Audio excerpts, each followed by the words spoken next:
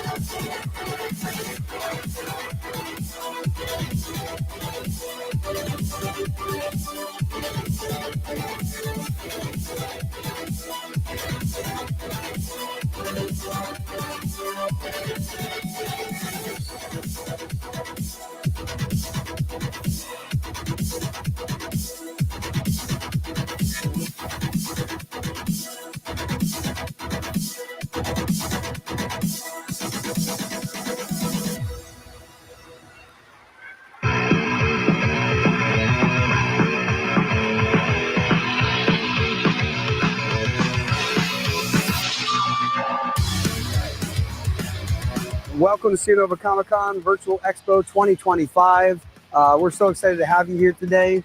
We're working with Comics Wellsprings, Metal Ninja Studios, and obviously Cernova Comics, and we're so excited to get this year going. We're going to be having so many amazing panels today. We're going to be talking about the future of comics. We're going to talk about legal. We're going to talk about how to take comics and bring them to the big screen and much more. So stay tuned.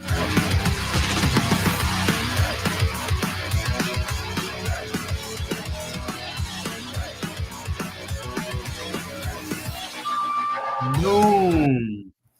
That was awesome. Look at that. We had a whole intro and everything. Yeah. That was pretty exciting.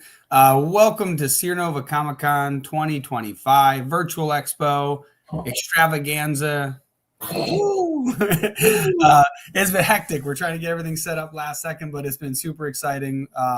And we're going to be jumping right into stuff because obviously we had a nice little intro. So the very first panel that we are going to be discussing today is going to be From Page to Screen, Comic and Prose Adaptation to Film, TV, and Games.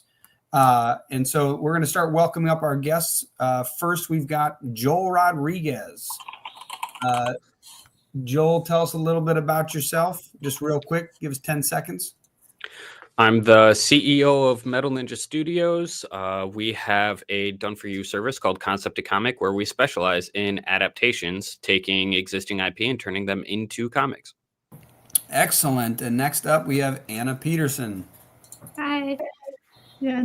I'm Anna Peterson. I kind of got my start in comics probably somewhere around 2018. Before that, I actually did a lot of scripts for I wrote a lot of scripts for TV and film that kind of ended up getting translated into comics, and now I'm kind of working with some of my comic ideas going back to film and TV. So just kind of excited to talk about the differences between all of those for today's panel. Very exciting. And next we have Jonathan Medici. Medici, close enough. Medici? Medici, yeah. Thanks, man. Got it. There we go. Pleasure to meet you guys. Yeah, I'm the writer-creator of the graphic novel Eric. I also have a terminal degree in feature film writing and been a screenwriting professor at a top 5 film school for over a decade. So I have some experience with adapting things either way. Very cool. And now we have, I'm not going to even attempt. Is it Xing? Yeah, Xing, yeah. Xing, yes. Okay, nailed it. Awesome. And a little bit about yourself. Thanks for having me. I'm Xing Zhen. I'm the president of Phantom Blade Productions, and I'm also the artist and writer and publisher and creator of Symphonic Verses, which is coming to streaming. And it's a graphic novel series that I started publishing 31 years ago. Awesome. Cool. And now, Joel, you're going to be the one that's going to be heading this up. I'm going to be in the background moving people around as they speak, but I want you guys to have fun, and yeah, we'll see you on the other side. Welcome to the panel.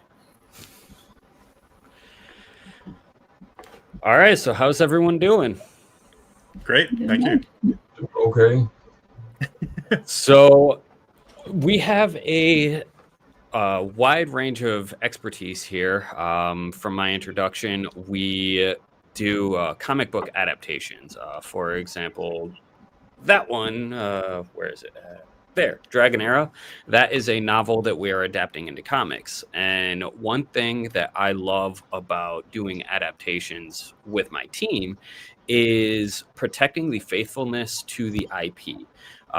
One thing that I think would be a very interesting conversation for us to talk about here would be as we're moving between different mediums, whether that is novels, comics, film, animation, etc., what do you guys think about the current trend in adaptations of we're just going to take the IP, do whatever we want with it. We don't even care what the source material was. Jing, you mentioned that you're currently going through an adaptation, so I'd love to talk about your experience as it relates to protecting the faithfulness to your IP. Sure. So I think one of the things that can be easily kind of misinterpreted is that, number one, at the end of the day, it's like that saying, whoever has the gold, they make the rules. So when you're dealing with networks and you're dealing with production companies, depending on the contract that you have with them, that greatly impacts your involvement with the series. For myself, because I'm the creator and the writer and the artist of the comic series, I am the lead writer for the show. I am one of the executive producers, and I am also one of the lead art directors, so that my vision of how I created this world and this story can stay as faithful to my original creation. Yes, there are things that are going to change. There are things that I wanted to do with the show, and the network executives had other ideas, and so it really is it's a give and take kind of thing, and it's a very delicate balance. And I think sometimes creators, they're eager and they want to say, no, I'm not going to do this because I would never change anything.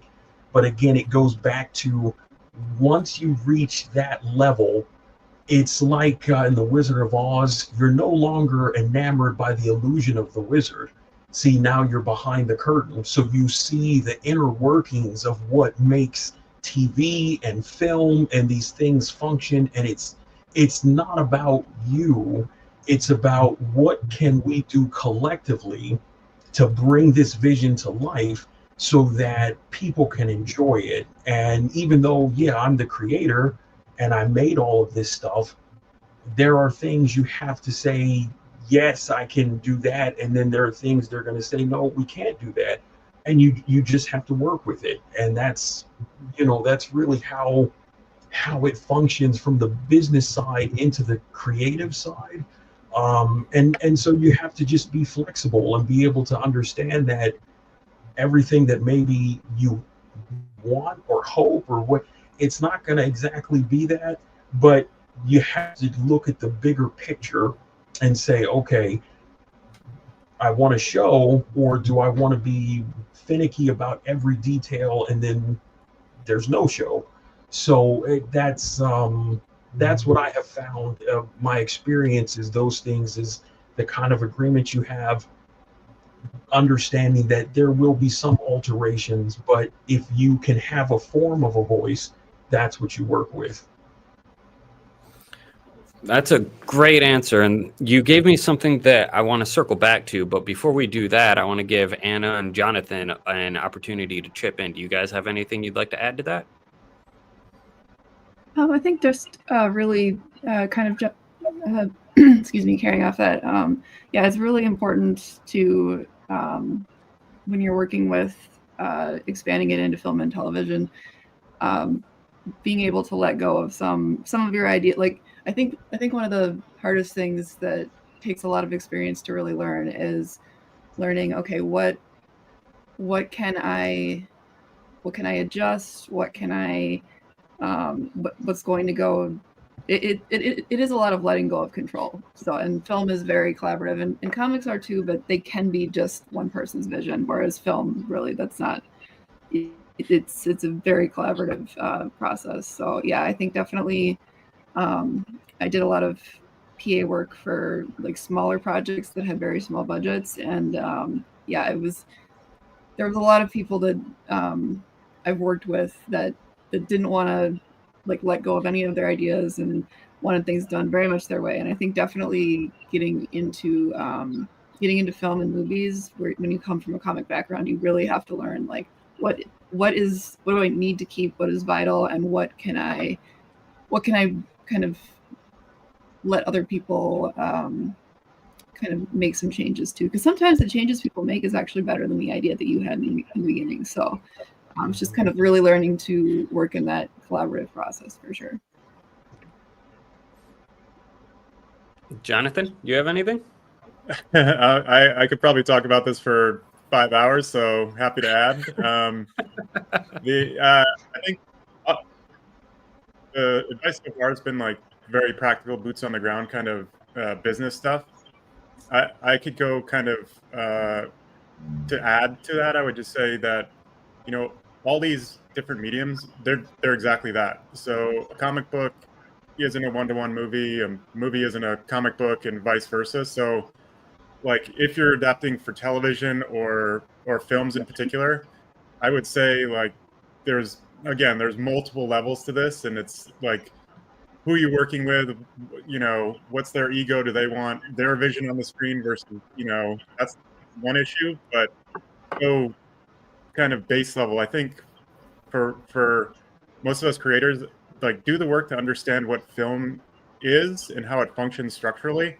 So like, I mean, if you're constructing whatever, a lot of this is semantics, but if you're using 3-act structure, 4-act structure, sequencing, whatever it may be, sequencing is what you see in most Marvel movies and shows like that, where it's these blocks of about 10 to 15 minutes of rising action with a culmination twist and sends you off on your way. You have to look at what you're adapting to fit that structure. So as best or as difficult as that may be for like the actual creator of an individual project, sometimes that means things that you think are vital, characters that you absolutely must see have this arc and this whatever.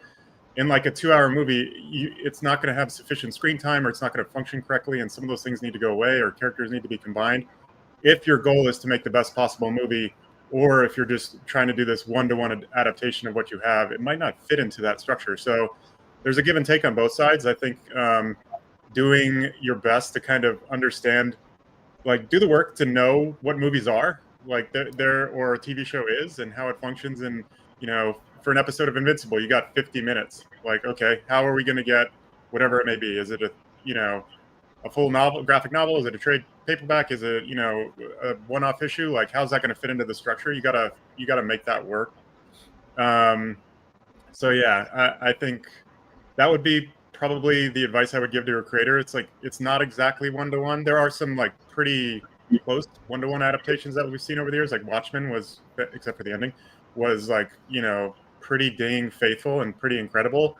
But other times you got to see some things get changed to actually turn it into a movie or a show. So with a lot of what you all are saying is there's a give and a take as you go from medium to mediums. You can do certain things in one medium that you can't do in others. One of my favorite things to talk about with comics is it's one of the only mediums where you can show two different trains of thought at the same time using captions and thought balloons. You can't do that in any other medium. So with that, what do you think are the strengths that people should lean towards in each respective medium? If we look at novels, comics, films, animation. So Jing, we'll start with you. I mean, I think it's important to understanding storytelling is really important, because if you just throw things out there on the page, it might it might not translate the right way. And so it's really good to understand your story, not the concept of it, but to really know it as if it's this organic living thing that already exists. And then when you're looking at a comic where you can show certain things, like I think about my own series, there are a lot of things that I have in the comics that I know won't be in the TV show, but I know there are things that won't be in the TV show that I can put into the comics, so that when you see it, you're getting the full picture of both perspectives. And so I think it's important to really, storytelling is so important, so that you don't get so lost in translation that it becomes something that people can't relate to or understand, or that none of that is ever useful. So I think that's something that's important to really have a grasp on. Anna, Jonathan, either one. Anna, want to go ahead? Yeah, I was just trying to think how to phrase it. Yeah, I think it is, yeah, really important for sure to understand what the strengths of every medium is.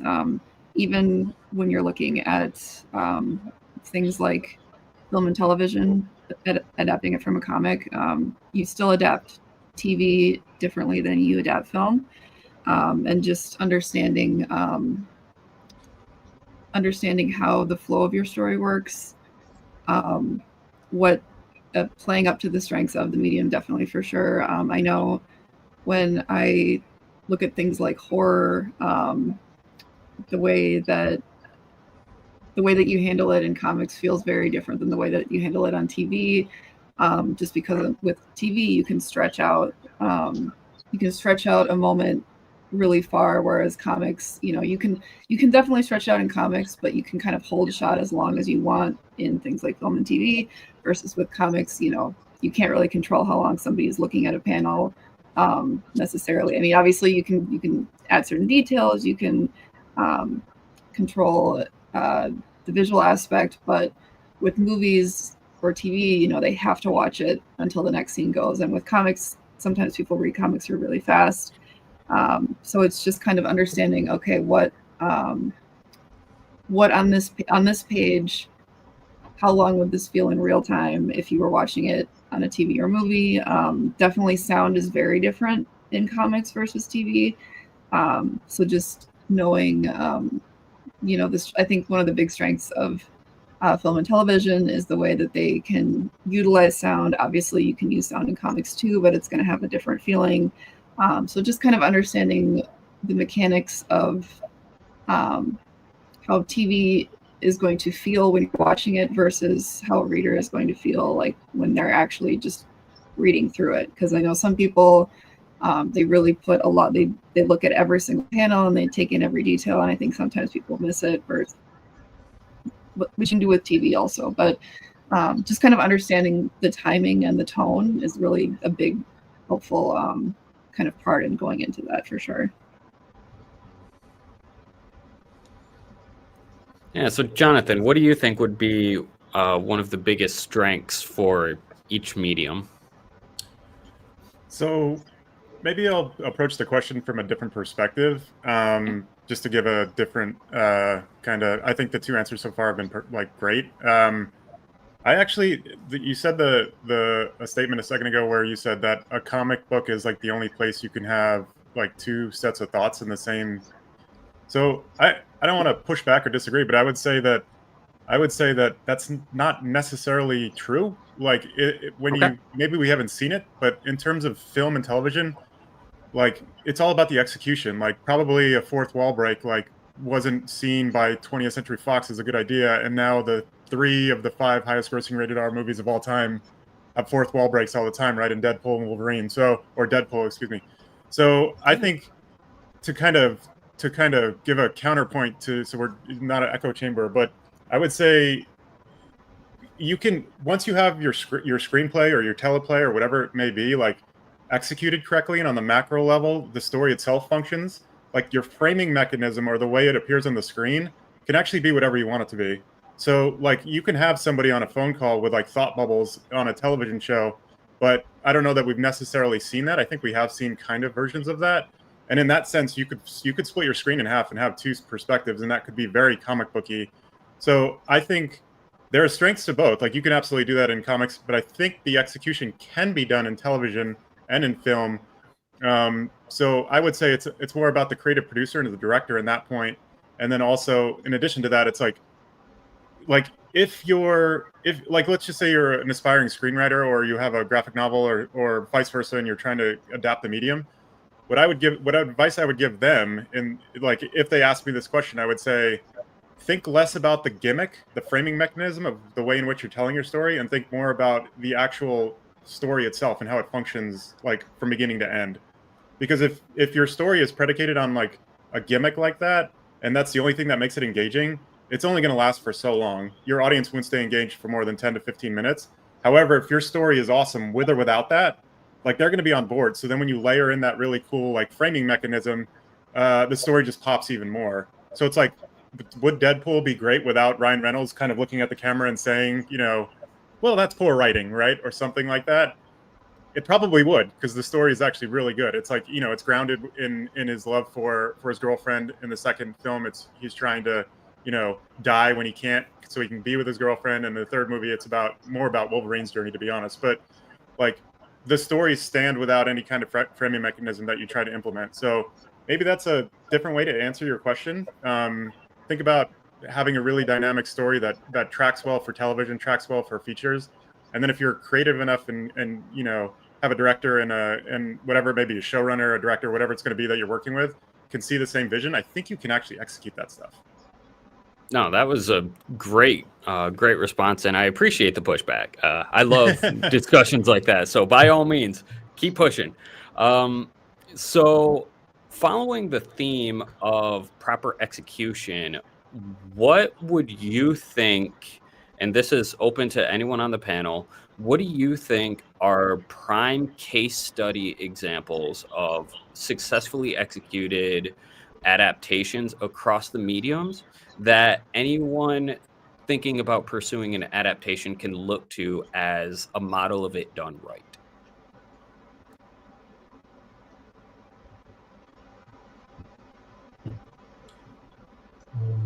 I think there's a lot of examples.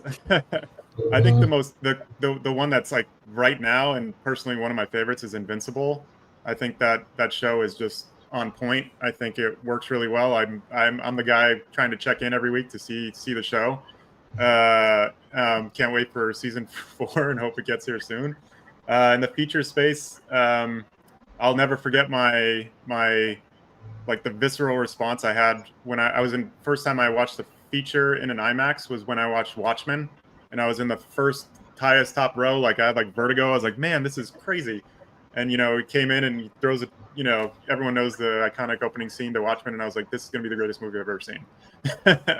So there's definitely examples. I mean, even from like book to feature, Forrest Gump, I believe, was called like the unadaptable, and that movie is it's perfection. I mean, that movie is awesome. So there's definitely tons of examples. It's just kind of, maybe for me, the best way I would say to or try to answer this question, it would be like for each individual creator, what are you trying to accomplish? And then like find an example of that. Say like, look at the two things. Say like, my favorite comic book of all time is Invincible, and my favorite show. Like look at that and then use that as your example. That's your learning tool. And then the opposite is the equal and opposite is also true. Like if you've watched something that you think is really bad, and I actually give this advice to like my screenwriters. It was a novel. It was a book. So I believe it was a book. Sorry, I lost my train of thought. The equal and opposite is true, right? So often, like when we're trying to be young writers and aspiring writers, we can look at a masterpiece pretty like easily, right? So we say, this is the greatest thing ever. I'm going to do exactly that. The issue is that you don't see the nuanced details and the actual like layers upon layers upon layers of layers of like expertise in that. So the equal and opposite is true. Like you can look at stuff done really, really poorly, and identify problems with that like immediately, and then you can implement that into your adaptation or your work. Be like, oh, this is the cool. Here's an example. I was writing a screenplay like 15 years ago or something like that, and I thought I was writing this like Marine sniper like movie that was the greatest thing of all time. And then I saw the Mark Wahlberg, I think it's called Shooter or something like that, and the exact scene that I just written was like on in the movie. And I was like, oh, that didn't work that well. So like immediately I could adapt and like change in real time. So look at both things and use it as a creator to kind of implement your vision as best you can. This is, you know, a lot of this stuff is really hard and takes a lot of expertise. So do the work, like look at stuff, find examples, and see if you can learn from them.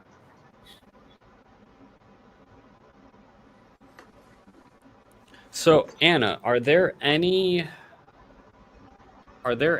examples of adaptations, this may be a controversial question, that you think could have been done better? I know there are, but when I was trying to come up with some while you were talking, and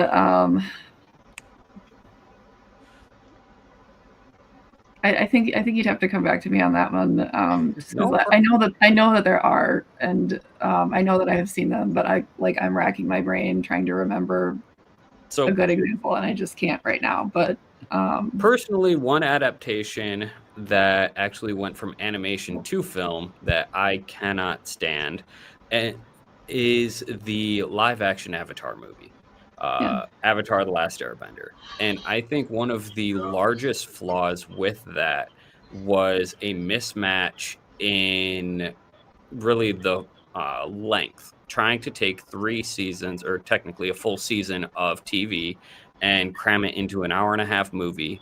There was a lot of disconnect between what it should have been versus what it ended up being. So without diving too far into hypotheticals, I would like to keep this action oriented so that anyone watching this can take lessons and learn from it. If a creator is put in a situation like Jing, this may be a good one for you.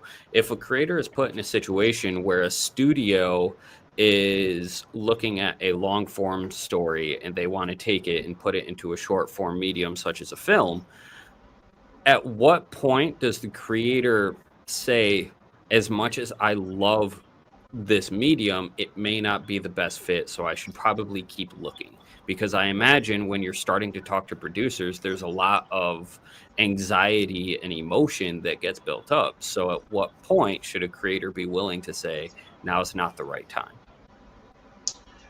I mean, I think you have to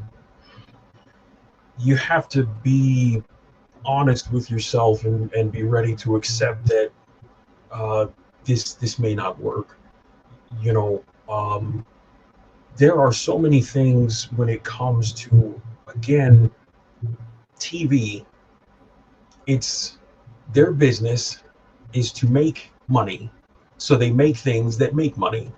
That's really all it is. So they're not interested. The businessmen at the networks and these film companies, they're not interested in the creativity. What interests them are the zeros, and how many are we going to get? How many markets are we going to get into? The distribute. I mean, there's a whole that it is a completely other world onto itself when it comes to that. And so I think it's important to be able to say, you know, I would love to do this, but if taking that and condensing it just to get it made, just so that it could be like, okay, well, we made the movie, but a lot of movies are made, and then if it's not something that resonates, it just kind of falls off, and it might have a few fan bases that cling to it, but for the most part, it's one of the things that comes and goes. But if you do something like, here is a prime example, and I don't say this to step on anybody's toes about anything, but I feel, me personally, I feel one of the greatest adaptations ever was Peter Jackson's Lord of the Rings. Now, yes, there were many things that were left out that he could not put in the films, because he said it himself one day. He said, if we put everything in the way the professor had wrote it, each movie would be over 10 hours long. And that's just not feasible for business, for film that way. Who wants to sit for 10 hours in a movie theater? I get it might seem fun, but it's not like at home where you can just kind of watch things on streaming. The opposite of what I feel is a very large missed opportunity is the Rings of Power. I'm not saying that they're not trying to do their job, but they're trying to put too much of their own opinions into the professor's work. And it's not about what they want. It's about, if we know this is how this world looks, I don't need to say, well, I know it looks like this, but I'm going to change it to this.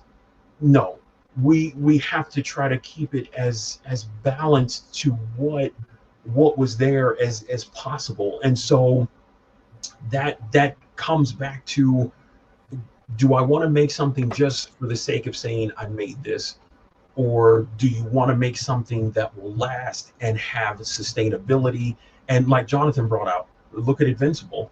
Look how successful it is, season after season. That's why, because they have perfected the formula. And those are the things that, again, many of the things that over the years creators have asked me about is, well, I saw this and I just want to do that. But it's not about copying what they did. Like he said, there is a nuance to things that you don't know unless you have experience. But once you understand that, you realize, okay, what can I learn from this? What can I take away from it? Like Jonathan pointed out earlier, that's the key.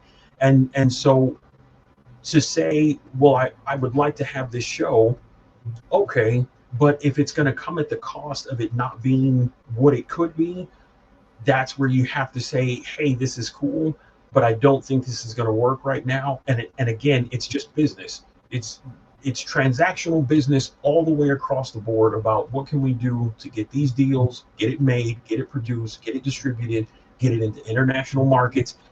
And so everything is a deal on top of another deal. And so if it's not going to work, instead of going through all of that, just say, hey, I appreciate it, and have enough humility to realize this won't work this way, but the right pieces will come together at the right time, and then you move forward from there. Oh, that was a great answer. Thank you. Anna, coming back to you, different question, unless you have an answer for that one. The only thing I did think of, just because I saw it really recently, a lot of times I feel like there's just this expectation of adapting something like a comic or a book into a movie. It's like there's still this like attitude of like, oh, the book or the comic was better because you were able to kind of expand on characters a little bit more. You can have a little bit more detail than you can in TV and film. And I'd seen it before, but I recently rewatched Ghost World, which was originally a comic, and it's actually one of the few times that I think it was able to be adapted to from a comic to a movie that I actually think they did a better job than the comic. Because the comic, when I do like it, it's just when I was reading it, it's incredibly bleak, which it kind of is supposed to be, and the characters are kind of intentionally really unlikable and self-centered. But I feel like the movie kind of took those elements and they did still have sort of this bleak tone, and the characters were very flawed, but it felt like it took the pieces of that and really, really fleshed it out and really gave it just a lot more depth. And they did that by cutting out a lot of characters and really focusing on just kind of expanding a few. So I think you can definitely make a really great adaptation going from comics to film and TV. Sometimes it's just taking the parts of the comic that are crucial, and then you can kind of put your own spin on it. Sometimes even too, I feel like the characters in the movie were much more relatable and everything. So I think I think there are instances where you can take comics and then make it into a live action TV or movie that sometimes can even step up the game a little bit. And which one did you say that was? Ghost World.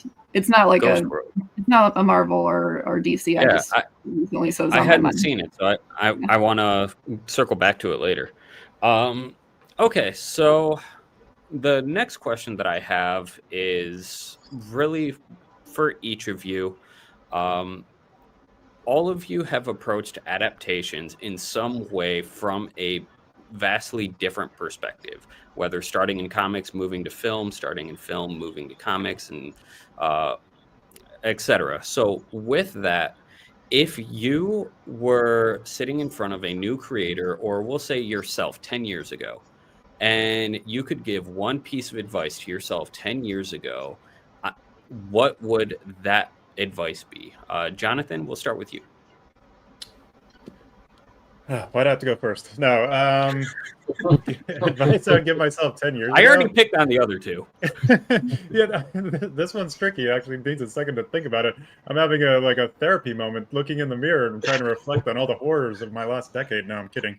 What would I tell myself 10 years ago?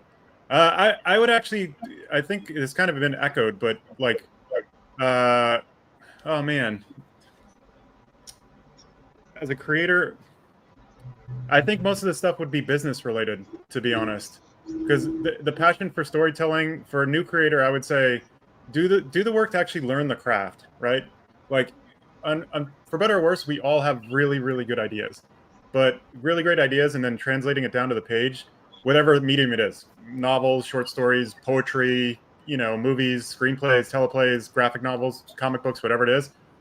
Like there are things you can learn that are needed to really to execute those things really well. So like invest the time. Like there's no real shortcuts here. I've had plenty of people send me like comic, I want to write a comic, and they'll send it to me, and they're resistant to notes. They don't want like feedback. They're just assured of themselves that this one draft that they've done in a day and a half is like perfection. And it's like, that's probably, if that's the approach you want to take, it's probably not going to be like whatever it is you're trying to make is probably not going to be the best version of itself. So like, be patient. Things take a ton of time. And then on the other side of it, like, I think this was mentioned earlier, but like our consumable as creatives are books, shows, whatever it may be. So there is like a business element of it. So when you're interacting with whoever it is that you're going to be working with, let's just say you're working with, a Boom or an IDW or something like that, they have to know that they're going to be able to, they can't just sink their own ship without being able to like have ROI, return on investment, where they're actually doing something that's keeping their business afloat. So that's often where a lot of the kind of issues can arise, and this kind of dovetails back into your last question, like, when does a creator need to push back? I mean, this is the brutally honest answer. It's like, what's the size of the check, right? Because like, if a studio or something says, hey, we're taking this from you, if Marvel or DC or Warner Brothers says, get out of our way, like, you don't, and you're a creator and it's like, oh, I need to make a living, like, you kind of step aside and you can't really pick and choose those battles. So like, understand your craft and then get really like invested in creating the most dynamic story as possible. And then maybe the last element of it would be to identify your audience.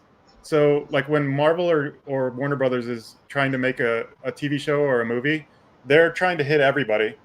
So when you're trying to hit everybody, like, you can't be nuanced. Like, you can't make a horror movie because you're immediately down to 20% of the population that's going to go see that. So understand your audience and like, know who you're writing towards. That could probably help, at least on the other side of it, like when you're coming out with your story, like knowing where to take it, knowing who's going to enjoy it, knowing your audience. So yeah, probably wasn't the best answer to your question, but yeah, I'd probably give myself all that information like probably more like 15 years ago, but I don't know. Hopefully that answered your question. Sorry, it was brutal. You did good under the pressure. Can we clip that, please? This isn't live, is it? Oh, shit. All right, Jing, your turn. What would you tell yourself 10 years ago based off of the experiences you've had so far? I think 10 years, it wouldn't work for me that way, only because, I mean, the first copy of my book that I made and sold was in 1995 in front of a 7-Eleven. So and back then, there wasn't print on demand. There were so many things that weren't like they are today. And I had to print it like on the paper on 4 sides and trim it by hand. It was terrible. It was awful. And I still have one of the original kinds. Terrible, just awful. But for any creator who's starting out, I would encourage them to never give up. Never give up on, if you want to tell your story, that's what you have to do. But you have to be willing to take the hits that will come with it, the failures, the setbacks. I am living proof that if you stay the course, things can happen in ways that you've never expected. I got rejected 200 times by every comic publisher in the industry, except Marvel and DC, because they don't do that kind of stuff. But all the other publishers I went to again and again and again, and nothing, just no, all the way around. Part of it was because I learned art from Korean, Chinese, and Indonesian art experts. So my art looks more like a Hong Kong comic than it does a Western art. It doesn't look like a Western style comic. And so that was one thing. But I knew what I wanted for my story, and so I just kept telling the story that I knew I needed to tell. And then one day I meet a guy who messages me. He asked me about some artwork that I had, and I didn't know who he was.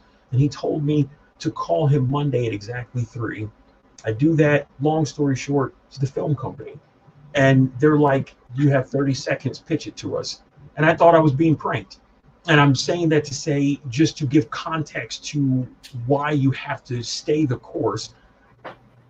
I couldn't get publishers to publish it. Yet I'm on the phone with a film company, and they're saying that they want to turn it into a TV show. I didn't set out to do that. That wasn't my intention. I just wanted to tell my story. But I'm saying all that to say, see, you have to realize that before things evolve, there is going to be a whole lot of disappointment. And that's just the reality. You're not going to have the instant success. You're not going to have it instantly turns into a brand that's recognizable, that anybody in the world can know. It's going to go through a lot of different things. You're going to go through a lot of different things. But you have to, if you love storytelling and creativity, you will stick it out. And you just keep your head down, you keep learning, you keep honing your craft, and you keep putting it out there, and you don't give up. And that's the thing I would tell creators. Don't give. I see people post sometimes, they made one thing and it didn't work and they're ready to throw in the towel. But if you really want this, you're going to fight for it. So you have to just be dedicated, and you kind of have to have this unbendable will towards the setbacks that will come, and then you just keep going forward, and that is ultimately going to shape how the final product of what you're trying to do comes out. I hope that made sense. I'm sorry. No, that was perfect. It actually reminds me of a quote that I heard not too long ago, and it was talking about dreams that people have in business, both within creative and without. And it says that most people, they think that they overshoot their goals when really they undershot their time horizon, because most people will overestimate what they can do in a year, but they underestimate what they can do in 10. So that's why I'm a big fan of this 10 years ago question, because it gives those people a perspective into, you never know where you're going to be in 10 years. So keep going. I love your answer, Jing. Anna, what about you? What advice would you give yourself 10 years ago? I think in terms of the creative process, I would tell my younger self, bounce your ideas off of the like type B personality friends that you have, all of their creativity, and you should work with more people who have a type A personality where they know how to get things done. Because I think I definitely would work with a lot of people who had these really big creative ideas, but they either never got them executed or they tried to execute them and it just kind of fell apart because they didn't put the time and effort into all of the work, all of the practical work that goes into things. So I think definitely aligning yourself with somebody who knows how to be organized, who knows how to pivot if something doesn't work. And yeah, I feel like a lot of people who have a type B personality, they're really passionate and you can really get taken in by that. But I think looking back, I would definitely be a little bit more careful about like, okay, is this person, they have a really great idea, but they aren't able to really organize themselves in a way that's ever going to make it happen, or are they going to be able to make this a reality? And then the other one, I think I would definitely tell my younger self. I think you have to tell this to yourself, not just when you're younger, but you have to keep telling it to yourself, is when you get into these spaces where there's a lot of like big names or people who have been doing this for a really long time, just reminding them, you deserve to be here too. Like, it can get really intimidating really fast. So I think definitely just not letting that environment kind of intimidate you out of shooting your shot, basically. No, that's great. And I think if I was going to answer my own question, I would kind of mirror all of you and say, as a creative, don't be afraid of business, because most creatives get into the creative industries because they want to tell their stories in whatever medium that is. But every medium is a business. And you as a creative need to learn how to sell, how to market, how to do all of the various business related tools.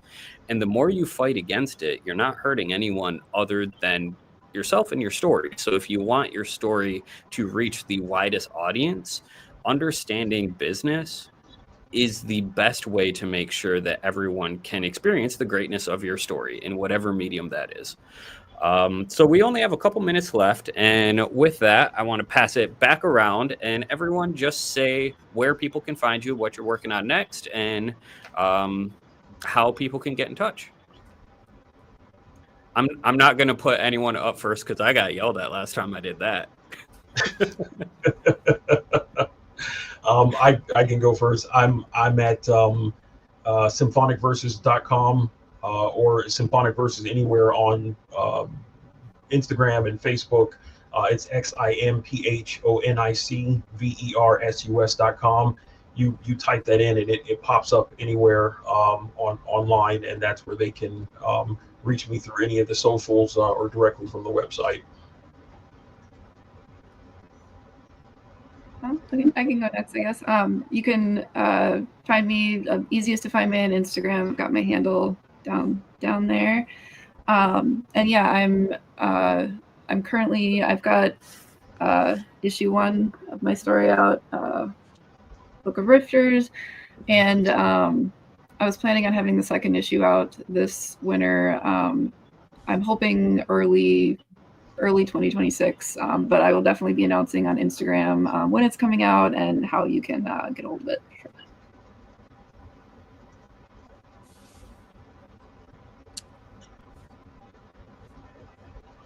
There's my IG handle. You can follow me on Instagram, Jonathan Medici 7. Try to do updates on the release of, well, not the release, it's all printed. These are metal books. They're a little hard to see, but you can grab a copy of Eric, which is my first graphic novel. Or you can go directly to the comics website, which is just comicavalon.com, and grab a book there. The website's still kind of being updated at the moment, so I apologize. It's a little step behind.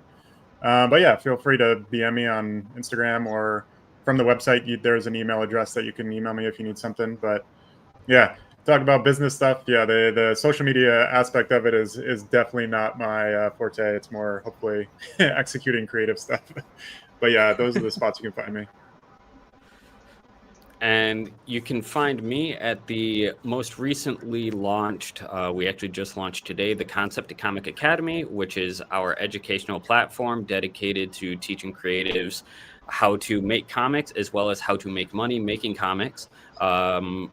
If you're interested in discussing the contents of this panel and upcoming panels, we have an entire section of threads dedicated to discussing the SNCC panels. So head over to metalninjastudios.com/academy and then connect with people there. Nice. All right. Thank you, guys. I think that wraps up our panel for today. We are right on time, so Dylan will be happy with me, I hope. So with that, thank you all for attending. Thank everyone for watching. And I hope you guys enjoy the rest of the SNCC 2025 Virtual Expo. Nice to meet you all. Pleasure.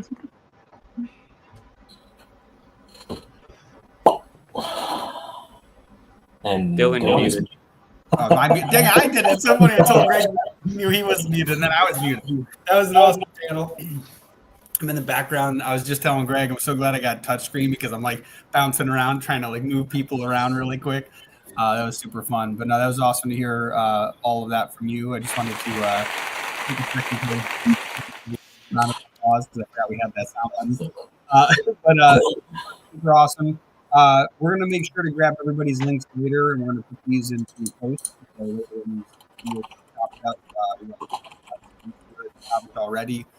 Send us all of your anywhere you want to broadcast, and we'll make sure to get those up in the socials. Cool. Well, thank you, everybody. Let's see. I want to pull up the panel list over here. Some stuff going on. Where is it over here? Oh, there it is. I've got like 2 windows with 8,000 windows in them. Yeah, next up is actually going to be our, it's going to be a interview with Dan Hill, or Dan Hills. I always do that because you got the S. Dan Hills with Brandon Blocksdorf.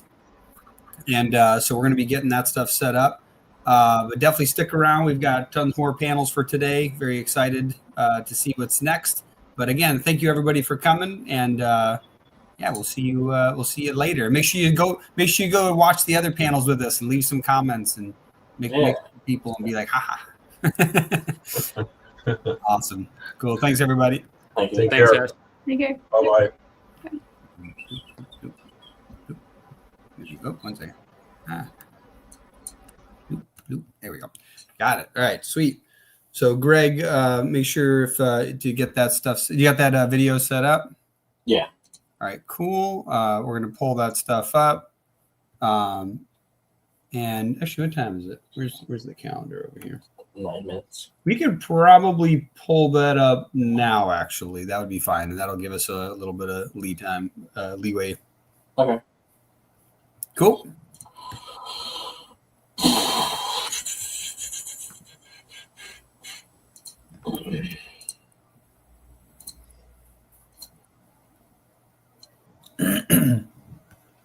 Cool. Here we go. Let's.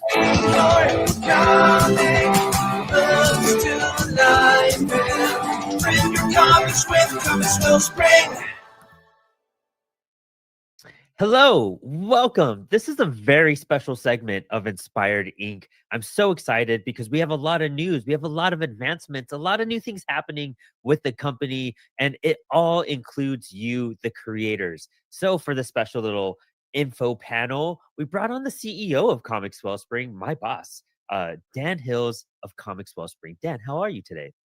Good. Boss is a pretty I don't really like that name. It's really great friend? Yeah, no, Yeah. we've been friends much longer than I guess coworkers in that sense. Weird coming from you. Yeah, no. No, I'm doing great. Just a lot of work, a lot of things in motion, a lot of pressures, but all for a extremely huge and valuable reason. Payoff for both the community, I believe the industry, and for everyone here in this community directly with the CWS network. So I can't be too too down and out about how much work is being done, but it's all good for a good purpose. I love that. I mean, let's dive into that a little bit. CWS has always been a very creator focused company. And so, what has changed as we enter the realm of POD? And how did this evolution kind of happen and get us to this point? Yeah, well, I guess I'll start with the second part of that. How it started. I think it was really something that I've been kind of chewing on since this old fractional CMO days. I mean, I've always known that the opportunity for a book of one from a creator point of view, and myself included, was something to strive for. I mean, inventory, um, minimum thresholds, especially many years ago. You see it a lot more common lower quantity thresholds today, but I always knew that the book of one is really where we wanted to go, especially when you're kind of solving for some of those nuanced problems. But it was always kind of like the technology always, and the production technology wasn't really, I guess, integrated too much with the comic book space. And I noticed that, and I thought it's absolutely a necessity, but there's more to it than just allowing creators a book of one, option. There was a lot of other things that we needed to factor in to really make this bigger and better than just lowering the minimum threshold. So like, so that's really what this whole evolution is about, and we can dive into some of those practical and tactical details, and what this means for the creators, and really we can shine a light on like when all this happens, and how is it happening, and who does it affect and stuff. But for the most part, um, it is going to have a positive effect on our whole business model, the creators. Really, it stems from the idea of like, how can we really, at the end of the day, how can we really increase the margin for the creator in the middle? Because you have, and personally, looking at the industry from the outside, you have a lot of hands in the cookie jar and a very small margin for comics in general, from a creator and a seller. So I wanted something that could actually have a positive effect on everything, but also bring great price points to the table. And this is really, this is really one of the value proposition, or I guess the values of being just a comic book focused printer. Um, One thing that we know in manufacturing is the more volume, the lower the price, and that is really good for us because all we do is comics. Everything's kind of in the same range of production, and specs on the book. So it was easy to kind of like, okay, leverage the amount of volume and access the best prices, and share that savings to the creator. And that the whole model was about that, because I mean the philosophy is simple.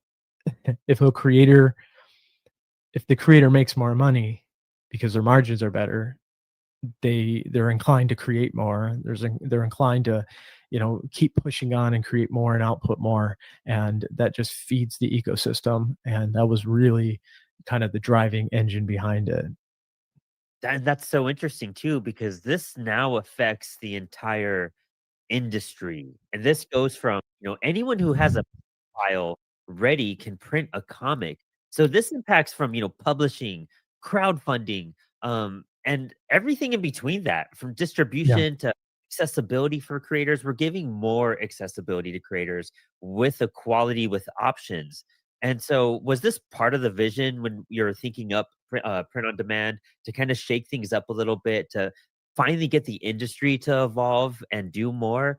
And Yeah. how Yeah. does how does Yeah. CWS, plan on ensuring quality from production to customer service that we provide as well with that big Yeah. switch up? Yeah. I mean, yeah, a huge, I mean, two big important factors were put into play when thinking about this, and like how we can strategize on like bringing it to the market and like really making it the biggest impact. And two big focuses were technology, like really focus in on technology and how does Book of One really look in the future from manufacturing, but from a user interface too. So with all that being said, the maybe the more important factor was always like, how can we dive deeper on our focus of creator experience? Like that is and you can ask anyone on the and everyone on the team, it's like we have a dedicated meeting for that, because it's like, I think it's more than the cool technology and the tools and the accessibility and the supply chain and like all those things that you build into a global business or brand. It's about, how is the creator winning at the end of the day, and how easy are you making it for them to win. So a lot of thought has been put into, and time and effort has been put into, what does the creator experience. So with that being said, this deep focus was really like um, a look within for us all, and like look at this operation, especially since we were acquired. I don't even remember, Brandon, you probably know, maybe a year and a half, 2 years ago. It's such a blur at this point. I It's been a guess. blur. It's been a wild ride. But when we moved over, I mean, we saw a lot of flaws, and I mean, there was a lot of holes in it, and it wasn't really scalable, and we had to fix a lot of stuff, and we did do a great job. But it also gave us the time to say, whoa, like if we really want to do this and really, really want to make effect on the industry as a whole, then we got to restructure from within, look at these things, like get our big boy pants on, and like actually look at the procedures and processes and doing it right, for not to just grow as a small business, but evolve into a global brand, a globally recognized brand within the industry. And when we did that, it was really just taking a closer look at the creator experience, and then reverse engineering what kind of technology needs to be in place. For instance, like, okay, the Book of One it's an awesome thing, and it's going to make huge strides for our industry. But it starts with that. Then it starts with, okay, then what about turnaround times, shipping, and like, how do we fight shipping? And if we're going into a global markets, how do we overcome overseas shipping and tariffs and all that stuff? And then it was, how do we make communications in the pipeline better? And then it all came down to, well, how do we create the greatest tech stack that can provide all these things? And that's what we spent the last year on, developing and at least developing and mapping out. And now, it's being built. It's in the middle of being built. But there was a lot more to it. Creating a supply chain, and as you mentioned, like, how are we maintaining quality control? How are we doing that at scale? And lucky for us, we created some great partners. One in HP, we took a lot of insights and a lot of guidance from them, and we're able to kind of like get access to our indigos, and like at a global scale, and find partners in different countries that we can monitor through our systems, and we can set standard operating procedures that we built ourselves, and we can monitor them and check in on those aspects, and make sure that kind of across the board in every country, things are being done seamlessly and the same. And always, like, all those decisions of those SOPs and stuff like that were always coming from a place of like, ooh, what's best for the creator. So turnaround times have to be this, quality output, color has to be this, like, so price points have to be this. So there was a, packing, packing's a huge one. Like I think we pride ourselves on our packing, and I'd like to say we over engineer it, which is great. I think there's nothing wrong with that, especially. Yeah. And I mean, there's only so much you can do to fight the craziness of the couriers. So we've really over the years, it all comes back to like our deep focus for only focusing on comic creators allowed us to only focus on comic creators and their products. So it allowed us to make decisions, and especially with investing, and like myself and my partners investing into this new evolution of CWS. It was all about that. It was all about those nuances, those things we've learned and heard about, and and we always accepted so much feedback over the years, and now it's actually we have the best response for it and what we're building. When we could dive into those details, but I think it really stemmed from that, and now it's just always keeping a focus on that, everything we're building. So what we're tackling is our like a guaranteed turnaround times to be half of where it's at. 20 taking 25 minimum quantity to book of one.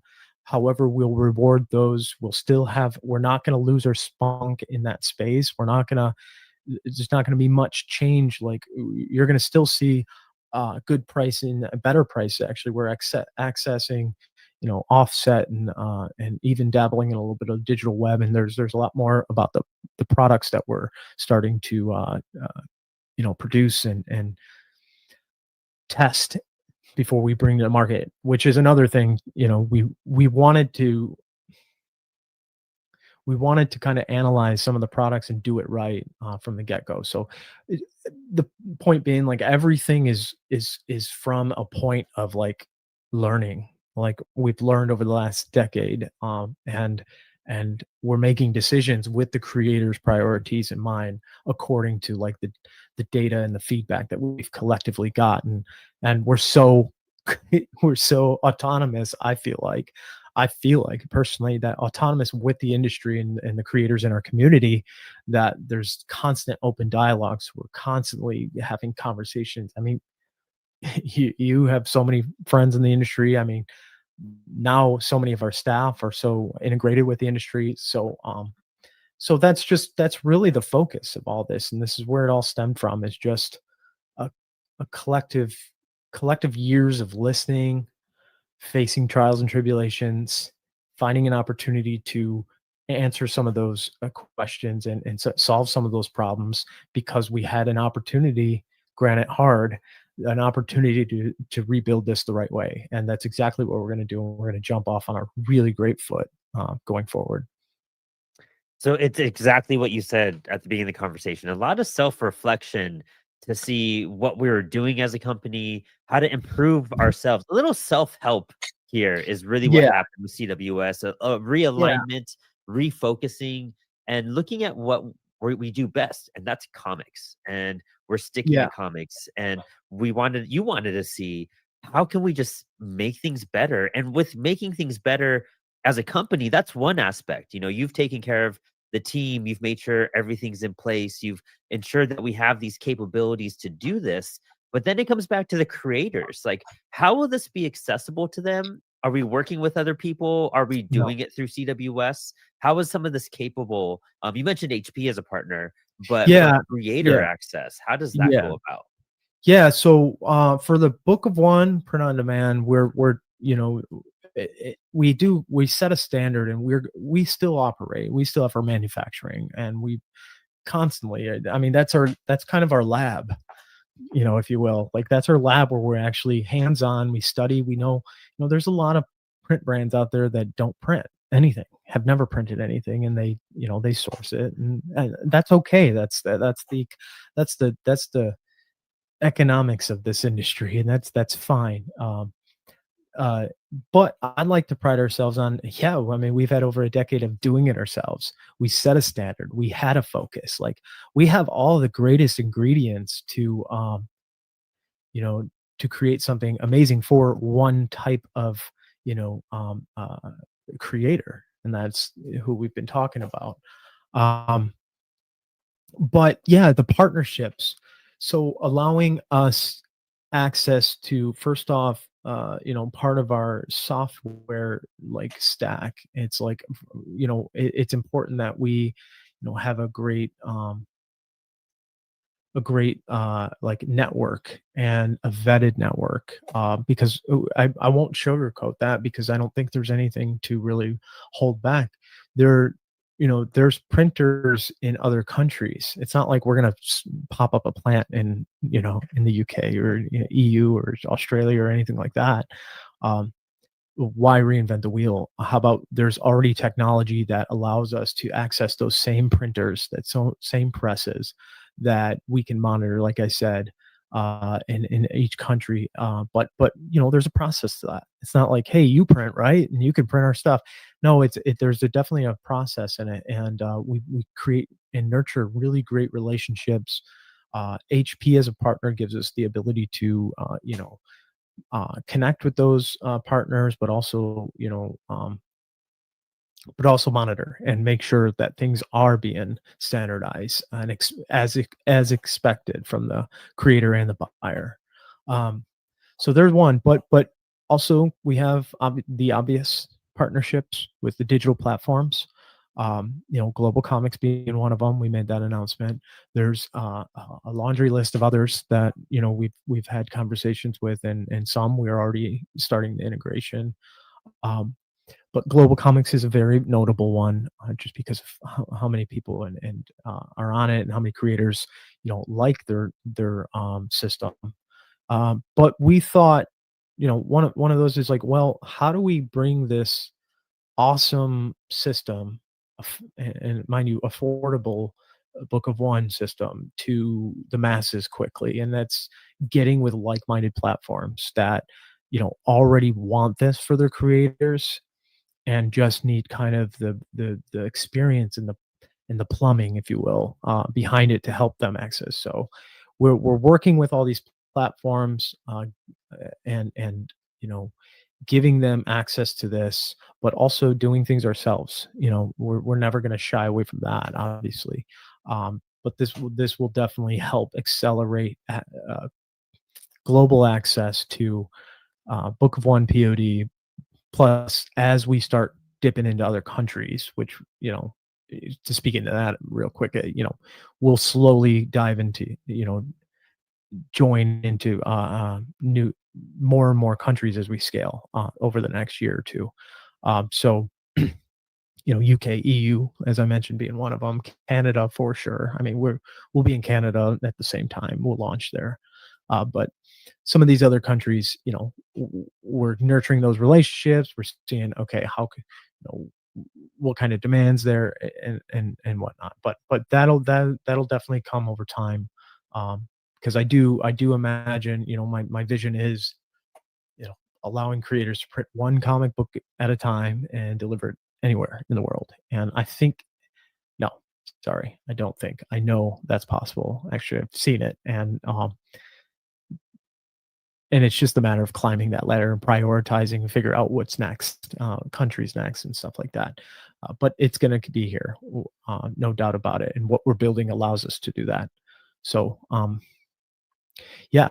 So those are kind of our partners. Obviously, there's a laundry list of partners, but those are the kind of the big players, is these platforms. And the technology that we're building is all custom. It's all by us. So it's like I said, it's built around the creator, for the creator.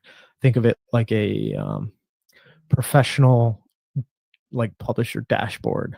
There's going to be a lot of cool features, and I know you're going to ask about those. But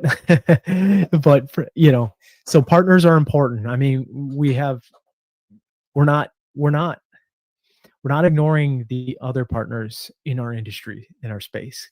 Comic-Cons are important, but retailers, shops, distribution is it's evolving. I guess it's going through a weird growth phase, and there's a lot of disruption, a lot of crazy chaos, crazy headlines and stuff like that. But I think this presents an opportunity for us to make a better distribution system, or at least play a part in the distribution system. Like I said at the beginning of the conversation, a lot of hands in the cookie jar, and you give and take. You pay for marketing, you pay for distribution, but there's a lot of people and a lot of creators I know that want to do it themselves, and they want the same level playing field as distributors, or access to the shops, or at least getting in front of retailers and stuff like that. So it is going to be a big focus going forward, and I know that it's going to have an effect on it. It's just how aggressive we play in that realm, and um, yeah, and how we solve problems. First being just create the technology, deliver the book of one options, and launch what I've been working on for 2 years. I love that. I mean, there's so much, there in general too, with the sense of, we've rebranded as a company. We've, really transformed what, the Greco days into what we've become now. And, putting up non-negotiables with these, print partners that we have to ensure that our in-house quality stays that in-house quality across the board, and that's so vital, because once you cross that threshold of global, then people get nervous, people get a little worrisome that they love our quality, they love our packaging, and they know sometimes our boxes, everyone, not everyone, I guess it ages us right now, but Ace Ventura, when he's kicking around the package at the beginning, Right. that's what I think about when books get delivered. And our packaging, Yeah. Really stands it, they can handle that, and books can get delivered safely in the Yeah. right spot. And now we're extending out to giving creators that struggle with crowdfunding, who maybe didn't have a successful campaign. You could still print your book now. You could still have Yeah. ways for your book to come to life. And it sounds like we're going to have advancements not only with our digital partners, but with our own website and our dashboard that's Yeah. going to be so kind of universal to Yeah. everybody, and probably be more pivotal than any other website you could be on as a For comic sure. book creator. For sure. I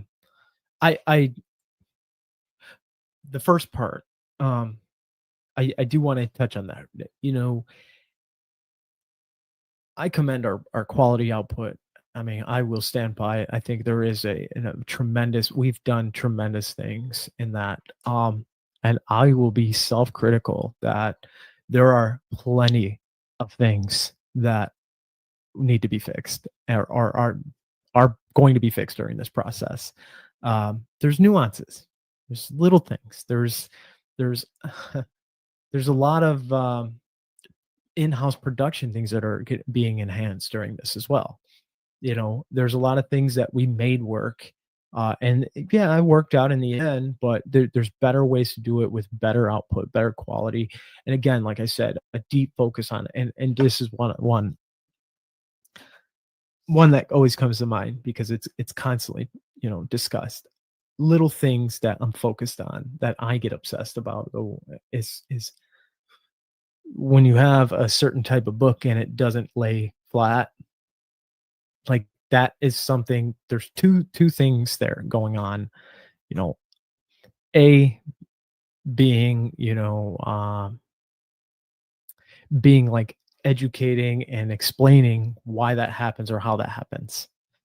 So, like, I think there's a lot of room for us to chime in, to guide, but also to, like, really, how can we get there? Like, how can we do that? How can we, what kind of, is it certain stocks that sit better? Is it like, and again, it's fine tuning humidity and, like, all those little manufacturing things that are so important. But I mean, all it takes is a few people to ask about it, and it really kicks it into gear, saying, like, you know what, they're saying things that a lot of people aren't saying, and we need to hold that with a lot of weight. So there are little production things that will dramatically improve. I mean, when I say we're going global and we're working with print partners and our own standards, I'm talking about our own standards, juiced, like with improvements ourselves. Like, it starts within. So we're I mean, even when we talked, all staff, and I told the team, it's like, we're not gonna lose our spark. In fact, we're just gonna make it a lot brighter. We're gonna take the great things, and we were critical when we were doing this, weren't we? Like, we're gonna take the great things that we know that we're good at, that are great, and we're gonna pour we're going to water that, and we're going to make it, give it some sunlight, and we're going to make it really grow on those values. But then we're going to look at the things that we were terrible at, and really critically say, what are the things we should fix first and foremost? Again, going back to the why, the creator success.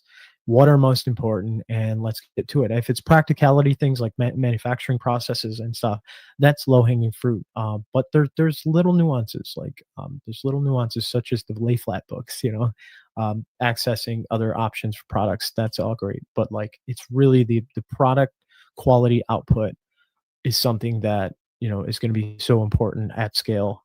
So we have a deep focus on that, but that starts from fixing the obvious and knowing where your weaknesses are and fixing those things, or at least moving forward to fix a lot of them that you can.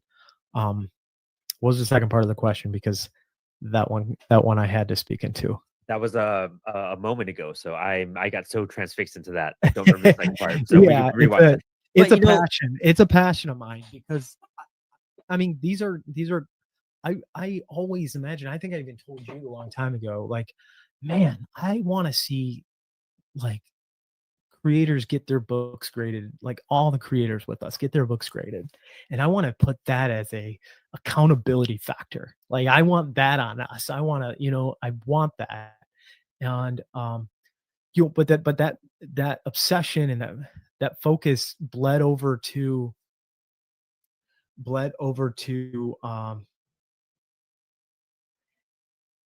the experience. And like, because clearly like there's so much that you can do these days, and there's so much things we could do better, that again, going back to what the creator experience, the user experience you see in other platforms in e-commerce, that's great and all, and that works, but like what are the nuanced differences for creators though?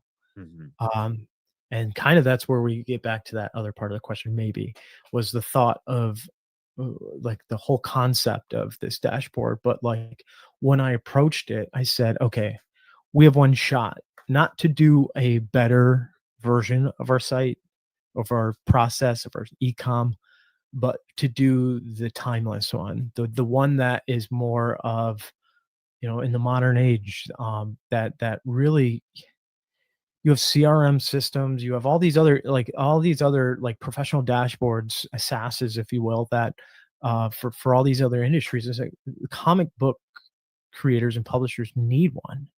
They need something that is comprehensive. It's not a integration API plugin that you're just like building functions into. It's from the ground up, is built for a creator to house their business, or at least operate from having print on demand projects, to managing their orders, all that stuff. I mean, and then we're building modules, kind of the foresight, my vision for this. And I did develop the demo and the kind of the outline for it, but our own, we'll have a lot of cool features like our own reward system baked in that makes sense for us, that are really cool. I'm super stoked about that one.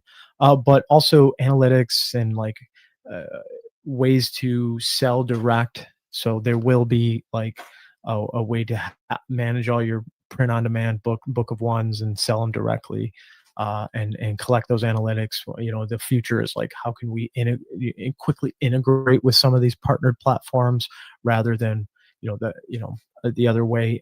Not that both are really great, but then just cool little features like that, and obviously have that traditional. So the thought process was like, how do I, like right now you build a e-commerce and then you build the user dashboard or the customer dashboard as a the back end part of it, or at least the back function, but you're always the e-com focus. As insane as it sounds, I'd say let's do the opposite. Let's start with a dashboard, focus on the best kind of professional experience dashboard, and then bake the e-com functionalities on top of it, or at least aside from it. Like it's there, but there's one way to think about building something great for a certain type customer type is really build the thing that they want rather than what you want to sell them. And that was one of the things that was really going through my mind the whole time. So building it from the dashboard and creating some of the same but better versions of like the e-commerce site that we have. So that's really what's down the pipeline is a focus on that. We're really taking a lot of time. I'm personally involved in all the UX design, UI design. So that's really, I even said from our discussion with the teams is like from today and tomorrow, me, and I hate to demote it, but like, you got a mediocre e-commerce site that anyone could build, that anyone could really create. We're a great brand and we care about this comic book industry more than any other printer. And so we should start by building something, a tool for the creator rather than a sell sheet. And I think that's the approach and that's the mindset, and that will be the biggest value provided. Functions, features aside, all that stuff will be great, but it's really the intention behind what we're building is, I think, will bleed through, and creators will find a lot of success with that. And I love that because every part of this conversation you have bounced back to, this is about creator success. We are doing this so creators have more success, from digital sales to physical sales, from the reach, from, sometimes they just have local reach. Now they'll have national to global reach. Yeah. In just a one step, they're going that far. And some people can't even travel, within, X amount of miles for cons, and they can't go across the country for a con. Now they have that full access. And it's all thanks to this, and it's all coming our way. Do we have a timeline of any sort for some of these major, website developments, some of these bigger dashboard developments, print on demand on creators' websites, things like that? Yep. So the print on demand, the Book of One option will be, we're launching it with platforms first to kind of get that system down pat. I mean, we have it already built, but to kind of turn on that engine, we want to do things right. I mean, we just sent out kind of a newsletter kind of gauging like, okay, I mean, this matters because what kind of volumes are we going to see from the direct creators, but also to like, potentially from the direct creators, but also to with the platforms, gauging like what kind of volumes are potentially going to come in will allow us to like stress test to kind of like test the processes internally and externally. And we're knee deep in that. I mean, we're already there. We've already tested. So in a timeline period, we're going to be probably doing some closed door launches with some creators and some of the platforms in December. January, I think things are going to go pop off really quickly. And you will see some of those platforms pushing a lot more of the POD that we're helping build. But when it comes to like the cool dashboard, we're probably looking at a February, March area timeline to kind of put let's call it a minimal viable, where you can have your basic project functions, Book of One, POD. You'll have the link. You'll be able to, like I said, some of these will be set in stone where you'll know what the turnaround times are. They'll be guaranteed and predictable. There'll be shipping, all that stuff. That'll all be baked into this initial go at the dashboard, and then after that, it's just really we'll be sharing roadmaps of like all the functions that we'll start caking on top, and do feedback loops and stuff like that with the industry and the community that we have. So we're really seeing like, okay, 2026 Q1 is kind of like introducing this and letting it sink in, really letting this sink into everyone, like what this implies, and how aggressive they can all get with it. And then I think Q2 is when you'll see like, okay, now that applied to this, this dashboard and these functions and this new way of things, that'll start changing the game, for sure. And I mean, while that's happening, we're constantly like in the lab. What's next? I mean, you know how my roadmap is, and like all the cool things that I think are on the horizon. You know, and we want to partner with the industry players. We want to. I mean, I just had a conversation around this, and I'll have one this week. There's got to be someone who's, it's cheesy as it is, there's got to be someone at like charging unity in this industry as we go through all this crazy stuff. And and when you look at the creator journey, one of the biggest players in it is like creating tangibility out of your product. Like, so it's production, the printer. And we just found ourselves in a great, unique position to step up and say, you know, okay, we'll lead that charge. And whether industry players want to play with us or not, we know unification and unity in terms of like taking the industry forward and not let the fear mongering soak into all of our brains, and allow, like I said, go back to the stem of the ethos. And it's like, yeah, the creator success. The creator succeeds when we all come together to figure out, solve problems rather than spread fear. So I think that starts with someone with leverage, and brands and publishers should be out there doing that instead. Everyone's competing. And frankly, I don't think we need to focus on that. I think we need to focus on unification, solve problems, and get money back in the creator's pocket so they can create more. And it all stems from there. That's really what kind of, makes a huge impact in the industry as a whole. So we'll be rolling out updates all through 2026, adding new features, adding new, paper stocks, options, cover options, all sorts of things, while also maintaining this great thing of bringing indie creators together, bringing publishers together, and making comics just accessible. Because a lot of creators just want to write and draw. And when we get to the technical part, that's where we kind of like lose our minds sometimes. Yeah, I mean, do tell me about it. I'm a creator. Running this business, I mean, multi-million business, like it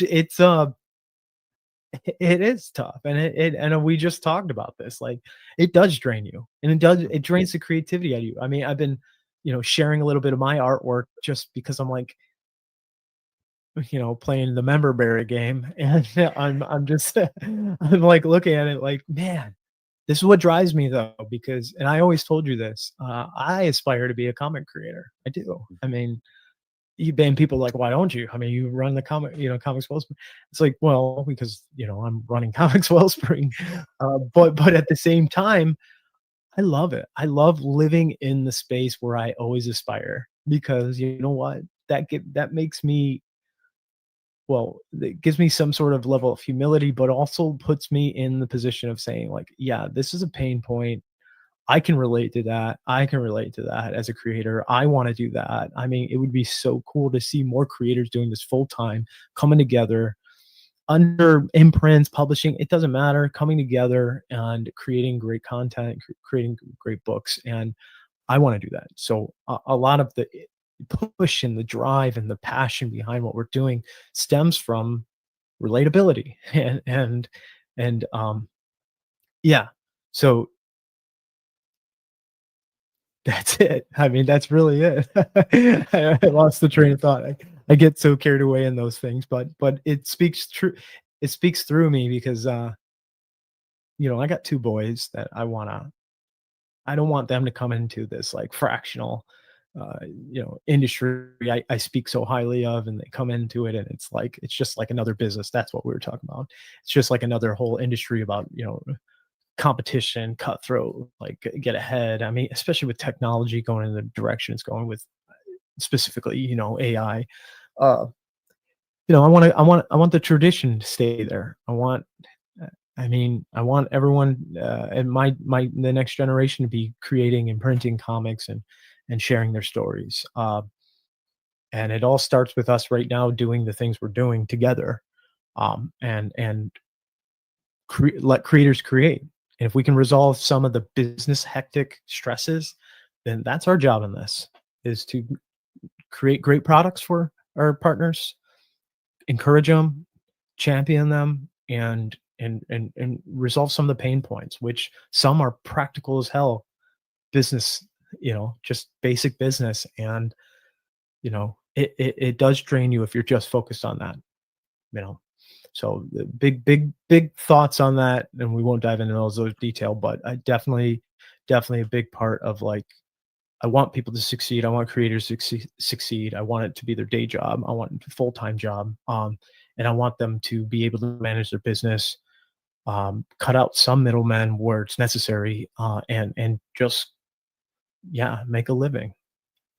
I love that. And I mean, just to wrap up the call a little bit, this is so exciting because I don't think there's been another comic book company out there that has given so much power to the creators. I don't think there's been another company out there that has given so much interest in what people, say and need and feel about the production, about the steps, about what they want in their books, and trying to acclimate to all of that. It's great that it doesn't matter if it's one person or 100 creators talking about an issue that they'd like to see, solved or different, or anything. You'll listen to them, and you've taken a lot of that to heart, and you've put that all into this infrastructure. And so I think 2026 is going to shock everyone, from creators to even us in house at CWS, for the response and what's going to be truly happening when all of this is launched. And a year from now, we'll look back at the last 2 years of insanity, of changes and transformation. But I think those who have been here for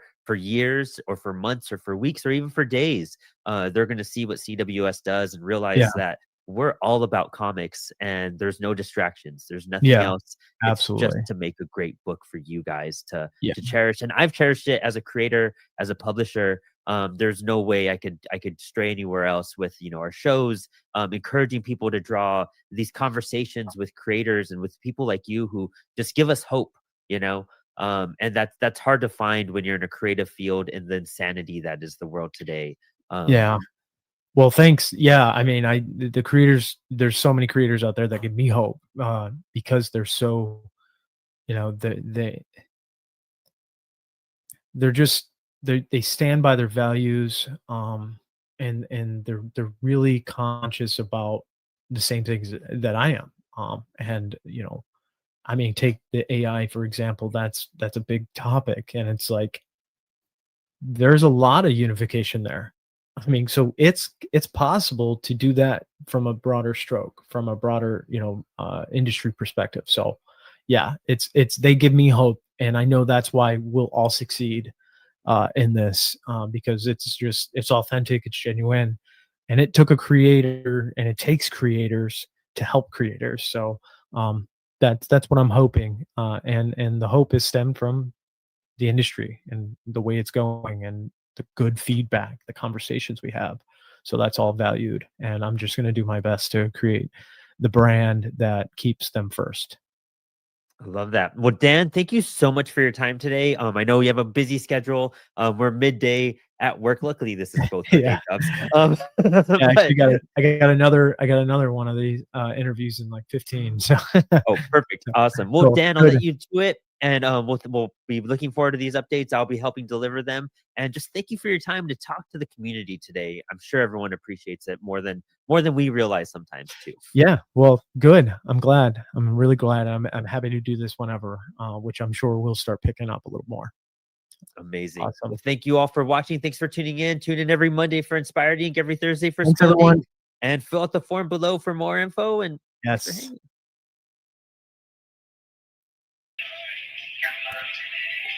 Boom. Here, you can mute that.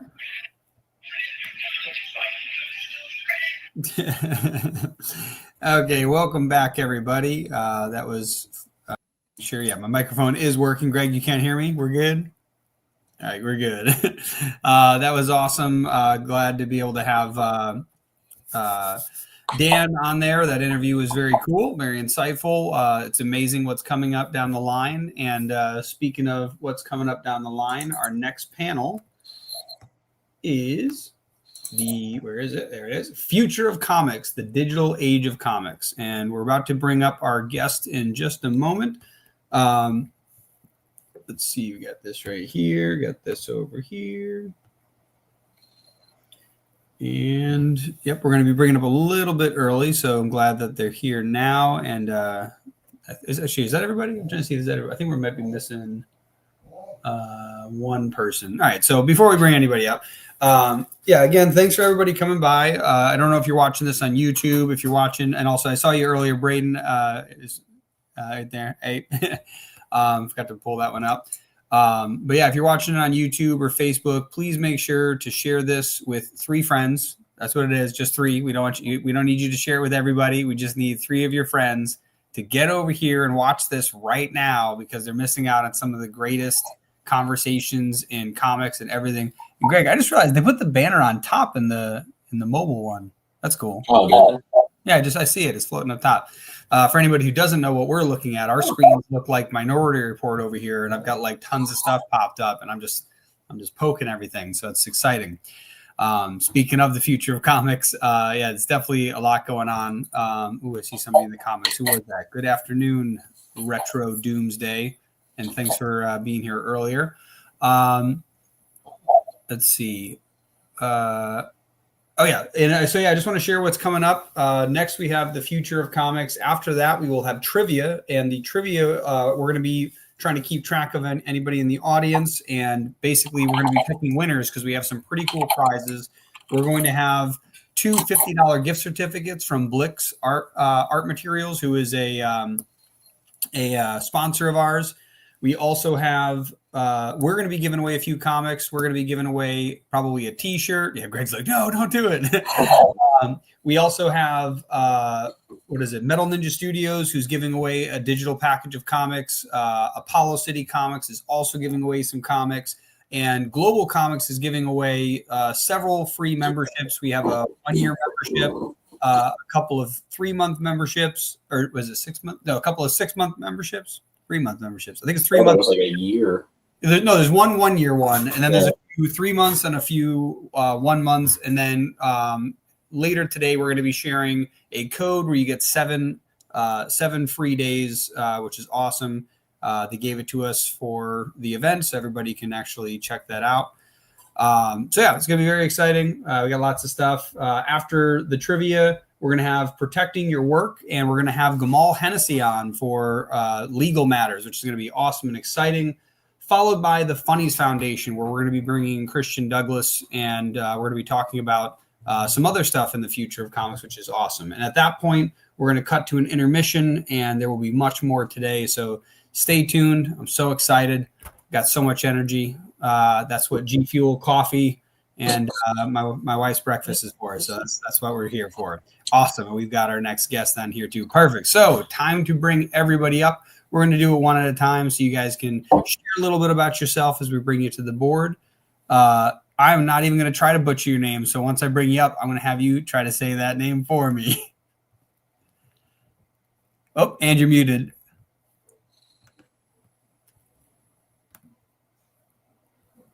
Hi, my name is Saurabh Bhatia.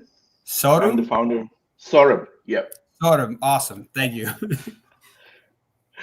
I'm glad to be here. I'm the founder of Comics.one.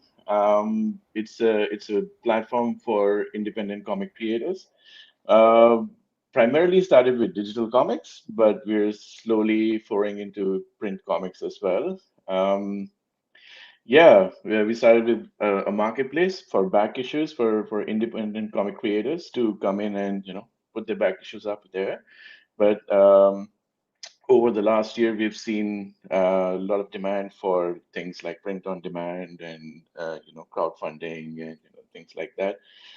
So yeah, we now have crowdfunding, which has digital fulfillment built in. It's fully integrated with the marketplace, and we're also releasing print on demand. Oh, it's actually hot off press. We're actually doing a press release with Comics Wellspring next week. Very cool. Yeah, so we're going to actually announce print on demand with Comics Wellspring in the US. Awesome, nice. And next we've got Mark Bell. Hi, I'm Mark Bell from Plague Doctor Press. With small independent publisher in Bloomington, Indiana. I've been going 7 years now. Started off with some digital comics and then moved into print, and am happy to be here today. Awesome. And next we've got Jerome. Hey everyone, how y'all doing? My name is Jerome Dodd. I am the founder of Block by Block Publishing and the creator of Indie Book, which is a new digital publishing platform designed specifically for indie creators and small studios. My background is in digital media, game development, and transmedia storytelling. And a lot of my work bridges comics, animation, and interactive experiences. So, Indie Book, we're basically building an ecosystem where indie publishers can grow, connect, and, expand their stories in multiple formats. So I'm excited to be here and meet everyone, and I look forward to learning. Awesome. Yeah, sorry about that. I meant to move you up there, and then I noticed that we had somebody in the background. And I was like, oh, they're here early. And I was trying to let them know. Awesome. Cool. Let me bring everybody up like this. There we go. Cool. So I'm very excited because the future of comics does sound incredible. I'm going to ask everybody here. Let me see. Greg and I down here. No, one second. What was it doing? This way. There we go. And then I can have host, and there we go. Okay, cool. I'm going to go in order, just starting with Jerome because you're already up here. And I basically want to ask, what is something coming down the line in the future of comics that you are the most excited about? Yes, I think it's the mixing of comics, film, motion, and a multi-sensory experience is the only feasible next frontier for comics, in my opinion. Also, if we're looking at, the frontier of technology and exchange, blockchain, obviously AI is here, but blockchain, I think, is going to be also a new frontier for many, just learning about Web3 and what it all means and, how people choose to interface with it. So we're aligned to both of those things. And that's kind of what we're looking forward to and working on implementing through our ecosystem.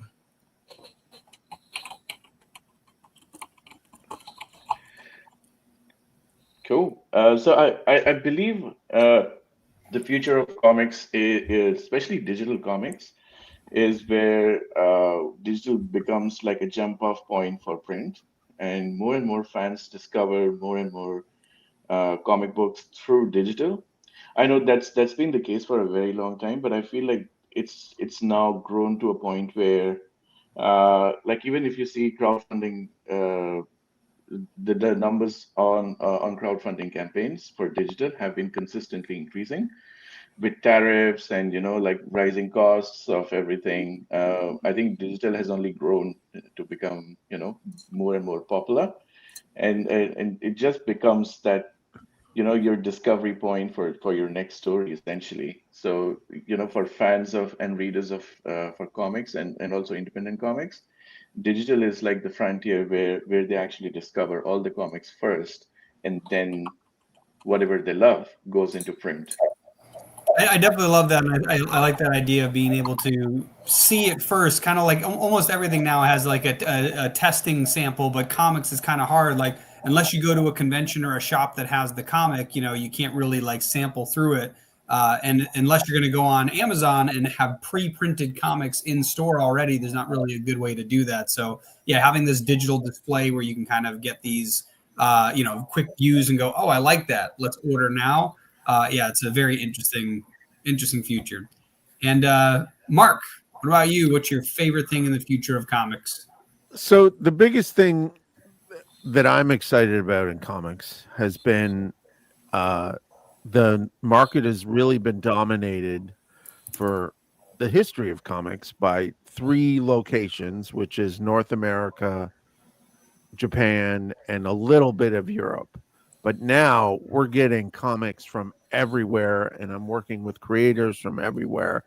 And I'm really interested to see comics coming out of South America, Africa, Australia, more Asian countries than just Japan, because I think we're going to get stories that we are not used to that are going to surprise us and be completely interesting. And because of the availability of instantaneous communication, like we're talking just here today, we're talking to people all over the world. And so that is going to allow us to hear different stories and have different storytellers really be brought up to the front. Let's say I just think of was it Futurama? Was it Welcome to the World of Tomorrow? I think that was the line. It's been forever. Yeah, no, that's awesome.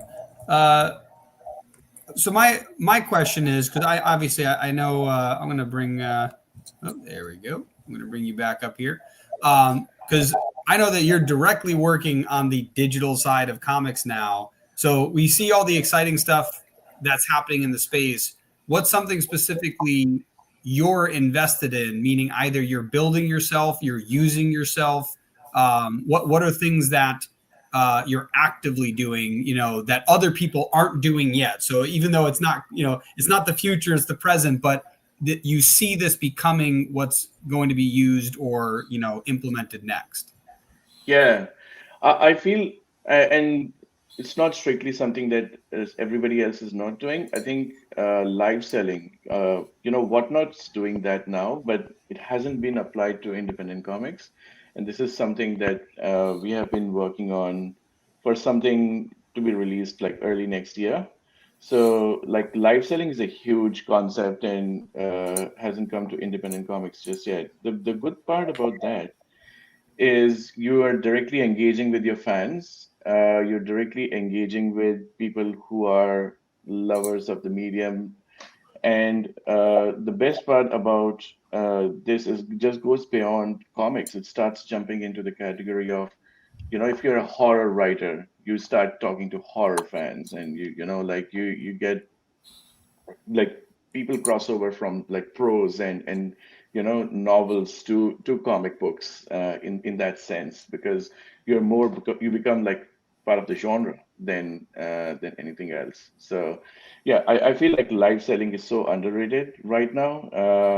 I think it'll pick up a lot in the next year, and it will start competing with crowdfunding, so to speak, especially for like books that have already been created. So yeah. Yeah. Whatnot's pretty big. They actually have an entire department just for comics now. But yeah, it's comics in general, not independent comics. But it is something where they actually have a head of comics for Whatnot selling. So I definitely do see that as like a huge thing in the future. And Jerome, what about you? What's something you're doing that is not that other people aren't doing, but you see as the future for comics?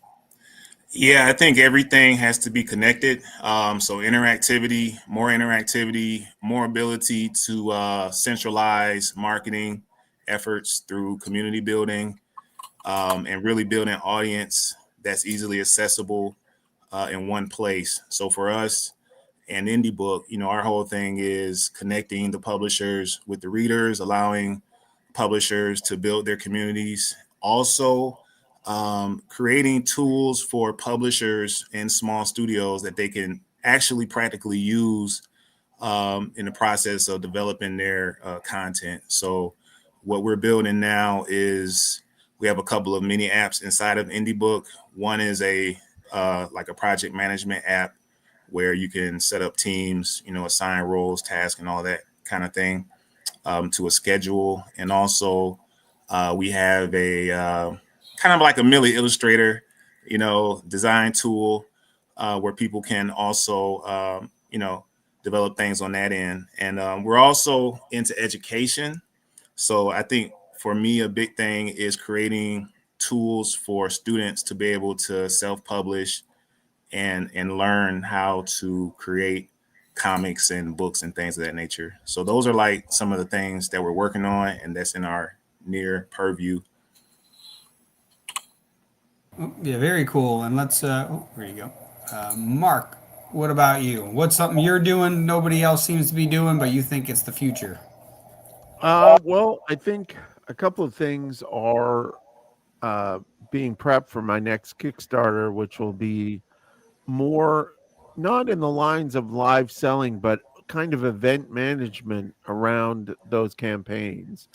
I've seen a couple of people doing this, but I think we're going to see this a lot more, where instead of sort of posting on Blue Sky or Twitter or whatever that your campaign has started, you're going to have a live stream and you're going to build that community, and you're going to build that excitement so that your release becomes a big thing and gets excitement and things like that, as well as to help with the middle. Like everybody knows the Kickstarter, the middle part is the hard part.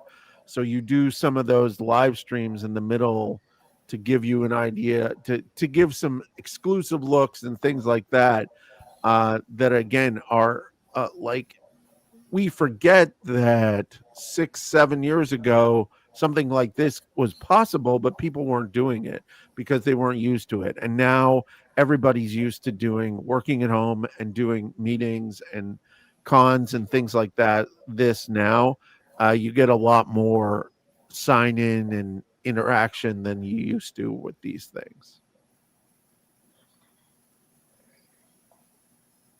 You're muted, man. Oh, dang, I keep doing that. I keep muting just in case so you don't pick up my keyboard. But Greg, what about you? What are you doing that you think that or what are we doing, that nobody else is doing that we think everybody should be doing in the future? What are we doing?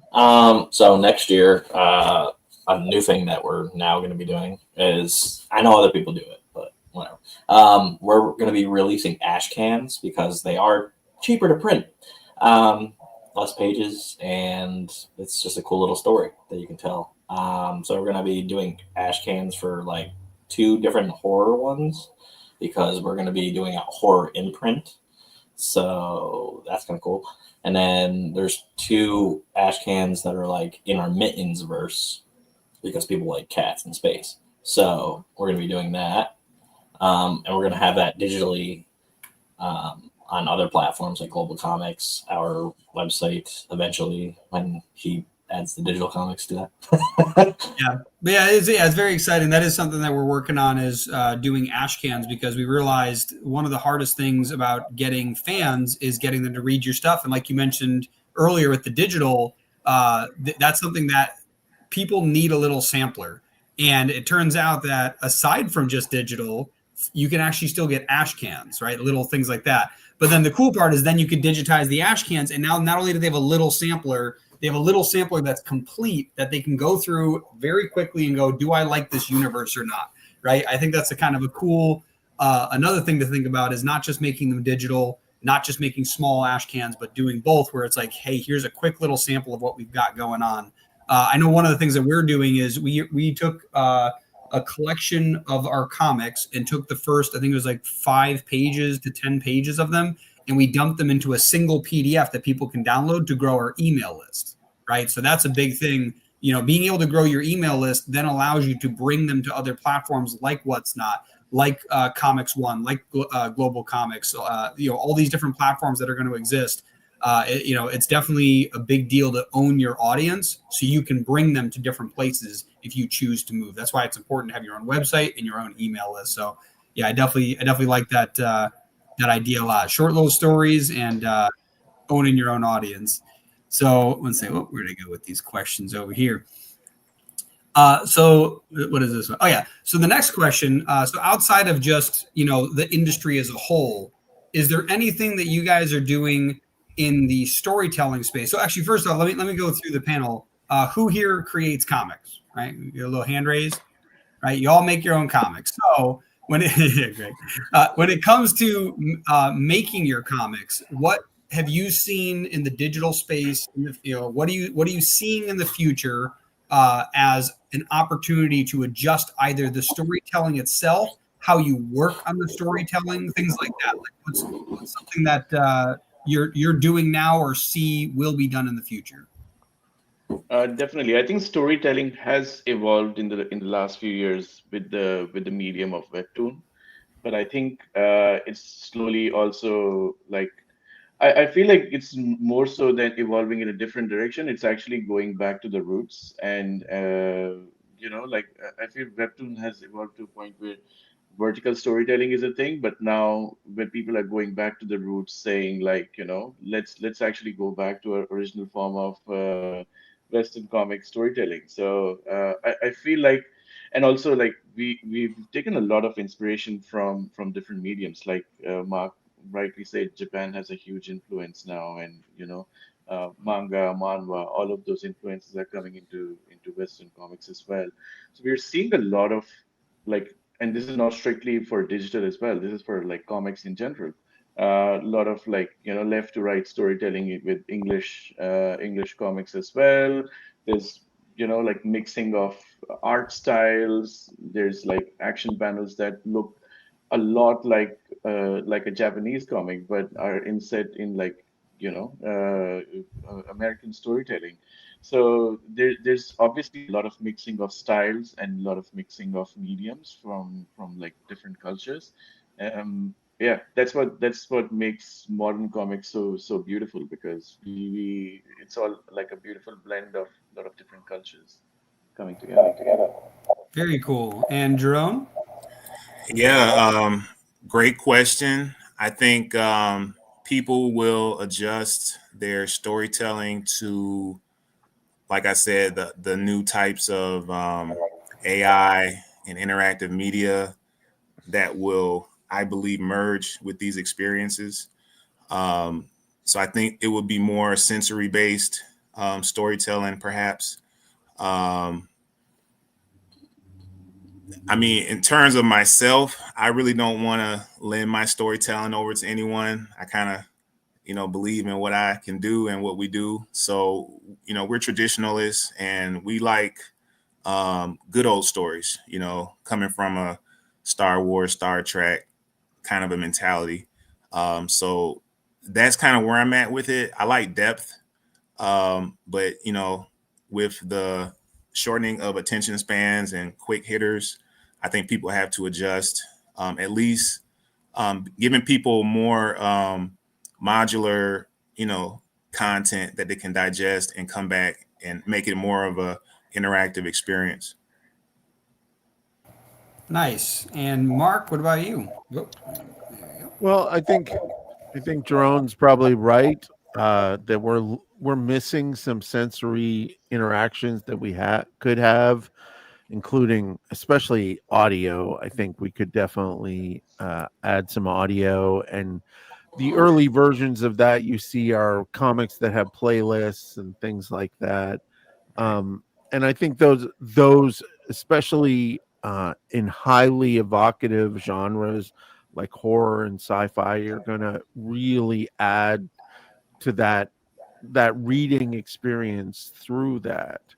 I also think that we're just at the very beginning of things like really understanding color in comics. Color for comics has been so for color for so long, and now you have colorists who have infinite color palettes basically, and using that color to tell stories and using that color to bring atmosphere that would not have been possible in the 80s and 90s that we now have available to us, along with shading and things like that like the we've all seen them. The images we see now are so vibrant compared to what we would have in the 80s and the 90s. So I think that even those simple tools are super great at storytelling. I think again what we're going to get is an education from other voices of stories and story structures that we've never seen before, and that we can then uh, not co-opt but learn from those story structures and try to adapt them to our own personal stories. I think that the market is really ready for not young guy with laser sword finds old guy and defeats big dark enemy at the end and kisses girl. Like, we've done that a couple of times, and I think that maybe it's time to tell some different stories. That's why I like the Supergirl comic, both the Supergirl Woman of Tomorrow and the new issues of coming out from DC are different stories. They are not like your regular Superman comic. So Now, this is very interesting. There's a couple things you said in there. The first one was the audio, and Jerome brought that up earlier too. One of the things that's cool is this is a comic that I saw at Independent Creator Con in where was that? New Haven, Connecticut, and you can see there's a little QR code there. And if you look at the subtitle here, one second, let me move myself over there, and I'll do the full screen. There it is. Yeah, you can see it says the musical. This whole comic is a musical, and there are QR codes like this sprinkled throughout. And so this is something Greg and I talked about a while ago that I think is very cool. But the whole idea is, being able to add extra sensory things in there, I think is already possible. If you did that QR code, you can see how small it is on this whole page. It's this big. And it works, which means you could add this all over your comic to add like a 3D element to it, where it's like, imagine you're doing a sci-fi comic and there's like a 3D hologram. You could literally have an AR on your phone and scan the QR code and see a 3D hologram all of a sudden. Like, that would be crazy. But the audio alone is already easily accessible, and I think that's super awesome. Another thing you brought up, which was very interesting, was color. And one of the things that I've talked about with people before, I do web development, and very often people will design their website. They think it looks really cool. And I go, who's your audience? And they're like, mostly men. And I go, that's interesting because 1 in 12 men are colorblind. Whoa, right? That's a huge number. And you're making your website and it's not even colorblind compatible, right? Now, here's the thing is comics, like you said, we've been using the same 4 colors forever, and then they get the digital age and now you have infinite colors. The cool thing is, if you know about television shows, if you look at the old Cartoon Network TV series and you look at the new crazy stuff now, which honestly looks like acid trips, basically the artists back then also had a limited color palette they were working with because they were used to the physical animation and then moving to digital. Now they're using these super bright, vibrant colors, which I'm not necessarily a huge fan of, but the reason they're doing it is actually a marketing tool. These vibrant colors grab our attention and they make us want to stare at it and look at it. So that's actually the reason they're doing it. So I think that the color palettes, not only is it something where you can get new stories because you can have finesse in there, the other thing is knowing things like color blindness and which ones are compatible, you can test this stuff out.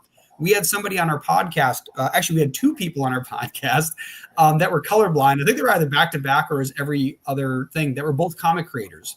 One of which, his favorite movie was The Matrix, and he was unaware that when they were in The Matrix, the visuals were green, and when he was in the real world, the visuals were blue. That blew his mind. He had never heard that because he's colorblind and didn't see it. Now, imagine you think you did something clever in your comics and you have a hardcore fan and they literally have never seen it, right? So that's something that I think is huge that we just don't know. I think in the future, people are worried about AI tools creating art. No, like what people should be doing is be able to take art and have some tool that's probably run by AI go, hey, is this completely visible to all people who are colorblind, right? That's a cool feature I see in the future. And then, what was the third thing? Oh, no. So then the separate thing was, I'll bring Greg up for this because Greg knows what I'm talking about. So on our end, the thing that we're doing that helps with our storytelling. And when I talk with different, fans or potential fans at conventions, they seem the most excited about is we do an immense amount of world building, right? We do an insane amount of world building. I will give you a small example to explain what I'm talking about. We have a planet called Venetia. That is our Earth. We literally drew up our continents, our countries, and various primary cities that our characters will be from, including the cities they originated from, even though we don't show those cities, so that we can have a history of them. So, for example, we have our Russian mafia, but there is no Russia because we're on planet Venetia. Instead, they're from Bana, the country of Bana. And in Bana, they're Banians, and they speak Banian, right? And now it's like, oh, but we have a martial arts in our world, but we can't name it Jeet Kune Do. There's no Bruce Lee. You can't name it that. You can't name it Muay Thai when there's no Thailand. So I literally went through and renamed something like 20 different martial arts by first studying the history of the martial art and learning how they named it and then determining a new name, right? These were all things that would be excessively difficult to do in the past that now I can just Google, find answers to, and then work my way around it. So we do though, because obviously what I just described is an immense amount, and that was for a singular comic, just to have a singular piece of or image on one page, right? That's an immense amount of world building that would be very hard to keep track of. But we use tools like Notion, which if no one's ever heard of it, I use Notion every single day. I use it for my business. I use it for this business. I use it for many other things. But it's basically a note-taking platform that allows you to build databases. So now we can have all of our characters, all of these martial arts, all of the countries, all of the comic books, and they can all be interconnected so I can see who is in what world and what city where, who knows what, how tall they are, who's their best friend, are they still alive, right? So all of these things that are super difficult to track, and instead we have one source of truth, which we use Notion for. So that's what I use. The future of storytelling. That's how I've worked around that, to try to use technology to make our storytelling better. We can have Easter eggs. We plan 20 comics in the future that we won't forget about because of how we index it. So I love that. Hey Dylan, can I say something? Yeah. I love that story because I'm an avid storyteller myself, and I'm all into world building.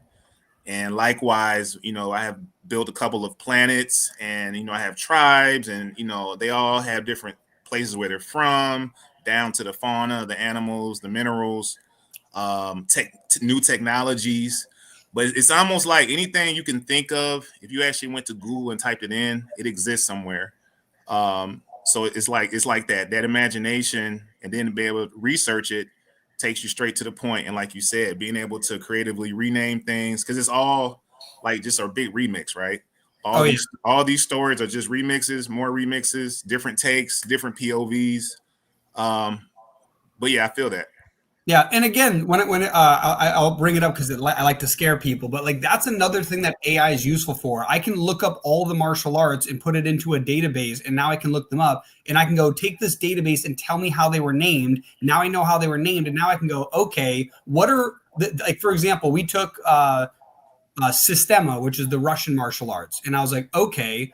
Sistema literally means the system, so they name their martial arts simple. So now that I know that, and I can use AI to figure that out, I can then go, all right, what are other words that mean to fight or other simple words like that in Russian? And I find a bunch of words at once and I go, great, Bajovka. That is now our fighting style for our Banians, right? So like it's one of those things where I think that is so powerful for things like that. You can use Notion for collecting this data. You can use AI for research, right? Not for creation. You use it for research, and you can organize stuff that nobody's ever organized before in one place. So that's why this stuff is. I'm super excited about that type of stuff. But yeah, so that's what we're doing in our storytelling is just massive research and collection. There's one more thing I would like to add there at the end, right? So I've seen, obviously, I think you already touched upon a few things. I've seen a lot of independent creators do like expansion of their existing world, because the main draw for them is the gateway for their books is usually comics, but they want to expand this with additional artifacts that surround the comic books. So if you see, like, some of them have started offering case files because they are RPG creators as well, not just comic book creators. So some of their fans would get like a case file that expands their world into, like, brings in additional characters, additional themes, if you know what I mean, and yeah, they basically, somebody creates like an RPG game that's tied into the comic, or has, like you said, music that ties into comic, even something really simple as this is the playlist I was listening to, so this is like the vibe around the comic, and you can listen to the same vibe that I was in while creating this comic, so that's really interesting to me. Yeah, no, I definitely love it. Mark, do you have any thoughts on the subject? Well, a couple of things, like certainly working with Notion and the tools that are available to us now are so far superior that we've taken things for granted now. I've written comic book scripts out by hand and had to redo pages and stuff like that. Now you just put the cursor in, you insert it, and you move stuff around. I think it makes us both more likely to change things and more welcome to experimentation. I also think that using AI as research assistance is super incredibly useful. You can get everything cited. It is like just a simple thing like character names. Give me 15 character names that are popular in this year based on this location. Okay, well, a lot of times I have things in AI where I look at it and go, okay, that's what everybody else has done. So I'm going to do something else. So that also gives me that kind of negative space example of like, this is the story I want to do. What are the cliches around this story? So I won't do those cliches. Yeah, it's like how to stand out by knowing what is standing in. It's pretty. That's actually I like that. That's super interesting. I've not heard that usage yet, so I like that negative space research. Very cool. 1 second. Where are my questions? Oh, I did want to say one thing about trash cans that was brought up earlier by Greg.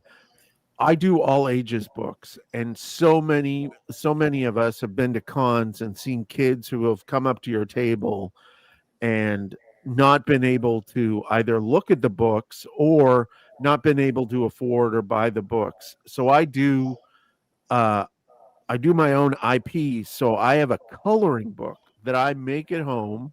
I exploit my children as much as possible for them to build these comic books, for them to build these coloring books that I offer digitally as well.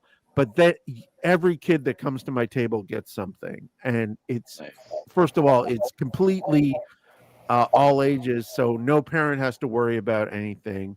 All the artists are cited, so the artists get credit for all the work that I have already paid for. So all that is above board, but seeing a kid looking at your characters and then going and getting their parent and saying, "Hey, look at this," that's so valuable to my books. Do you know what I love? The thing I love about that is another thing that people, anybody in almost any space, when they think of AI, the thing I would love to share with you is you should use it to ask, what can I do to grow my comic book company? And one of the things might be make more merchandise. And you go, what else are merchandise ideas? And you might eventually come across something like coloring book, right? One of the things that we're working on that this wasn't even AI, it just was sheer happenstance. I was at like a Goodwill looking for stuff for like an event we were putting on. So I wanted like random tools and stuff. And I always go over to the book bin, whatever the heck it's called. There's just a bunch of books. And I'm like, oh, look at all these old books. And one of the ones I picked up was an old like I Spy book. And I'm like, oh, that's cool. I used to love these things. I got like 37 of these at home. I even got like the Christmas and the Halloween and every holiday you can think of. And then I put it down and I'm going through other books. And then I come across a Winnie the Pooh book. That was an I Spy book, but like, not I Spy branded, but it was like, find this person in this thing, right? And I was like, holy crap, like we have a kid's comic, Mitten Space Pilot, and we could do that. We could easily make that. So now we're making that type of merchandise, this extra fun thing that allows kids to, join our universe and, get excited about this and want to learn more. And it's like 100%. But like the cool thing is, again, if you don't ever have that experience, you might not learn that, but you could do something like go to AI and be like, what are 6 ways I can better sell my comics at a convention? Right. And Greg knows one of the things that I did was literally like jumping around physically pointing at our comics. And we did our best selling convention this past weekend. So, and it's just, how can you do it better? It's like, how do you position them right so it's easier to see? How do you get their attention when there's a large crowd? Like, there's so many things that that comic creators don't know that you can learn with technology or do better with technology. And speaking of which, that's actually my next question. What tools, like we mentioned Notion, what tools do you guys currently use to help with your comic creation, with your marketing of your comics, with whatever it is that you're thinking that's going to, basically help the future of comics and definitely, especially independent comics? And Mark, you're already up here, so I'll ask you. So I use Gemini to do a lot of the marketing stuff for my company. And the way I use it, because of the university I'm affiliated with, I have a pro account and things like that. But so I'll be like, okay, this is what I want to specialize on this week. I have for my fulfillment for my latest Kickstarter is almost done. So I want to put out information about that so that it gets interest in the next Kickstarter. So I'll be like, okay, give me a week's worth of posts around this idea on these platforms with 3 to 5 ideas. And then I can pick and choose and mix and see like, that doesn't work for me. That doesn't work for me. Oh, that's interesting. I hadn't thought about that or that angle. And like we've all had that dreaded, not the blank page. I think we're all great storytellers and like to write stories, but writing marketing copy, maybe not the most exciting thing for us. And if I can have a machine at the very least copy edit my copy so that I don't spell the name of the company wrong or something, like you're doing all this stuff already. Just like I use it as an advanced spell checker. I do grammar and readability and things like that. And especially with kids' books, I want to be able to be as readable to as many people as possible, as well as give me ideas for visuals and things like that.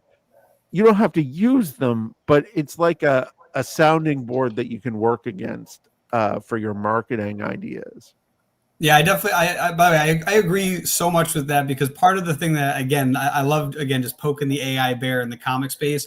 People have been using Grammarly forever. That's rewriting your text. Do you not think that that's the same thing? Because I promise you, it is. Right? It's a tool that is taking you the thing that you wrote and then writing something different that you did not write.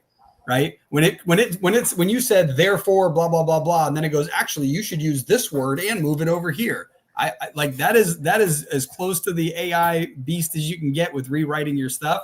And so, yeah, of course, like there's tools like that are helpful for writing or improving your writing, or even just like, for example, a great one with ads.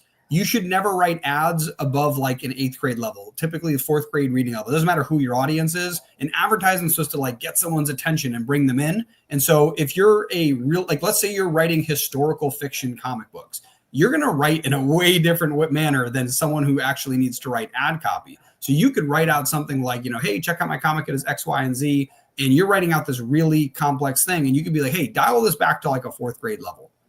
Right? Like make this so like people don't feel stupid reading my ad before they even saw my comic. Right. So like that's kind of the idea. So no, I definitely like that. And that's the big thing. I suggest people use it for the things that, but not the comics. Like you can use it for research for the comics, but everything else, like what are you supposed to do? You're an independent comic creator. Do you want to go hire a marketer, a business firm, a financial advisor, a lawyer? Like, are you going to be able to afford all of those? Probably not from the beginning. You definitely should hire them later, because you definitely don't want to have the robots telling you, yeah, do this, it's safe, and then whoops. But other than that, I definitely agree with that. And Drone, what about you? What are your thoughts? Yeah, I think marketing is a lifelong learning experience. I've been through a lot with it. And one of the things, I mean, obviously we use AI for research, formatting,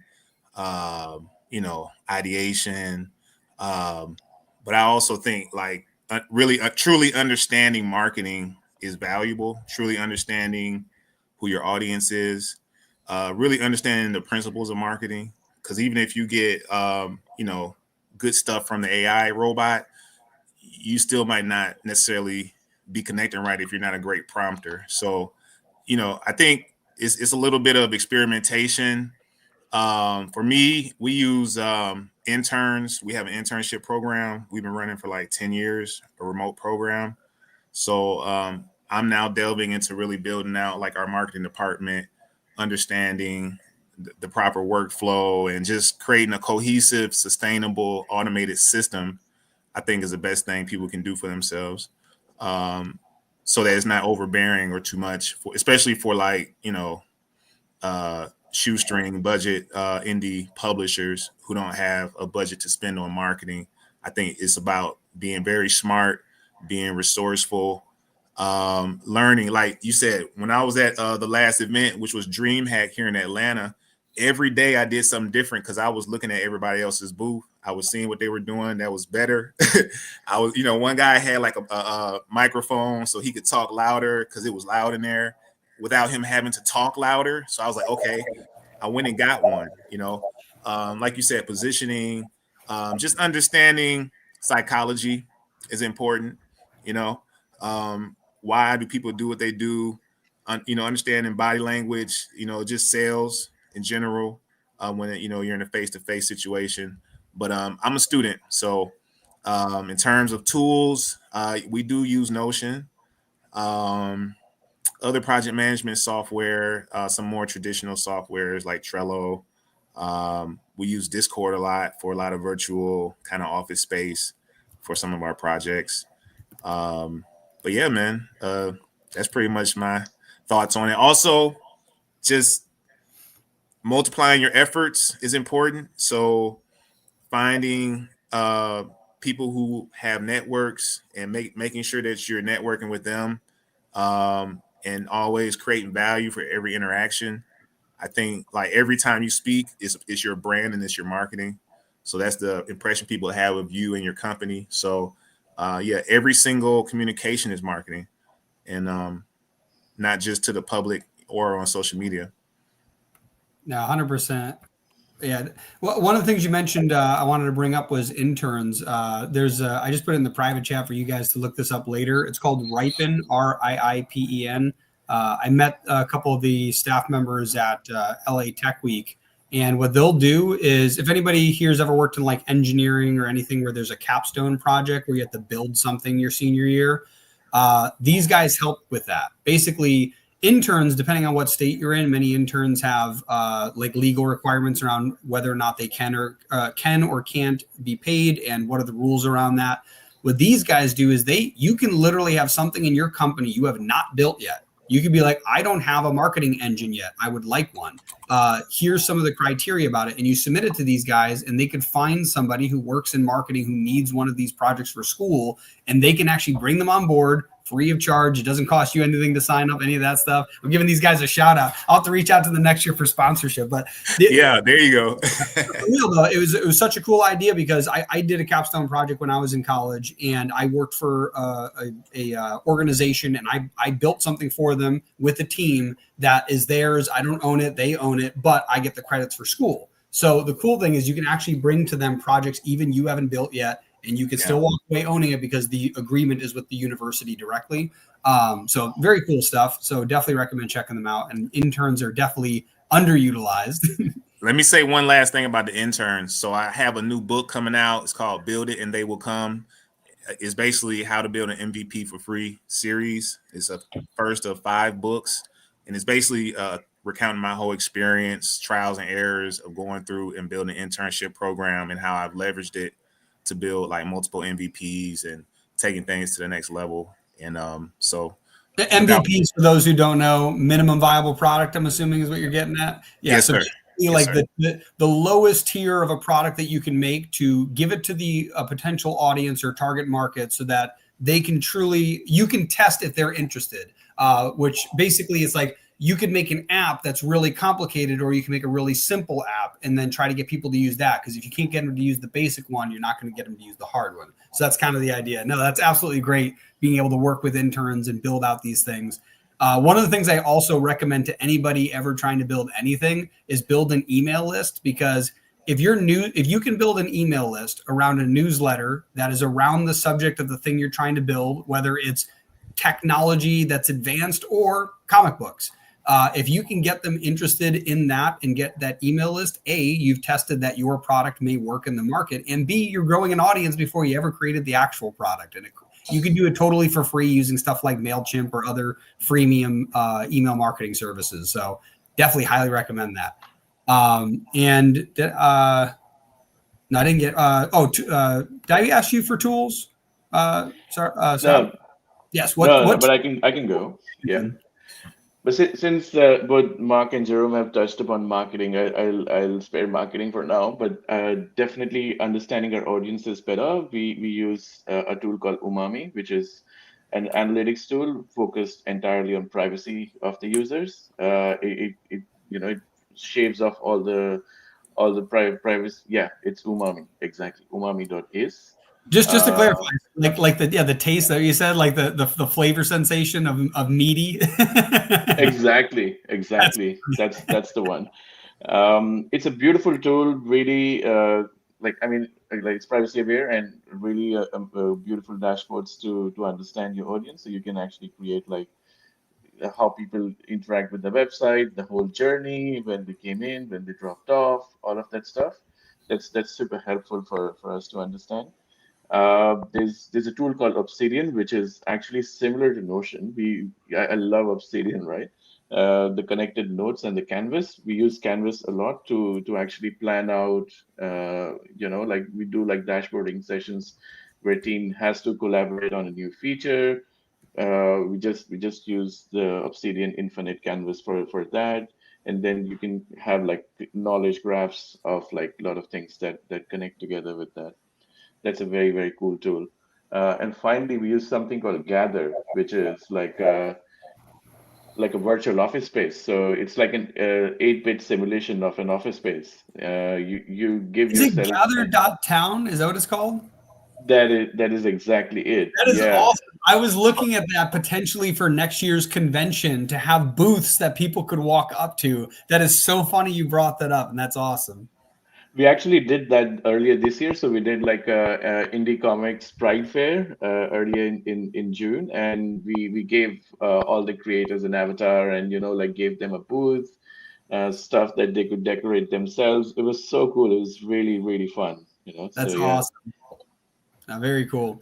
Yeah, that's for anybody who I know I kind of like jumped in there when you said it, but it was just so funny because I literally just closed that tab before this convention because I basically had a bunch of stuff pulled up over the last 8 weeks of gathering everything for this, and one of them was that gather.town. So if anybody wants to check that out, it's basically like a Pokemon quality, like 8-bit. You're looking down at like the slightly ISO'd top level view, and you can see a bunch of tables like you're in like a what's it called, like a WeWork, one of those collective workspaces.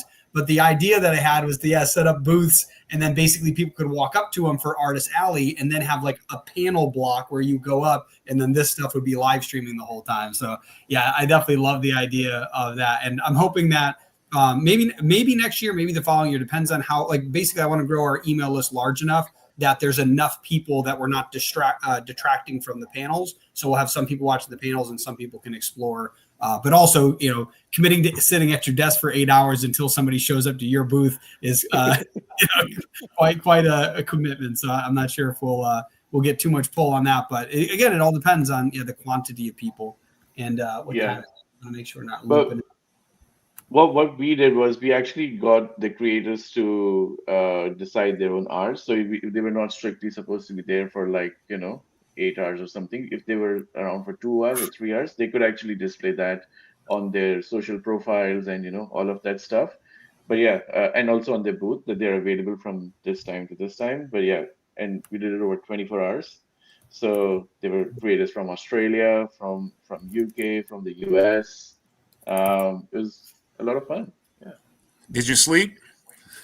That's a good question. Ain't no rest. No, that's awesome. And cool. So we're actually overlapping into our trivia section. So before we jump into that, I want to ask you guys to basically share where people can where people can find you, what you're working on. Wait, let me strike that, reverse it. What you're working on, and then where people can find you, or where if you're going to send them to one place, because obviously you can send them to your Facebook, your Instagram, your website, but we really want to narrow it down so that they don't get overwhelmed with too many decisions. So what are you working on, and where do you want people to go to learn more? Comics.one, that's the gateway to everything. The mobile app, the marketplace, the crowdfunding, everything is there. Yeah, just comics.one, what we're working on, releasing print on demand, hopefully in the next couple of weeks with Comics Wellspring. There's socials coming, there's fan interactions, engagement, lot of new things coming up. But yeah, We have a huge backlog, spanning for next 6 months. Yeah, comics.one. Sweet. All right. Sounds like I'm up. You can definitely follow us, Indie Book. That's INDE-book.com online and on our website. We're the new kid on the block. I've learned a lot from you guys, and I appreciate your time here. But we're here for all indie publishers, all readers, and anyone that's in the ecosystem to help build a tremendous experience that's going to take us into the future, lockstep with all the tools we've been talking about here today, and giving creators an opportunity to really express their talent in a way that's most helpful. Awesome. And Mark is back. Tell us what you're working on and where do you want people to go? Just pick one place so they don't get too distracted from everything. PlagueDoctorPress.com. It's pretty simple.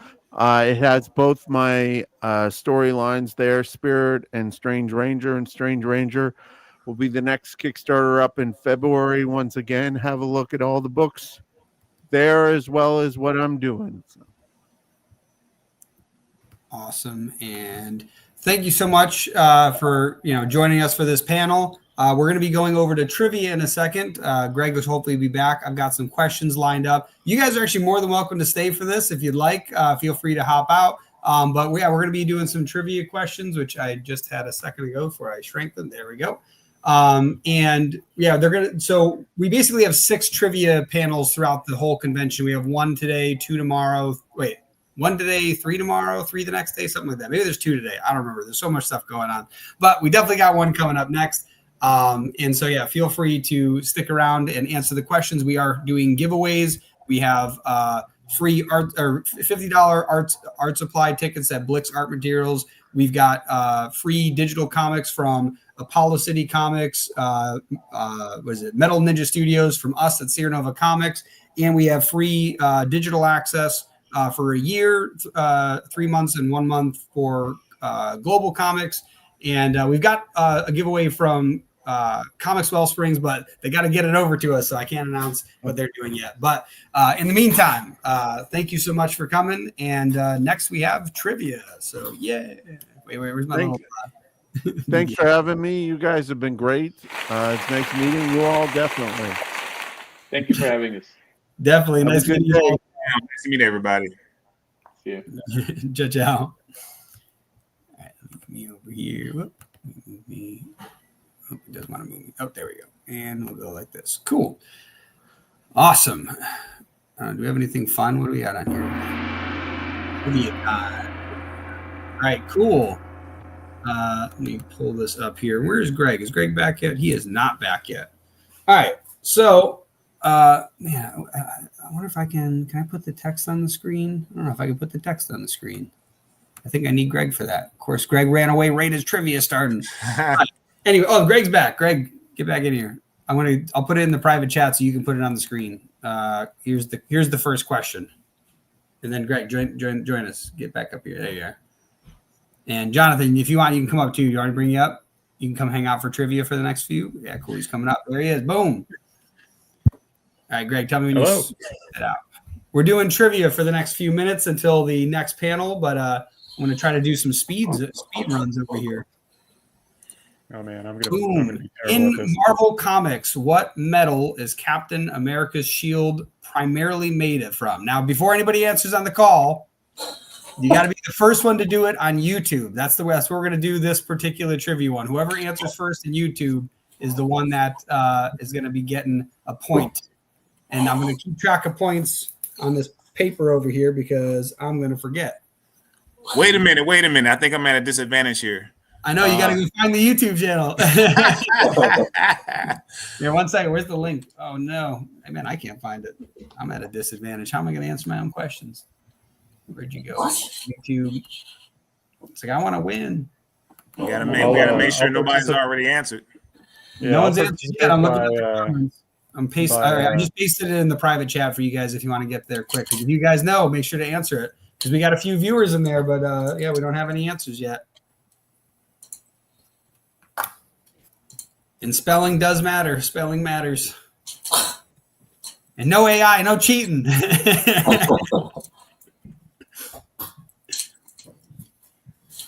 Man, I gotta get like where's the little here, Greg, you watch the comments. I'm gonna do sound so I can make fun noises while we're doing this.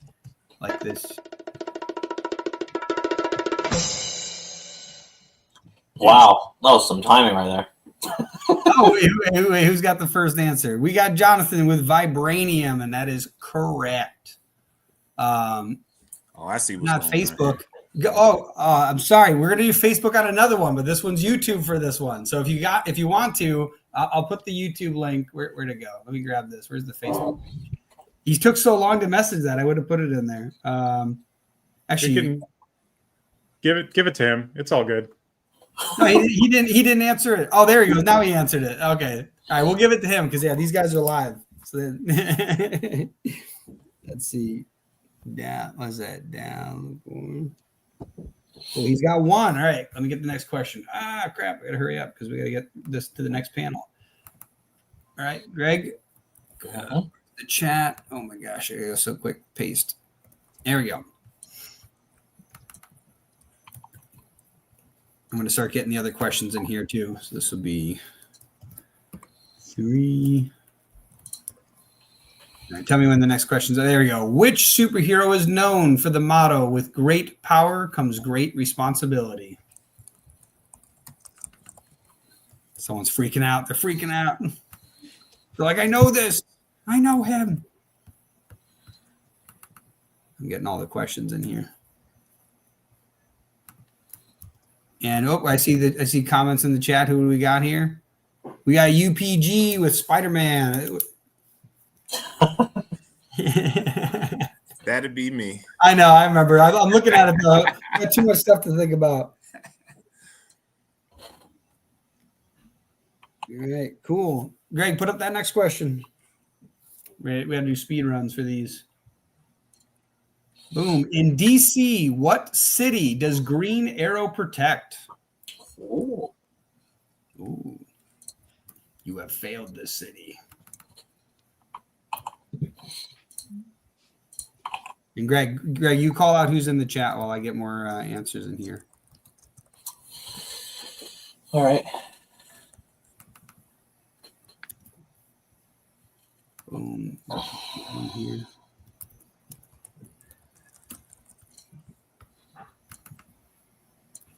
What time is it? Okay, yeah, I'm trying to go through these quicker. I'm trying to get them all pasted in here. Maybe I'll keep it to 10.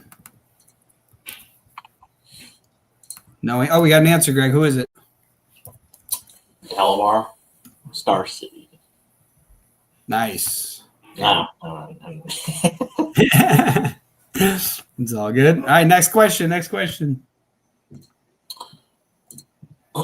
What is the real name of the character who becomes Black Panther?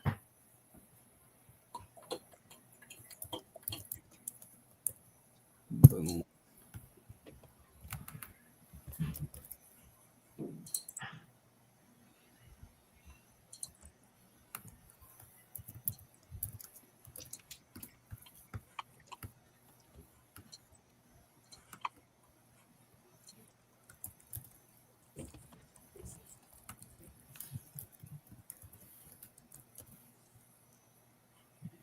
Oh, yep.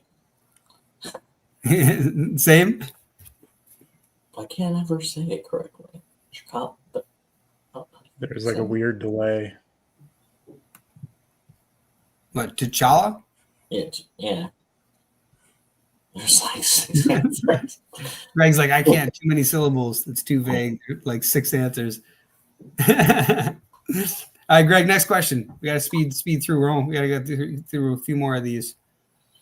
In The Incredibles, what is Frozone's superpower? See, I should have asked. I should have been like, what's the line he's most well known for?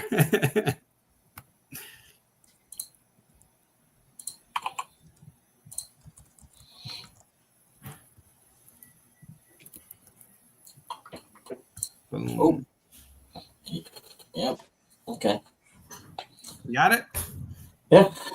Cryokinesis. Nice. Look at the specificity. There we go. That's strong.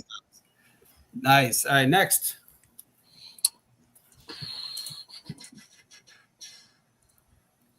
Which X-Men character is the biological father of Quicksilver and Scarlet Witch in classic comics continuity? Look at this.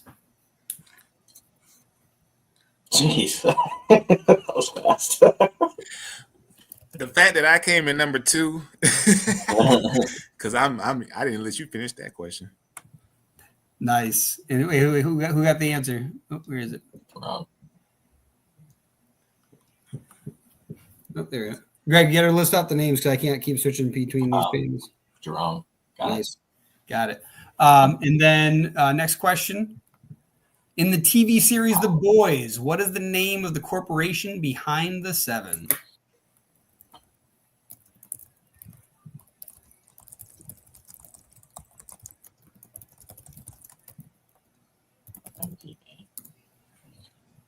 Oh, Jerome.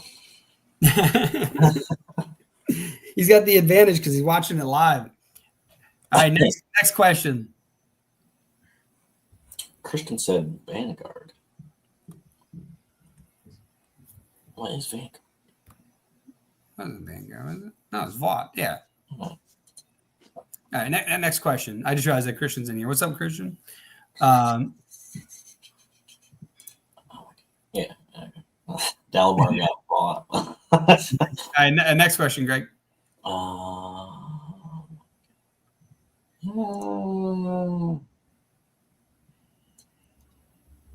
What's going on? I have to copy them. I can't. Oh, sorry. Do everything at the same time. I should be bringing these up like this too. There you go. In the 1990s cartoon Batman, the animated series, who voices the Joker?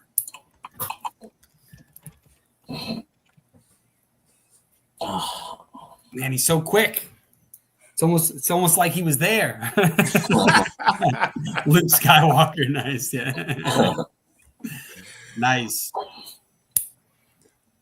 Jerome had too many, so we're gonna give that one to Christian. All right. Next question. I'll stand down for a minute. No, it's good. It's good because we got to speed run this anyways. Because we got to get to the next one. What superhero comic series features an alien named Omni-Man?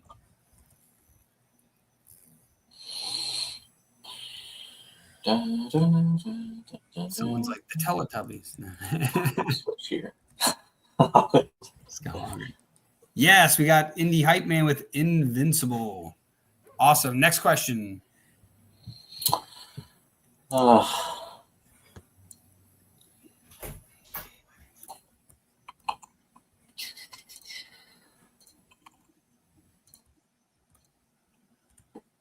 In the MCU, what Infinity Stone was inside Loki's scepter?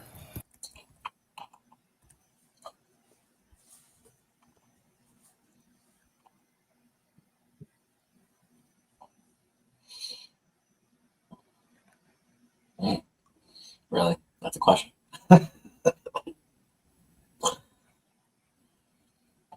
Oh.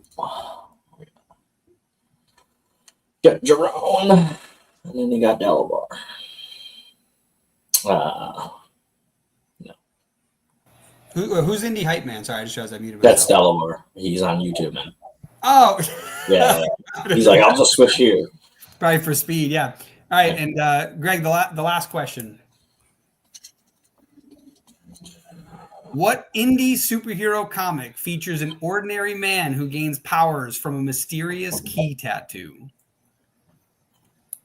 That just funded on Kickstarter. Oh, did it? Oh, that's awesome. Yeah. Nice. Yeah, there we go.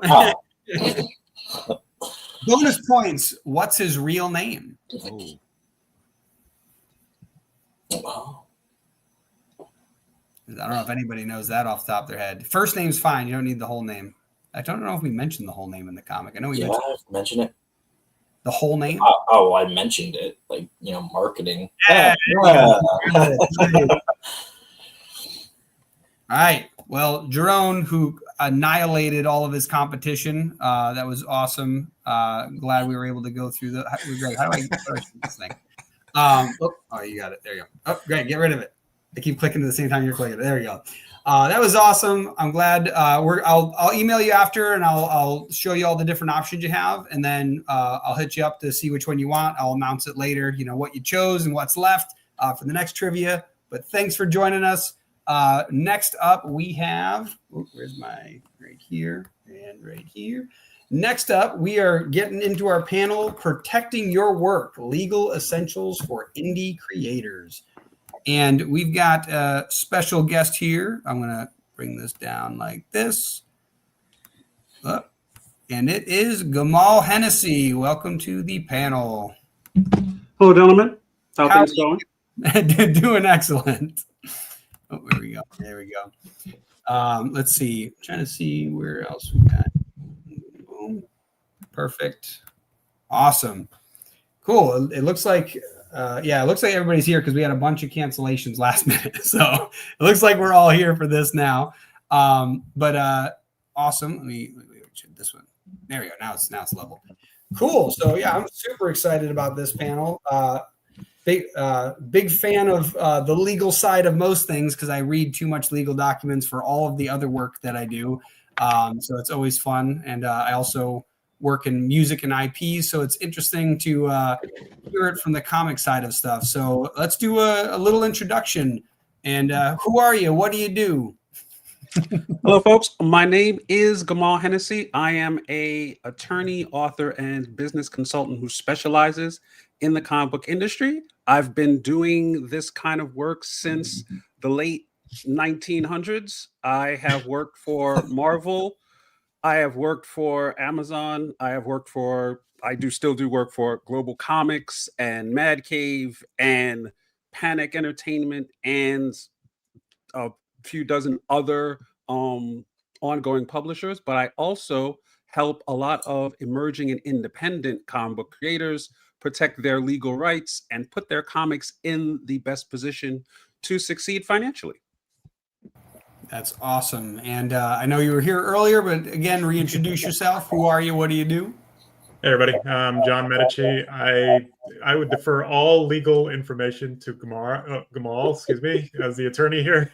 But I'm a comic book creator, screenwriter, professor, screenwriting professor at one of the top film schools in Los Angeles for about a decade. So just kind of general knowledge, I would say, but not legal advice from my end.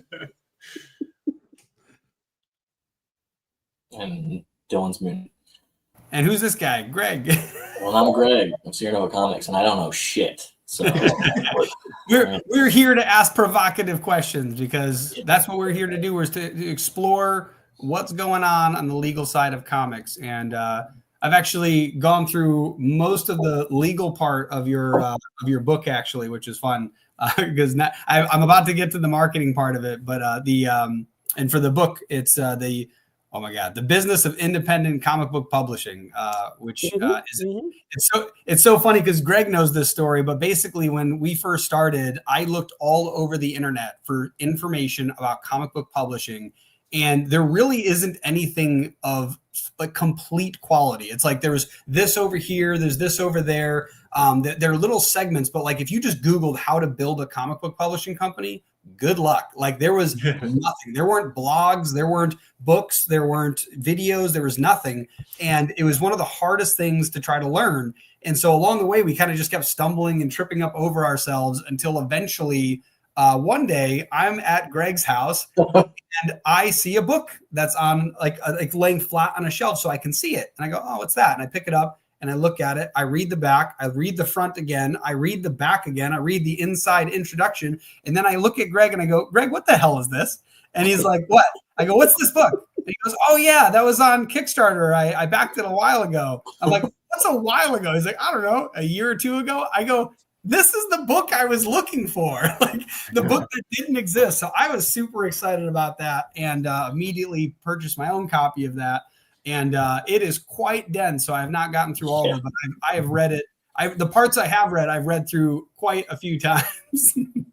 Yes, it's right there. Wait, what's that? Let me make you a big screen there. There you go. See that? And mine is right here, easy to grab for reference. Look at this. Where's Greg's copy? Huh? It's on the shelf over there. Yeah, look at that. Now, I will say, if you're going to buy the book, you should be warned, because the book is like 450 pages, because it is a complete guide to the entire process of building a comic book company, from the point where you decide in your mind, I want to make comics, and then you have to work through the whys of why you want to make comics, walking you through every aspect of the business: marketing, distribution, building a company, production, advertising, sales. Everything is in that one place, because, like you said, there's a ton of books on the creative aspect of building comics: writing, art, inking, editing, lettering, all of that. But there wasn't really a resource for the business aspect itself. There are a lot of books on the legal cases about comics, but that's not going to help you make comics. And there was a lot of stuff out there that was basically personal anecdotes. People talked about how they built their particular company, but everybody's comic book publishing and the way they build their business model is going to be different. So you can't really rely on what one other person did, because they did it at a different time, on a different set of circumstances. So the book I wrote tried to actually capture the overall structure. So no matter what book you were doing, no matter how you were doing it, the book would be able to help. Yeah, I absolutely love that too. And I'm just going to read the sections real quick. This thing covers pre-production, the foundation, like he mentioned, the why, intellectual property management, investment, business management, talent management, marketing, which marketing is one of the biggest sections, and I approve. Distribution, which is another huge section, and I also approve. Post-production, advertising, sales, and revenue and growth, and all of that. It is very impressive. It's very cool. I was super excited learning just little details that I just never even thought I needed to know, which was awesome. And yeah, I think that one of the funniest things is on our last panel, we were talking about the future of comics, and I brought up AI usage for things like market research. And the funny thing is, even with AI tech today, if you ask it how to build a comic book publishing company, good luck. It's still done. Like even the robots don't know how to do this. So the fact that this book exists is such a powerful tool. Again, from what I read alone, you can see the quantity of tabs I have in this book. But yeah, absolutely phenomenal. So before it says 194, it's definitely not 194. I think the book you might be looking for that says 194 pages, which is a decent segue. Oh, is that the freelancer one? Yes, there's a different book. It's called The Business of Freelance Comic Book Publishing, and it is considerably shorter. It might be 194 pages. I don't know. Yeah, this one is 456 pages. So yeah, it is definitely a giant beast of a book. But enough gushing over the books and Gamal over here. The biggest stuff I wanted to ask actually are, when it comes to independent creators and the world of IP, I would imagine most people are completely oblivious. Almost as oblivious as what it looks like when their comic books get printed, which later we'll be showing that. I think it's tomorrow. Like most people just never see this. Like they never think about it. It never crosses their mind. Like, what's going on over here? So that was what I wanted to ask. What is one of the what's something about IP that independent creators need to understand, or that we know most of them don't understand and could hurt them in the future? The thing that people need to understand about intellectual property is you're going to own the intellectual property that you create at the moment you create it. So if you have an idea for a story and you write down that idea for a story, you have at that point created intellectual property. You have a copyright in whatever story you just made, as long as that story is original to you. So if you make a story about, let's just say, let me pull a story out of the air. A rich young man survives a tragic criminal event and then uses his wealth to gain the skills and technology to fight crime outside the law as a vigilante. That is a story. Maybe not the most original story you've ever heard, but it is still a story. And once you write that down in a little bit more detail than I just said, you have intellectual property. Now, that intellectual property could be Batman, or it could be Moon Knight, it could be Iron Man, or it could be Iron Fist, or it could be the Shadow, or it could be Nighthawk, or it could be dozens of other characters, because that idea that I just said, rich man becomes a vigilante, is just an idea. And you cannot gain intellectual property, in an idea, once you write it down in a particular way, in a particular form of expression, like all the characters I mentioned. Now you have intellectual property. But the best way to protect intellectual property is to A, register the copyright, B, make sure you don't sign away the rights to the intellectual property you own in a contract, which is very easy to do if you're doing a creator-owned deal, if you're doing a freelance deal.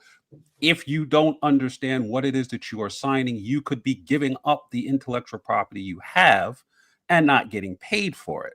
So that is the core idea that comic book creators need to understand. Once you make it, you have a copyright in it, as long as it's original and it's yours.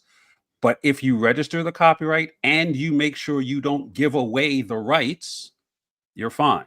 Now, you could give away rights and get paid for it. Like Jonathan is a screenwriter, and he knows if you write a screenplay on spec and then you sell it, well, that's fine because you gave away rights. They gave you money. Everything is fine. But in comics, there's often cases where you are giving away rights and you don't get anything.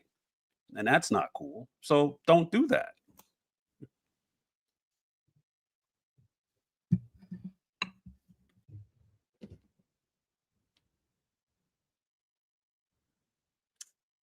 I just realized I'm talking to myself again. Look at this.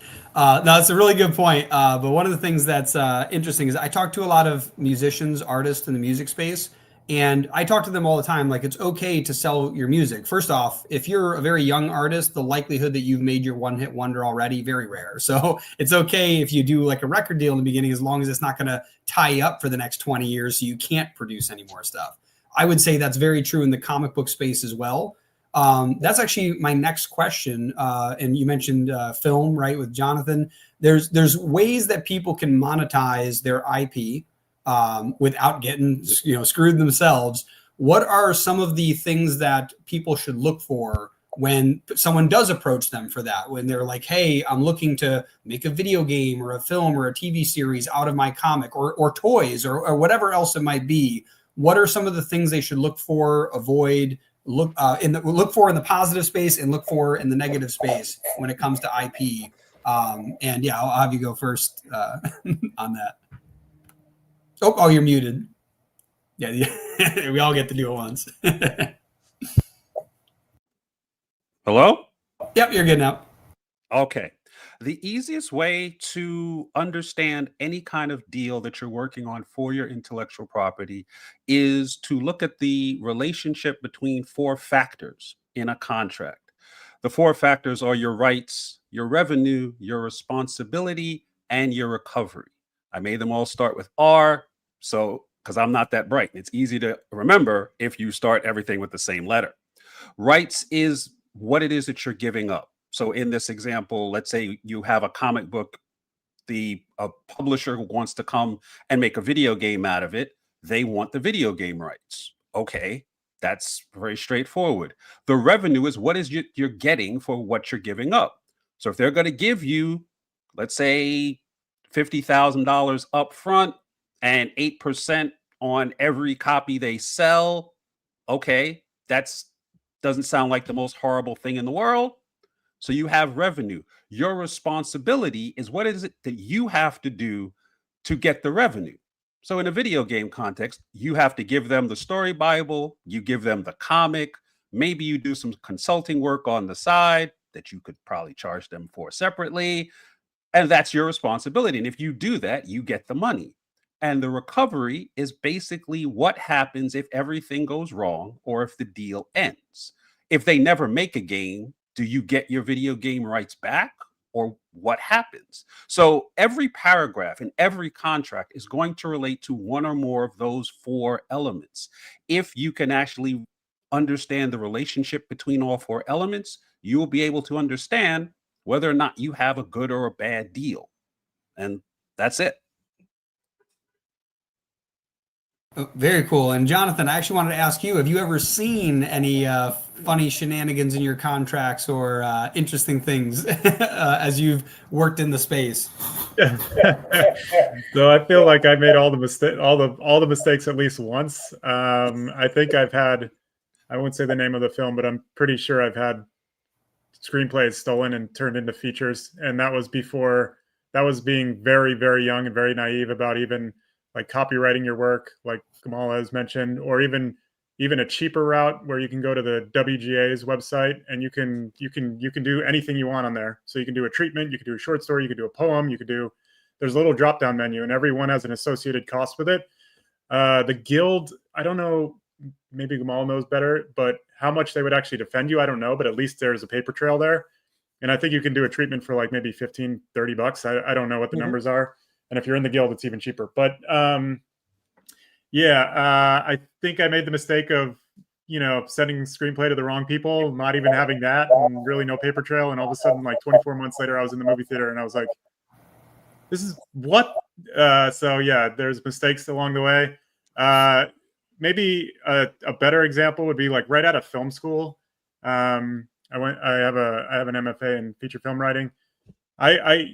Don't get overly excited about like opportunities or who you're talking to, and kind of get grounded, and if you can afford it or know somebody or have the right connections, absolutely talk to an attorney.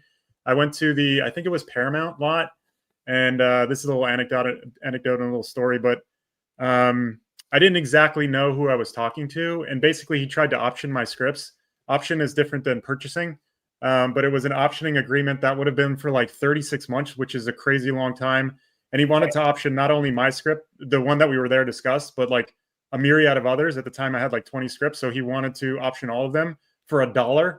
And it was like, luckily I had a background in business. And immediately when I said that, I was like, oh, this guy's full of shit. So like I was able to like backpedal almost immediately out of that. And I was like, thanks for lunch. Like, see you later. But those are the things you can be wary of as a young creator as you're going out. Like, try to do a little research about who you're talking to. Definitely have your stuff protected. The simplest little things you can even do to even get to that point, like without even getting an attorney involved, is go on Gmail and send yourself an email that just says, I'm meeting this person at this time today, and we're going to discuss this thing. So if anything goes wrong, at least there's some, I don't know how well that really works, but at least there's some kind of paper trail. So yeah, like short of like, I have some friends that are entertainment attorneys, and their advice is always like, what'd you sign? Like immediately. So, that would be, that's buyer beware. Like as you're getting out into the space, like know who you're talking to and don't sign anything like without at least vetting it yourself, or ideally having, a real professional, not me, like an actual attorney, look at it and be able to say, the legalese in this document says, see this little like paragraph 3, section C, they're going to own all your shit like forever. And it's like, oops, I signed this. And it's like, they got you because their attorneys are better than yours, or you don't have one and you're screwed. So just be really, really mindful. Like, and it's actually very, very hard when you're entering in this space and you're very eager because you're really excited, right? So just be mindful of that, pump the brakes a little bit. And a book like this that took me years and years and years to produce, it's like, hang on, we're not going fast with anything. No, definitely. And that's something that's a good point. And Gamal, I want to bring you back up for this. What is the in order to make sure people are safe, like Jonathan brought up a couple different ideas, what is the first thing an independent creator should do in order to make sure their work is protected at the minimalist level? And after that, like, how do we tier up from there to make sure that, if we do get, caught someplace with our pants down, that at least we can get them up quickly? Yeah, what you want to do, and this is what the way the book is structured is, first you have to figure out what it is that your story is. And you have to, you build a synopsis, maybe you build a treatment, something like that. You don't have to have the script. You don't have to have the art. You don't have to have the finished pages. You just have to know what it is that you're going to be working with. Then you have to figure out, at least on a minimal level, how you're going to finance the project. And when I say finance the project, that just means get it out into the world. You have to also figure out not only how much money it's going to take, but where that money. Oh, your mic went muted.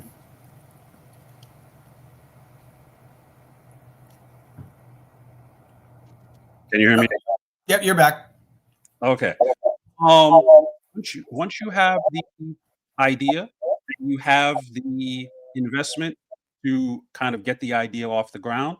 The third step is, in most cases, it is very helpful to build or have a legal entity constructed to protect the idea and the revenue. In most cases, with my clients who are independent artists, that's going to be a limited liability company, because that protects you from your personal property from any kind of lawsuits or anything else. And it's a home for your assets to live in that company. Then you're going to go out and you're going to register the copyrights for all of the ideas that you have already created. Now you have, like we said before, you have intellectual property once you create it, but it is much easier to protect your intellectual property and enforce those rights if you have it copywritten. Right? Filing a copyright is not complicated. You do not need an attorney to file a copyright. It is not expensive. It only costs $65. And if, this is going to be a shameless plug, if you sign up for my newsletter at gamalhennessy.com, I will send you a video that has a screen-by-screen explanation on how to register the copyright for your comic. Because once you do that, you're now going to be in a position you could go out and talk to artists, knowing that they're not going to be in a position to steal your idea because you already have it copywritten by your company. You're not going to be worried about talking to publishers about publishing your idea and having them take it, because again, you will have a federally registered copyright for your company for your idea. So it's all going to be locked up. Now, the next problem is going to be that you could own all of the intellectual property, and then, like Jonathan said, if you sign the wrong piece of paper, now you don't, because you just. So it's the first step is to protect the intellectual property, and the second step is to make sure you understand how anything that you're signing is going to impact your intellectual property rights. Awesome. Yeah, that's definitely something that I know that we need to go through some of that stuff, but I think it's super important for people to really understand that and it's very common in any of the arts for people to not know their rights, not know what they have access to. I definitely recommend people look up what the actual rights are that you have. I wanted to put this on the screen real quick. That's the QR code for his newsletter if you want to sign up for that. And I do recommend that because it is very helpful to be able to understand what rights you have and what rights you can sign away and how you should be compensated for which rights you sign away, because they're all going to be different depending on what capability, what access you give them, what access you still retain. That's the whole reason for the Star Wars, merchandise and films being separated, because somebody had a good attorney that was like, hey, there's some money to be made over here. You might not want to give that right away. So I definitely recommend that. Where'd my other questions go? Okay, and then something else that was kind of brought up too was just some of the ideas, like Jonathan was saying, like emailing to yourself to kind of do this. What are some misconceptions in the legal space where people do certain things? Maybe they think that they're protected, but they're not, or maybe the idea isn't complete enough and they think that it is, or if their incomplete idea overlaps too much with another idea, like where they're infringing on somebody else's rights and they think they're actually copyrighting their stuff. What are some of the thoughts around that? Like what are some of the problems people typically come across in that space?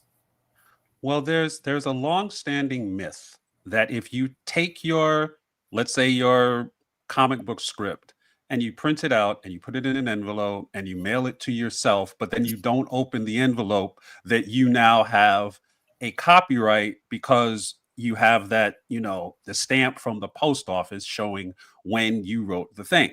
It is referred to as a poor man's copyright, and it is a complete and utter waste of time. Don't do that. In fact, the Copyright Office has on their website has a page that says, please don't do that. That's not a thing. It's literally in the copyright law that this is not a thing, but this has been a persistent myth since like the 50s or the 60s. The reality is, filing a copyright properly doesn't take long, it's not expensive, and there's really only one way to do it, which is register with the Copyright Office. So that is one misconception that I have spent a long time trying to explain to people. That's not a thing. What Jonathan was talking about, sending yourself a note saying that you were meeting a certain person at a certain place, is an attempt to establish evidence in the event that there's a case for infringement. What you're doing in that instance is you are trying to create a sequence of events, a provable sequence of events through evidence that shows that the person who is infringing on your work had access to the work, they made their work after they made your work, and they used substantial parts of your work in their work. The problem with that is the problem between the legal reality and the financial reality of intellectual property. Because even if you had a registered copyright and someone stole your idea, for you to actually do anything about that, you have to take them to court. Now, taking someone to court is, especially federal court, is not a cheap proposition. You're talking about $25,000, $30,000 just to get the case off the ground and to retain the attorney that's going to try this case. The case itself might take several years, and attorneys bill by the hour. So you might be looking at $40,000, $50,000, $60,000, $100,000 just in legal fees for an infringement case that you may or may not win. Because anytime you take any case to court, you could lose. And if you lose, then you're probably out of the cash, which is why in comics, it is much harder. Well, it's much less likely that you're going to take people to court, only because the sums of money involved are usually they don't actually justify the cost of going to court. So like, let's say you do a book with you do a creator-owned deal with a publisher, and they don't pay you royalties, and let's say they owe you $5,000. If it costs $20,000 to sue, you're not going to sue for $20,000 to get $5,000. It doesn't make sense, unless you just don't like them that much and you have $20,000 and just or don't like money. Yeah, or you're suing them for fun at that point, which is not a thing. You don't sue people. Well, some people sue people for fun. I shouldn't say that. But in comics, that's not really what we do. So the key in the comic book industry most of the time is to get the best deal that you can up front and get the most money that you can up front, because the idea of going after someone later in like a lawsuit, unless you utilize methods like small claims court or you do arbitration or something else that actually reduces the cost of going after someone, saying that you'll just sue them later is not necessarily realistic, unless, of course, again, you have that cash sitting around just to sue people. Just burning a hole in your pocket. I hate when that happens. I just gotta get out of here, money. Yeah. Exactly. Also, I saw Jonathan laughing. Have you had an experience with this, or do tell? I'll be the story time person and not the legal part. So I won't say names of anything, but let's just say within the last 36 months, this was not a comic book. My comic book is just printed and literally just arrived just now. So, but I had through Hollywood connections, I was set up with a meeting with an entity. I don't even want to say who or what it was, but I gave them this whole spiel. Everything was protected. Everything was, protected with the guild and copywritten, all these things. And then interactions were great with the company, emails back and forth, very, very business, within an hour back and forth. And then after our second like 2-hour meeting, I got ghosted for like 6 weeks, and they weren't responding to emails. And I was like, what's going on here? This is not, they're not doing their due diligence. I'm following up. They're not, this is odd.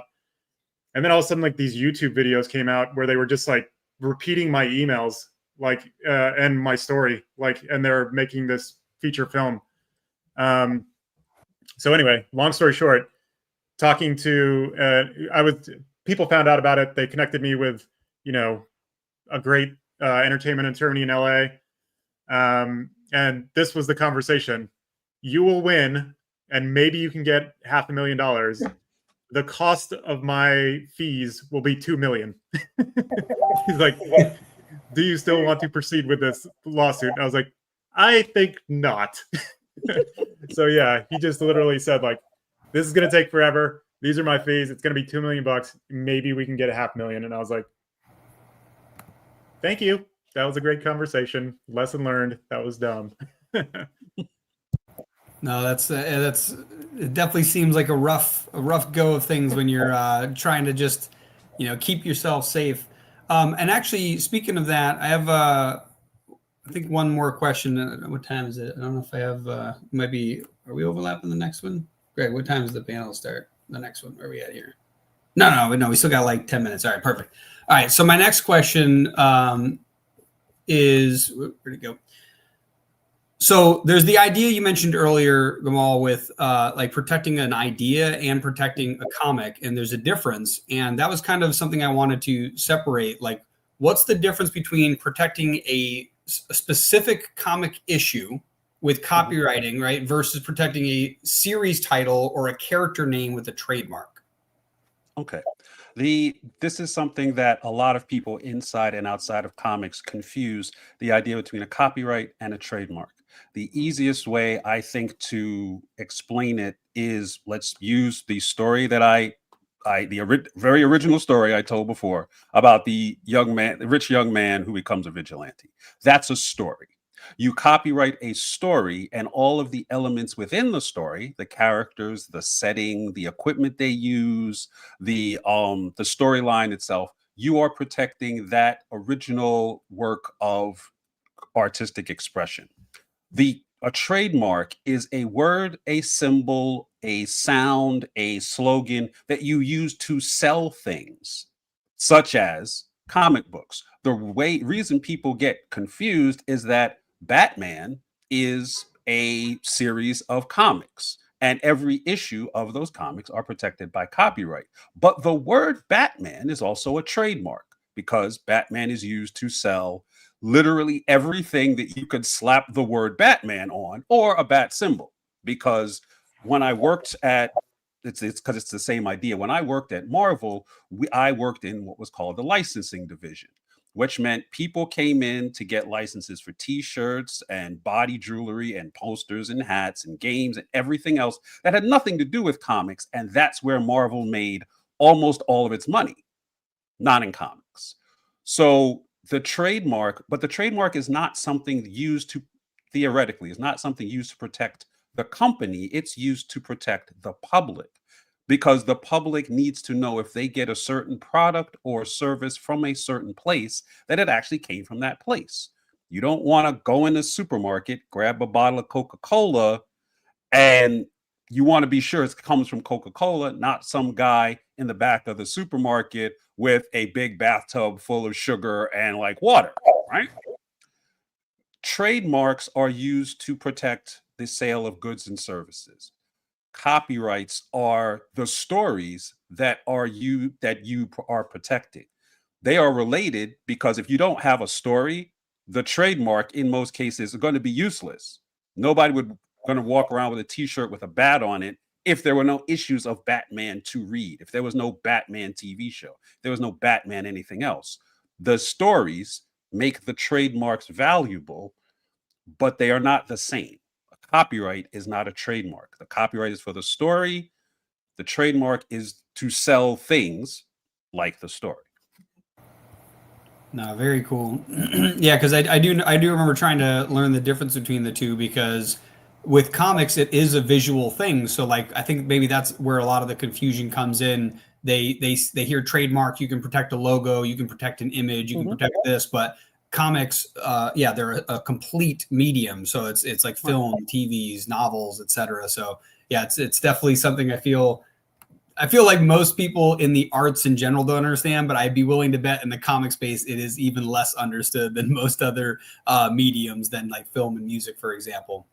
Yeah, but it's easy to understand how people get it confused in comics because there's this huge overlap. It's like, okay, we're going to protect Spider-Man. Oh, okay, are we protecting the word Spider-Man? Are we protecting the logo Spider-Man? Are we protecting Spider-Man issue 250? What Once you understand what it is you're protecting, and in most cases, if you have a large company or even most of my clients, even if they're small or mid-sized, they protect both. They say, okay, we have these 6 issues that are coming out in this limited series. We're going to actually use the title as the title of the series, and we're going to protect it in a trademark. Then when we go to do, let's say t-shirts, we may use one of the images of the cover, and that's going to become a trademark separate from the copyright that you have in the actual issue. So they can serve both purposes. So as long as you understand what it is you're trying to accomplish, it is easier to not get confused between copyright and trademark. Yeah, definitely. And actually, that kind of gets into the next thing, because I know that if you do get a trademark, let's say of your logo or your character, and now other people, you can license them. That was one way we were talking about, like a monetization method. You can license your product to somebody else. That kind of gets me into doing collaborative efforts and some of the logistics of the legal sides of that. And the two paths I wanted to ask about deal with: A, you are a creator and you're hiring writers, artists, colorists, letters, any of the creative space there. And the second one is whether or not you're a cartoonist and you do it all, or you're any of those other people and you're working in a collaborative sense for something like, let's say, an anthology, right? So that's something that I wanted to ask you about. What are what types of agreements should be in place in the first scenario where you're working with all of these people and you're just the creator, in order to ensure that ownership is clearly defined for the creator? In the first example that you gave, what you're going to be looking at is either going to be a freelance agreement or a collaboration agreement. The easiest way to understand which one you need is to answer one simple question: who is ultimately going to own the intellectual property? If you are hiring an entire team of creative people, but at the end of the entire process, you are going to own the copyright to everything, then everybody in the team needs to sign a freelance agreement, because what's happening is they're exchanging their copyright, because once they do the work, they own the copyright, but they are giving you the copyright and you are giving them money. That way, when the transaction is complete, they give you the work, you give them the money, you now own the copyright. In a collaboration agreement, you are working with other people and you're going to share whatever comes out of that. So let's say you're the writer, you bring in an artist, you're going to share the ownership of the characters and that story. You're going to share it 50-50. But you're also going to share the control over what happens to that story. So if you're the writer and the artist, and one of you wants to make it a ongoing series of 200 issues, and one of you just wants to make a graphic novel, you're going to have to figure out what it is that's going to happen. But you're going to have to do that together because you both own it. Where in the first example, if you want to make it an ongoing series, there's nothing that your letterer can do about it because they signed the freelance agreement, they got paid, and that's the end of it. So once you understand what kind of relationship you're going to have with everyone building the comic, then you're going to understand what kind of contract you're going to need with those people. The other type of situation you mentioned is the anthology agreement. An anthology agreement is basically you are licensing your story and maybe your trademark to a publisher for what's called a limited use. They get to put 20 pages in their anthology. The anthology gets one printing, and they are going to give you whatever it is they're going to give you for that. And that's the end of it. You're not signing away the ownership of the intellectual property.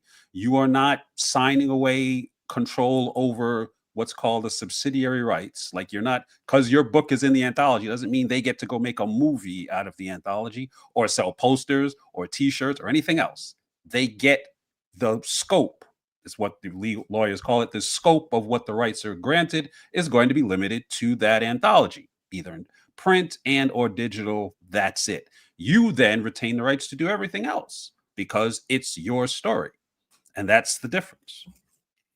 Yeah, and that's super important too, because I feel like there's a lot of I'll because we're on the creator side, but we work with a lot of artists, and we do like to educate them if they are new. Like we've dealt with artists who have come to us and they're like, oh, what about this? What about this? I'm like, oh, you should look into this a little deeper. And one of the big ones, you mentioned it briefly, was if they're selling the rights. Like, let's say I'm an artist and I draw a character for somebody.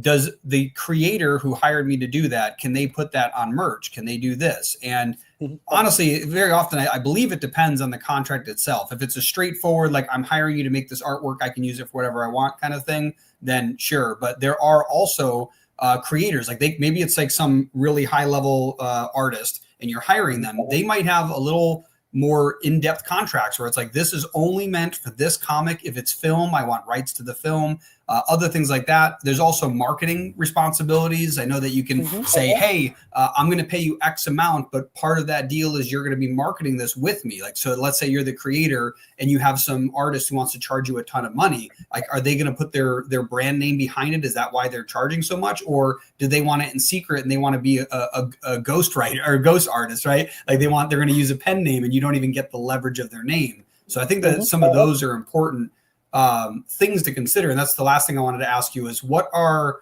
things like that in those types of contract, both as the creator and as the potential artist or writers, that you should look for, consider, and try to get into contracts or out of contracts, depending on who you are?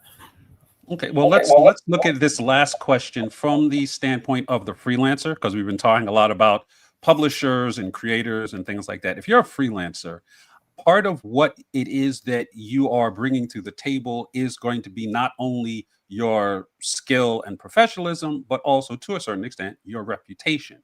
So if you are getting, again, it's a relationship between rights and revenue.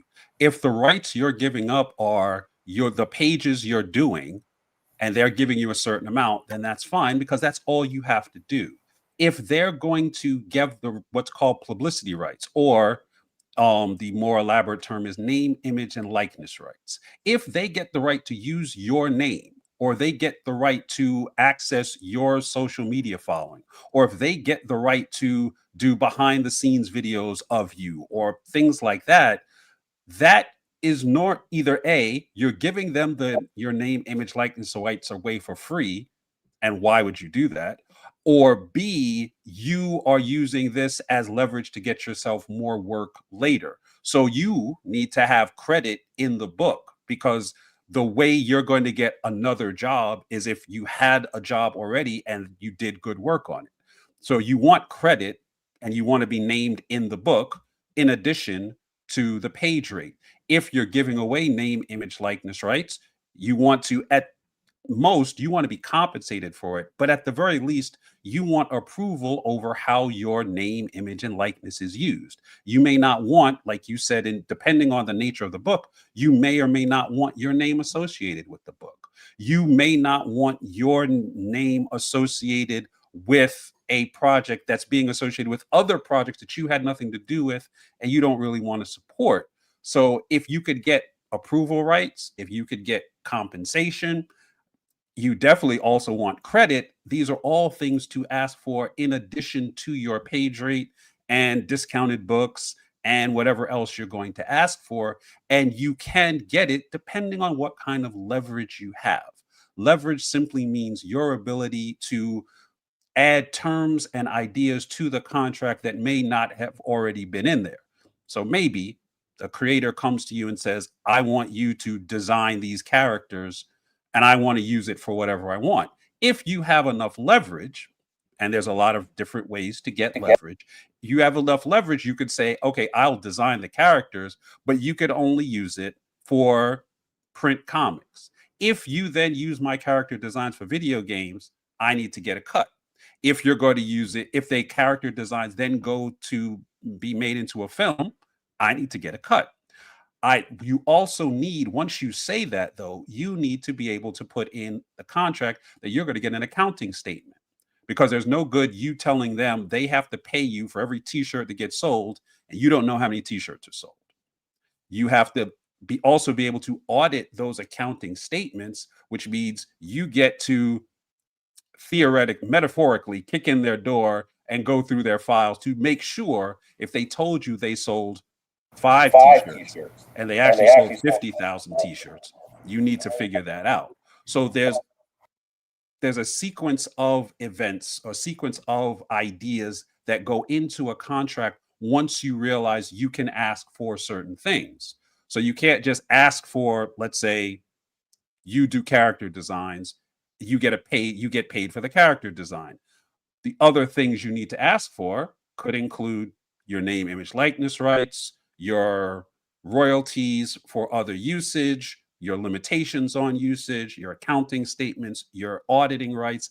And you're not going to know what all of those pieces need to be unless you either A, hire an attorney to actually explain it to you, if and only if that attorney understands comic books, because the vast majority of attorneys don't. And if you actually have the leverage to put that in the contract in the first place, because if you're first starting out and you're trying to get your foot in the door, you're trying to get a deal, and Marvel offers you a deal where you could, do a backup story in the back of, Spider-Woman, you may not be able to ask for name, image, likeness rights because they're Disney and you're not. So it all depends on your leverage. You could ask for whatever you want to ask for. It's just in certain cases, you may or may not get it because they don't have to give it to you. No, that's super important, and I'll end on that note of if you want to get leverage, you have to be known. People have to want your stuff and get more stuff out there. Be on social media. Join Sierra Nova Comic Con Virtual Expo 2026, right? So things like that to get out there, because it really is important if you want to grow in the community, is getting that leverage. But also the other thing I would say too is remember where you came from, in the sense of like, if you started with one creator and you've been working with them for a while, and now you're a big shot, don't forget the little guys, So I know that I've even in the marketing space, I've worked with people where I started off charging so little for these guys, and now I charge substantially more, but I'm not gonna, screw over the little guys. So I still help them out. So make sure to keep them in mind. But that was awesome. I'm glad we got to get you on here and gush over your book and all the other cool stuff you're doing. But yeah, so the last thing before we switch over to the next panel, what are you currently working on that you want people to know about, or what are you trying to push, and where can people find you? Yeah, there's the two things that I'm working on now is I have an ongoing podcast that happens every 2 weeks. It's called The Business of Comics. It broadcasts on YouTube, TikTok, and Instagram.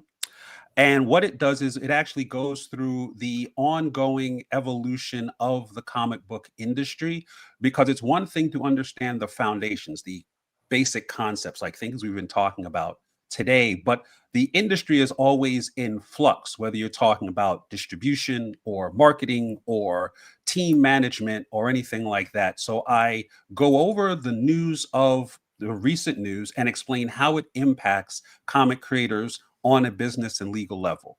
Then we also talk about different foundational ideas that comic book creators need to know. And if creators have questions, they can always send the questions to me and I answer those questions on the show. The other thing that I am working on is the second edition to the Business of Independent Comic Book Publishing, because the first edition came out in 2021. So next year will be the 5th anniversary. And because there's been a lot of changes in the industry in those past 5 years, I'm overhauling the book from page one. So the whole thing is going to be Hopefully, it's not going to be that much bigger because there's some places I have to cut out and stuff I have to add in. But hopefully, that book will be available. I'll probably launch the Kickstarter for that, hopefully around New York Comic Con, so it'll be like September, October 2026.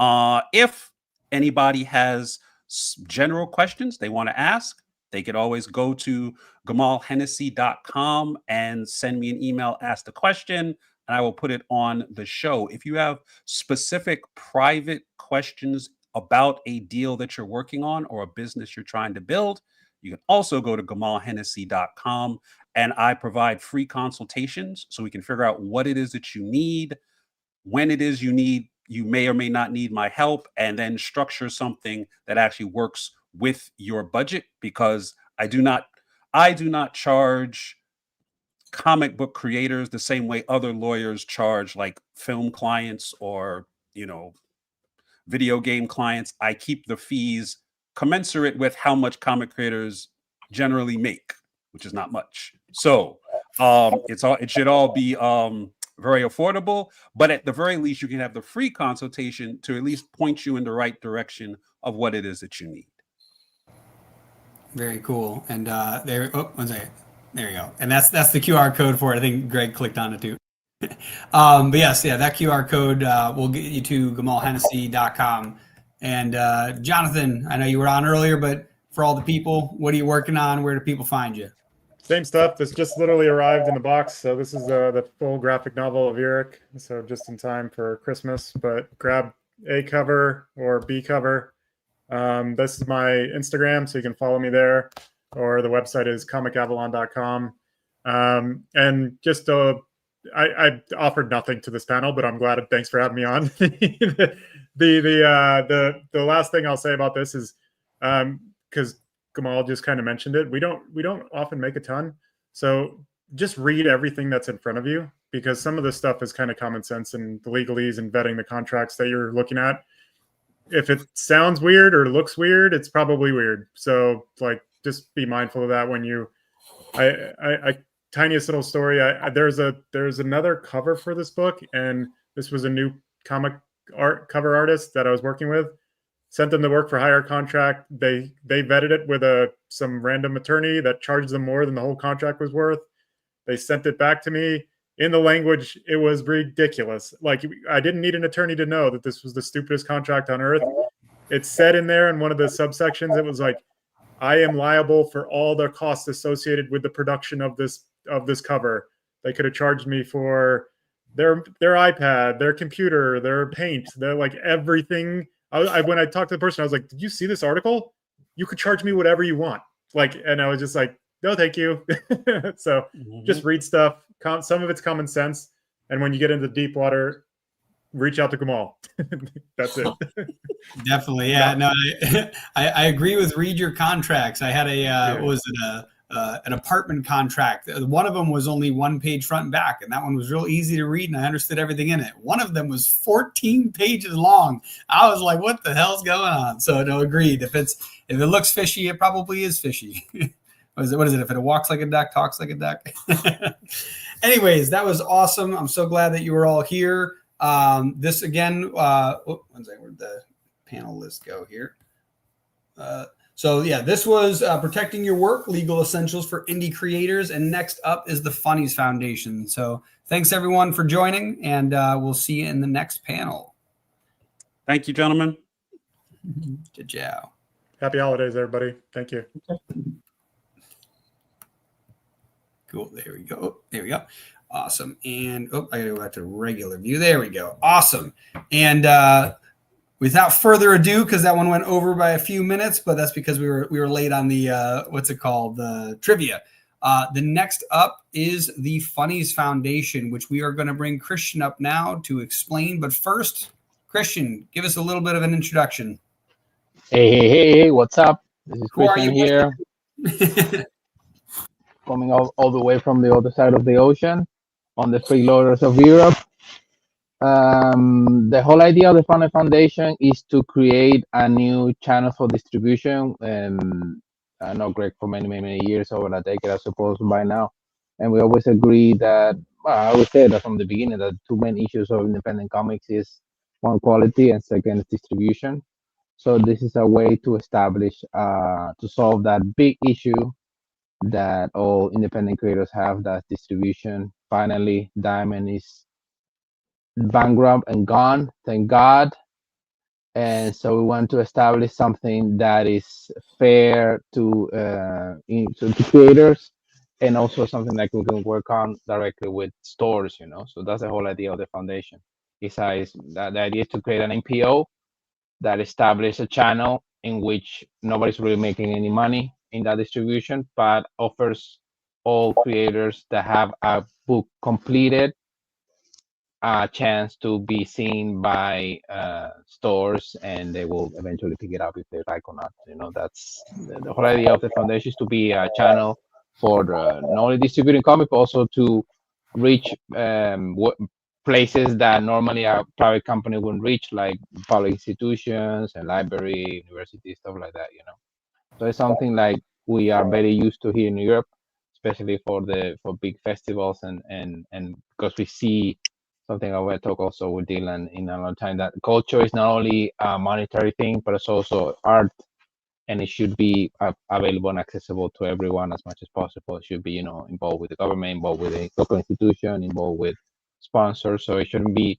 not just only a commercial thing, but also a way to propagate and disseminate the words, the stories, and the art of everyone involved. You know, because comic is a big umbrella in which anything can be, everything from education all the way to the most mainstream stuff, and everything in the middle, historical and episodic, and way to use to for. And I have some friends who work in like illustration for companies using comics, or to explain complex concepts. So it's an art, you know, on itself. So it should be regarded as that, and it should be seen as that, and it should be used as that, not just something for kids, or just something based on superheroes. So it should be the whole umbrella of different things that can be expressed and used in that context, you know, used in that form.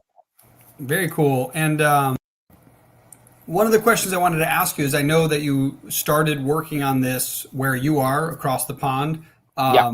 And I was curious to, like what's the current status of what you're building over there? Because I know obviously we want to bring it over here as well. But yeah, just share a little bit about where you've gotten so far, what you've noticed along the way of building that, and where you see it headed where you are before it skips the pond. Yeah, well, we have, it has already been established in several countries, associations of comic creators, not only normally divided by guilds, like artists on one side and writers on another side and publishers on another side. So we want to, that's also already been established in I would say almost all countries in Europe, Italy, France, Spain. So the idea is to create something just for distribution to start with. And what we're doing as of now, we are already working with a couple of stores here in Ireland locally, and in which we are developing. Well, they already developed a couple of years, a huge panel of artists, not only comics but animation and cinema and all that. So the idea is to bring that kind of content throughout a foundation, you know. And they're all, obviously everybody is working on their medium, they all have their own companies, but it's a way to introduce people and show them what we do and how we create them, and in a fun and collaborative way, you know, not just directly a whole very commercial approach like a Comic-Con, you know. So it's more in Europe we tend to do, especially anything that's related with culture, in a much ease way, I would say, not so much thinking of selling something. By the way, we do also. But for example, the second biggest convention in the world is in Italy, and the third was in France. Okay, so, and the first was in Japan. So none of them are in the US. But because it has that approach. The thing is that people know the commercial one because they have the logo and they have the famous people and all that. But where there are more participants, where there are more books sold, where more people go to see what's cooking, is conventions based in this type of model, you know, in which You have the commercial side from one side, the artist side on the other side, the government on the other side. Everybody goes together in order to disseminate and give out the word. So that's how we're working already. So as I mentioned, we have a couple of stores here who are already doing initiatives, local initiatives, and the other holidays that we want to work with them, and in order to expand that brand they already have, by incorporating the foundations and incorporating artists and creators, not only here in Ireland, but well, maybe those type of foundations need to be national because they need to depend on the laws of that country and also. But we also always bring like creators from the UK, from the main continent, in order to come here and show their work and showcase, and we have to build those relationships. So we want to the whole idea. Well, it's something that we want to do back um, with you guys, you know. Well, not only you guys, but everybody who's interested in the US. It's a big market too.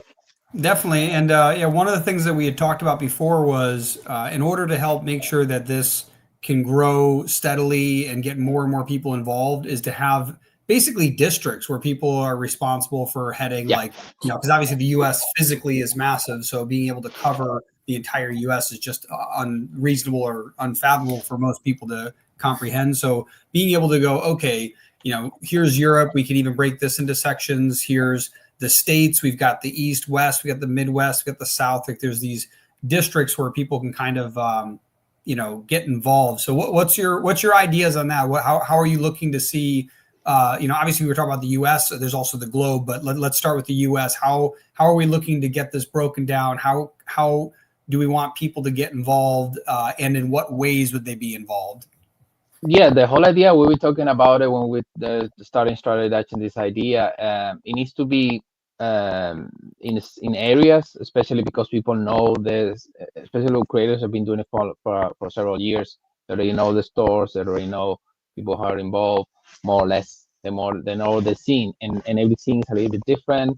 For example, like you mentioned to me, one of the meetings we have, the scene in the South is more linked to stuff like music, but then the scene in the Midwest is maybe is more linked to, you know, things like wrestling or stuff like that. So, or then the scene in the West Coast is linked to, I don't know, some kind of outdoor activity. So it's gonna be conditioned by the weather and conditioned by the culture of that area. You know, so the idea is to have several chapters, at least 3 or 4 to start with, like East Coast, West Coast, South, and the rest. I call them the Midlands or whatever you want to call it, and those people develop their local chapter of that idea, you know. But again, not to overload anybody with anything. The whole idea is to have like a website in which people can just upload, and then digitally the stores that would like to participate will have access to that catalog. You know? The idea is to make it as simple and as easy to possible to start with. In Europe, we're doing it by language, so it's normally divided by country. You know, so because most of the countries here have one languages, even several countries like Spain or the ones that have several languages like Belgium, stuff like that, you know. So it depends. Mainly it's gonna depend on countries and on languages. So that's the main thing. And that's how we see it, you know, that's the whole idea. We want to start little by little, maybe one area first, and then we can expand from there. But the idea is to make it a national, and in your guys' case, because it's the same country, a national thing, and also in Europe, a national thing, but also interconnected, you know, to make it a European one. So we're all kind of on the same page. That's it. That's what we'll be working on, for sure. Yeah, and you mentioned the different languages. I know something I've wanted to do in the past, and I'm curious if you have thoughts on how you might go about this. But one of the ways that independent comic creators can expand their audience, this is true in music as well, but typically in music they don't need to deal with people reading it. It's just listening and, you know, vibing with it, for example. What are your do you have any ideas on how the Funny Foundation, other than the help with distribution, might be able to help with something like translations and language barriers, getting from different countries? So like if you've got a French writer or a German writer, that they can bring it to the States and maybe have somebody, you know, not who's English based, but American English based, that can actually go, oh, like, hey, this makes sense in our grammar of how you would say this and how this, you know, in the way that you want to tell your story. Do you have ideas on how things like that might get implemented? Yeah, we already working. For example, one of the latest projects we work that we have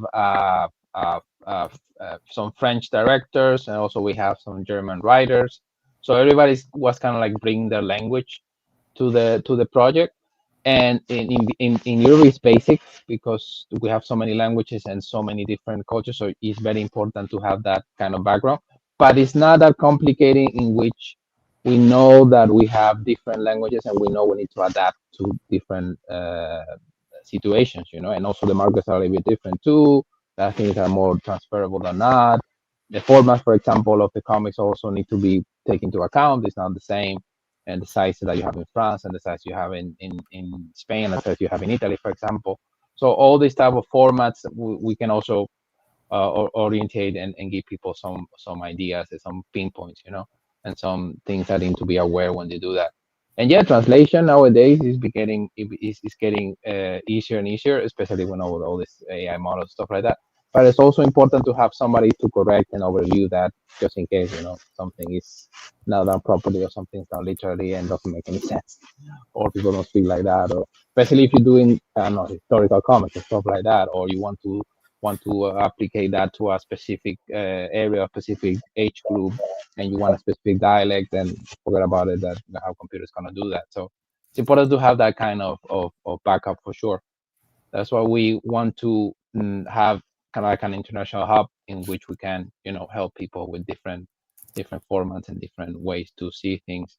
Me been working here for living here for most of my life, half of my life, I will say, and also been to a lot of conventions there. I have a lot certain contacts in certain countries and people that I know that are legit and been doing it for a long time. So for me, it's kind of easy to navigate, especially if you're coming from the States. It looks like a big puzzle because it is, it's like a maze.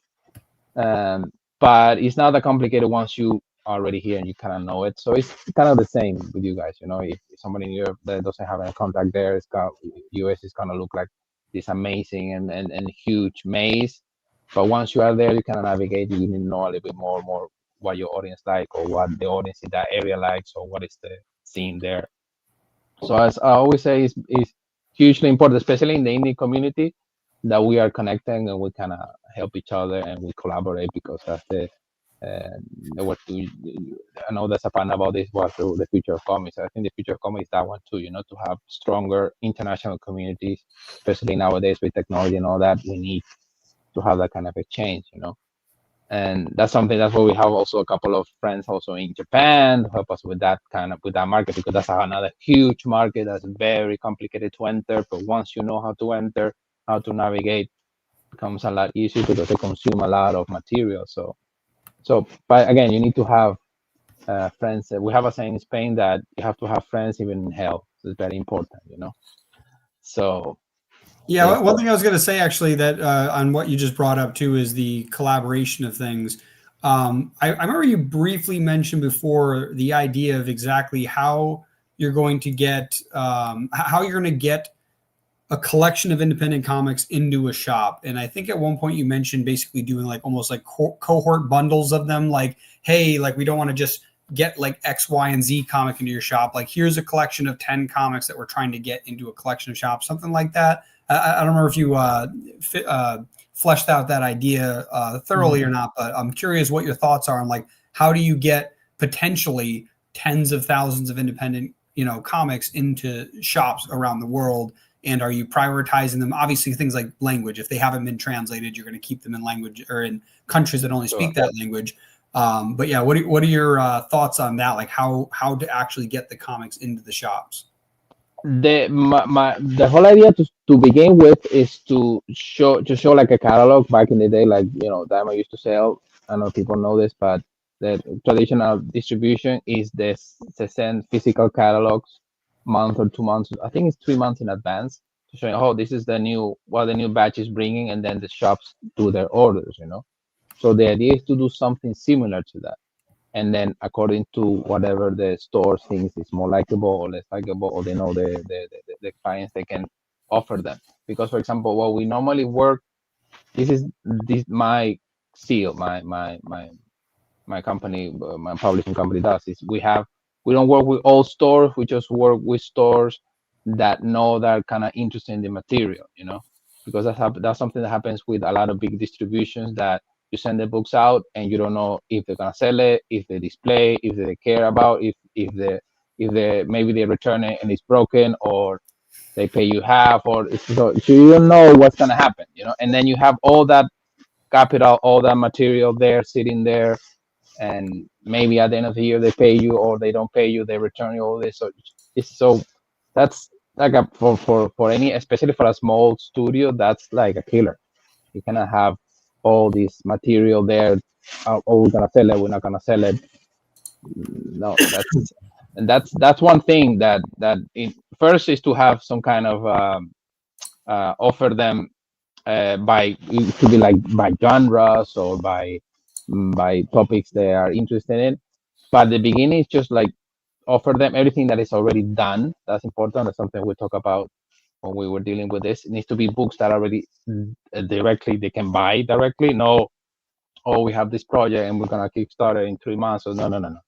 The book is already done, printed, and then you can ship it to the store. You know, that's like the only condition. Then they will decide which one they want or which one they don't want. You know, and then also, but that's something that we'll do in the future. That's something that I know several organizations in Europe do it. It's like you go into conventions under that banner, like under independent distribution or the Funnies Foundation, blah, blah, blah. And then the Funnies Foundation brings the 10 most seller on that year, or the last year or whatever. So in every convention, somebody goes under that banner, and we kind of share the expenses, you know. And it's easier if we have people already in those places, so nobody needs to move, you know. Just the books move to a certain degree, you know, not really, because we have a catalog. So that's the idea with time, you know. The idea first is to establish who is gonna dealing with what area, and then set up the site, and through there have the orders filled and the stores set up, you know. Yeah, and speaking of having like different locations, the other thing that that got me thinking about was what like let's say I'm a comic book shop, or I'm a comic book printer, or I'm a comic book creator, the different ways that we would get involved in here. And you were mentioning, like, obviously, if we're trying to get these around the world, you know, shipping costs, things like that are going to be crazy. You mentioned getting like pools of money together from members to be able to do conventions, things like that. I love the idea of basically being able to set. It's kind of like, I mean, what's it called? There's the organization that helps comic book creators in need when they're struggling. Oh man, I forgot the name of it. Oh, you mean for the retired ones? They have issues with medical stuff like that, right? Anything, yeah. Like maybe a comic creator gets, you know, crippled or something, like they break, you know, they're paralyzed or in a wheelchair, whatever it might be. I forgot the name of the organization that helps people like that.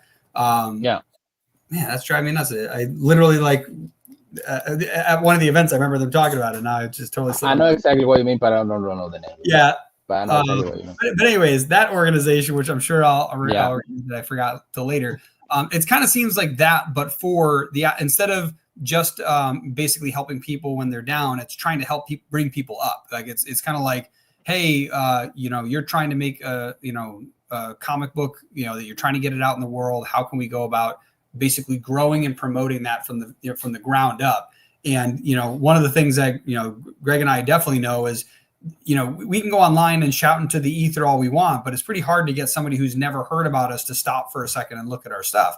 Where when you're at a Comic-Con and you're, like, you know, standing in front of people that are specifically there to see new and shiny things, it's so much easier to be like, hey, look at our stuff over here. And now you can get potential lifelong fans from somebody that's never heard of you before. And so but the problem is, I do know, like, there's some conventions, like the one that we go to. It's a great convention. We love it. We go to it all the time, but it is a little expensive, especially for new independent creators, to try to put that amount of money forward and then hope to make just that money back. But that's not going to make the cost of printing the comics to begin with.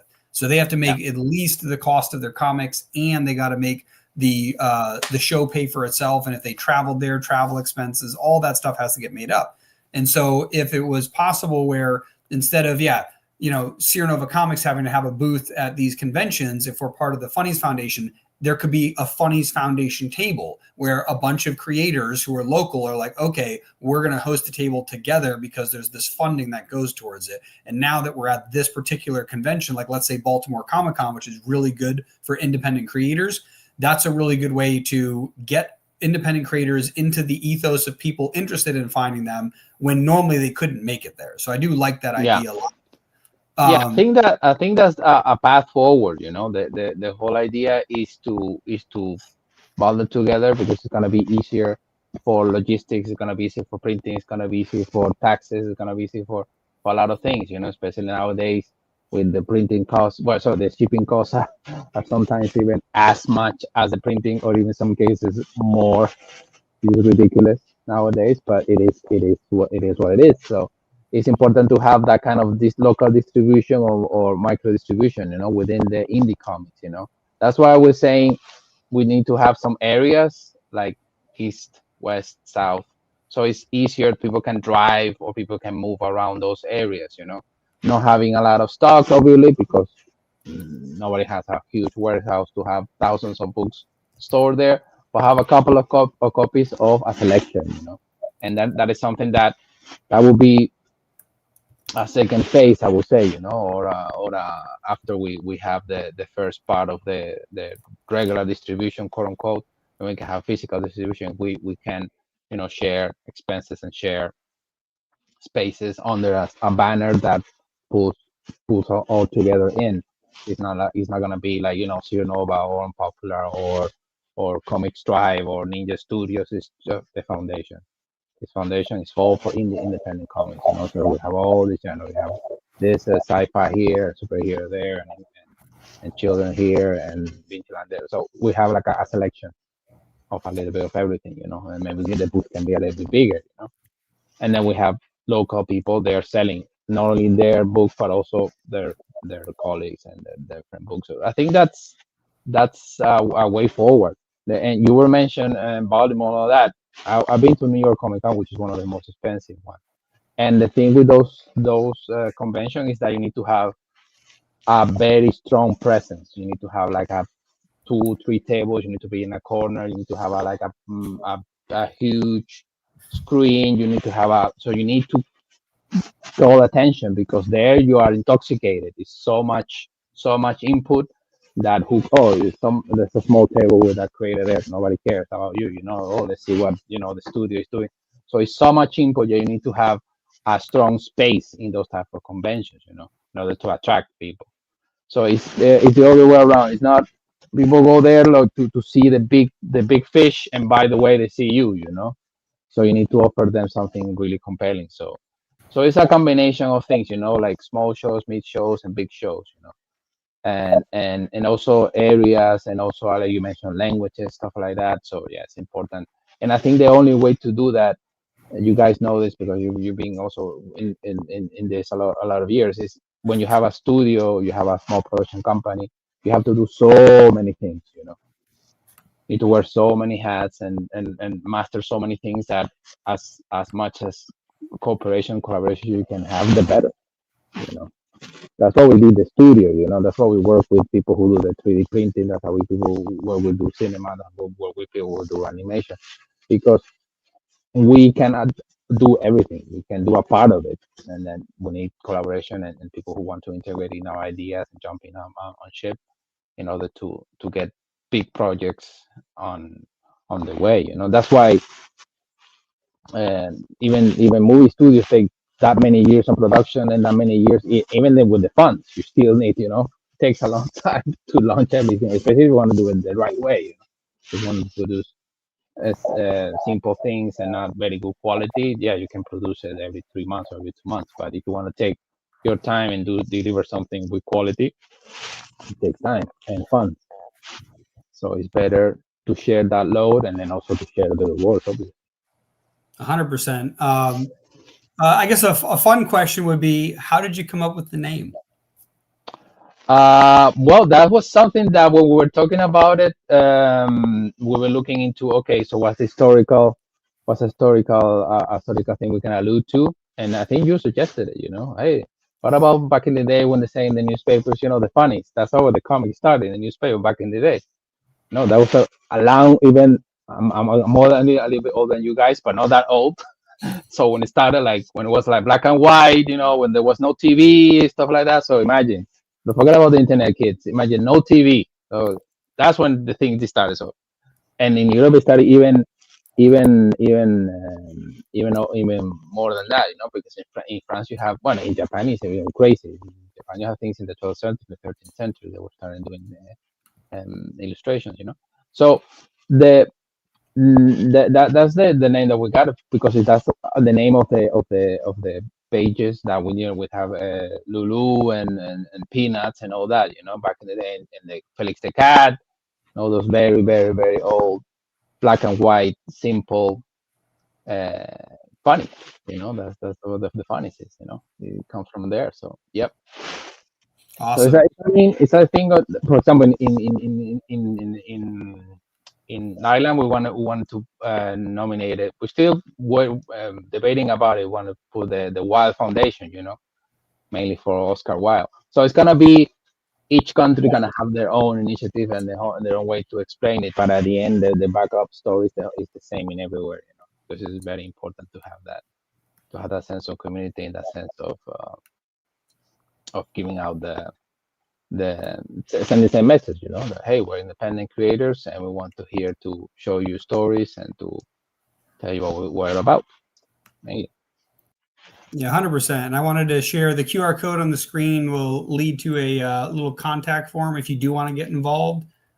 Just scan the QR code. We'll put the link in the description of the video at the end as well. But yeah, just if you want to get in touch with us, let us know. Are you a creator, publisher, shop owner, printer, school, library, whatever you're looking to be. And we'll, try to get in touch with you and see how we can get you involved, learning more. Yeah. We want this to be a community project, we want to be this a grassroots movement, more than, hey, we are from the top and we're gonna bring down. No, the whole idea is the opposite, So what are you doing locally? What are you creating locally? Because I know there are a lot of people creating a lot of things everywhere. The main issue is that we're not that connected. So even you guys and me, we have been doing this for a long time. We just know a handful of people only, a handful of store, a handful of convention, a handful. So it's huge, this world, and it's also like you mentioned, only libraries and oh my God, schools. But also like there I know that universities, I know there are some other type of elements who use comics to express, and galleries, and so something can spawn to a lot of places, not just the typical convention store, library, so it can be, because at the end of the day, as I mentioned before, is an art. For example, in France, which is one of the places that's best organized, there are several museums or in this case, bande dessinée, they're not calling comics. So in which you have like the story of the creators and how they started, and they have like pages, and then they do expositions, and then do retrospective, and they talk about the historical time of those creators. So it can be a nice way to remind people that this is not just something that is, main in size or the typical thing, Marvel, DC. This is go way, way beyond that. Like it's a complete art form. So not only illustration, it's art, it's stories, it's history, it's sci-fi. So it's a lot of things, not just one box. No, definitely. And like I said, that's the QR code to sign up and learn more. And before we get to intermission, is there anything about yourself that you want to share? What you're working on, what you're doing? What's next, even outside of the funnies? Yeah, we're working on several things. There's Pinocchio #2. Hopefully, we're gonna launch it next year. They're still working on it. The second number of the series of the Popular Tales. And number what's two. Pinocchio about for those who don't know? Yeah, the whole idea of the studio is to bring back the classical folktales with a 21st century spin.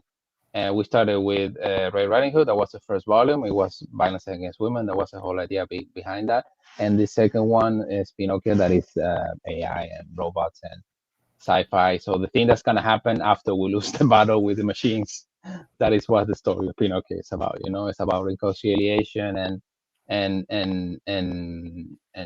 learning that what makes us humans and what we do things that we did, but looking all everything is looked upon from the point of view of the machine, not of the humans. So it's a machine that's created to trying to bring peace to these two factions that have been on war for decades now. So that's Pinocchio. So yeah, it's beautifully illustrated by Carlos Sanchez, who is a wonderful artist from Spain, and it's a pretty cool book.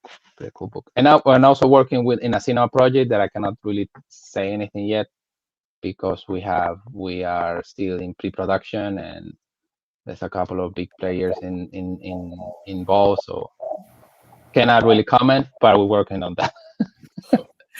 Awesome. So yeah, before we cut to intermission, which that's what we have coming up next, where can people find you and what action would you like them to take? Is it follow you on Instagram? Is it buy your book? Is it what is it? What are you looking to get? I would love to go visit the website. It's sunpopstudio.com, and there you can get a copy of any of the books that we have, and also from there they can see the Instagram, the TikTok, the Facebook, everything. Again, I would love to. They can follow us if they like their stuff and want to be part of that crazy mindset that I have and all the crazy idea that we have in the studio.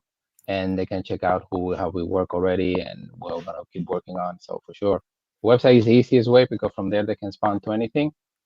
But of course, mostly active on Instagram nowadays. But we have all the rest. We have Twitter. We have X. Sorry. We have X. We have Facebook. All the shenanigans of social media. You know, for sure. And the action, yeah, we love if they can buy one of the books for sure. Support us. That would be fantastic. If not, just at least sign up for our mailing list and to get special discounts and special offers that we do only through the people who are in the mailing list. So, and they get a free comic if they join. Free comic on there, yeah. So. Yeah, buy all the comics here. Yeah, you just switch the QR code out. So there, just scan that QR code. Other side. I think it's a mirror. Oh, okay. Awesome. Anyways, thanks for stopping by. Thanks for sharing about the Funnies Foundation. Up next, we have our intermission where we're going to have some video trailers of comics that Sierra Nova Comics has worked on over the years. I hope you enjoy, and we'll be back in about 15 minutes. Pleasure, guys, as always. Take care, man. Yeah. Happy holidays. Happy holidays.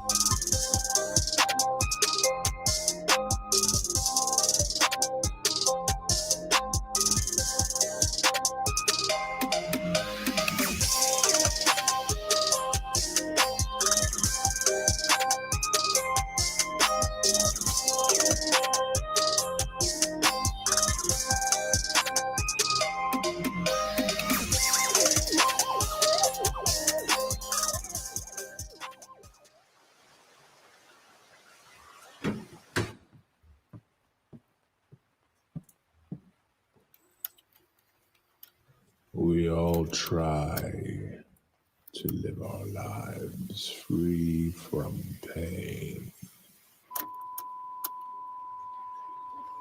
But true terror, my friends, comes from places we least expect.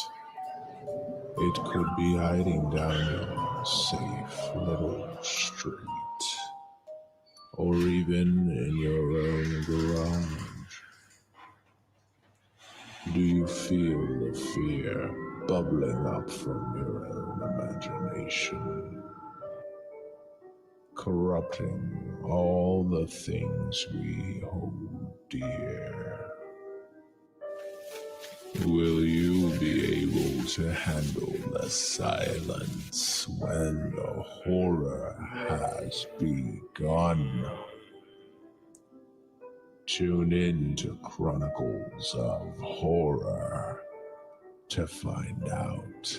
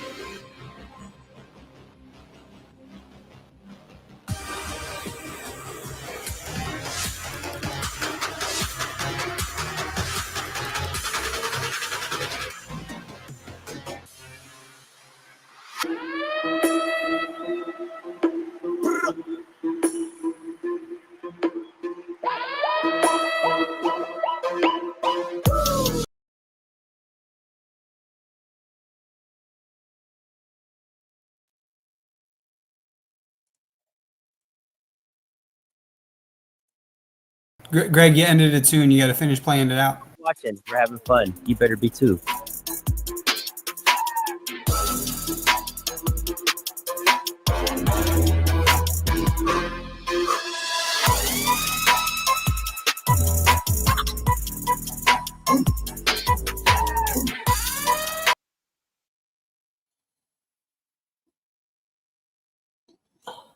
Sorry, you got to rewind it. They missed the whole whole dialogue at the end of that. Yeah.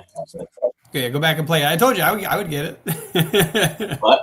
I told you I was going to cut it for you. Don't worry. Just play it out. Play it, screen share it again.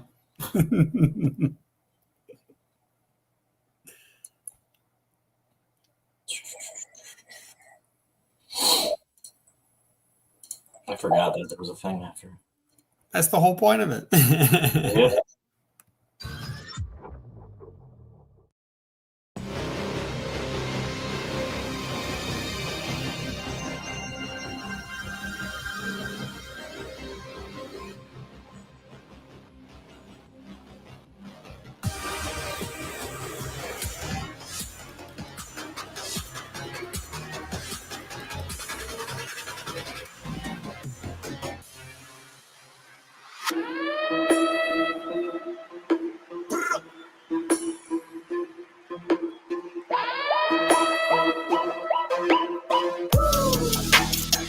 Welcome back to the Sierra Nova Comic-Con Virtual Expo. We're really excited that you guys are watching all this. We have tons more content coming your way. We got Spilled Ink coming up in a little bit too. Make sure you stay tuned to the very end because we got lots more content, a lot of creators. Keep on watching. We're having fun. You better be too.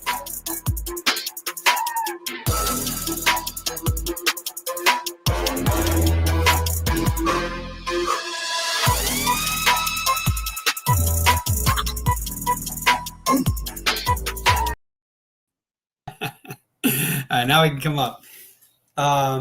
Anyways, welcome back to. Yeah, I'm not muted. Welcome back to Sierra Nova Comic-Con 2025 Virtual Expo. We are all over the place today, but we got all these awesome videos. I don't know if you were here in the morning when we had our first video, and now we just had that intermission. These were brought to you by Blue Rock Media. You got to talk to Eric. Actually, where's that link? I got to get the link. Oh no, where's the link? Greg, I got a QR code for you to make real quick. Here, put this. Boom, QR code. But yeah, Blue Rock Media, media made. It's Blue Rock Media made easy. There it is. And I definitely recommend checking them out. Obviously, you can see from our fantastic trailers that we have going on that this guy's pretty good at what he does, making these the intermissions, not the video trailers that we did for our comics, but specifically the intros and outros we're doing today between stuff. So yes, we got tons of stuff going on. But if you want to check them out, check out that QR code, click the contact us button, and fill out the little form, just your name and email, and he'll reach out to you about whatever needs you have in media. So that'll be fun. Anyways, before I get down too many rabbit holes, wrong one. Gotta send that one out. Send that. To this panel that is coming up right now is Small Press, Big Dreams, Navigating Self-Publishing. And I'm not sure where everybody else is hiding today because they're all I sent the links late. Maybe that's probably why, but I did send the links out. So now we have at least one guest that's coming up right now, which is Anna. Nice to see you back here again today. Hi, how's it going? Doing good. Yeah, I meant to finish creating all those, what's it called? The calendar events so that everybody would have the link. And then I saw your email and I was like, oh no, I didn't do that. So yeah, we're kind of just running around with our heads cut off, which is really fun. But at least this year, we have other stuff this year that's planned really well. So that's what's good. That's what matters. It's making progress. Actually, in the meantime, while we potentially wait for other people to join, who's messaging over here? Very cool. Awesome.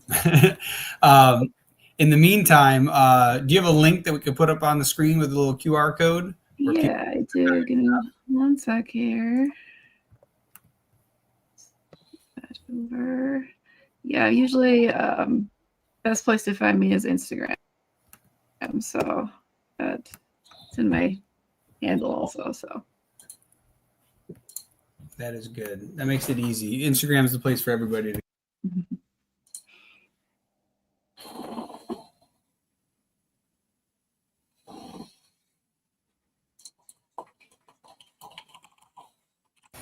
All right, cool. And Greg, you're getting this set up. Oh, private chat. Here we go. Yeah, Greg, you got that link? Cool. Look at that. Boom. We got QR codes. Yeah, it's fun. Maybe one year StreamYard will sponsor us for using all the fancy tools for 8-hour 3-day conventions. But yeah, so yeah, we're definitely playing around. If anybody's watching us on virtual, let us or not virtual, vertical. If anyone's watching us on vertical, I don't. By the way, Anna, do you see that? Do you see the vertical screen that we're also doing? Yeah, I can see it. Yeah, that's cool. That's like a brand new feature they got where they do vertical displays. It turns out they just stream simultaneously, which I didn't know. So we just have 2 YouTube streams. One's vertical, one's horizontal. So I don't know how people are enjoying it today, if they're doing vertical or horizontal, but it's very fun. But yeah. Anyways, without further ado, so I'm pretty sure people are in the Google Meet because they created Google Meet. I thought they removed said people are waiting. Yeah. Oh, Pretty sure she actually warned you earlier today. I thought I removed it from the other ones. I didn't remove it from this one. I'm such a spaz. Look at this. Remove it. I got rid of it. Yeah. Send it again. That's all right. They'll be here shortly. In the meantime, I'm gonna describe what we're talking about for this panel today, because again, we're good. We're doing big things. We are that small press doing big dreams over here. This is a look into small press world. So yeah, you now have an inside scoop. This is actually the behind the scenes panel. We actually tricked everybody. This is just to show how chaotic it gets.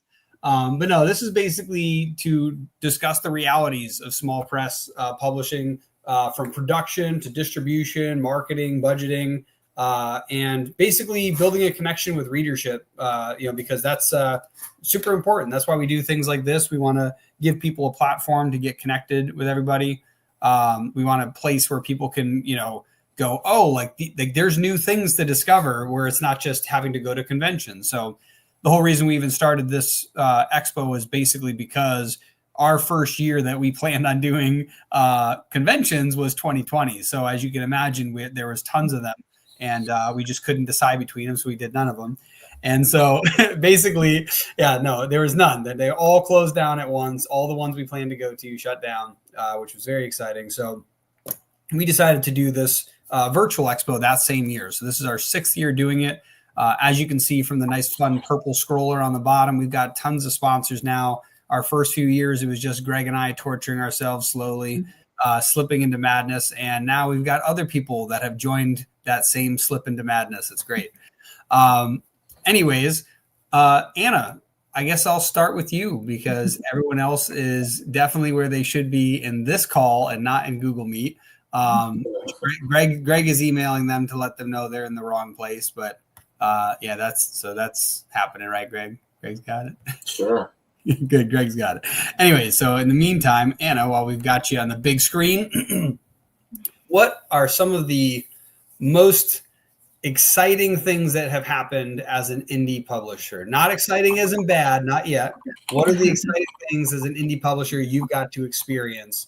Whether it's with fans, whether it's with some sort of notoriety, whether it's with some deal that's happened, fly away. For sure. I'll do my best too. My voice, I could feel starting to go a little bit in my last one, so I'm hoping other people will also show up for nothing else, so you don't just have to listen to my gravelly voice the whole time. But yeah, no, I think just the amount of opportunities it's yielded, for sure. Before I started doing self-publishing or working in like the indie market, I hadn't really left the state that much for traveling. I've really I live in Minnesota, and I really hadn't gotten out of it much. And I think one of the coolest parts of it was just getting to go to these other places, to meet all these other people who loved it the way that I loved it. Getting to go to Portland and Seattle and Houston and North Carolina, and just like getting to meet all these people. Going to Connecticut has been really awesome. Just because I haven't gotten to get out and meet other people, and it's also been really cool being able to talk to people that I've known for 5 years but I've never met in person. I think has been an awesome thing. So it's been really cool to be able to do that. And then just like like the surprise at the amount of interest that I had when I was first putting stuff out and I did my first Kickstarter. You know, I assumed that I was going to be just begging people for money for 3 weeks and like barely scraping by, and then to have it get filled in like 3 days was awesome. So just that's definitely been just a really cool thing. I think just getting to be able to meet so many different people through this medium that I really love, for sure. No, that's awesome. I definitely agree with that. I know Greg and I have gone to conventions now. Most of our conventions were all like upstate New York, and now we've kind of gone to a few other ones. Where the most recent one we went to, or I guess the second most recent one we went to was Baltimore, where we got to meet people. Yeah, like you said, you get to meet online for years. You know, like we Timothy Fling, who will be here tomorrow. He's been helping us with this convention for like 3 or 4 years now, and we knew him before that, but he got involved in the convention, and according to him, this is the best convention around. So that's the Timothy Fling, for anybody who knows who that is. And if you don't, you better find out, because he has a "the" in front of his name for a reason. So but yeah, being able to meet other people, being able to travel. You mentioned Connecticut. Was that the IC3? Yeah, that's awesome. I wonder. I met so many people there. I almost wonder if I talked with you, because I met with I think I met with almost 100 of the 175 people there. There's probably a pretty good chance that we ran into each other at some point during that convention, for sure. Wait, actually, I know how to tell. Were you in the main room or were you in the hallway? I was in the main room. Okay, now in the main room, were you in the front or on the right wall or in the front row, or were you in the back left? Do you know where Apollo City Comics' table was? Were they right up front? They were like right up front by the door, like the big door. Like I think I was like basically 2 rows right behind that. Like they were kind of straight in front of me. Dang, so now I didn't get a chance to talk to you. So that's cool that you're here today, because that's awesome. I literally, Greg knows, I was like, hey, Greg, I'm going to run around real quick to see if I can meet as many people as I can. And halfway through the show, I realized I'd only finished the hallway. And I was like, oh my God. And I was only spending about 5 minutes per person, because I wanted to like not be like, hey, where's your card? Thanks, later. I wanted to like get to know people. So I was like, hey, you know, what do you do? Oh, this is cool. Oh, I like how this is set up. Can I take a picture? That's cool. Like I was like, every single table I did that through, from the very first room when you first walked in the hallway all the way down. I got outside the main room, and then I started the main room. I got that first row in the front, and then I did the whole right wall, and I started the left wall a little bit. But I didn't get into those inner rows. I was like, oh my God, there were so many creators. And I think that's kind of the cool thing, you know, like on topic of the small press, big dreams. I think there's a lot more creators out there than anybody really knows. And I've been fortunate enough to kind of get exposed to how many groups there are. So IC3 and a lot of the creators there are part of this one group. Brandon from Apollo City Comics and Comics Wellsprings, he actually knows most of the people at IC3, where Greg and I knew about 2 of them. Greg knew maybe 7. Like we barely knew anybody there, which was awesome. So we got it started growing as I kept seeing more people. I was like, oh, there's that guy. That's what I was saying. But eventually, I think it was only like 7 or 10, but like out of 175, that's nothing. And then yet Greg and I know a few hundred people ourselves in the indie comic space. And then I got introduced to another one of our sponsors, Metal Ninja Studios, Joel, and he's in the comic book production side of things. And he has a whole other collection of people. And again, Greg and I know a couple people from that group and a couple people, but not the whole group. And it turns out there's this whole super large group over there. So now one of the things I really like that we're doing this year with this convention is, because we brought both of them on board, we were able to reach into these pools and go, hey, let's try to combine these 3 giant pools of creators and bring them to, you know, one place where, you know, it's a free table, right? You know, we're not charging to come up here. So we're just trying to get people out there. We're trying to get people to know each other, because my belief is that if we can get a large enough pool of people interested in indie creators, Steve, who likes sci-fi, can now check out all the sci-fi creators and go, I like that one specifically. And maybe, you know, Benjamin, who was following Brittany, is like, oh, actually, I like, you know, Anna's stuff better. And now they can basically overlap, and people can find their like favorite stuff. You know, when you go on Netflix and you got 1,000 different things, it's like, oh, here's my pool of stuff that I like. right? Mhm. And that's kind of what I'm hoping, is that if we can keep bringing these communities together, keep shining lights on them and going, hey, like, here's where everybody is, here's all the stuff that's out there.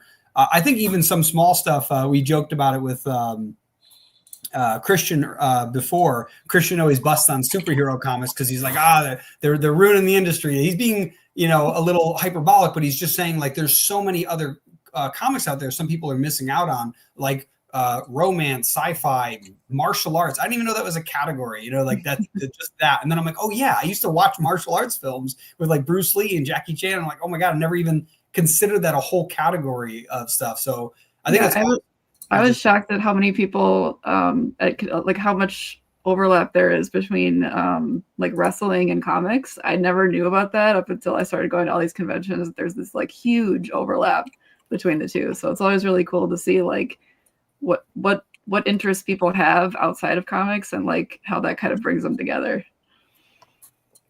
Yeah, 100%. Yeah, and that's the thing is the one thing that's interesting is, so I work in marketing and I work with a lot of different companies across different industries. And typically, as long as your product solves a problem, it's pretty easy to find who you serve, right? But when it comes to entertainment, novels, films, comics, music, you could be the janitor or you could be the CEO and you could still enjoy the same media. So it's one of those things that, when you're trying to find your people, you kind of have to go where the collective nerds are, essentially. You know what I mean? Comic space is like, conventions are a huge thing, online forums, things like this. It's like just finding this place to bring people together and be like, oh, these are my people. I already shared that, Greg. Get out of here. You're over there doing your thing. But that was Christian I was talking about earlier. So very cool. So now we've already talked about the exciting stuff that we've got. And actually, I've got John up here real quick. Let's introduce yourself. I know we're all over the place today. Sorry about being late. I was trying to get in. I don't know if it was my problem or what the problem was. But, no, that was our fault. That was a technical issue on the Seernova Comics / Dylan's side. I'm not very technically inclined, so I figured it was me. No, you're good. But, so I'm a writer. I'm self-published, and I publish through Diebold Comics. Awesome. Very cool. And very quickly, what is one of the most exciting things that has happened to you in the indie comic space? Oh, in the indie comic space? I think just continually publishing my books, seeing the books out there on a regular basis. I'm up to about 25 books I've published through Diebold Comics. So, just continually to get them out is excitement enough, I think. Wait a second, I got to do the. Remember these sound effects? They're fun. Anyway. Actually, though, one of the I could say one of the most exciting things I think is when I've been at conventions, when I've had somebody come back up to me and say, "Hey, I bought your book last time you were here, and I read it and I liked it." Because you sell so much and you see so much go out, or not really so much, but and it's sometimes you wonder if people are actually reading it or enjoying it or something. So when somebody comes back and actually says they enjoyed what I did, that's probably the most exciting. 100%. Greg and I actually recently had that experience where someone came up to our table. We've had other people come up and be like, "Oh, you have the next issue of Blank out." That was very cool. The coolest one that I think that happened to us recently somebody came up to our booth and I was explaining to someone else how, hey, we actually created a language in one of our books that you can actually transcribe from the book. And somebody else who was there was like, "Oh yeah, I actually transcribed the first page of that book that's in the comic." And that is awesome. So just for quick reference, our comic book Inc. In issue 2, we have 2 pages. There's a double spread where there's like blood writing on the wall. Someone's been kidnapped and there's these ancient glyphs. And it's a very short sentence. So we gave a decoder in the back of the book, and only the physical book. So we, make value for it.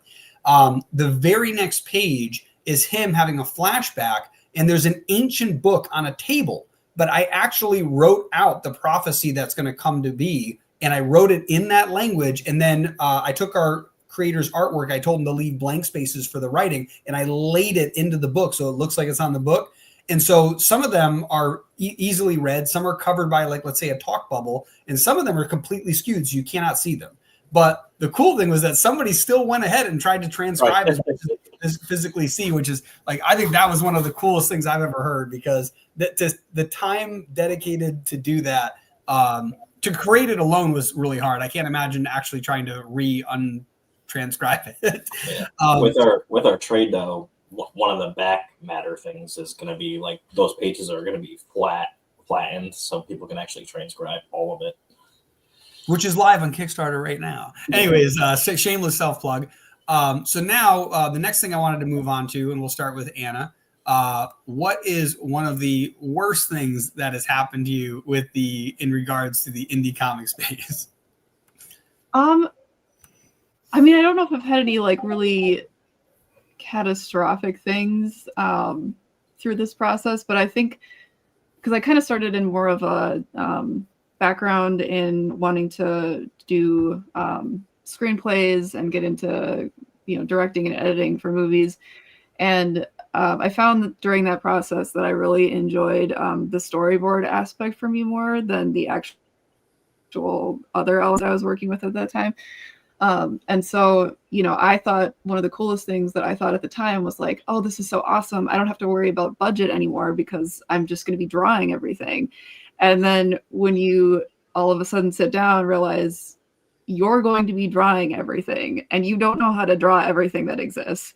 And so, or at least you haven't been doing a lot of, I realized I needed a lot of work on interiors and kind of relearning some of the classes that I took on perspective in college. But I think just coming to the realization that, it's great when you don't have to necessarily lean on other people's talents to get you through, and it can be more your vision, but there's also the drawback of like, it's all on you now. Like, you have to do the entire thing. Like, or in my case, I did. I know a lot of people work collaboratively, but yeah, it was, I think just underestimating how difficult it is to do it as a one-person job. That was definitely a learning experience for sure.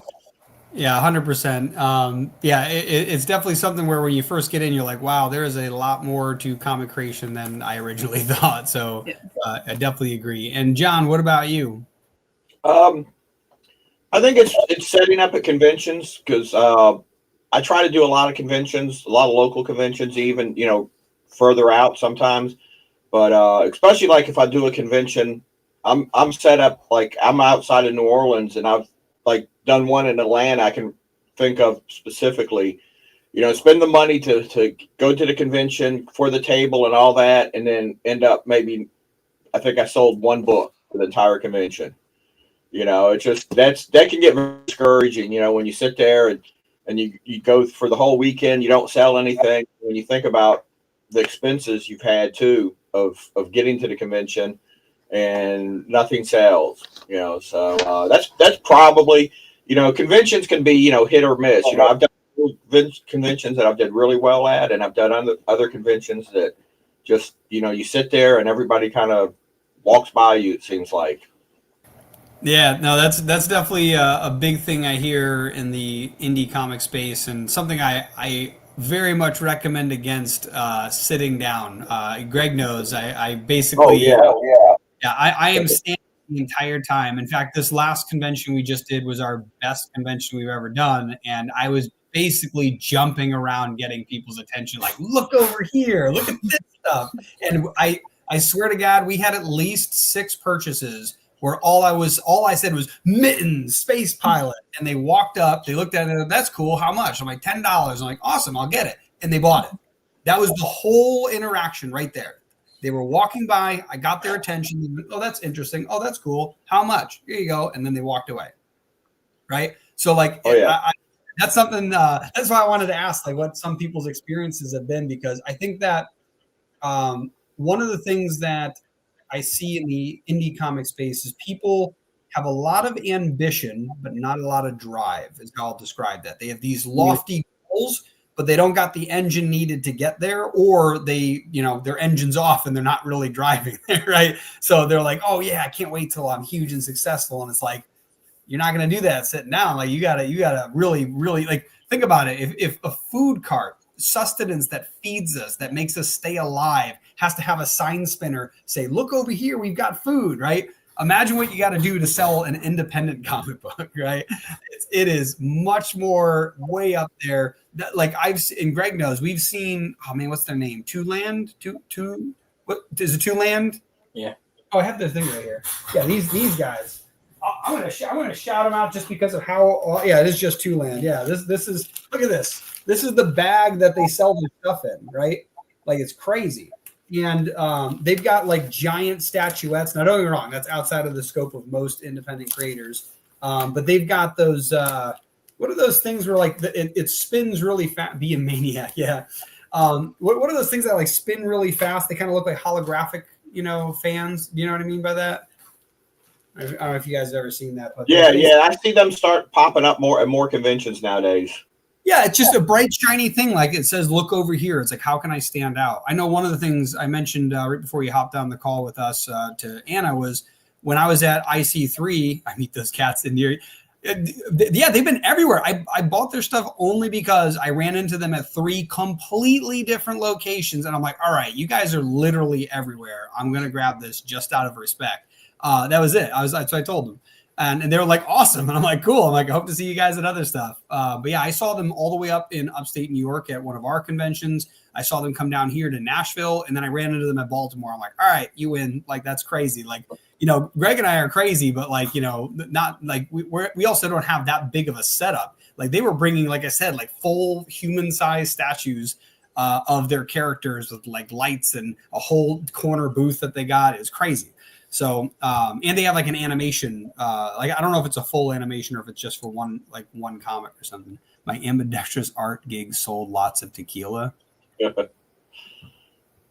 I don't know if I understand that. But what's it called? Yeah. So it's been super cool, like doing that. So, all right, we got the best and worst experiences. What is something that you guys have learned while doing your indie creative scene that you believe other people would benefit from knowing? So like I mentioned, don't stand behind the table don't sit behind the table because people aren't going to come up to a table of a brand they've never seen, of a book they've never read, and basically be like, hey, can I give you my money? Right? Like you really got to be like, hey, get over here. I bring fishing line, lots of fishing line while I'm at my conventions. So, John, what's something that you think you've learned working in the space that you're like, I think that if indie creators knew this, they could do better? Well, one of the things I do at the conventions too is I have written and printed a 8-page comic that I actually give away free. So that attracts a lot of people. And the comic is Marie Laveau, which is about voodoo, which is a very interesting, a lot of people see that subject and that character and they know her, or at least she's familiar with them. So it attracts a lot of people up to my table that have no idea of comic books even. Like I do a lot of library shows and that's it, they just come up there and the only thing you have to do to get the free comic is sign up for my email list. So I have grown my email list from, I used to struggle trying to get that email list. I'd have a thing out there and I'd beg people to sign up for my email list. And every now and then you get 1 or 2 people would sign up. But just in the last year, I think I've already got almost 500 people signed up for my email list just from giving away the comic, So, and it's a little 8-page comic. It's black and white. Originally, it didn't cost me that much to print, but I went back recently to kind of check up to see how much it's going to print. And printing costs, it's like double what it's going to cost. But I think in the long run, that's way paid more than itself because it's attracted so much attention. And like you said, you can't sit behind the table. You've got to have something to draw people in. You got to, I usually stand in front of my table almost the entire convention. And I used to give out postcards with the cover of my comic on it, and people walking by, I would just, hand them out to people just to try to attract. But a lot of those would just take the postcard and they keep walking. You got to be that wacky, wavy, inflatable arm flailing tube man. Yeah. But the free comic really draws people in, and at 8 pages, black and white, it wasn't a whole lot to print, and as far as the cost. And I've actually made a banner up for it too. So I put the banner on the table, put the comics right in front of the banner. It says free comic. Sign up for my email list, and you get the free comic. And and it's worked really well. It's brought in a lot of people. Like I said, my email list has jumped big time since I've started that. And that's huge. I would say that's probably 2 in 1 right there. Like, so 2 things people should learn. 1, having a small, cheaper comic is a great way to get people to get past the friction of going, hey, want to read my 24-page comic you've never heard of? Exactly. Greg showing our little, it was like, I'll bring you up, Greg. This right here is the little 8-page ash can we have. And every once in a while, we'll just also see like a little kid who's interested in comics, and their parents are kind of like, oh, like we got to check out other stuff. Be like, hey, here you go. And just get them a free little comic. Parents love that. And the kids, hopefully the next time they're at that convention, they're like, hey, you're the guys, right? And we've had people come up to our booth like, oh, you gave me a free comic on my birthday last year. Like, that's so awesome. Oh, you have the new issue. I'm going to buy it. And we're like, awesome. Like, that's cool. Like, it's funny too, because like we might not even remember that, but like that's what we do. Like we're like, obviously we want to make money so one day that this can be self-sustaining and grow and become a big thing. But it's also like, hey, like we're also just trying to get people to read our comics. Like, I think they're cool stories and we want people to read them. So no, I definitely like that. And Anna, what about you? What is something that you've learned that the second thing was the email list. So yes, freebie, the free small thing that's inexpensive is a very good idea, and grow your email list. That is huge. Yeah. That's something Greg and I did at this last convention. Anybody that came up to us who is a very specific, unique person, like somebody who's come up to our booth literally every con, I'm going to shout out Jerry if he ends up watching this. So Jerry, who's come to all our conventions and bought, or not all our conventions, he comes to the main one we go to, Saratoga Comic Con, and he's bought all of our comics, and he always gets us to sign them. He's taken pictures with us, printed them up, brought them back the next day, and had us sign them. He's awesome. But there's other people like that too, that they'll come and grab like a whole series of ours, and like, getting them on an email list and going, hey, Steve, hey, Jerry, like, I know that you like our stuff. We're going to be at this convention. We have a new comic book release. We're partnering with somebody. We've got a live SNCC 25 virtual expo going on. So come check us out. So yes, email list is huge. Small thing is huge. Anna, what do you have that other people, if they just knew this would make their indie comic careers so much better? I mean, definitely a lot of the stuff that was already brought up for sure. I think sometimes you can get a little bit creative. I think people think that the only way they can get their indie stuff out there is either online or at conventions, but you can actually find more opportunities if you look. I know you mentioned doing either giveaways or like signings at things like libraries. A lot of comic shops will just, if you go in and be like, hey, I have this indie comic, will you let me sit here with a table on this weekend and just, sign and sell stuff? A lot of them are pretty cool about it. Like, I've had that experience a couple times, and I know it can be kind of intimidating to go into a store and be like, hey, I know you have no idea who I am, but can I ask a favor of you? And you'll probably get no's, but you'll also probably, if you do it for a while, you'll probably start getting yeses. Like, and also sometimes we can work, like, one of the great things about the indie community is that you can work together with people to boost each other's stuff really well. When I was at my last convention, and there were 3 of us that were tabling next to each other that we all went through lesser known comics, and so and we weren't selling very well for a while. So on like the last day, we each put up a little sign at our booth. It's like, you can get a 3-pack bundle from us for a discount. Like, you can get 3 comic creators, and you can get it for like basically buy 2 get 1 free essentially. And we actually ended up selling quite a few that way. And yeah, freebies are great. I know, and it can be costly to do stuff like that, but you can also get creative. I've had things that I've printed badly, and I just cut them up and basically gave them away as bookmarks. Just like some of the parts that weren't all messed up. You can organize like kind of comic get-togethers. If you have like a community space, you can get people who are interested in comics but maybe haven't made one before, show up and not only get excited about making comics, but get excited about hearing about how you made comics. So basically just kind of like thinking about ways, you don't have to limit yourself to just conventions. You can do lots of other cool stuff to get noticed too. Yeah, 100%. I love that because I think that people feel like, oh, I'm not making it because I tried X, Y, and Z, and it's like there's a man. What is it? I think the book's called The Third Door. Alex something, I forgot his name. But basically, the whole idea is like when you're trying to get into a club, like there's that front door, right, where there's like this huge long line, you got to wait for it. Then there's the back door for the VIP where they can get in. And then there's that third door, which is that slightly ajar window in the bathroom on the side of the building that nobody's watching. And that's how you get into the party. And the whole point is that if you're really trying to get into the space, you're trying to be creative, you're trying to, get your comics read, like you gotta try new things. I love the library idea. That's a huge thing. You mentioned collaborations. That's the first I've heard at a convention, doing it on the fly. That's a great idea. But that's what like anthologies also help with too. Like doing an anthology with a group that maybe they have a larger following than you, but maybe you've got a good story and they're interested in putting it in there.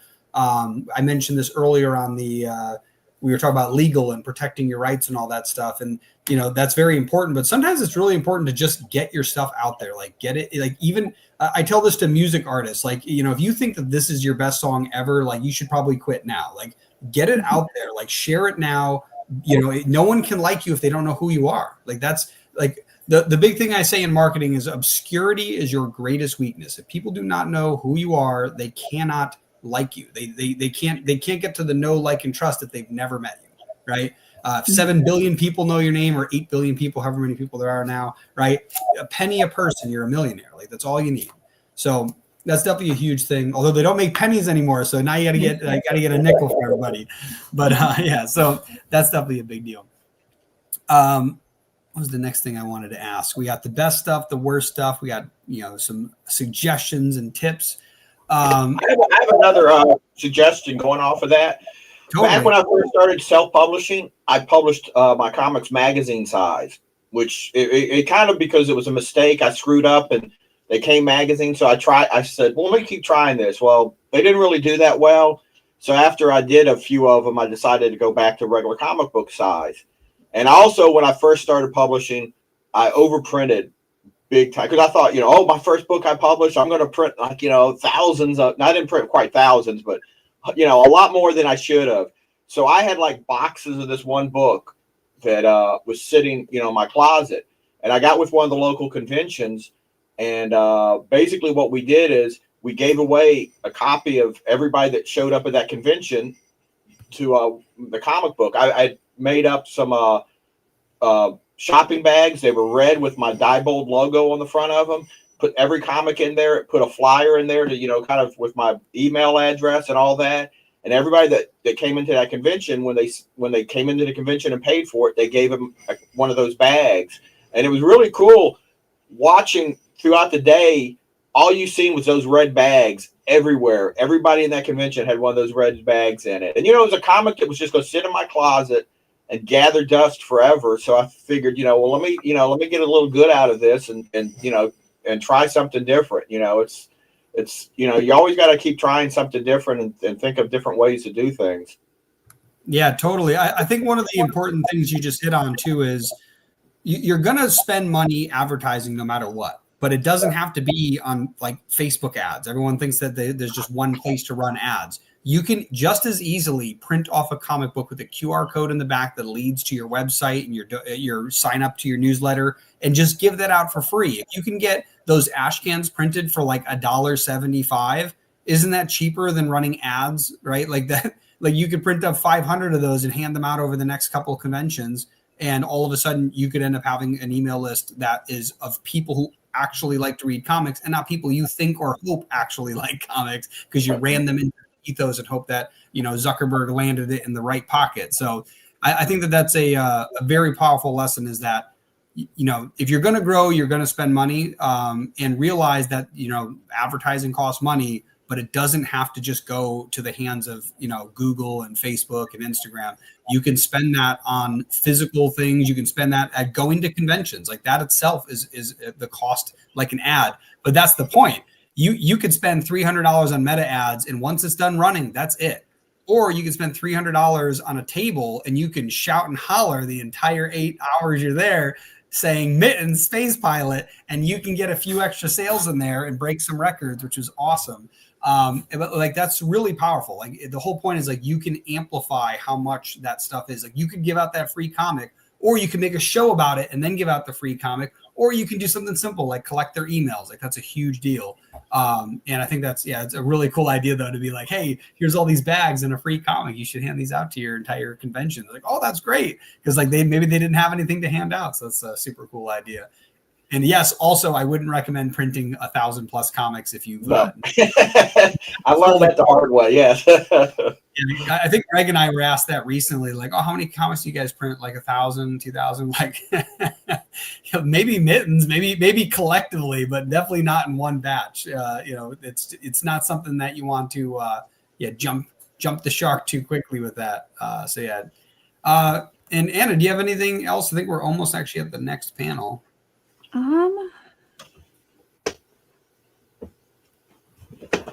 Now that you've been inspired by all this stuff. Kind of just jumping off of freebies are always great. I think the ones that I've seen do the best are either or I've given away freebies as part of purchasing a comic too. One of the things, like if somebody purchased my comics, I'd be like, if you purchase any of my comics, you can choose from these little things. I had like a little pins that I had made that were I made in bulk, and I'm pretty sure I lost money on those, but it's an advertising thing. You can have sticker packs. People go like weirdly nuts for sticker packs, and they weren't even fancy stickers. They were like the ones that I printed at home on the sticker paper and cut out. But yeah, you'd be shocked how excited people will get if you tell them that they get something free when they buy something from you. So definitely anywhere you can afford to make that happen, it can boost things pretty significantly. So yeah, I'll say that's something Greg and I do all the time, where like someone's at the table, they're like, oh, like how much for this comic? And they're like $10. And like, oh, okay. And like, oh, but you also get like a free bookmark and a free sticker and a free this. And all of a sudden they're like, ooh, and it's like each of those things collectively probably cost $1, like, all together. And so it's like, for me to lose $1 on the sale to make the sale is better than making nothing. And not only that, the big thing, like I mentioned earlier, is like someone can come back and buy more comics next time. Right, they can be excited because they finally got it. Like I'll say the second coolest thing, it might even be the first coolest, but was the Nashville story where we had these two guys come up to our booth. One of them bought our comics that day, specifically ink. They went home, read it. They brought their friend back the next day and like, you have to buy this comic. It was that good. And this was somebody who we spent like, I don't know, 20, 30 minutes, which is way too long to talk to a single person at a convention. But we were stuck in like a corner where we were off the corner. Like, here's the main convention floor. And we were like behind the corner. It was very dumb placement. But he mentioned like he likes, we were talking about like Venom and the Green Lantern Corps and other mainstream comics. And then he liked ours enough to get his friend to come back and get it. I was like, yes, we're doing something right. So that was super cool. So anyways, before we move on to the next panel, what are you working on and where can people find you? Well, like I said before, you can mostly find me on Instagram's easiest place to find you or to find me. I've got links to my current one, Book of Rifters, up here. And I'll be announcing on my Instagram when and where you can buy issue 2, looking at probably early 2026. Very, very or cool. You can scan the QR code and go to her Instagram and follow her. Yes, yeah, because we had that up earlier. And John. You can go to my Substack. It's jholland.substack.com. That pretty much kind of like ties everything in. I have, buy me a coffee site that connects to that.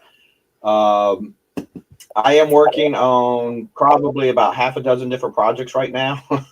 I'm always working on more than I can get done at one time. So working on the second issue of Alma, which has been overdue for a while now, and a few other things. probably one of the closest things we got coming out is 2 Tons of Fury, which is going to be coming out beginning of next year. Hopefully, we're going to be doing a Kickstarter for it. Awesome. Well, it's very exciting having everybody here. Definitely go and check their where are they at? Check their stuff out. And yeah, we look forward to having you here on any other panel. I don't remember if either of you on. I think Anna, you're on a bunch of other panels. I think I don't remember. Yeah, I'm on at least one tomorrow, and then I'm on a couple on Sunday. So sweet. I think I'm on your next panel. I think I'm on your next panel too. Sweet. Awesome. Cool. So I'm going to get to the next panel. But again, thank you guys for coming so much, and it's awesome to have you. Thank you. Boom. All right. Cool. Nice. We have the next panel that is up, and that is Indie Comics on a Budget, Thriving with Limited Resources. And first, we will bring up to the table Jeff DeMars. Is it DeMars? I'm assuming it is, but oh, you're muted. There he is. 1 second. All right, we can hear you now. I wonder if he can't hear us. All right, can you guys hear me now? Yep, we can hear you. You hear us? Perfect. Sorry about that. I was saying the last name, obviously Jeff, but DeMars, or is it how you pronounce it? DeMars, yeah. The way you think it would be. Awesome. And it's said many ways, so. So really quick, who are you? What do you do? My name is Jeff. Currently I'm with Apollo City Comics. I work on 2 different books. One, Tales of the Mariner, where I do everything but pencils. I work with a long-term collaborator, Nolan Nesbitt, on that. And I'm working on a second book, should be out in June, the first full issue through Apollo City Comics, called Finding Kismet. And I'm solo on that one, doing everything from writing all the way through coloring. So it's kind of what I do. Very cool. And also Apollo City Comics is one of our sponsors for today. So I figured I'd just shout that out. Brandon has been super helpful. Yeah. And now time for John back to the stage. Who are you? What do you do? I am John. I write. I've been published by a lot of different indie publishers like Fantagraphics, Kitchen Sink, Innovation, Malibu, Whole Ton back in the day. Now I've pretty much self-published. I do work with some publishers. I'm working with Anarchy Press and a few other publishers in the pipeline. And I self-publish under Diebold Comics. Awesome. I just heard Antarctic Press in there, and I was thinking I chatted with, I think, the founder of that. Ben, yes. Yeah, I was chatting with him. Man, where was that? I think it was San Diego. I think that's where that was. But yeah, he was very cool. He was like one of the nicest dudes. He was like super excited about everything. We're just like, hey, what's up? He's like, what do you do? And he's like, oh, I'm running this stuff. We're like, oh, that's cool. Like, because I'm that guy who's like super ignorant in the comic book space of all the legends. And I was just like, I have no idea. I'm like, what's up? And so I chatted with him for a minute. I'm like, oh yeah, we're here, doing this, doing that. He's like, wow, that's exciting. What do you got? Show it to me. He's like, yeah, he's the nicest guy. So that's awesome. Oh yeah, Ben is really nice and gets excited very quickly. But Antarctic has been around for like 40 years too. So they've been around since the beginning. So they've done a lot of different projects. Oh yeah, no, they're definitely very, very cool. Cool. So to the panel, we are on Indie Comics on a Budget, right? We are trying to figure out, how do you grow this little tiny thing we call independent comic book, publishing, production, whatever you want to call any parts of this. And how do you take that when you have about that amount of money and grow? And one of the first things I actually want to ask is, John, do you write, draw? What's your involvement with the comic creation process? I write and publish. I can't draw a straight line with a ruler, so I have to use artists and colorists. So yeah, I just do the creating and the writing side of it. Awesome. And Jeff, what about yourself? Right now, I'm kind of doing everything from writing all the way through. One of my books, I literally am everything other than having a few editors. So kind of self-made shop at this point, but it took a long time to get here. But so like a true cartoonist, meaning like you can do beginning to end. Yep. So my first main book that I've been working on for a long time, I worked with a penciler and somebody I just met in college, and we've been making comics on and off for 15 years. And I think with this last one, I finally just wanted to take that last step and do the penciling part of everything, because I would do the writing, I do the inking, I do the finishing, the lettering, coloring, and then getting ready for publishing and all that, but I wouldn't actually do the pencils. So I'm finally kind of taking that step with this next book I have coming out. Yeah. Very cool. And speaking of being on a budget, that is probably one of the best things you can do to save lots of money if you're an independent creator, is learn all of the trades. So I think that's a pretty important thing. That, like, if you really want to get into comics and you don't have the money, like, it's not like people can afford a pencil and paper. So like, you can definitely get into comic creation. But I do think that, yeah, it's important to know, like, these skills are all learnable. You don't have to have been grown up as an artist. I know plenty of people that, you know, couldn't draw at all, and they take a course and suddenly they can draw better than the average person. And honestly, when it comes to comics, I've seen comics that have won awards that are drawn by what I would consider amateur artists. Now, I'm saying artists at the end of that as opposed to hobbyists, because they are, in fact, of at least some level of professional caliber. But they're definitely not like, you know, the Marvel, DC, Image, Dark Horse, IDW that you're expecting to see. It's like just an okay comic, but the stories are really good, and that's a huge part of it. So I think that's definitely one of the biggest things is, yeah, if you want to save some money, become the artist, become the writer. The one thing that I would suggest not saving money on is the editor, though. That is the one thing. I don't know if you all agree with that, but I think that no matter how good you are, an editor is always worth it, because you are gonna mess up. Like, it's impossible. Like, you know, like, unless you're the first independent comic creator or artist or, I don't know, person on earth to not make a mistake, it is unlikely when you're writing your own story that you're not gonna miss something. So definitely agree with that. And for John, obviously, if you're literally only on the writing side and you're working with artists to help with everything, what are you doing to try to, like, basically reduce the amount of cost? Are you worried about, you know, reducing cost on the art, the printing, getting it out there? Like, what's the yes, you're here. Where are you looking to try to reduce how much you're spending? I don't know if you can really. I mean, it's hard to, like, reduce the price of the artist, you know, because I mean, you don't want to take money from the artist, and the less you pay the artist, that's also maybe the quality of the artwork you're going to get also. So it's hard. I retired a couple of years ago. Before I retired, I had a pretty decent job, and I was able to, you know, and I don't have a lot of expenses, you know, so most of my money went into my comic creating. Since I've retired, it's been a little different. You know, it's like I don't have all that extra money coming in. So the biggest, I think one of my biggest things I try to find someplace is, like, with the printing. Printing costs have just went up so much since the pandemic. You know, I keep trying to find a printer that's not going to want my firstborn. It's you know, the artist, when I work with the artist, I always try to find out what they want, you know, and we work out a you know, what we can. And a lot of artists I've tried to work with, my budget is not going to be for them, you know, and that's fine. You know, it's you just have to find the right people to work with, and people that will work within your budget that you feel comfortable with. I've talked to some artists that, you know, want $200 a page for artwork, you know, and some of those artists, their artwork is great, and then some of that artwork I've seen that want that $200 a page is really very beginning. You know, they're 5 steps ahead of themselves, I think.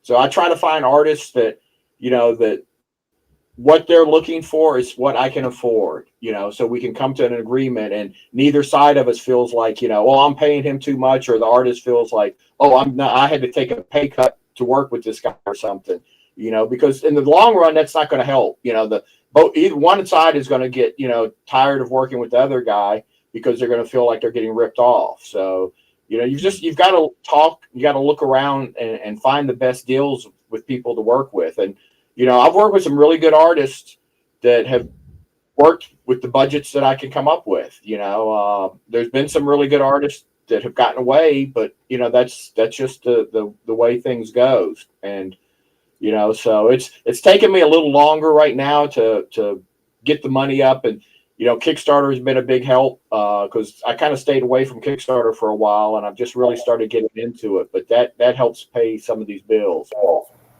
Yeah, definitely. And I think that one of the things you mentioned is, yeah, finding artists that that work within your budget is huge. One thing that Greg and I have also found, yeah, you get an artist who's like, hey, I want X number of dollars, and we're like, oh wow, can you show us your work? Like, what comics have you worked on? They're like, oh, I haven't made any comics yet, and they're like, sorry, what? Like, you know, if like I definitely think that you know, this is, I'll say to the artist out there, if you're trying to get work in the comic book space, your art is not that valuable yet if you just started, because part of what makes your art valuable is your name recognition. So for example, one of the artists that we work with for our series Inc. is Adam Fields, and even he'll admit his first comic with us was not his best work. It was his best work at the time, but it's not his best work now, right? He is much better now. So he's actually grown with us, which is awesome. And so that's kind of the other thing too, is you can find an artist who's kind of like just getting their feet wet, as long as their artwork meets a certain standard, and you can really get some awesome artists that kind of want to stick with you and work with you and go through a series and all that. And maybe over time, you know, like you said, you also don't want to get that saltiness. So you kind of increase, you know, you can, hey, this comic is selling better, I'd like to pay you more for it, right? Like, because we're getting more of these, we're selling them in bulk, we're selling trades now, whatever it might be. That's kind of how I see it growing. Jeff, I know that you do everything now because you're the everyman, but what are your thoughts on that? Like when you were working with hiring the illustrator, for example? Yeah, I mean, I feel like I'm in a different place than John is in terms of where I've always been with creating comics. It's always been collaboration. So trying to find people that want to collaborate with you, and with that, you do give up some of the creative control. But you can also find people who are incredibly talented. We're kind of in the same space. I work a full-time job. I'm doing this on the side. I'm doing this at nights and weekends when the kids are asleep.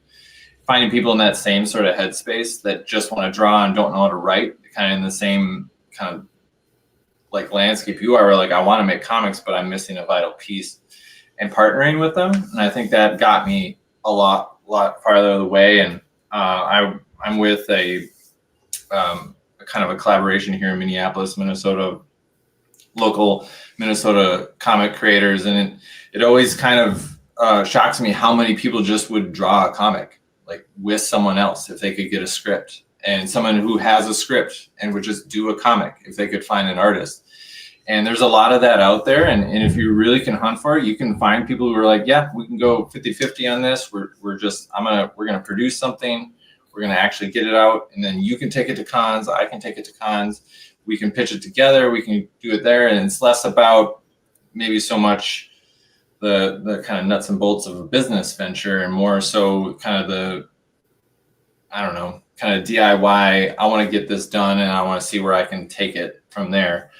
And then from that, you can kind of see if you can have a partnership long term. I know people who get that kind of taste for drawing a comic, and then they're like, no, I'm an artist full time, which means I got to make money, and that ain't gonna stick for that long. But writing's always been something I could do like in the cracks of my life and find people to work with. And I was lucky enough to go to college with the only one I ever had to work with until where I am now. But some of that luck is out there. And I think if you're going out into the community, especially the local community, a lot of the larger cities, if you're in one, they have a strong community of art. And I know Minneapolis is one I can really speak to, is having a great culture for comic book creators and people who just want to make stuff, not necessarily about I need X amount per page. So, if you can save up and get that, or if you can make a deal, say the Kickstarter will do this comic, the Kickstarter, the first $800 we make or $400 we make is yours as the artist. And then after that, it's me. And I've seen some sort of deals like that where the first part of it's get everybody paid and then do the actual kind of profits from there on out. But yeah, I don't have a lot of money. I'm never going to be able to afford to pay anybody, per se. So it's very much been about like building relationships, building skills personally, and kind of taking it on myself. So yeah, I'd like to on that too, because he makes a good point. I actually work with a couple artists that neither of us are getting paid until the book comes out. I'm working with one artist that we've actually did work through Antarctica Press. They've published some of our stuff, and he doesn't charge me for. We work together, and then if we make any money, we split it. However, we decide to split it. We've got a Kickstarter coming out, probably the early next year. So there is that possibility, and some of it. The way I found this one artist I'm working with, I actually had a sign up on my table at a convention, looking for artists, and he walked by my table and seen the sign, and we started talking, and next thing we're working together. Facebook groups, I've found another artist I'm working with without pay right now that we're working together through a Facebook group. So there is that opportunity of finding artists, like Jeff said, that you can work as a collaboration and not have to put out the money until you start printing the book and things like that. Yeah, no, that's definitely. I think that's probably one of the biggest ways. I feel like a lot of people are worried about giving up their IP, like you mentioned, Jeff. Like you're going to be giving away, part of the control that you might have over this idea. But in reality, it's like if you want to get something done, there are ways to get it done. I think that's a really important thing that a lot of independent creators need to understand.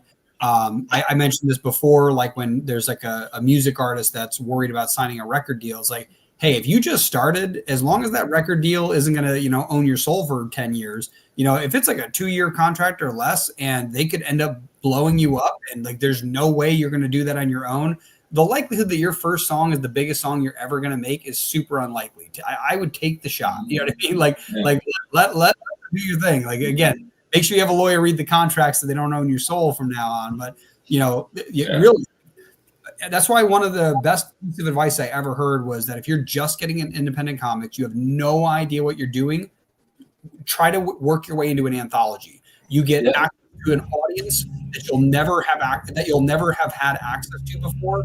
You get a chance to write a very small comic. So even if you make a mistake, it's not a big deal, right? You can make a 4-page comic for an anthology. It's just it might not cost you anything if you're the artist, and if you're a cartoonist, right, you can get the whole thing done. So like, let's say you've been practicing both art and writing and lettering and all the fun stuff that's needed to make a comic. Now you can get it done in one small place and get it out there and get feedback on it. If you're just a writer, maybe there's an artist you can partner with to get this short story out there.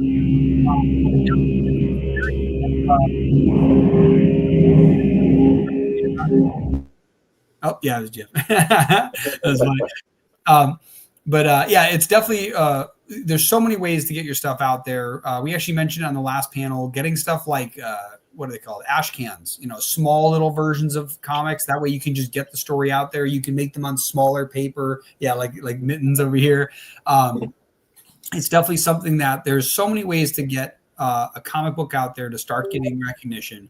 But definitely one of the big things we mentioned in the last panel that I'm going to bring up again now is if you really, really want to become an independent comic book creator that makes money and can grow and continue to do something you enjoy without just draining your bank account, you absolutely need to be building an email list. And email lists are free. You can use a Google Sheet, right, for free and just collect names and emails. You can do this by running Kickstarters, which are free. As long as you budget correctly in your your funding goal, and you're not like, hey, I'm selling comics for $2 even though it cost me $3.50 to print, right?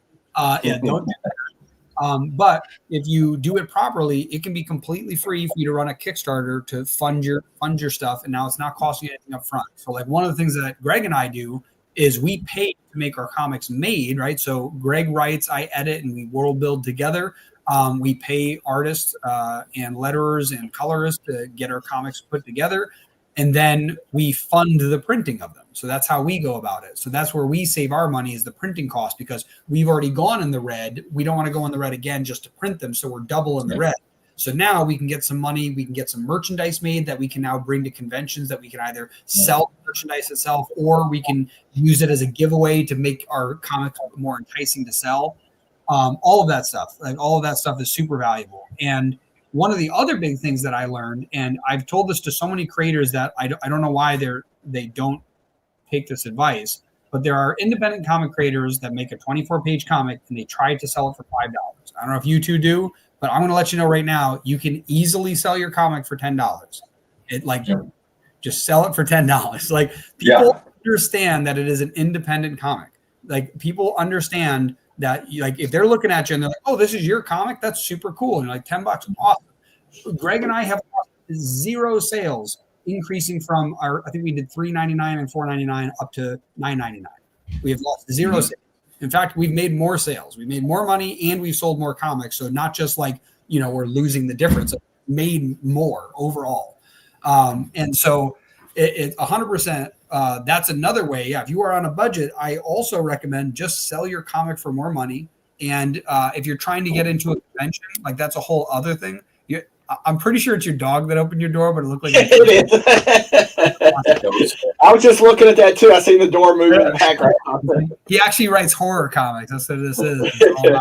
It's all about the ghost he hangs out in his house with. But yeah, like, that's a really big deal, is like selling your comics for more. And if you're trying to get to a convention, I don't know, is there a skill that you can offer the convention host where you can say, hey, I'll do this skill that only costs me my time, but I won't charge you if you'll let me have a booth, right? Like, that's a great way to potentially save money there. By the way, speaking of that, have you guys had any luck or any things like that where you've kind of gotten your foot in the door? Jeff, you've mentioned already, obviously, partnering with somebody where you give up some of the rights to the comic, and now you don't even have to pay to make the comic, which is amazing. Yeah. Have you guys had any luck with conventions, getting out there and being able to broadcast yourself for free?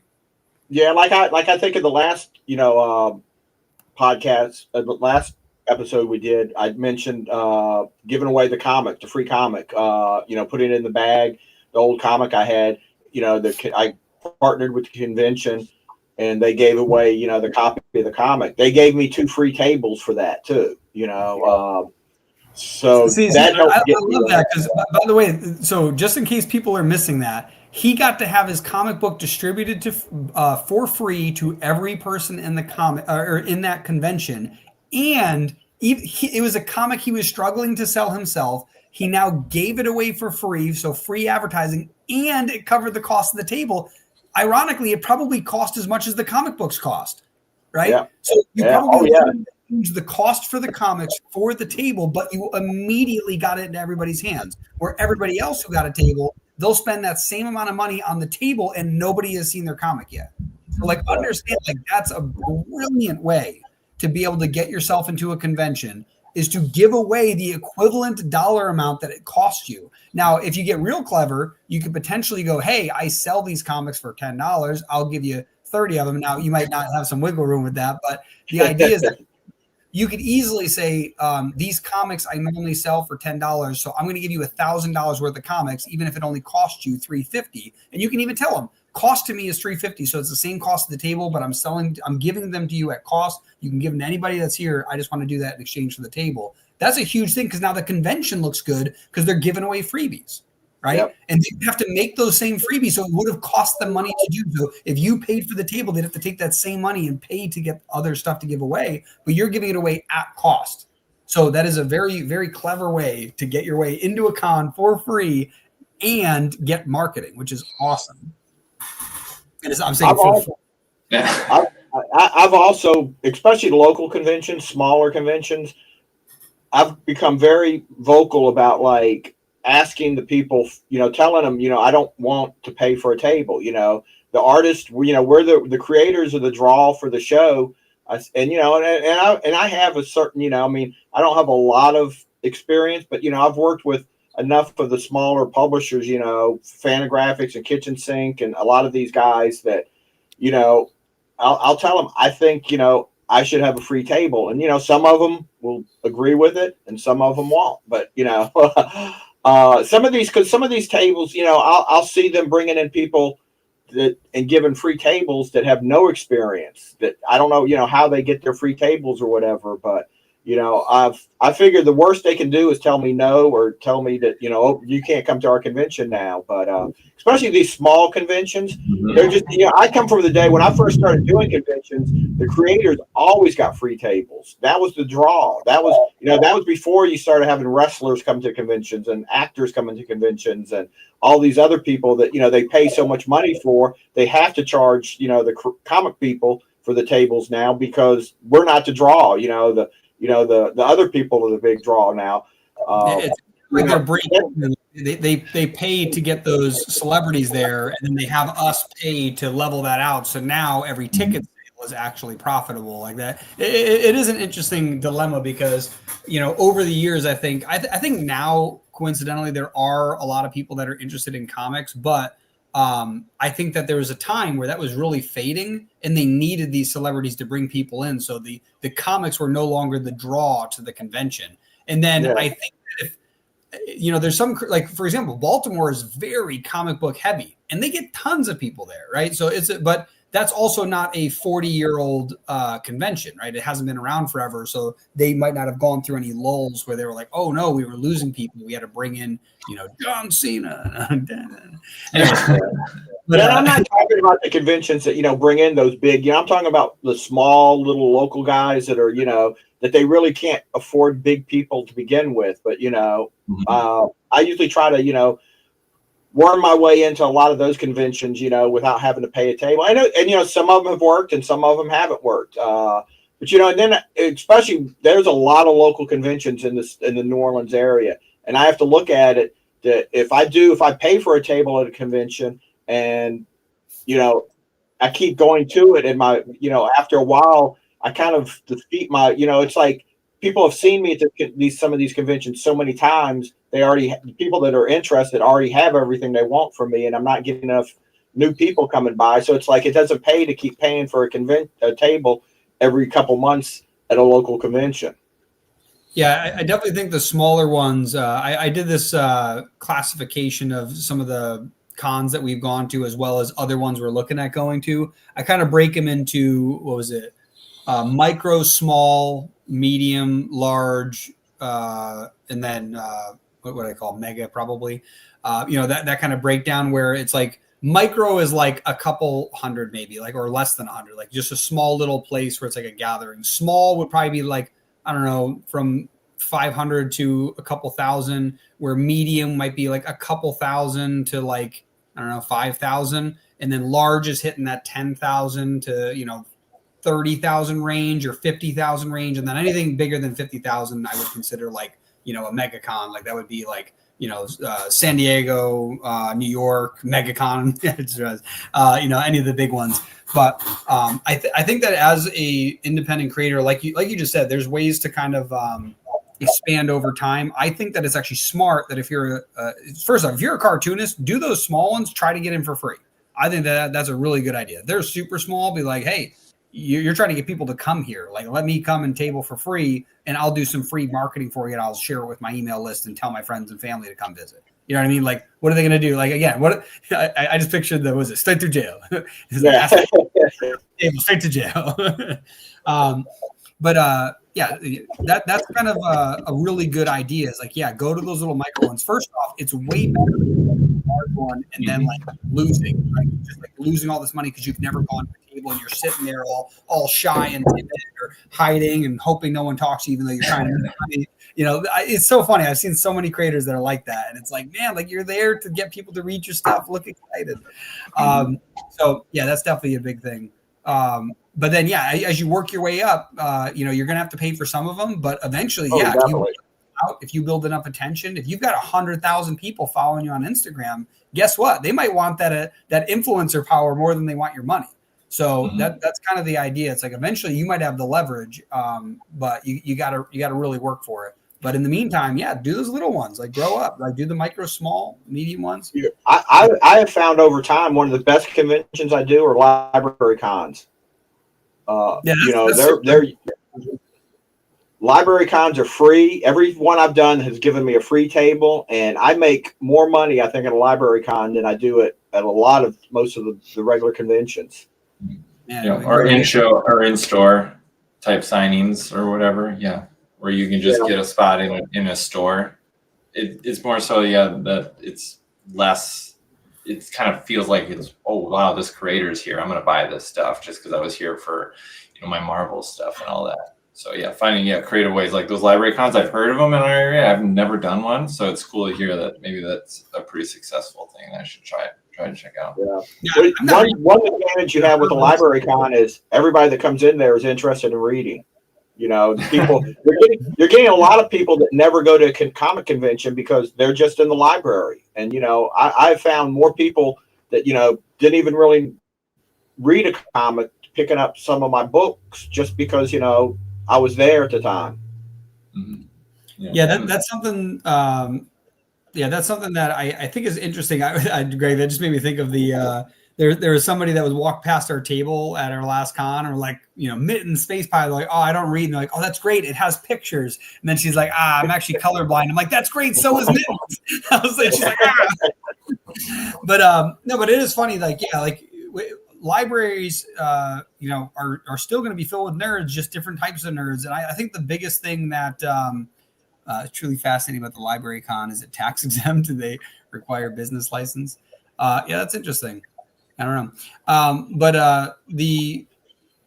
First off, I've never heard of library cons until today, which is cool. Oh, I did, because there is one in Schenectady. But cool, didn't know that. We should do those. Well, it's always around when I go to Lake Placid, so. Oh, what a nerd! That's a little more important for me. Is just not being around here. Yeah. And to answer the questions, I've never paid taxes from a library con, and they don't require a business license. Interesting. So now I may be there may be somebody looking for me to pay taxes on what I've sold, but nobody's ever said anything to me. Every other con I get, if I forget to pay my taxes, I'm getting emails and letters, from the tax assessor telling me that, pay my taxes, but I've never paid anything on any library con that I've been at. It's like, don't forget, this is live. Yeah, smart enough for your last name there, John. Yeah. Either way, like I love the idea of they're readers there, like they're people that like it. And I think that the big thing is that especially if you're not just a superhero comic creator, because there are a lot of there's way more superhero comic creators than any other types of creators. But if you make anything other than that, like we do superhero, but we also have horror, we have sci-fi. And if you go to a library, there's people who love sci-fi, they love horror. And so if you can get in front of them and be like, hey, I have this comic book that's a sci-fi comic, they're like, wait, there's sci-fi comic books? Like there are so many people who are completely unaware that there are any other comics other than superhero comics. So I think that's a huge that's a huge deal to get into libraries. Greg and I have talked about getting into libraries, but not because of cons, more because I think that just getting them on the shelves there would be incredible. So I think that that's such a cool idea, is going to a library con, which now I'm going to have to go make a whole database of library cons. Thanks for homework. But I love that. Super cool. And Jeff, I just realized, because we tangented a lot.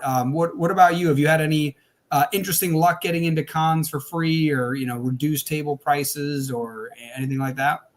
No, I mean, that's brilliant. I never thought of just saying, could I come in here for free? And mostly because I think it's a common thing probably in people I know who are indie, is like, we don't think that someone's going to be like, oh yeah, here's a free table, so we don't bother to ask. So having a little bit more gumption would be a great thing. But for me, I think in terms of like operating on a budget, when I do shows and cons, my focus is making sure I have a lot of really items with really good profit margins on them. Because honestly, the comics, even though selling them at $10 is like a legit thing, and people will not balk at that. I totally agree, Dylan, on that. It's still not making you the type of money to get back your table to then also get back your cost. Things like prints are, telling people, if you don't have prints, get some prints. Just do your cover. Just print your prints as a cover. People buy that for $10, and that's costs you $1, if that, to print a print. And sketch covers, if you're like me, I'm lucky enough to be able to do them.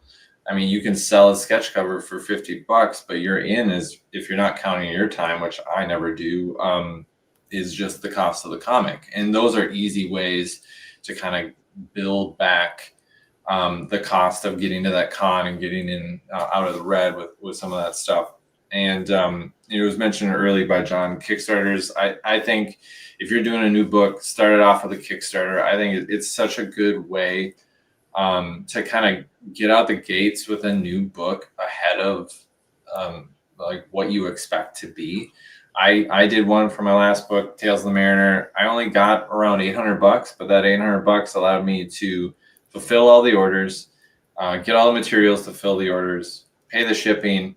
Ended up with $100 left over to get me into a few cons, local small cons, as well as all the stuff I needed for the table. And that's the Kickstarter. So I come into those first cons and I'm already at even. So everything I get back is pure profit. And it kind of snowballs from there. And if you're smart about paying attention to cons and not repeating a con that wasn't successful, you mentioned categorizing cons in terms of size. I also categorize cons in terms of who's coming there and what are they looking for. And if they're not into indie comics, it's a hard day, you know, and it might still be like a $50 table, but if nobody wants any comics and all they want is toys or autographs from somebody, you just keep the $50 and maybe try to call a store to see if they'll let you do a free table at, you know, a signing, thing like that. So I think the profit margin is a good thing to keep in mind. And you know, if you are just the writer, seeing about if you can get some sketch covers completed by whoever you partner with at a lower cost, so you can still, like, you know, you might be all in at $25 on a sketch cover that's completed, but you can sell it for $50 at your table.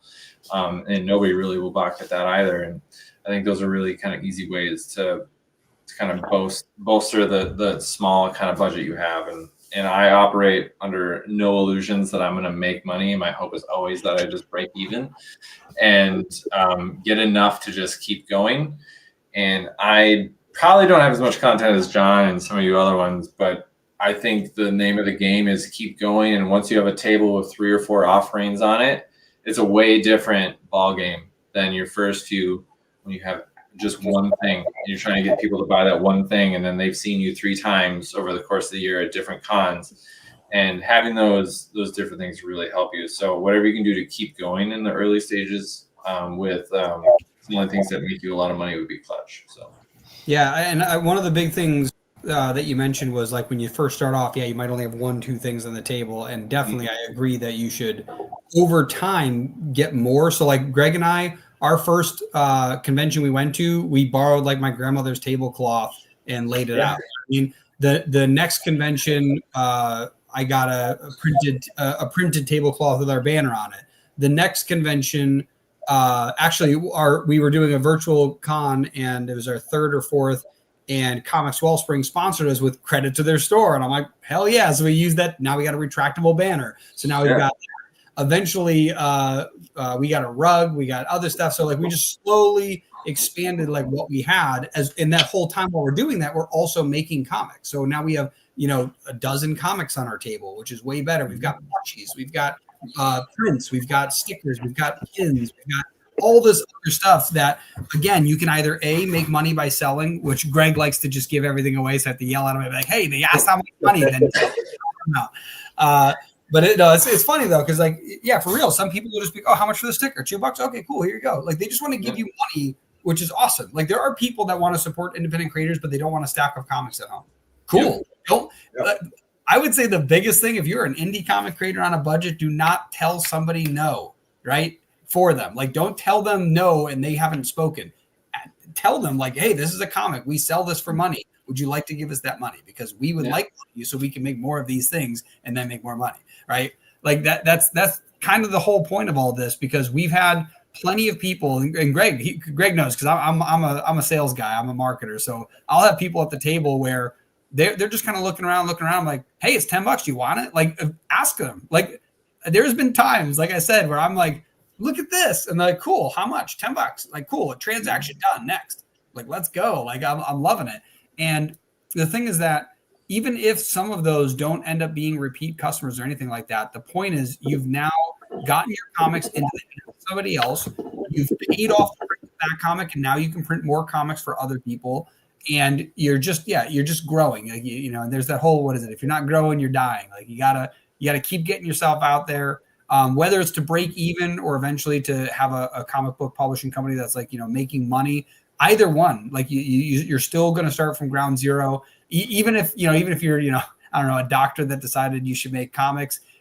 It's one of those things where like, yeah, sure, you have all that money, but even still, if you just spend it all at once, trust me, you can spend a stupid amount of money in the comic book space if you are not careful. You know, whether it's, you know, accidentally hiring an artist for $300 and it's their per page and it's their first job they've ever done, and it turns out that they're just the illustrator, they don't do inking, right? Like, whoops, like, yeah, you've made a mistake.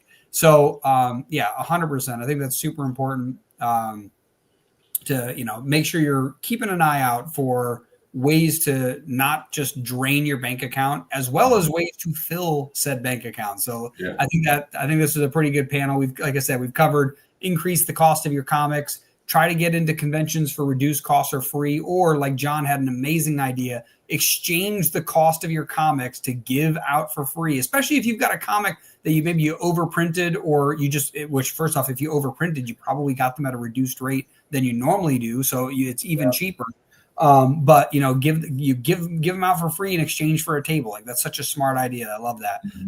Doing smaller prints like ash cans, and because it costs less to do it, get it into the hands of people. Doing free library shows, library cons. Again, didn't know that was a thing. That's awesome. Yeah, these are all great ideas. I love this. Awesome panel.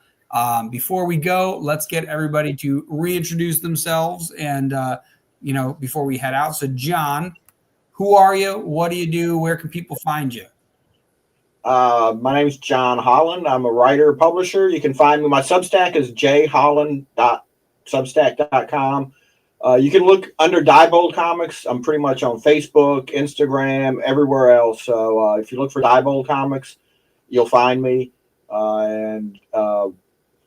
That's what's the thing you're working on right now that like it's either people can go out and look at right now or purchase, or like a Kickstarter? Like what's the thing we're going to do a Kickstarter coming the first of the year, actually, with one of the artists that I'm working with that's not charging me. We're working together. It's called 2 Tons of Fury. It stars Herbie and Fat Man the Human Flying Saucer. They're old characters in the public domain now. We've actually got covers from some of Bob McLeod is doing a variant cover for us. He's the co-creator of the New Mutants. And we've got a few other covers like that. We're not going to go crazy with variant covers. I've learned that's not a real good process, but we're going to have about maybe 4 or 5 variant covers, and we're trying to find, you know, some pretty decent artists, you know, with some recognition on that. Should be coming out the beginning of hopefully January, February. Awesome. And Jeff, who are you? What do you do? What are you working on? And where can people find you? Yeah, my name is Jeff Demars. You can mostly find me on Instagram at Jad_Inks. I'm also on Blue Sky in terms of socials. I'm currently with Apollo City Comics. I work on 2 different books. Tales of the Mariner, we got our first issue out now. There's links in my bio on Instagram to pick up that issue if you like. And working on a new kind of solo venture book called Finding Kismet. And we're going to be doing a Kickstarter, I think in June of next year, provided I can get it all done. So keep working. Awesome. Well, thank you both for joining.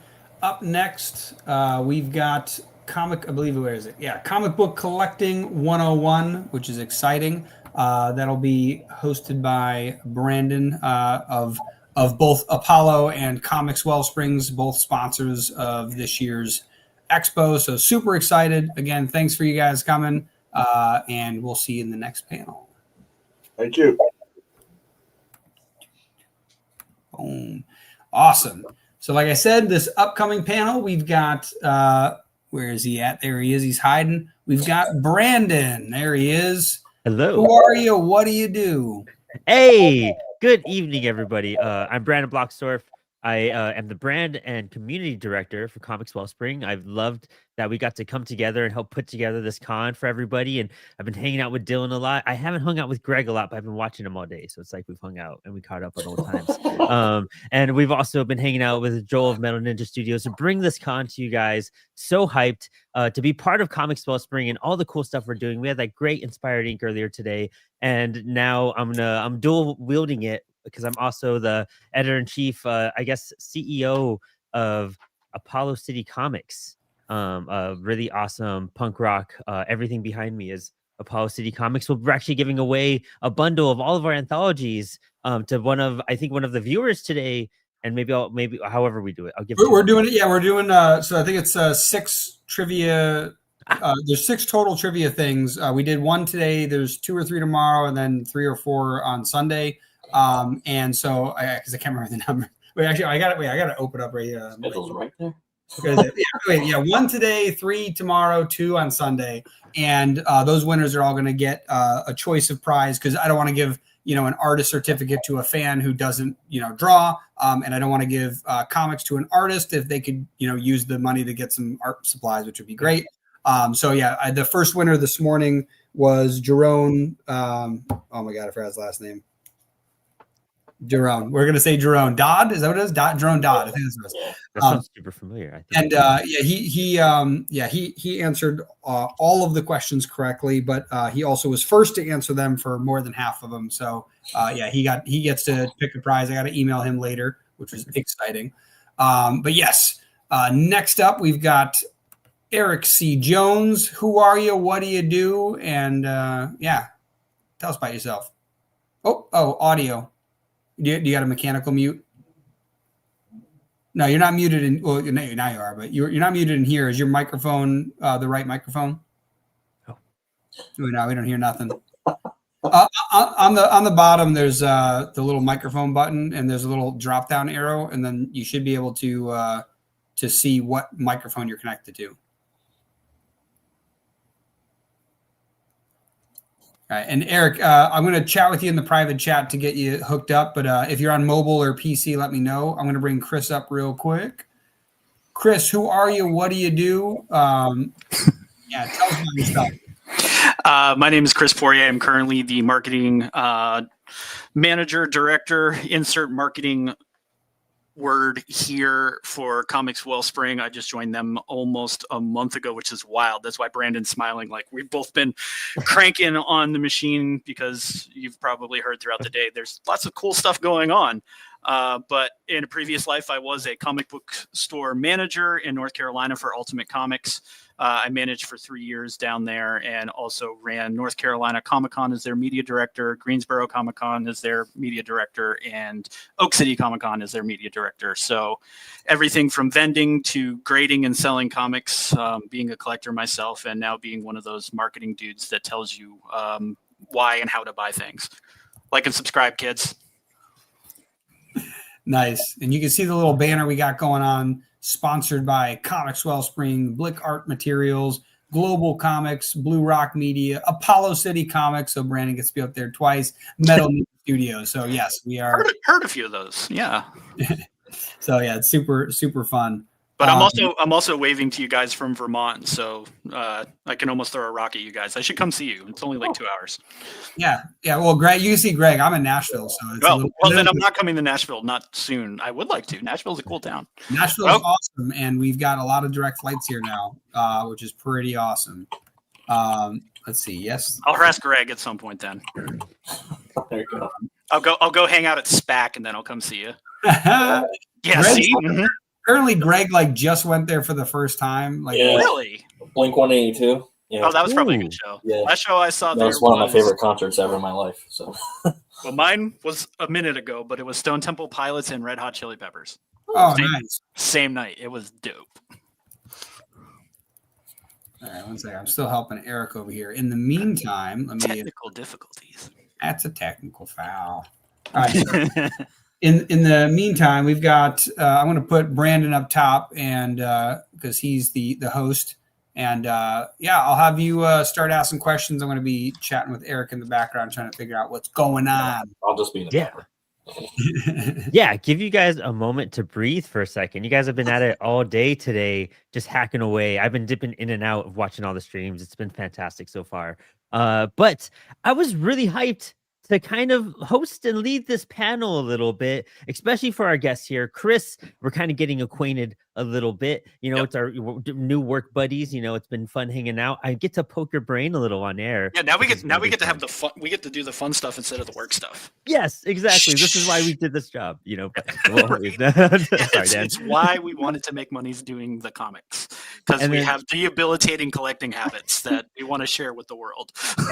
If you can't tell, it's one of the topics, you know, over collecting. And if you look at, you know, Eric's background, he is also, you know, suffers from the syndrome of over collecting like many of us. But it's even worse when you're at a store though, because stuff comes in and you're like, this is going in me pile, this is going in customer pile. Yes.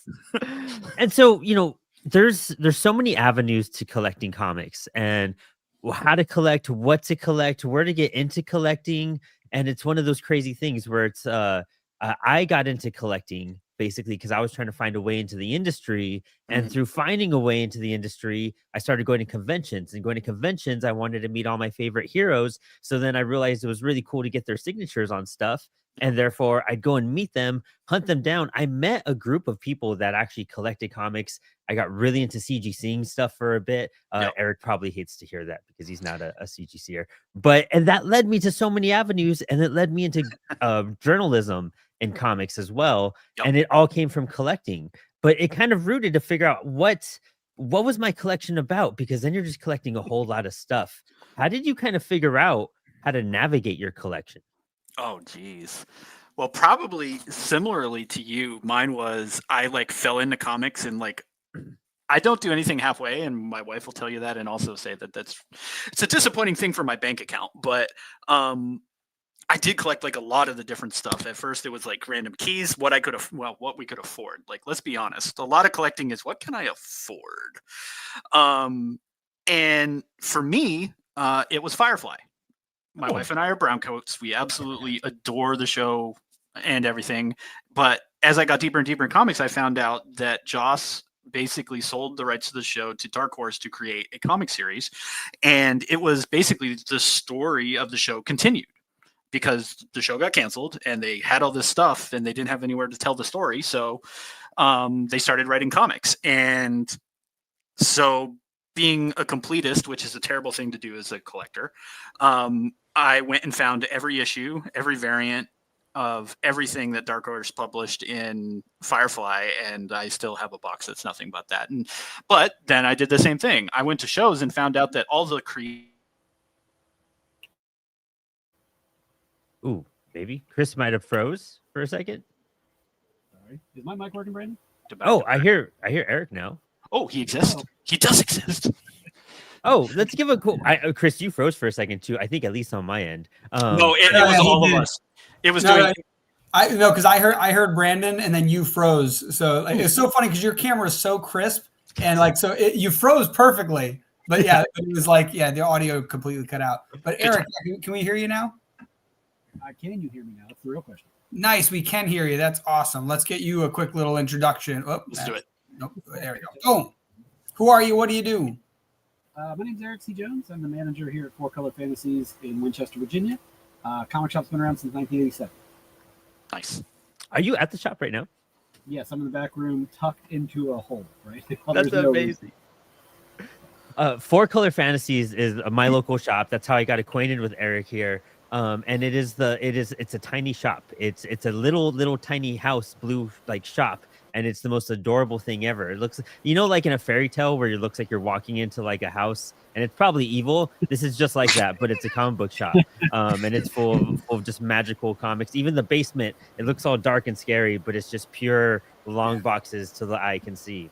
With also evil. That's great. Right. Anyways, I'm gonna let you guys handle this, Brandon, so then I can walk away for 3 seconds from the table. But I just want to make sure that the technical issues are gone. Looks like we've got Eric, Chris is unfrozen, and Brandon's under control. We've got this. Chris was just saying, we were just talking about what kind of got us into collecting. For me, it was through avenues of trying to find a way into the industry. Chris was about being a Firefly fan. and how that led you into it. Do you want to continue that until we bump into Eric? Yeah, no, for sure. So, like I said, got to meet all the creators and really fell in love with them as human beings because they were all brown coats too, which was really fun. Was finding out that just the people that were also doing this weren't just collecting a paycheck; they were fans. And so, over the years, I've just collected lots of stuff from that. I even have the convention banner of the inker of the series from Carl, because he was retired at Baltimore in 2018. And I stopped by and said hi because I always check in all of them at every show I went to. And he's like, "I'm retiring the banner. Do you want it?" And I was like, "What?" I should have brought it out just to have it behind me for this talk. But what was really cool is I was vending, so I was busy, and he had everybody sign it, and he didn't tell me. So when I got it home and I pulled it out, it had everybody's signature on it and said, "From your fellow browncoats." And I was like, okay, I'm set for life. Like I am now a comic book fan through and through because of this. And here I am. But then I fell in love with original art and the rest is history. And I don't have enough money on planet Earth to buy all the stuff I want to. Vibes, 100%. Eric, what got you into the realm of collecting comics, and how has your comic book collection kind of taken shape after the years? I mean, as a kid, I lived out in the country, like in a trailer, like the last stop before the West Virginia border. So usually just got my comics at the gas station, just whatever I could get, and it was usually Marvel, sometimes DC. And then I knew Four Color existed because they've been open since I was 3, but like never came here for whatever reason. And then when I was 11, my brothers and I were in the Blockbuster Video Game Championships, and one of the prizes was like a coupon for the shop. And my brothers were like, "I don't care about comics," and I was like, "I want comics." So I came and I got 1 or 2 things, and I've been shopping here pretty much ever since. If I live in town, I moved away for a couple years, but it was just. Yeah, I'm 41, so 1995. It's Spawn and Max and things like that, and I was too cool for superheroes, so I got Vertigo and Slave Labor and things like that, and then started working here when I was 16, and even a little bit before that, I read Wizard, and Wizard just talked about everything. I was like, well, I want to read Crisis on Infinite Earths. I want to read Dark Knight Returns, and now I just read everything, and that's. It just, how it is. It snowballs. You go, well, I'm not really into that. Well, I'll give it a shot. And then next thing you know, you're buying everything. You buy 2 issues and you need all 197, whether you were planning on it or not. They made variants? How do you guys control like over collecting? Because with my collection, I realized I had all of the Batman runs, and I was buying some variants, and then you go online and you start buying variants of things that are online from certain shops and whatnot, and certain artists doing exclusives with them, and then you realize that when you have to move across the country, you have to pack up 40 boxes of comics, and it's not that fun, and that's not including your hardcovers and trades and regular books. So how did you guys filter out over collecting in general? Chris, we'll go with you first. Sure. So moving the first time is what helped me realize that I needed to figure this out. Because same thing, I was like, I don't want to do this. I started identifying for my runs, it is the things that I'm truly dedicated to. Do I still have every inch of that Firefly run and all the variants and everything? Yes. But I was collecting Flash and Batman at the time as well. Nope, I'm good. Like, started pulling key issues out, or variants that I really liked. I started focusing on the things that were either harder to get, so key issues, or something that had sentimental value to me, something that I did get signed, remarked, anything like that. That, half of my collection now is just stuff that I had brought to cons, that were just cool stories from creators that I had met over the years. And otherwise, a lot of just my read stuff now I circulate back to my shops, or I donate. So I now create long boxes of stuff I read this because I read a dumb amount,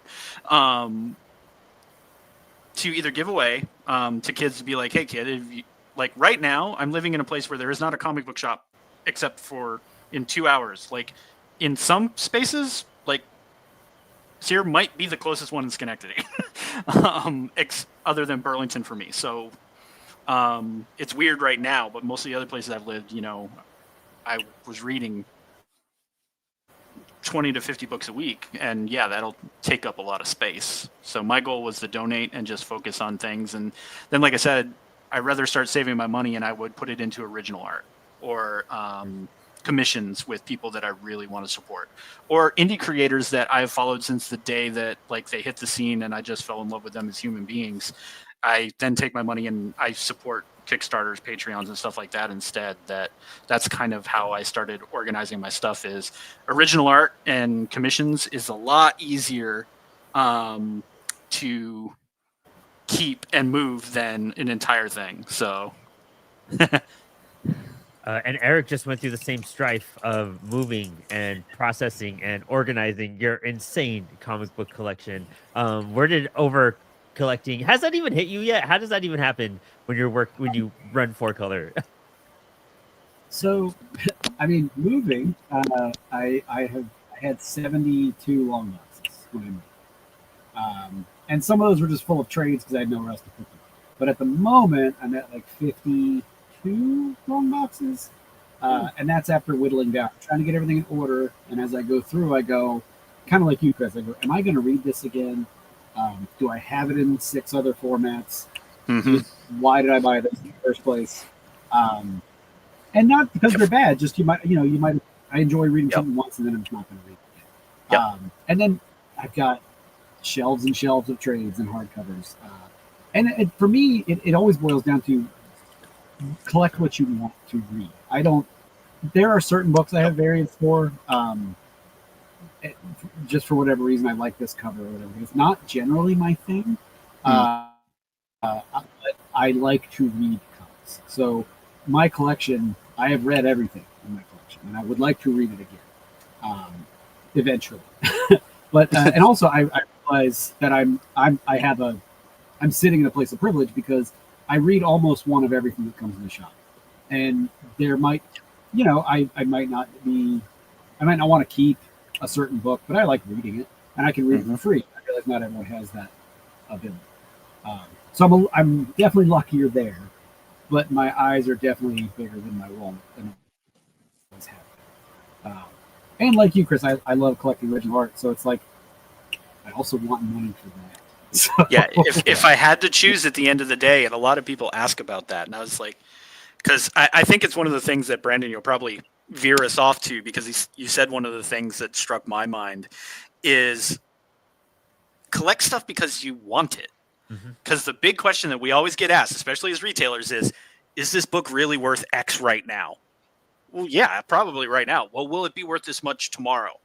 Dude, I couldn't tell you that if I had a crystal ball. Which most means random issues will go up in value, right. and you're just with with speculation and all that other nonsense that goes on. That the hardest thing for me as at managing a shop and talking to especially new collectors. So like, I really like this, but $600 for a comic, and it's like, well, first of all, that's cheap. Second of all, are you comfortable spending that much money on this to make you happy today?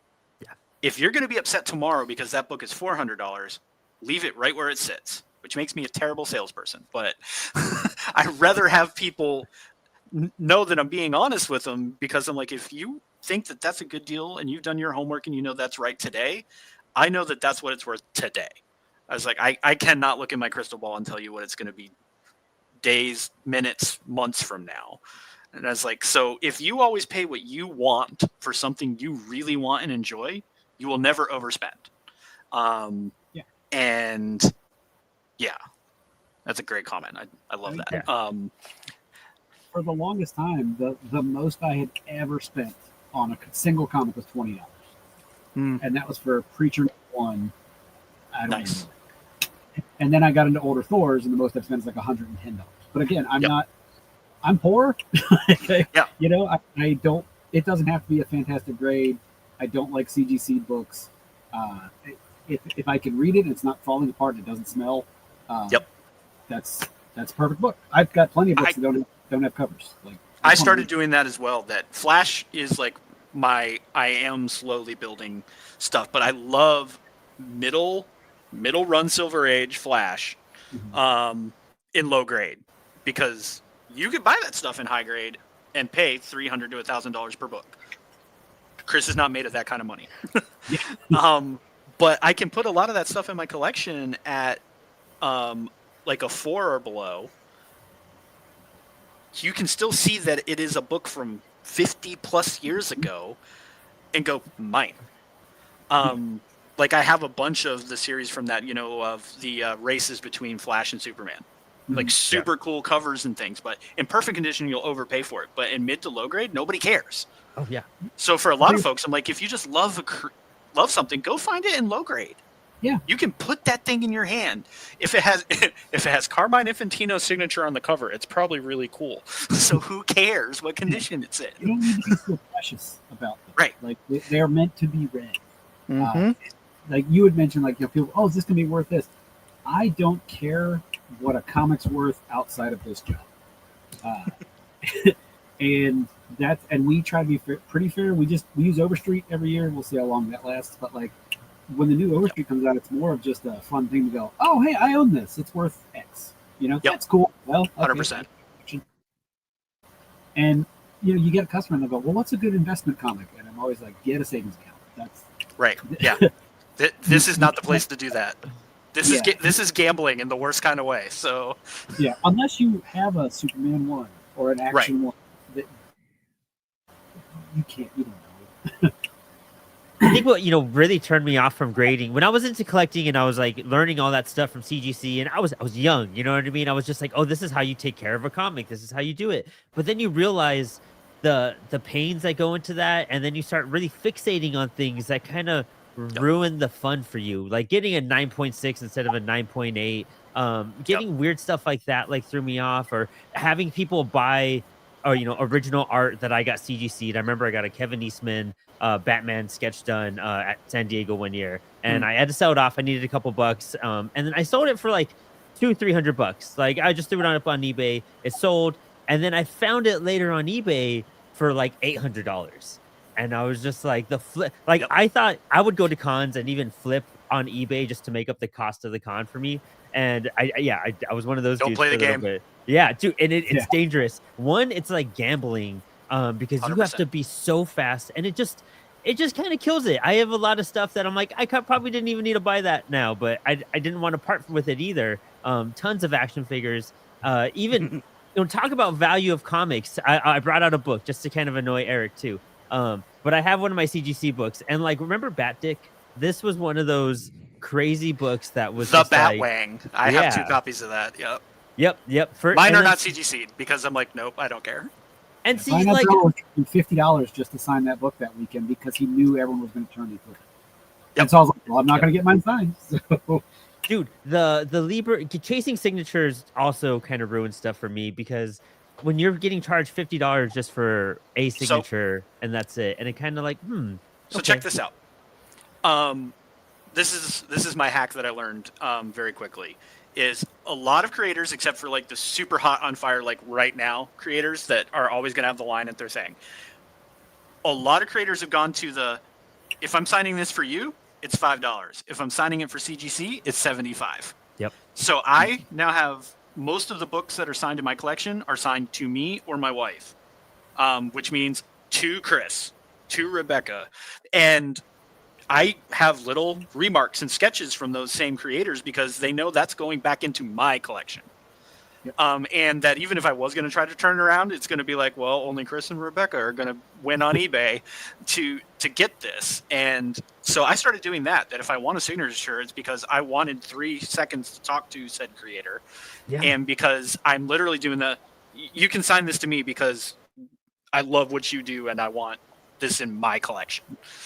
It ruins chemistry you have with them after a while, because, as someone that was trying to get into the industry, and I thought it was fun to get signatures, but the way I was helping getting, because I would sneak in my books with other people's books, and they'd have stacks of books. Yep. And so it was cool because I got to hang out with the trolley of books, just that everyone gives the side eye to. Like, don't be that guy. Yeah, I know you're out there. Rich. So I have nerd shows. Like I've got my Nerd Cart 3.0, but it's just because I like to bring a bunch of shit to get signed. That's different. I like having my stuff. I can support that. There's nothing worse than when the guy comes in and they're like, "Can you please sign all of these today?"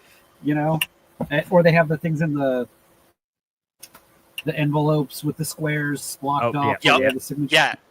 I Prepping books think done that. There's no wrong way to collect. It's just not for me. I think the most fun I ever had was I watched somebody do that to Marv Wolfman. And Marv is like the kindest dude in the world to begin with. And the dude just like drops the stack, and you can see the signature things, and he's like frantically looking for the CGC person on top of it. And there's literally a kid behind him with like 2 books in their hand. And Marv's like, "You over there?" Yeah. I've been waiting this whole time, and he's like, "And you will continue to have a nice day." And I'm like, "You have just returned all faith." It's a matter of courtesy. I don't want to turn into complaining about convention people, but sorry. There's nothing worse than like, hey, this guy charges $5 a signature. That's it, flat rate, no matter what. All the money goes to a charity, and the people are like, "Well, what if I get 10? What would you cut me a deal then?" And it's just like, it's for charity, man. They're like, "No, but like, what if?" Read the sign. Yeah, literally, all my money's going to Hero Initiative. Fight me over me helping other creators that are in need. Yeah, that's a good argument point. But speaking of original art, and actually really cool charity, Eric, why don't you tell us about what you do with 4Color and the sketch cover charity run? So we do a thing called FCF Covers Literacy. We started it in 2019, I think. 2019, and it started because I wanted to do something charitable. And so I asked Mike, the owner, I was like, "Hey, what's a good charity?" And he's like, "Hey, we always give to Literacy Volunteers Winchester area. They're a local program. They're amazing." And Diamond had a sale on sketch covers for like $1 a piece.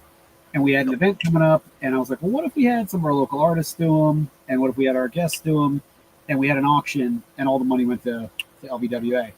And it's the first year I was like, maybe we'll make $1,000. That'd be cool. Like that'd be a massive success for me. And the first year we made $2,200, and then the next year we made $4,000. And since 2019, we've raised over $50,000. Nice. But mainly sketch covers. I have 2 long boxes and a half of sketch covers right now. Nice. And we send them all over. I go to shows and bother people. We put them all up in store. We have a gallery on Facebook. Hopefully this year we're gonna have a dedicated website.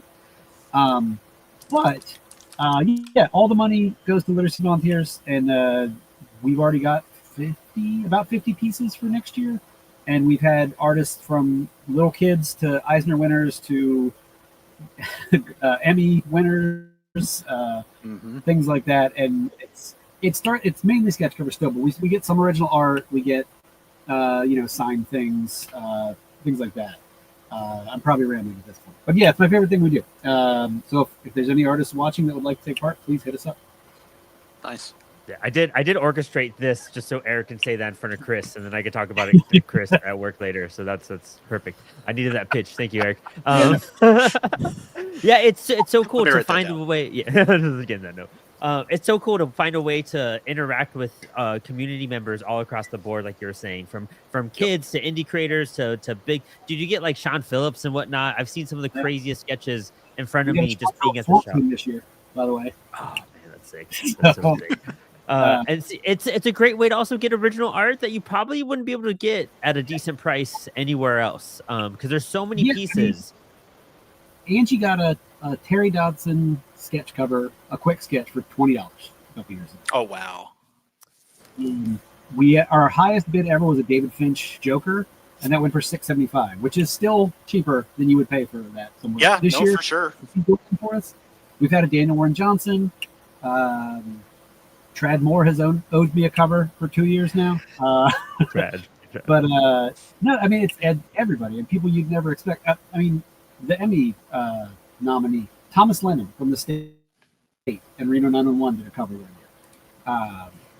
Who else? I'm blanking. We got one from Jeffrey Allen Love the other day. We've had Mike Burrell. Who else? Everybody. Just I will bother anybody because it's all for a good cause, and most people say it. I love that. And so I think we're approaching towards the end of our episode here, the last couple of minutes. And so regarding collecting, I have a bunch of prized possessions, everything from like I have a Bruce Timm Swamp Thing and a Bruce Timm Spawn that even Todd signed, and I have some really cool like jam sketch and signature covers. But what are your guys' prized possessions in your collection? You can name a couple, you can name a few. I even have some cool Grant Morrison signatures that I just like die over every time I see them. So it's hard to pick. Eric's giving me some. Actually, Eric might have given me my coolest thing in my collection. It was the Coheed Year of the Black Rainbow book. Yeah. So that was it's such a rare find, and it's just like, damn, that's a treasure. That's definitely a high treasure up there. But like a little round table. Eric, you can go first with any. I mean, my copy of The Stand is signed by Stephen King and Bernie Wrightson. Nice. Big. I've got a Steve Dillon, Jesse Custer sketch. I have the cover to The Mask, Hunt for Green October #1, which was the first comic I bought off the shelf here at the shop. What else?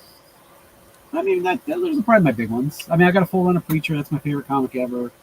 My first issue of Spawn, I got my subscription that's signed by Greg Capullo.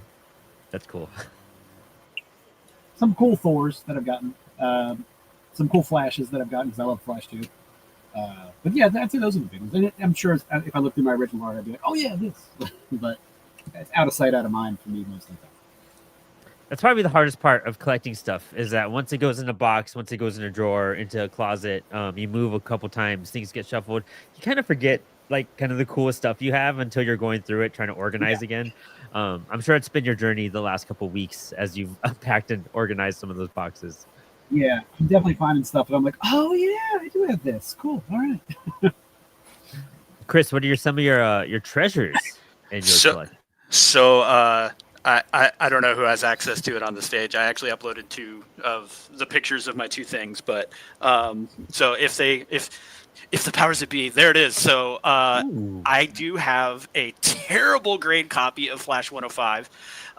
So against Mirror Master, but so why is this book important? This is first Silver Age appearance. So yes, it says 105, but this is kind of that first Grail book of there are previous appearances and all that, but this one, the cover's really cool, but this was literally found at a dude's. It came into the shop and I was like, this needs to go over here for a minute while I figure this out. But it holds 2 meanings to me. That number 1, it being cool, but 2, you can see it's like I took a picture of this in the cab of my truck as I was leaving work because this was my last day at Ultimate Comics. I was moving on to my next thing after 3 years, and the owner had gifted it to me as my gift for years of service and everything. He's like, I know you were staring at this book from the minute it came into the shop because of the Flash fan that you are. So I'm thankful to Alan and Ultimate Comics and all my family down there. So in North Carolina, because I got to put this in my collection of, again, it's a terrible grade, but enough of it is intact that you know what this book is. Yeah. And Flash 105 came out December 23rd, 1958. That's amazing. That's kind of cool. The Flash was one of the books that got me back into collecting during my like post high school trying to find comics again. Rebirth was the series that dove me back into the Flash, and then I went into Blackest Night, and I just became a Flash fan. And I have 2 boxes of Flash comics that I obsessed over. So I love hearing kind of the OG heroes that kind of brought some people together because they get overlooked sometimes, I feel. 100%. And then my second one is a piece of original art that was just a fun story.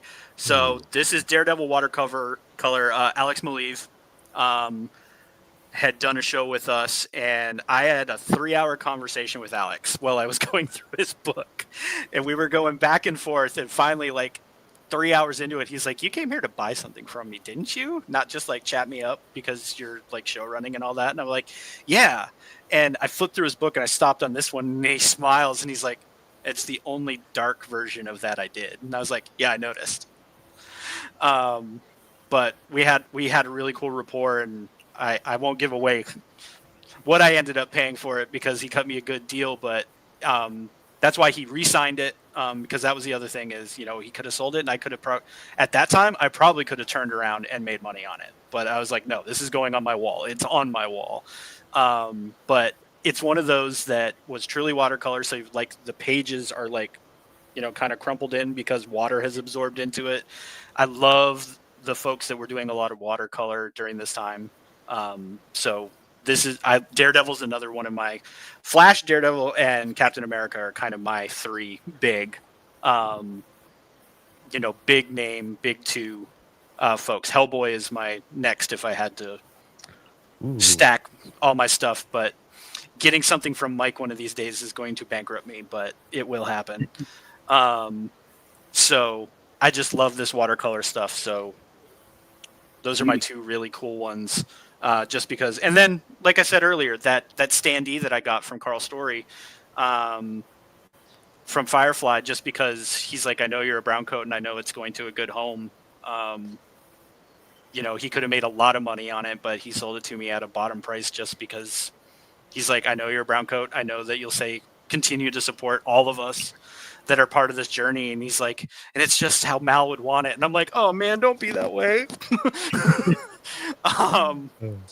And it means I get to tell cool stories like that afterwards, that just like, I think all of us have been saying, kind of the thread of this talk is that's what this is about, right?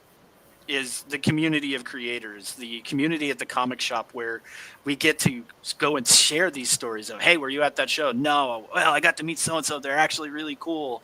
I love hearing from my other friends. I have a friend that like Sean Murphy and him and his daughter like have this thing, and he has like, he gave her a sketch like really early on during the Murphyverse like really exploding, and then she drew something and gave it to him like at the next show.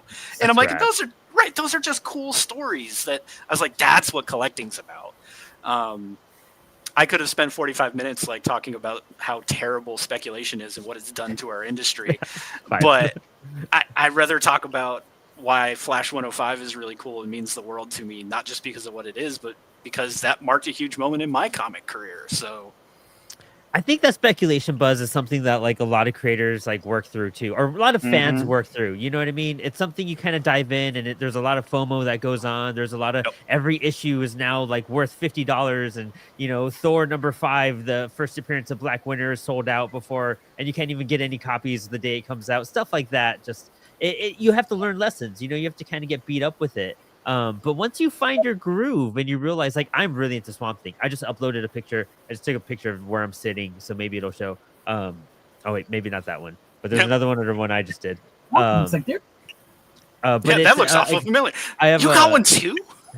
There we go. There it is. I have a little Swamp Thing wall, and so this is a Bruce Timm Swamp Thing I got done at San Diego one year, and a David Lloyd Swamp Thing I got because I used to hang out at a table that hosted David every year. So I've heard dozens of his stories. He's such a great guy. And Bruce Timm, I think this is one of the last times he did commissions or sketches at cons.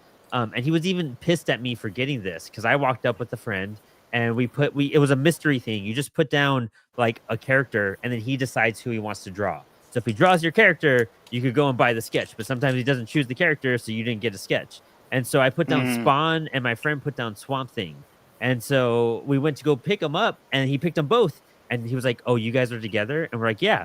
And he's like, "Oh, that's not cool. We need to give people a fair chance." And I was like, "You picked the characters, so thank you. Take my money," and I would take the sketch. But stuff like that. Once I found a groove with Swamp Thing, I just love getting swampy stuff now. It's my favorite, like, in the world, and it gives me a focus to go off of. You kind of need at least one focus if you're going to be collecting, so you don't just go crazy with it all. But find the stuff you love. Don't go off of speculation. Don't go off of, you know, every book that comes out every week. Sometimes it's just not worth it. But find the love. What were you gonna say, Eric? I was gonna say absolutely. Read what you like, and you'll never be unhappy.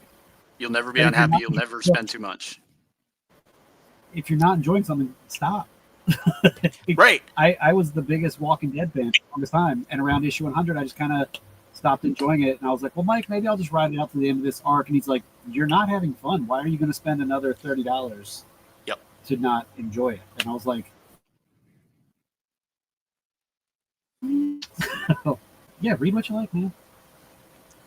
I love that. I think we're about wrapping up this panel. We're hitting that was it? Oh, is right it 40 the minutes? threshold.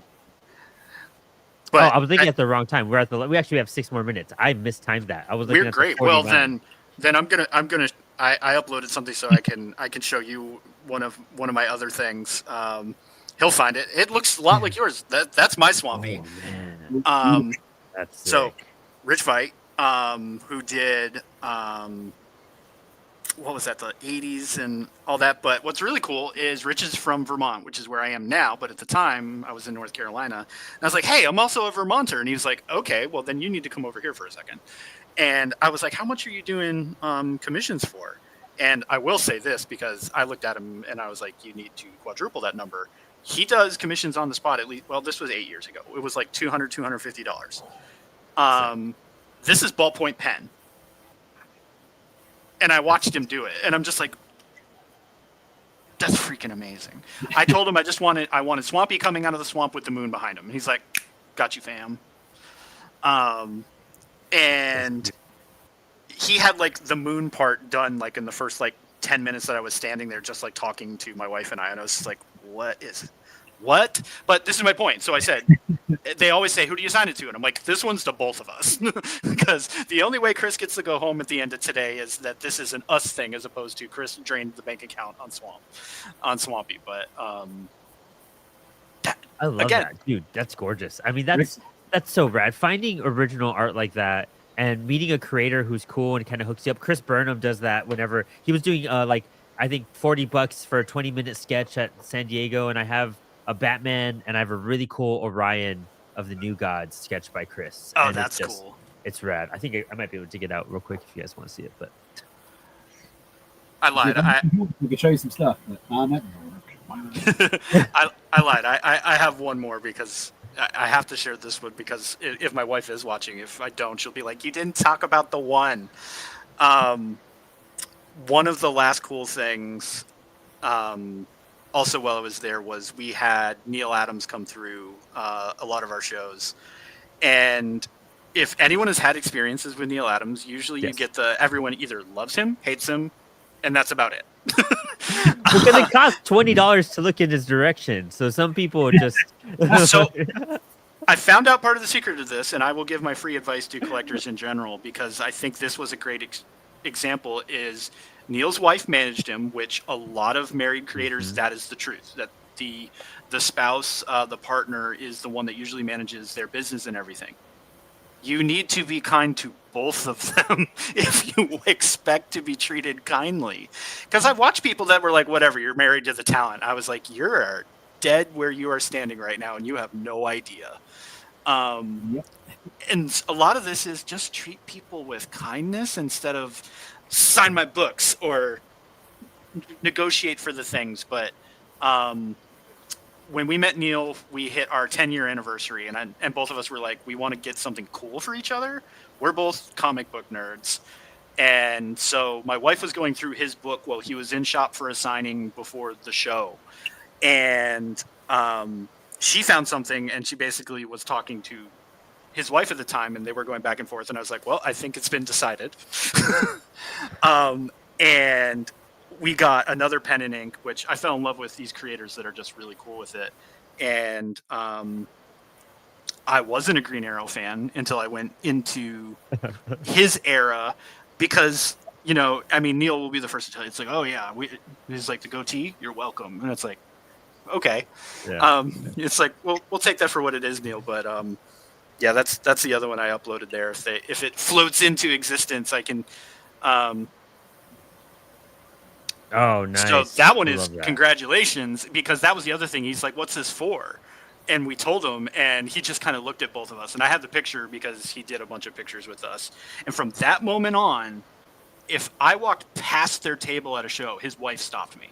Oh, they were so sweet. She was the sweetest. I still say hi to her whenever I see her at shows. She's sweet. I used to get her Starbucks at San Diego and whatnot. Whenever that is the secret. Like, so many people are like, oh, the Adams, they can be so difficult. I was like, no, they're from New York, man. Yeah.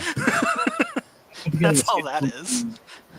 I put together a sketchbook for Mike for the 30th anniversary of the shop. I just got whatever creators I know he loved, and then creators that I liked. But I got him a Razal Ghul from Neil, and he yes. Like, I was like, hey, he's like, you want to go walk around? I was like, can I just hang out and watch you draw? And he's like, sure. He'll loves to do that, or just to tell his stories. Yeah. Yeah. Dad jokes forever. Yep. Like, and I always. For me, that might be my final tip is that era we're losing. Mm-hmm. Neil's gone. I'm thankful for the time that I had to sit and listen to him.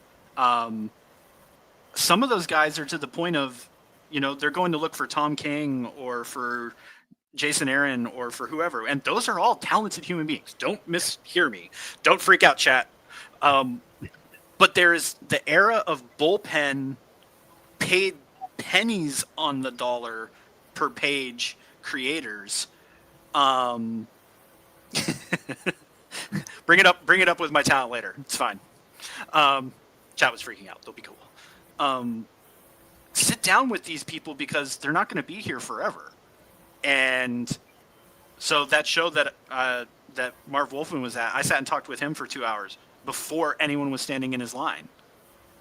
I'd hang out with David Lloyd, dude. Like, just hearing him talk and share stories. I'm like, dude, you're David Lloyd. Like, you just came here from Britain. Tell me everything. Right? I'm just, and as he gets his red party cup, fills it with a thing of wine, and just starts talking to me for 2 hours. I was like, yes, like, let's hang. Some people are like, you did what? And I was like, had the best 2 hours of my life. Yes. And that was another one that George Perez had started getting sick at that point. And so he didn't make that show. And Marv was just straight up like, I miss my friend. And now I look back at that and I'm like, okay, I'm not going to cry, but I'm not crying. You're crying.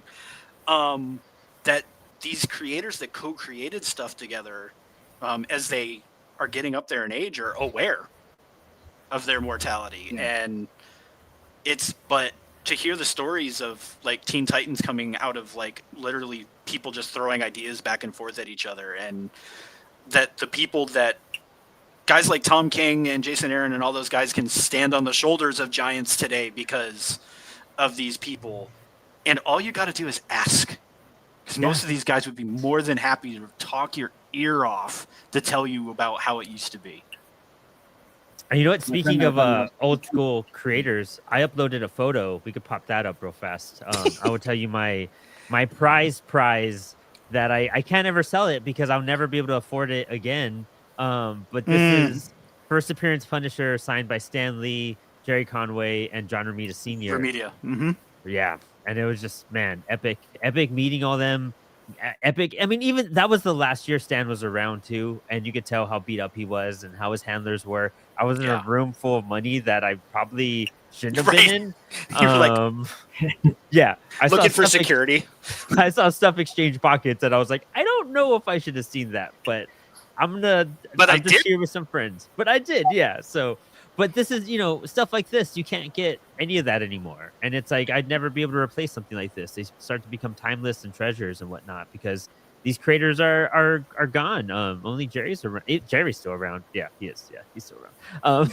He's the last one out of this trio. But I also, it's always fun to, meet Tom King, and I get all my hardcover signed by him no matter what. But I give the guy garbage, but at the same time, like, no, like, come on, like, it's why I make that point of like we probably have a few more years to catch up with Tom, and that's just why I give that advice to some people. I was like, if you really want to know what this industry was like, a lot of what has been still is, interestingly enough, that a lot of the struggles are still the same. So it's pretty neat because a lot of those guys will share their wisdom, and I think that's awesome. And even like I met John Paul Leon at a convention too, and that was like I didn't realize that was gonna be one of the last times I ever got to talk to him. I did a short interview, so it's like also when you're finding your way through collecting, whether you're doing just trades or hardcovers, or if you're going out getting signatures, finding some prize stuff, like it's always good to go to cons. It's always good to meet some of these people. I don't think I've ever had a truly bad interaction with a creator that made me ultimately. There's only one. And that's it. Yeah. I think we might all have one if you've talked to enough people. But for the most part, like I met Grant Morrison my first like San Diego Comic-Con, and my dream came true. And I was just like, Grant's the nicest dude in the universe, and I met him 4 more times after that, and I was like, I could die happy. Like that's it. You know, That's it. I'm good. Cool dudes. You know, like, and that's the fun part. Are there any people that truly grants my number one? If I ever got to meet Alan Moore, that'd be great. But is there someone that you guys loved meeting through collecting? That I haven't? Or like Garth your was a top big- person, I guess you would have met. Bernie Wrightson. Like Bernie Never got to meet Bernie. That's a dude that I can't believe I was alive at the same time as him. Right? When you look at that art. And the fact that I got to meet him and tell him what his work meant to me multiple times, still, it's like it doesn't seem real. And then I'll look at a signature and be like, oh, yeah, I did meet Bernie. I wish I could have met Steve Dillon. My friend got me a sketch. David Lapham, the one time I met David Lapham, was awesome. Neil Adams. I mean, all those, like you said, those Silver Age guys. Yeah. Like the guys that changed everything. Like, it's crazy to think, like, oh yeah, no, I met them. Like they existed at the same time. But yeah, you know, those are probably my big ones. Garth Ennis was the first person I ever like. I don't get starstruck after like years of going to concerts and being wrestling for so long. Like I've met my heroes, but like certain, like meeting Stephen King, I could barely talk. But and Garth Ennis. Now I've met Garth Ennis enough that I'm just like, oh hey man, like I'm a big fan of your stuff. But like the first time I was like, comic books. Yeah. You just hold the thing out. You can't even speak. Marv was probably mine because we just had this really long conversation, and it was during vendor hours at Baltimore, so like there wasn't a lot of people around, and he just rolled in kind of late, and I was like, do you need help with anything? He's like, no, absolutely not. Like he's setting up his booth on his own. He's like, he doesn't have staff kind of thing. But sat and talked, and then his daughter lives in that metro area, so she showed up.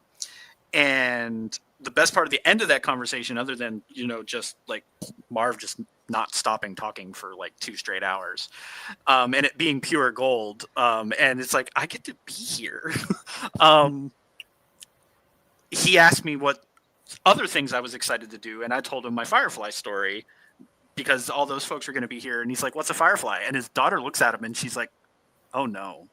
She's like, "We need to fix this." And I was like, "Are you a brown coat?" And she's like, "Yeah." And Marv's like, "What's a?" And she's like, "Later." And I was like, "Did I just teach Marv Wolfman what a Firefly is?" But meeting Todd is a big one for me. Sorry. I still haven't met Todd. That's going to So be up nice. there for me. So I haven't great. made a lot of shows from the East Coast. I'm either chained to a vendor booth, and I can sneak out during vendor hours, and it's usually the old school guys that show up early. So yeah, Marv is probably the big one for me. There were lots of other folks that I've just loved over the years. I was a huge fan of Valiant Comics before everything went crazy over the last couple of years. So Jim Shooter, Jim's a lot of fun to talk to because he is not shy about his exit from Marvel, creating Valiant or leaving Valiant. So that was fun because Jim was another guy that would just tell you everything about everything. And he flipped to the back of his Valiant book that he had at his table at a really small show in North Carolina that I was visiting. And it was a Jack Kirby page that he said that he had mangled. And it was when he was interning at Marvel, it was like, well, what do you want to do? He's like, I have no idea. And he's like, ink? They're like, cool.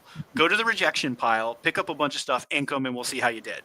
And it was this Fantastic Four / Doctor Strange crossover. So it had all of the four in it, the Fantasticar, and Doctor Strange, and it was Kirby. And he had inked it, and it had been rejected. And I'm looking at this page going, it's freaking magic. And he's like, yeah, apparently it was trash. And so I became an editor. Oh man, that's wild. Some of that, it's crazy to have thought, like, you know, Kirby passed away when I was like 2, you know, 94 or something. And so just like missing out on some of those creators is just like, that's the heartbreaking part. Like I would have loved to get just like a minute worth of insight of just wisdom. You know, that's the cool part too. When you meet these creators, you can kind of get some insight. Morrison was great, controversial now, but when I met Neil Gaiman, it was super freaking awesome, and he spoke great words about writing and creating and whatnot. But that's the cool thing, is that now, even being an artist, like hanging out at Four Color Fantasies, hanging out with Tom Scully, just getting, just points and tips on art and creating and Procreate tips and whatnot. It's just like, that's the best way to do it. Hung out with Donnie Cates and Nick Darrington, and we just talked about scanning in pages for a while. And that was just like a crazy moment of just standing there, just being like, this is insane. Like, I did both of these guys just talking about the coolest, intricate parts of creating comics, which I think that spirals into a whole different direction, because collecting and creating, I now know there's such a big difference between having different mindsets and where to invest, where to put your money. Even Eric knows, like, I go in and buy an issue like probably like once or twice a quarter. I'm not a big spender at Four Color. Four Color supports me so much more. Tomorrow but I is give them Small everything. Business Saturday. You better get down there and support your local business. Yes. Yes. And I think that's a great way to start to wrap this part too. I think we're going to be spinning off into, hey, Timothy, what's going on, my dude? We're going to be spinning off into Spilled Ink in just a little bit. But Chris, this was great to talk comics, just regular comics with you. Hope we can have more combos like this. Eric, this is just like a typical weekday when I swing by the shop. Yeah. So It's called Wednesday. Yeah. Thank you for having me. This is awesome. Well, before we switch off, let's do a round of who you are, what do you do, where can people find you? So let's start with Brandon.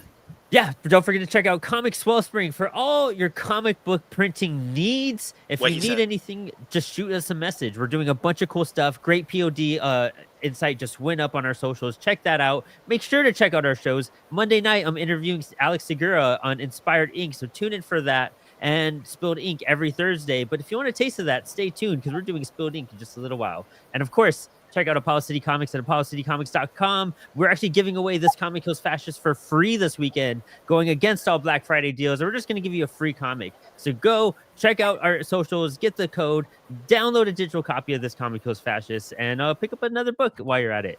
Other than that, stay tuned for more Apollo releases coming in January. And Eric. Four Color Fantasies. Find us online. We're either Four Color Fantasies or FCF Comics. We're not the one in Rancho Cucamonga, California. We're the one in Winchester, Virginia. But coming up on 40 years in business. Same owner the entire time. I've been shopping here since I was 11. We've got over 60,000 back issues. We got our big pre-Christmas sale next Saturday. We're up until midnight. Always work on FCF Covers Literacy. If you are an artist or if you know an artist, send them our way. And let's raise some money for literacy. Chris? I am Chris Poirier, also known as Crispy, because trying to say my last name can be absolute garbage if you're reading it. I am the marketing director at Comics Wellspring, comicswellspring.com. Just as Brandon said, there's lots of cool stuff coming down. We know that I'm pretty sure you all saw an interview earlier today that told us a little more about what our future has to bring, that I really have joined this team in an effort that we can continue to support creators in every way possible, from literally an idea in your head to print it in a page and hand it to somebody. That is what we exist for, and that's what Brandon and I are both very passionate about, and all of us at Comics Wellspring are very passionate about. But you can find me on just about any of the socials at CGPOIRIER, my last name, which is down in one of those corners. Hit me up. I don't bite. I like to talk about comics and all the cool things. So if you see me out there, feel free to add me and talk about a lot of comics, because that's what makes the world go round.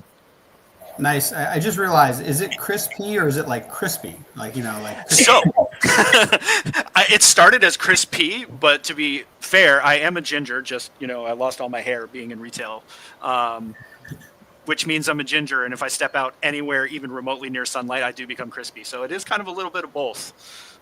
Very cool. Very fun. Awesome. So right before we switch over to Spilled Ink, first off, thank you all for coming. It's been awesome. I like how it started off as comic book collecting 101, and then it just became a fan fest, which was awesome. I love it, seeing all the stories. I apologize for nothing. Oh yeah, it was great. No, sharing the image. Every time I would go to share it, I'd have to share and then unshare. Yeah, I saw that. I don't know what that was technology. About. Yeah, but that was very cool. I didn't even know you could upload these, so you taught me something new today. So that was cool. I figured it out on the fly too. That was cool. I need to do that more. Yeah, I was like, so Chris that was did awesome. it. I can figure it out. So now, normally our convention ends at 8 p.m. Eastern, but because we've got Brandon here, we're actually going all the way till 9. So technically from 7 till 8 p.m. is still part of the standard convention, and then it's going to be after hours. We're actually going to play our little closing ceremony now, and then it's going to jump right into the action. So again, thank you all for coming. It's been awesome, and we'll see you back in just a minute.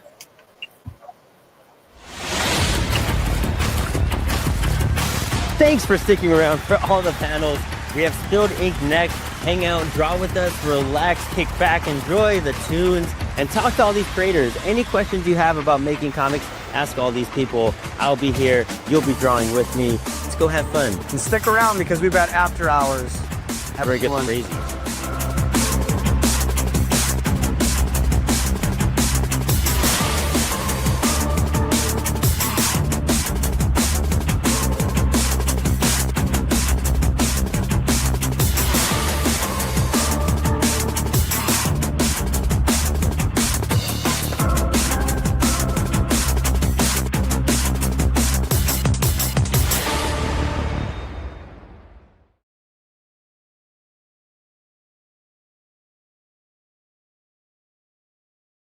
So excited. That was awesome. Okay, cool.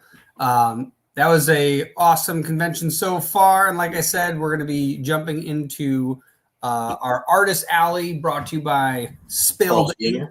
Brought to you by College Junior. Why do you keep saying that? Because they pay me every time I do. If you're so smart, why don't you know that? So anyways, yeah, I'm going to be bringing Brandon back up to the stage in a minute. I think he's still there. I just see his logo, so I don't know if he's still there or not. But yeah, so we're gonna be bringing Brandon back up to the stage in a minute, and he's going to be introducing all of the artists and all of the amazing work that they're doing. They're going to showcase what they got. They're going to tell you cool stuff and draw, because that's what artists do, or illustrate if we want to be fanciful. All right, where'd he go? There he is. I see him, and boom, there he is.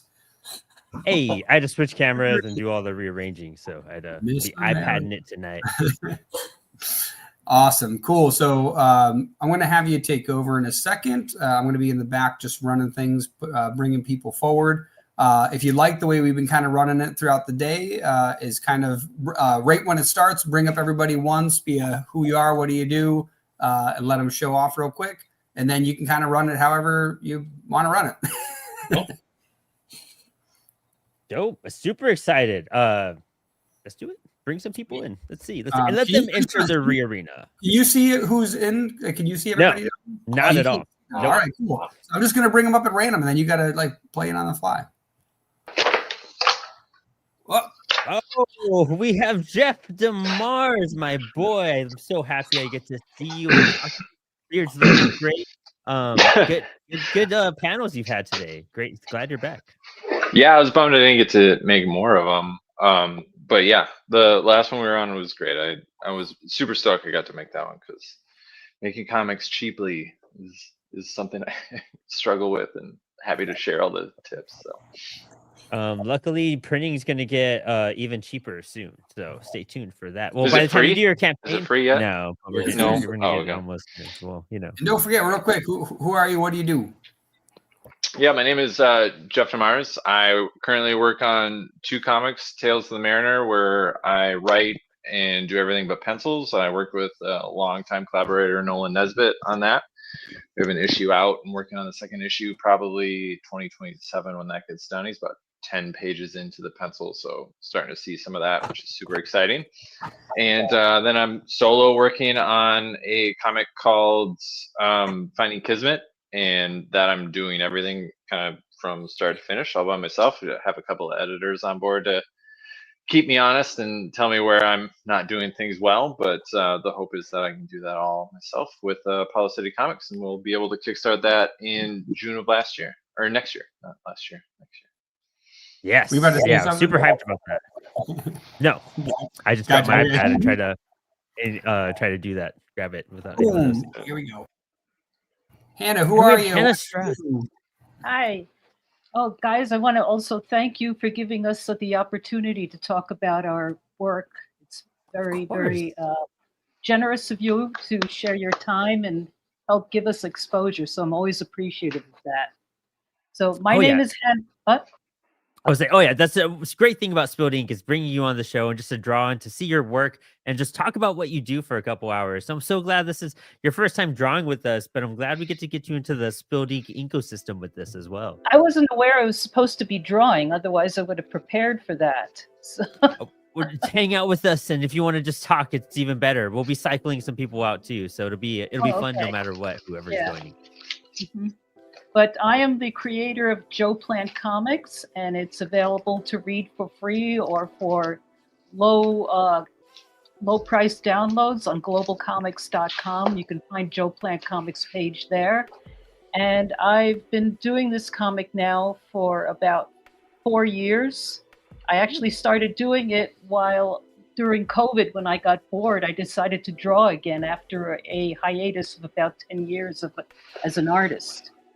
So I combined my knowledge of biology with having worked as a commercial illustrator in animation and movies together and started creating my own comics, which are printed by Comics Wellspring, by the way.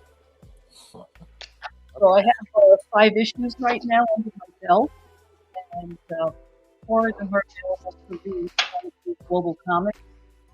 And I'm just having fun with this character, going to Comic-Con, meeting people, and talking about it. So that's where I am this time with Joe Plant Comics.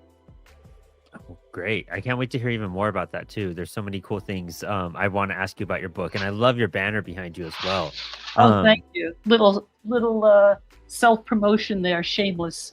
Yes. And we have our next guest, Bud Berge. Am I correct? I don't want to mess up your name too much. Berge, awesome. I love that. Dude, how are you? Thank you for joining us tonight on the Artist Alley Spilled Ink.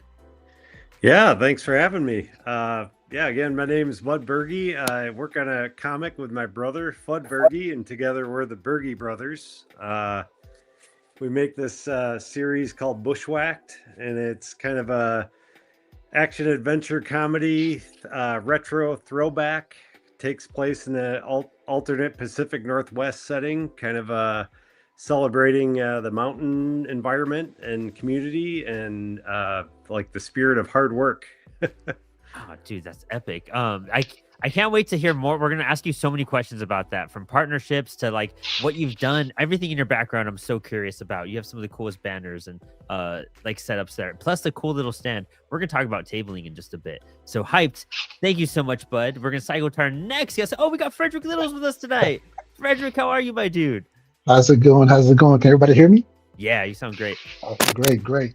So I'm on the road and traveling and everything with family. So I'm not, back in Phoenix with all my stuff. I'm happy to be here. I'm the founder and owner of Wise Acre Comics. I'm also the writer and creator and everything of Magnus Yakuta, which is my main flagship series. We have the first 5 issues out right now, and we're working on issue number 6. So looking forward to a great discussion. Oh, dude, I can't wait to like show everyone your stuff. I'm very acquainted with it. I'm so hyped to catch up with you. It's been a minute since we've had a fun convo on air. So I'm so glad you're here with us tonight. Awesome. And we also have joining us, we have Jesse Sosa. Dude, what's up? Hey, to how's meet it going? you. Nice to meet you too. I was looking at your Instagram. I was checking out some of your stuff. I'm super hyped about everything you do. Why don't you tell us about some of your work and credentials? So I've been in the game industry for the past 25 years. I'm currently an art director and outsource manager over at Gearbox Software. We just released Borderlands 4 and an expansion that I just art directed for Risk of Rain. I recently just jumped into comics a couple years ago with my friends to kind of finish a story that we did in high school, given the unfortunate circumstances that one of our friends passed away that used to write it with us. And so I figured it's time to finish the story and just kind of have one last adventure with my friends, right? Wow. Before all that stuff happens. But yeah, make a comic called Teen Strike about growing up in South Texas and having superpowers, something we wrote back in the 90s, heavily influenced by Image and all that stuff. But yeah, I'm here to talk about whatever and just kind of draw. Oh man, epic. There's so much to talk to you about, and what a great way to bring remembrance to someone. I had a comic creator that had a friend that also like passed away, and they found a letter and they turned that letter into the lettering for their book. And I always just think it's a great way to find a way to utilize art to remember crazy. someone and keep a legacy together. So love that, Yeah, dude. That's so sweet. And our next guest we have hopping in. Oh, we have Roman, Retro Doomsday. How are you, my dude? Good to have you in. I think you're muted at the moment. Before you go too far with my questions. Yeah. Come on. Hello. Hyped to see you. Give us the little credentials. I'm hyped to have you again here on Spilled Ink. It's always great. You've been hanging out all day in the chat too. I love seeing you pop in with our community. I draw a lot. I've been drawing my whole life, and I make things. And I've ended up here. I used to teach after school programs and whatnot, and I did a comic creation class like 12 years ago. It inspired me that some of those kids might be out here today making cartoons and animations and storylines and putting their work out in the books and stuff. And I decided maybe I should get out there in that world too, and not be on the teaching side and get on the creating side and make myself a little more productive. I love it. And you've been productive as hell. You've been super busy with what you've been creating. And every time you post, I mean, you're drawing with us every week at Spilled Ink. You are a busy dude, especially with all your editing. We've just discovered recently as well. So killing it. Always busy. So we'll do I think, we have another guest hopping in this right away this evening. We have Carl Bourne hopping in with us as well. It's so crazy how many people we fit into the room tonight. White Wolf just wrapped on Kickstarter. Some beautiful stuff. Carl, I'm super hyped to have you in here. Everyone's gonna be blown away by your penciling work if they have not seen it yet. Why don't you tell us a little bit about what you do and some of your projects? Yeah, so this book is just coming out for Christmas. It's out now. This is probably my only book that would be for younger audiences, so I really want to push it for this holiday season. It would be the one that would be a gift. And that, you can get everything through my website, ratracecomics.com. It'll link to other things. And I just finished my Kickstarter for White Wolf. If I can switch my cameras, I'll show you a lot more pencil drawings. Oh yeah, definitely. Finagle with that all you want. We have a pretty stacked cast, so by the time we get back around the room, we'll be at a good spot. I think. Oh, and we have Anton here. What's as up, guys? well. Anton, dude, hype that you're joining us this evening. Thanks for having me. Your arsenal of work that you have in front of you. And plus, I know you're gonna do something epic while we hang out and draw for a little bit too. But why don't you tell us about some of your work and what you do? So I'm Anton W. Blake. I'm a cartoonist. My primary title is Zethia Space Witch, published by Cosmic Lion Productions. I write and draw all of it. I do lots of mixed media throughout the series. I also do a lot of self-published stuff. I got a Bebop Rocksteady bootleg with our boy Manny Gomez. Some sword sorcery. I also am a TTRPG designer on the side, as well as the editor for the Lion Cosmique anthology comics magazine, very much in the vein of like old heavy metal and Cheval Noir, Deadline, just any kind of strange speculative fiction sort of thing. This is issue 1. Issue 2's coming early next year, and we're always open for future submissions. Ooh, can't wait. I need to get something in there for the next issue. Because I love seeing that ad for Apollo in the first one. So thank you for that beautiful format. Yeah, wait. What are you going to be working on tonight? Ooh, there you go. Eric Allred drew that. Yeah, he told me all about it. I've got a page for the next issue of Zethia Space Witch right here that mostly done. We'll see if I get through these last 2 panels and onto a next page. Oh man, dude, love it, man. Epic. As always. Love that little Kirby zigzag line there in that guy's chest too. Great stuff. There you go. Yeah. I believe that is it. That is our roster. And this is an interesting Spilled Ink because this is not just drawing like we usually do. We have a great amount of artists. I'm drawing right now. I'll probably be bouncing my camera in between stuff while I ask a bunch of creators questions. So I have my iPad out, kind of doing some penciling stuff right now. But let's kind of do a little round table things while we have creators here, especially our speakers. Hannah, you do some insane stuff. I loved seeing your books in your background. Where did your journey with creating comics start? And what's like I the would biggest obstacle you've kind of overcome while you discovered your path in this route? Okay, well, I actually was a student of Will Eisner at the School of Visual Arts. So he Whoa. was a big inspiration for me in terms of storytelling, the importance of being able to tell a story visually. So I always remembered the words that he told us in class. And insofar as writing is concerned, that would be Harvey Kurtzman. So those were two of my teachers back at the School of Visual Arts, and that's how I started continuity art. But instead of going into comic books, because at the time my style didn't really match the Marvel DC mold at the time, it was more like the underground comics, you know, from Robert Crumb and stuff. But I felt I really didn't fit in that either. So somebody told me, well, you can draw from your mind. Why not go into storyboards? So that's where the bulk of my experience professionally as an artist came from, doing storyboards and animation, TV, and film. So it was sort of, when I decided to go back into comics, it was sort of almost a natural transition to be able to do that and put the storytelling back into printed form. Oh man, and I'm sure it's been such an interesting transition to see from how comics and print have kind of changed and altered over the years, but still trying to maintain that printed aspect as well. Yeah. I think, you know, especially at Comics Wellspring, we're trying to expand a lot of what we can do to really bring back some even the more traditional demands that people want from Mhm. comics. What's something that maybe like Will Eisner may have taught you that really just stuck with you throughout your career?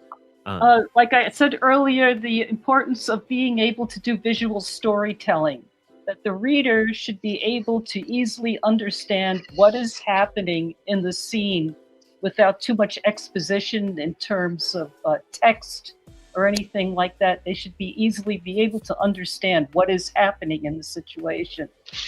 So I always keep that in the back of my mind. I mean, if you open the comic book and you look at it without having to read all the text balloons or whatever, you should be able to basically get the gist of what's happening with the characters in the scene.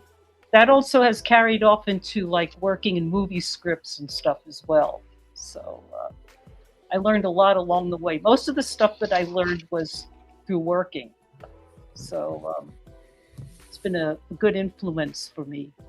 And stylistically, I've been told that people have told me my style is more reminiscent of the underground comics from like the 70s and the 80s, that kind of genre, which it wasn't deliberate. It's probably just like an unconscious influence on me from having seen those comics, so it carries over into it.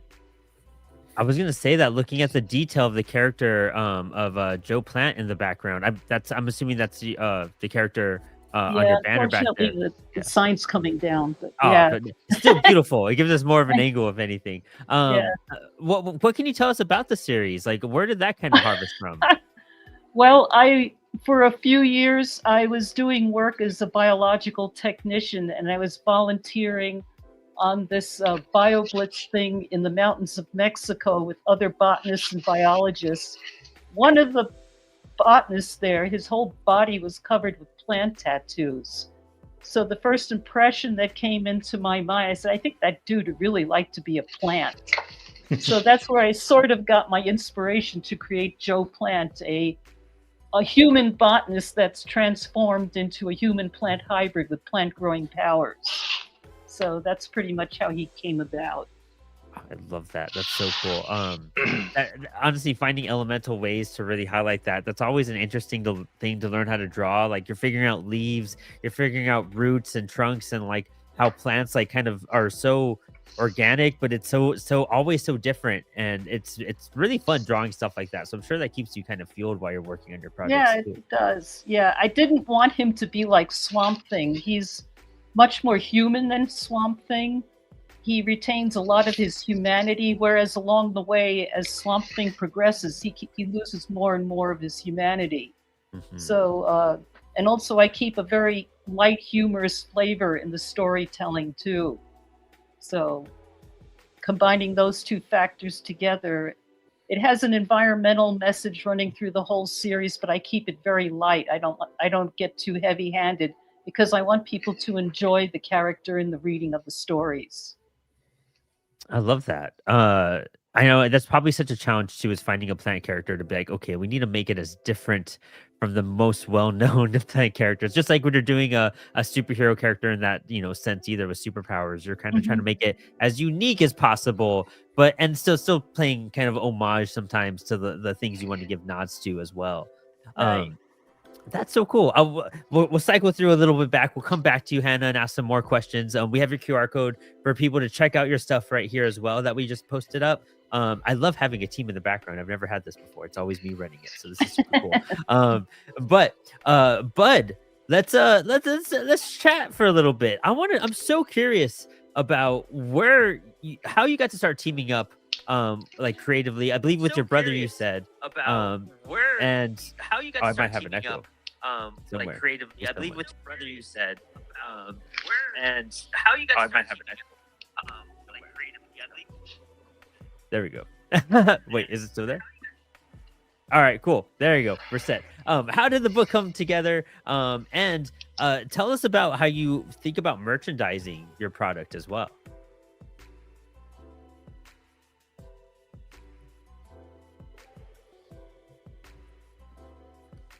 Yeah. Sorry, having little audio issues here, but hopefully it's not any feedback. But Nope. yeah, I've been working on this.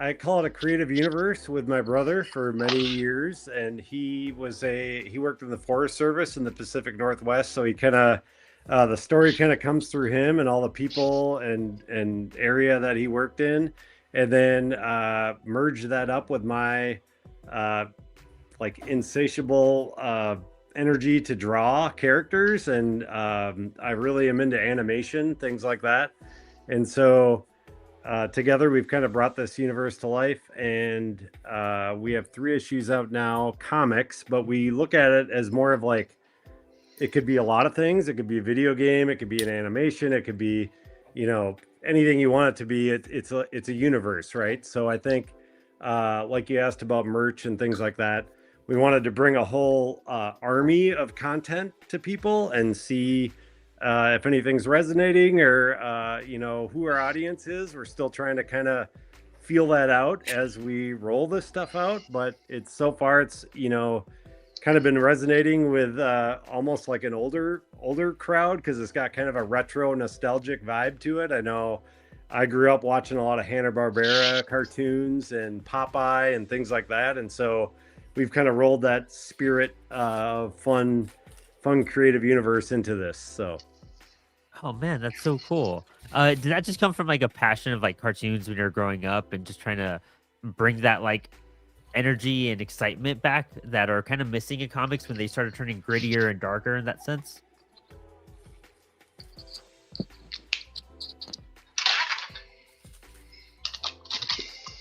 yeah, good point. That's exactly it. I think you know, I don't want to say things got too serious, but a lot of options were getting very serious, and I think you know, there's something looking back that I really just enjoyed about the spirit and the tone and everything about comics and creation and animation and all that, and it was fun, and we're trying to kind of bring some of that fun back, so to speak, and hopefully resonating in some way. So yeah, that's where it's at right now. I'd love to see it kind of morph into a cartoon or animated universe, but I think you know, comics are a great way to kind of establish a storyline, establish who these characters are, establish, you know, like, oh, I get this now. So this is kind of our first step that we're trying to really blow out and kind of deliver to people, so to speak.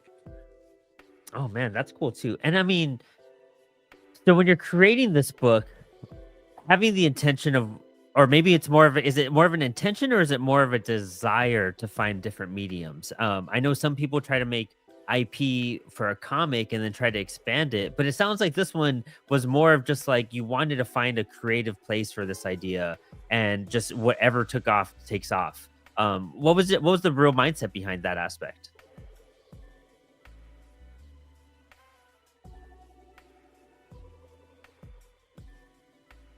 Yeah, I think like again, it kind of came from my brother who's the writer, and he has this lived experience and kind of this quasi universe space, and wanted to celebrate it and you know, almost like look back and comment on it, and this was the best way to do so. So I think the way it took shape really is still kind of up in the air, but comics again, they're the best way to kind of lay down an idea, lay down the writing, get to know the characters, get to know what things look like. And so that was the most achievable way for us to kind of bring this, like give birth to this universe, so to speak. And then, you know, we always have pie in the sky dreams of like, this would be a great video game, this would be a great animation, things like that. But, you know, comics went out for kind of like how to just like, you know, set an achievable goal and grow it from there. I like that. You know, honestly, just trying to whatever way you can make this like fruition in that sense, you know. And comics are for a lot of people just the most accessible thing, especially when you have someone who's talented like you who can draw, and then someone who actually does have the writing skills and to collaborate. Do you have anything in motion right now for another medium, or is it you just kind of seeking things out as you build the series? And if nothing's going on, how far are you trying to build the series out to?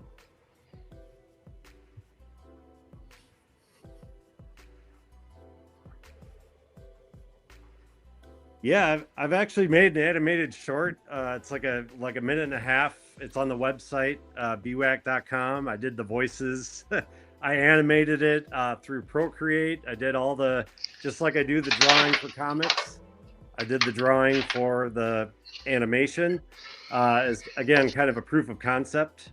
But, you know, that's kind of, it could always grow, right? And it's hard to say, this is the finished product. It's not, but it's like a step in that direction to say, oh, this could work, or, oh, we could evolve this, or, oh, you know, if we had different voices, more action, more scenes, like this could grow. So I think it's setting it up in a position to grow is what the most important thing is about it at this point.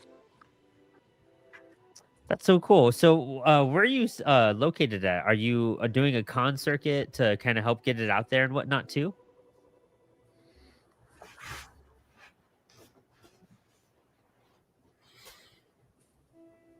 Yeah, we so far we're trying to set achievable goals. We're kind of out in the Pacific Northwest. We went to Rose City Con.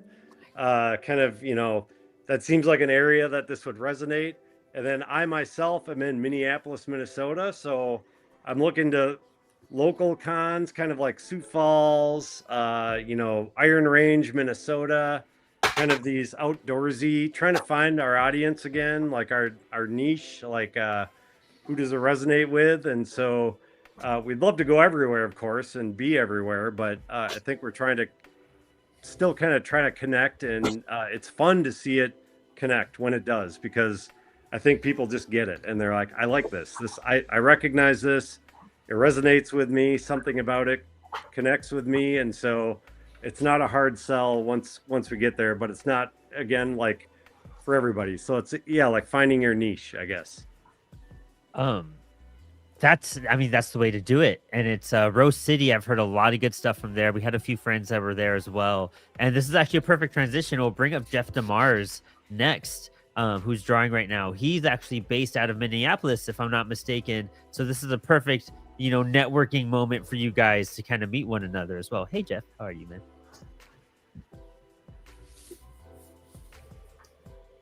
Oh, I think Jeff's muted. My bad, if he is talking. Took me off mute, and then I put myself back on it. Yeah, but I was gonna say you should look up Minnesota Comic Pros or message me after. I don't know if you're associated with it or not, but we get together quite a bit. I feel like I feel like I've seen your name before. I don't know if we've ever met, but anyway, way, yeah, I definitely got to pick up your book at the next con when I see it. Dude, yeah, you actually in Minneapolis, you guys have a pretty good network of creators. Why don't you tell us about your little group that you have that you've created, helped create with Brandon DePillis and whatnot? Yeah, Brandon took it over. It was pretty strong. I would say up until he took the reins. I try my best to just help him get out invites and think about things we can do. But yeah, it's I can't even tell you how many members strong, but it's not crazy to have between 10 or 20 people to show up to a meet and greet just here in the metro, and we're trying to kind of facilitate people getting together who maybe are just writers. Say, I got a story, I wish I knew a penciler, and pencilers who are saying the same. And it's been that way at some meetups. We try to do happy hours and coffee meetups for those who don't like to go out at certain times of the day. And it's kind of shocking to see people sit right next to each other saying the opposite thing. Like, I have a story and I don't have anybody to draw it, and someone's saying I can draw and I have no story. So really trying to kind of facilitate that conversation in the Minneapolis area. And honestly, there's some really good institutions. There's Oddmart, who's really kind of getting the kind of indie scene together in Minneapolis too, which is really cool. And they're doing a lot to kind of connect people and get people's works out. Dude, that's awesome. I think everyone should try to find a way to do a community thing in their area. That's such an important aspect of being a creator, is finding your community. And a lot of people start like, I mean, I have a little publication, publisher. You're part of that. You're in my little circle of people. What Frederick does, who once we'll get to, we'll talk more about, and his community that he's built. Even Anton and Cosmic Lion, and then the other communities Anton's part of as well. But finding that, it just keeps you be encouraged and learn more tips and tricks, and honestly understand a little bit better. I think conventions are one of those things where you almost need a kind of a group of friends sometimes. And the more people you have around you while you con, the more you can compare war stories. And sorry, my cat is here. He's finally awake.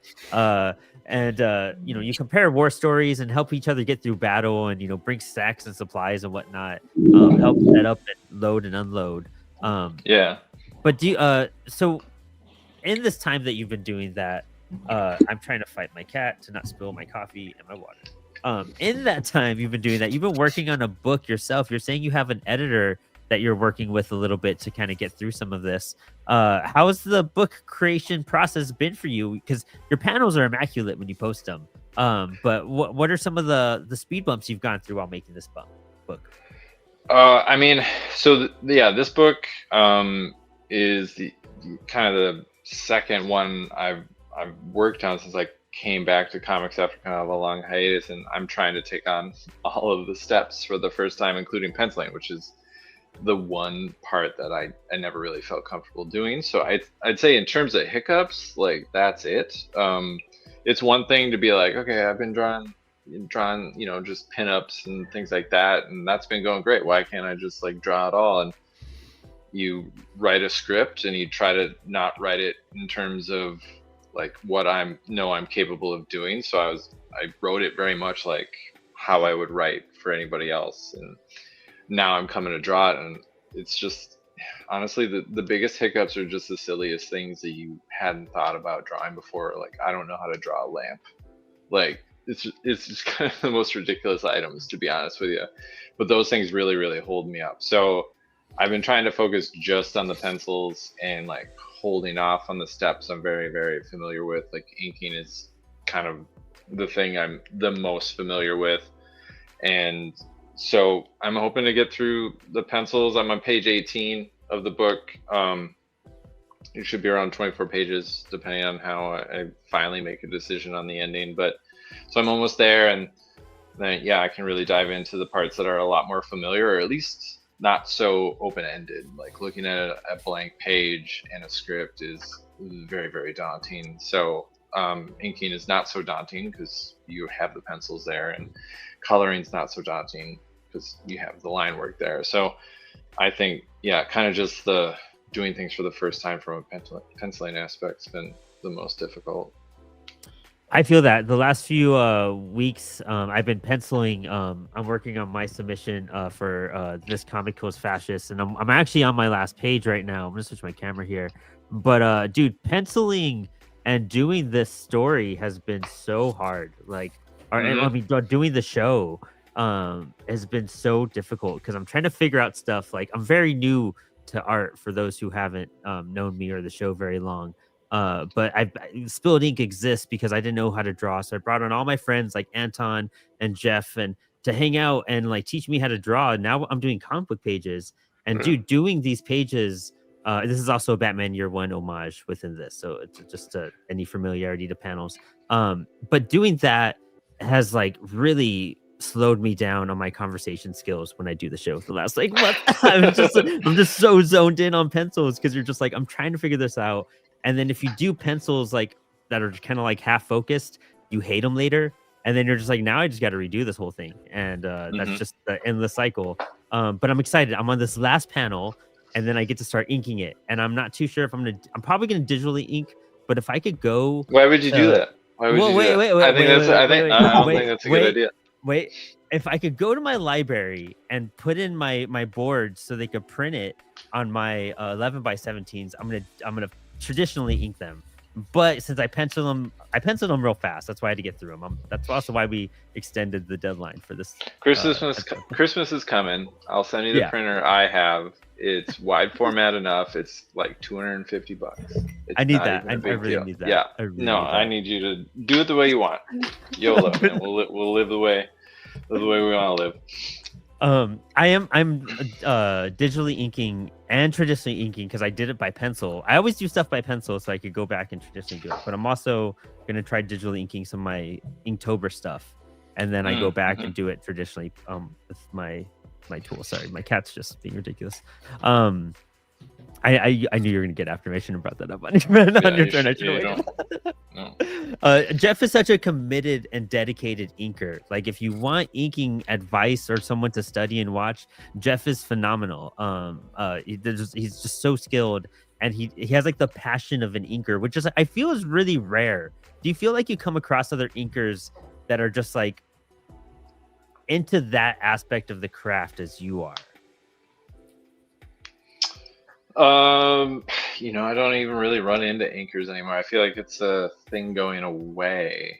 At least people who say like that's all I do, I can't draw, I'm an inker, which is like what I said for the longest time. And yeah, I don't know, it's a hard question.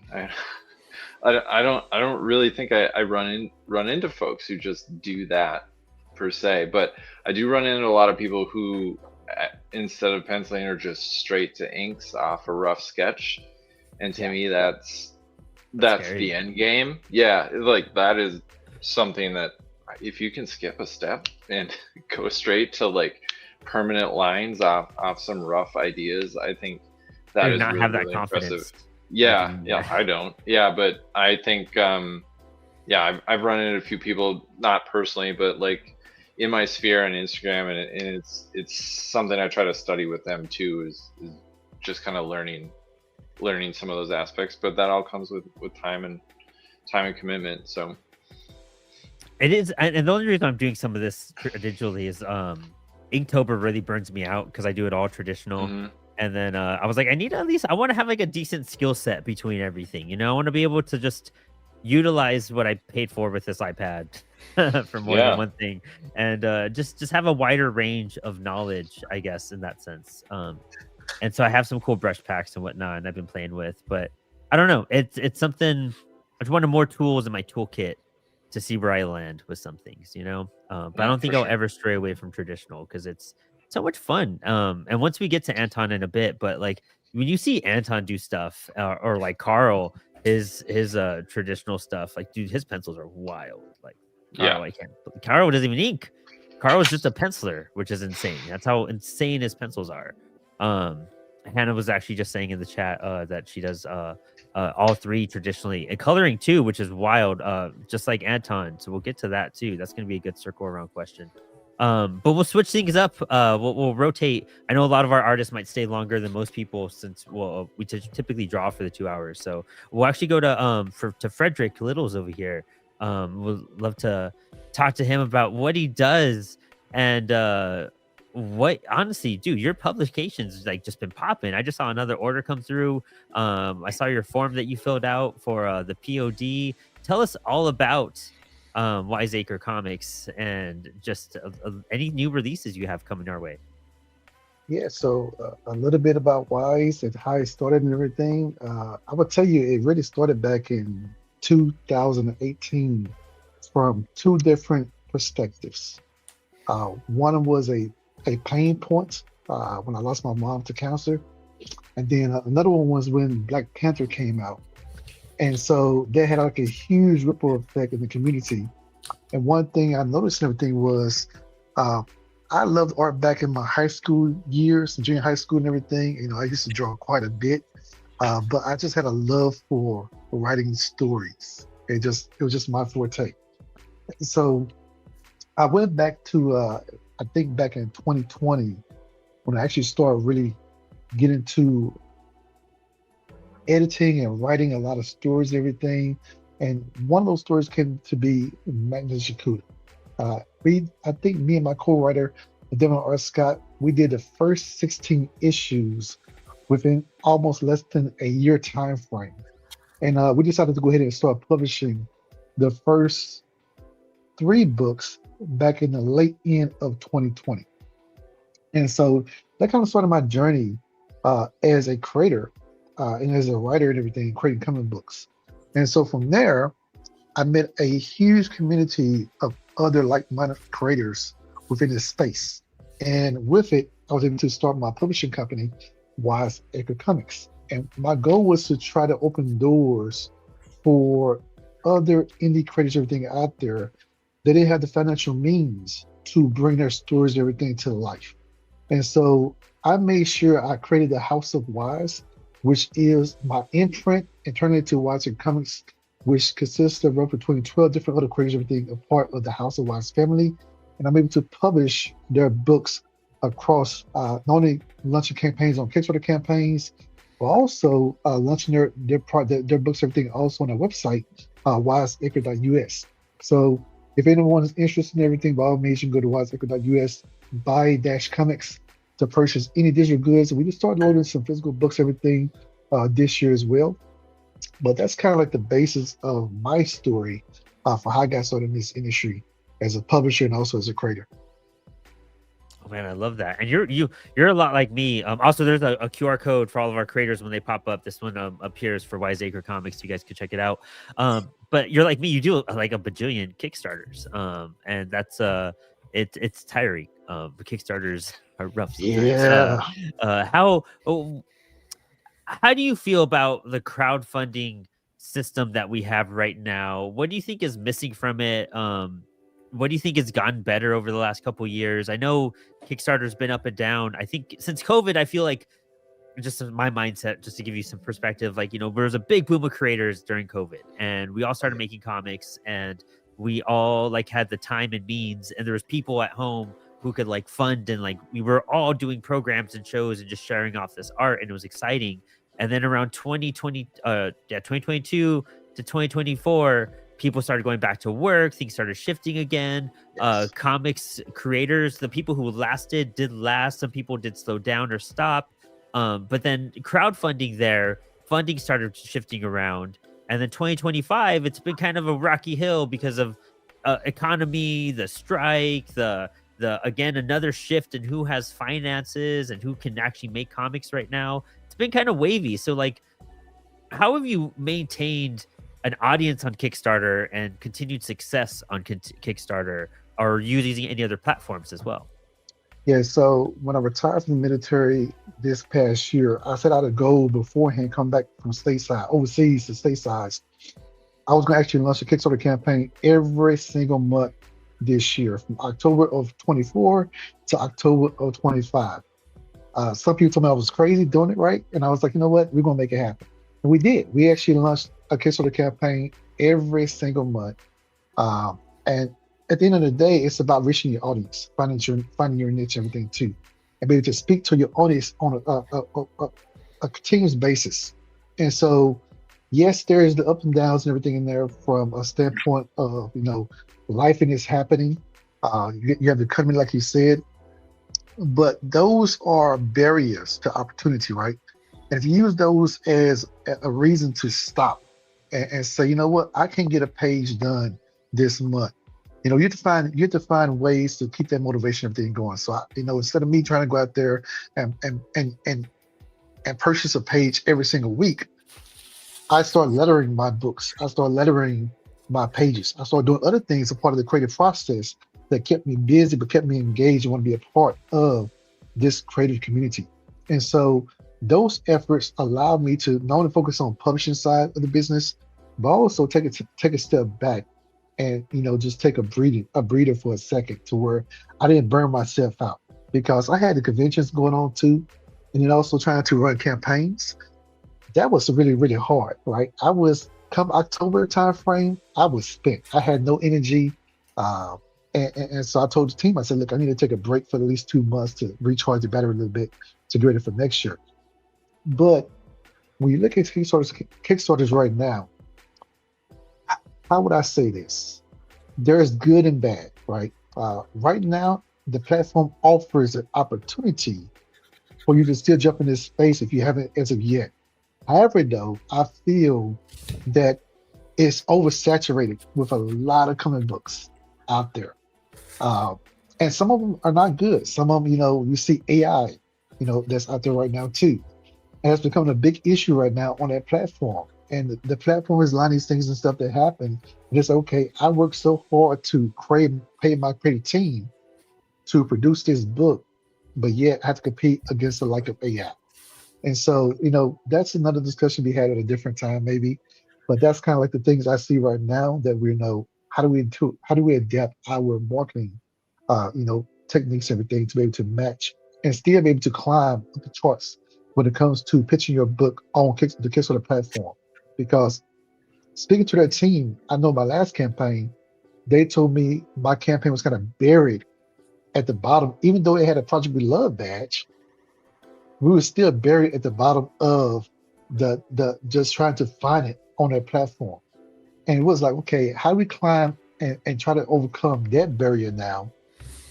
Even though the team gives you that Project We Love badge, but it still doesn't, meet or you be to meet your campaign budget or your Kickstarter, goals and everything too. So like I said, I have some qualms with the platform right now, but I would still go back and still launch campaigns across that platform. Vibes. I mean, it's hard to find success outside of that. We're looking at platforms like Comics.one. They have a crowdfunding platform on there that we're curious to experiment with. I know they do a lot of marketing and promotion as well to help creators out and get word out there. And it's just part of their fee that they take, just like Kickstarter takes one. So there's stuff like that I'm curious about. And, we're launching, 6 Kickstarters next year for sure for Apollo. So it's something you almost can't avoid. You can't really find alternate ways. You could try to guide to your website as much as possible and write off as convention sales. But like when you have a team, that's where it starts to get difficult, I think, because you have to make sure people are taken care of, that, printing is covered. You're not just, I think it's super cool that, and that's why I kind of started drawing myself too, is to get some ideas out where I'm like, okay, I could just print this and that's all I got to worry about is that, and I don't got to worry about paying a letterer and an artist and all that, because it's just my supplies that I'm going to take care of. But that gets difficult, when you're carrying, working with an artist that needs to get paid, a colorist or letterer, stuff like that, a designer too at that point. So it's kind of vital, but it's hard to like keep the momentum going, campaigning consistently. Do you ever feel like you lose some of that sight or that motivation, like doing so many campaigns back to back to back and kind of seeing the numbers shift between books? Yeah, so I go back to my why, right? Why do I do this? Because I love it. I enjoy it. If it becomes about money, and that's the only reason you're doing it for, that's going to be an issue. And so one thing I love doing before I even launch a campaign, I might give you a preview of the book and everything actually on Global Comics. I love that platform. That platform does the wonders. And I get a chance to interact and see, people, that's in tune or want to follow the book going forward. And so they jump onto the campaign, the Kickstarter campaign page, and follow the campaign. And so at the end of the day, like I say, if you go into for the right reasons, which is the love of the craft, the love of storytelling, the love to see your vision come to life, that's the biggest thing that you have to really, take in consideration. But if you only go for it into, hey, look, I want to make millions and millions of dollars, you're in the wrong space. I guarantee you more likely, it's like in the lotto and everything, right? Within this space and everything. So at the end of the day, I do this because I feel like, and I tell this is part of my motto. I tell everybody, your voice is your superpower. Your story is your story, and only you can tell it. And if you enjoy it, I guarantee you there's somebody that's out there that's willing to listen to your story. And so when I'm at the convention trail and I'm sharing my story during a convention with a potential buyer of the book, and I see that they're flipping through the book and everything, they're smiling and they're taking it all in, and then they buy it. And I ask them, why did they buy it? Like, I bought the book because your story just resonates with me. It makes it that more personal and everything to me, to where, I might get them a free book or so. So at the end of the day, like I said, it's not about the money. It's about just the love and the joy that you get creating stories and seeing people, be able to read your content and keep coming back for more and more and more. I love that. And you've built an audience for that too. Over the years, how do you keep your audience just so engaged? How do you keep them anticipating for an indie collective? Yeah, so social media is very important, right? COVID and everything happened, but social media didn't stop. And the biggest thing and stuff, you have to really continue to reach your audience and continue to, reach them into passive newsletters. When I started building my company and everything, I felt like the newsletter was going to be the biggest thing to connect with my audience. And so I have built this distro to where I'm able to post this monthly newsletter. Right now I used to do a monthly newsletter, and I do a mid-month too. So I reach them at least twice throughout the month, right? And so and then we also have we like to call it a secret newsletter in a way. These are our close circle backers and everything, supporters, where we get them exclusive deals, free content, free books, free artwork and stuff like that. And so we really try to reach them across different, tiers. And then when it comes to the Kickstarter campaign, I love one feature the Kickstarter did add, which is the secret link tier option. I leverage that because I get a lot of followers and everything from that actual tier. And so when I send that link out to the newsletter and everything, a lot of my first time, first set, group of followers and everything come from that distro. And so a lot of our campaigns have been successful early on and everything, to where we're able to reach our goals from a standpoint of the first week or so to get it all funded and everything. And so it take a little bit of the stress off your shoulders when that happens. You can just relax a little bit, because at the end of the day, like I said, if you go in, your mindset is, I want to reach my goal. And if everything that comes after that is a plus, okay, great. I'm good with that. And so it just depends on, when it comes to Kickstarter campaigns, are you okay with your funding goal, or do you really, really want more? And so I make sure my creators have a budget first and foremost, so they know how much it's going to cost, how much they're going to have to pay their artists, how much you're going to pay their creative team, how much you're going to print their books, how they're shipping. And I'll tell them, hey, look, we can't control shipping prices. They go up, they go down. And so those things is something to make sure you have to factor into the equation. And a lot of times too, you need to be okay coming out of pocket sometimes for some things. And a lot of people are okay with that. I love that, dude. I mean, and it's so good to just kind of survive a lot of that. You have to kind of make mistakes. You have to kind of have some okay experiences, some bad experiences, and just pick up from it. What could you have rolled with differently? Like what didn't really work? What was the cool idea that you really loved that just didn't click and it just didn't land? And you just thought it was really cool, so you had to try it out. Like, you have to go through all those motions, especially as a creator, and just see what works best. And that's how you also discover your audience too, is just they'll realize that and they'll stick with that because they'll like the ideas you're putting out there. And so, with all these books, with what you're putting out at the rate you're putting them out, how do you kind of keep it maintained and under control without, having too many people on board with your staff, having accepting too many pitches? Like, how far in the future do you look to make sure you're on an okay pace? Yeah, so for me, right, I do at least 3 to 5 projects roughly 3 to 5 years in advance. And so that means my script is pretty much done. I'm going to either find a creative team, which is my artist, my colorist, my letterer, my inker, my penciler, across the board, everything, right? And my editor, and then we say, hey, look, do you want to come on this project? Okay, great. I'm going to send you the links, everything to all the information. We're going to start building out the team.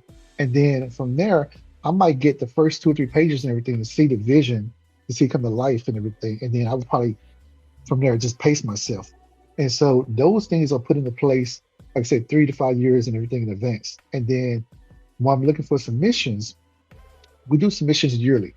I get roughly between 60 to 80 submissions every single year when I open up the box, secure and everything for submissions come through.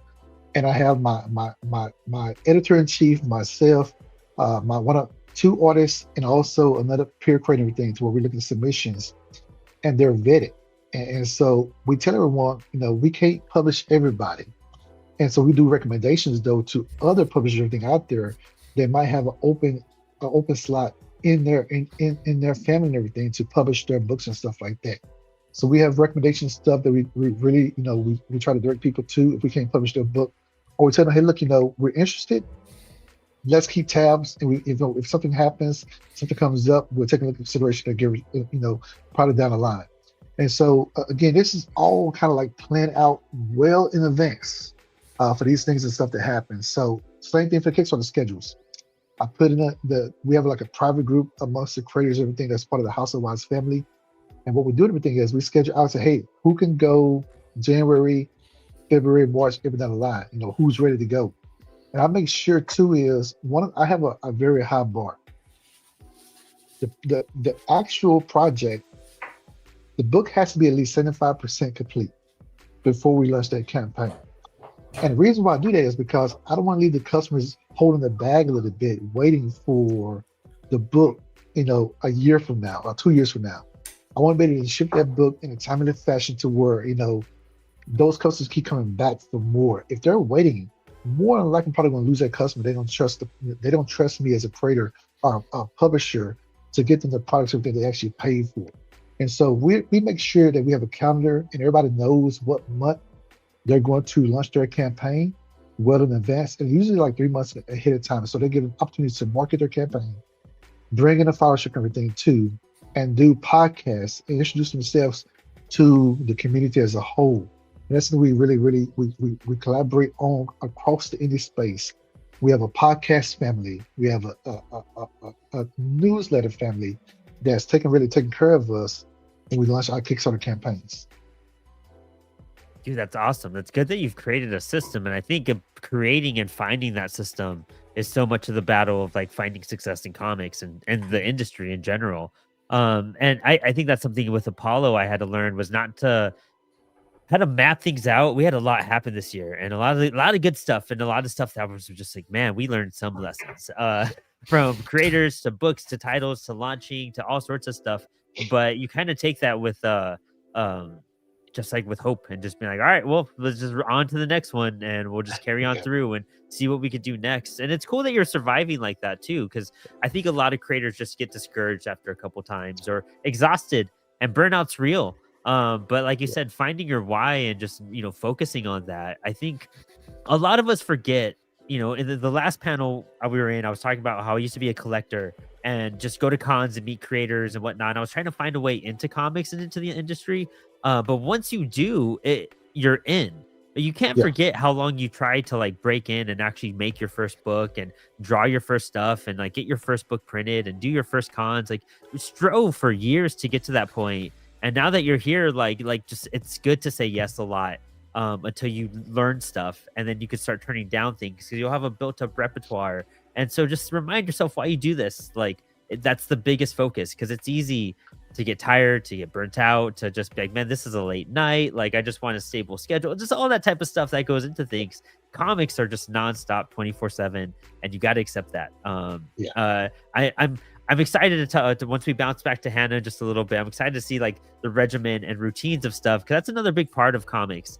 But speaking of regimens, routines, and different crafts, let's bring on Jesse Sosa here for a moment. I want to pick your brain, my dude. Art director at Gearbox Software. I know a lot about Gearbox. How did you navigate yourself into a career for what you're doing with your art? Oh, and you're muted at the moment, I believe. I muted myself. Yeah, so I started off, just like anyone else that basically is an artist. I've been drawing my entire life. I'm from an extremely we were really poor back in the 80s, and so we were migrant farm workers, and we would work in the panhandle of Texas, picking cotton and working the cotton fields basically. And so back in the 80s, there really wasn't very much what's it called, like child labor laws, right? So I grew up into that, and I was working the fields when I was like 4 years old, 3 years old, out there working with my parents and stuff like that. So there came a point in the 80s where they started getting a little bit more strict about that stuff. And so I was only really allowed to work certain times of the day, because at a certain point in time, like the cops are out and about. So we didn't want to get caught. So what would happen is that my parents would babysit me while or they would sit with me in the Suburban. And when my dad was sitting with me, he would be like, "Hey, mijo, I want, what are you doing when you're bored?" And I was like, "I play with my toys and stuff." He's like, "Have you ever tried drawing?" So he's the one that kind of taught me how to draw. And so that just kind of became like the way I would kind of work through things personally, going through and expressing myself. I learned early on, like all that stuff, and drew the rest of my life, just kind of like every chance I got just kind of became my passion. And then everything kind of changed when I got into high school or junior high-ish, where I met one of my best friends, Roy, and he's a phenomenal artist. And at the time, that's right when Jim Lee and all them were doing their Spider, well, not Jim Lee, but his X-Men run, and then Todd McFarlane and all them doing their Spider-Man run and everything right before Image Comics. And that's kind of where comics as a medium was getting really exciting. I grew up on DC Comics. I grew up with Justice League International and all that stuff. And then seeing this new, holy crap, like it was just different, right? When those guys came on the scene. And so we started drawing nonstop, and we always wanted to make comics. And that's kind of my start. Was I always thought I could make comics, but later on I learned that I'm just not a sequential artist. I'm a colorist, I'm an inker, I'm a pinup artist. Like that's what I do. I'm a concept artist. And so I was kind of trying to find my way, and I wanted to make movies, but I didn't really know how to do that. And my friend Roy invited me out to a college, an art college, meet and greet. And so I went out there, and I immediately knew, like, I got to do this. And so I immediately just focused the rest of my high school career on just increasing my art, building my portfolio to try and get grants and everything, because couldn't afford that. But I did. I got a lot of grants and everything, and got in and started doing that. Turns out that I wanted to make video games, not movies. So the art school was not teaching me how to make video games. So I dropped out, started learning a lot online with my friends. And before I knew it, back in 2001 or whatever, my roommate and I, we both dropped out. We got into the art industry. We got into we got into the game industry. We both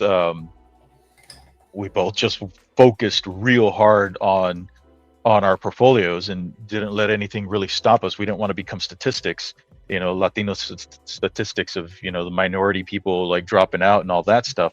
And so we were real aggressive with our schedules and stuff, and very dedicated and everything. So yeah, ever since then, I got in the game industry as a concept artist, character artist, 3D artist. Basically, I've done everything in the game industry you could possibly think of, except the low-level programming. And that's kind of like my origin story when it comes to all that. And I've been doing that professionally for the past 25 years. Worked on all kinds of stuff. And that's that's basically it. Here I am now, doing this bit. Oh man, that's such a success story too. Just like literally working from the ground up. Where in Texas are you from? You said the Panhandle. I'm from El Paso, Texas. I'm from South Texas. I'm currently in Dallas, but we would go up to the Panhandle, out towards Brownfield and all this stuff up there to work the fields. Okay, cool. And so from South Texas, where did you come from? I'm from a small town called Rio Hondo, which is right next to Harlingen and South Padre Island. Yeah. Okay. Cool. I'd been down there once, like in that region. Yeah. For my band was on tour for a show, and it was just like one of the towns I remember going through years ago. But that I always just love meeting people from Texas. Anton over here is actually in Austin. I know that's so far, and I don't think people understand the demographic of Texas sometimes. Like you and me, like even you said South and Panhandle, that's 12 hours away from where I was. I was so to give people some context of Texas size. It's 16 hours from South Texas, but Austin's nothing. Austin's like a 3-hour drive for me. I do that drive all the time. And honestly, I live on the East Coast now. I'm in Winchester, Virginia, and so I'll tell people like, "Oh, drive up to New York. It's 5 hours away. Philly, Pittsburgh, 3.5 hours. DC's an hour and a half." And people are like, "You'll drive that far? You don't mind?" I'm like, "Dude, that's nothing. Like, I would drive 4.5 hours to go to Albuquerque." And yeah, I mean, and that's the thing, right? Like, for example, the reason that I'm at Gearbox Software is, I have my own studio called Dinosaur, and we do all kinds of stuff. We make video games. We're doing comics now. We do collectible statues for the NFL, MLB, WNBA, NBA, and we're doing music, and we're trying to do some feature film stuff as well. So I do a lot of stuff, and the thing is, like, no matter what it is, like, you can't let any barriers like that get in your way. So when I was before I was at Gearbox, I had met my now boss at GDC, and he was looking for someone to do a VR game for him for Gearbox, and I was like, oh cool, well I have a VR team. We've done some award-winning installations and stuff like that. And he was like, oh cool, do you know about Penn and Teller? And I was like, hell yeah, I love Penn and Teller. And he's like, well, have you ever heard of Desert Bus? And I was like, yes, I love Desert Bus. It is a ghost of a game that never came out. He's like, well, we want to do that in VR. And I was like, I'll do it. And so the thing was, like, he's in Dallas, I was in Austin at the time, and I would have to drive once a week up to Dallas for an 11 o'clock meeting. And the thing is, like, for me it's just 3 hours. That's a small price to pay, honestly. And there's a lot of people that aren't willing to do that, which you're kind of, not everyone is able to do that. I mean, let me just make that point clear. But there's a lot of people who can, they just aren't willing to, and thus, they're blocking themselves from any kind of future success. If I hadn't really done that, I don't think I'd be at Gearbox right now. That's true of anything.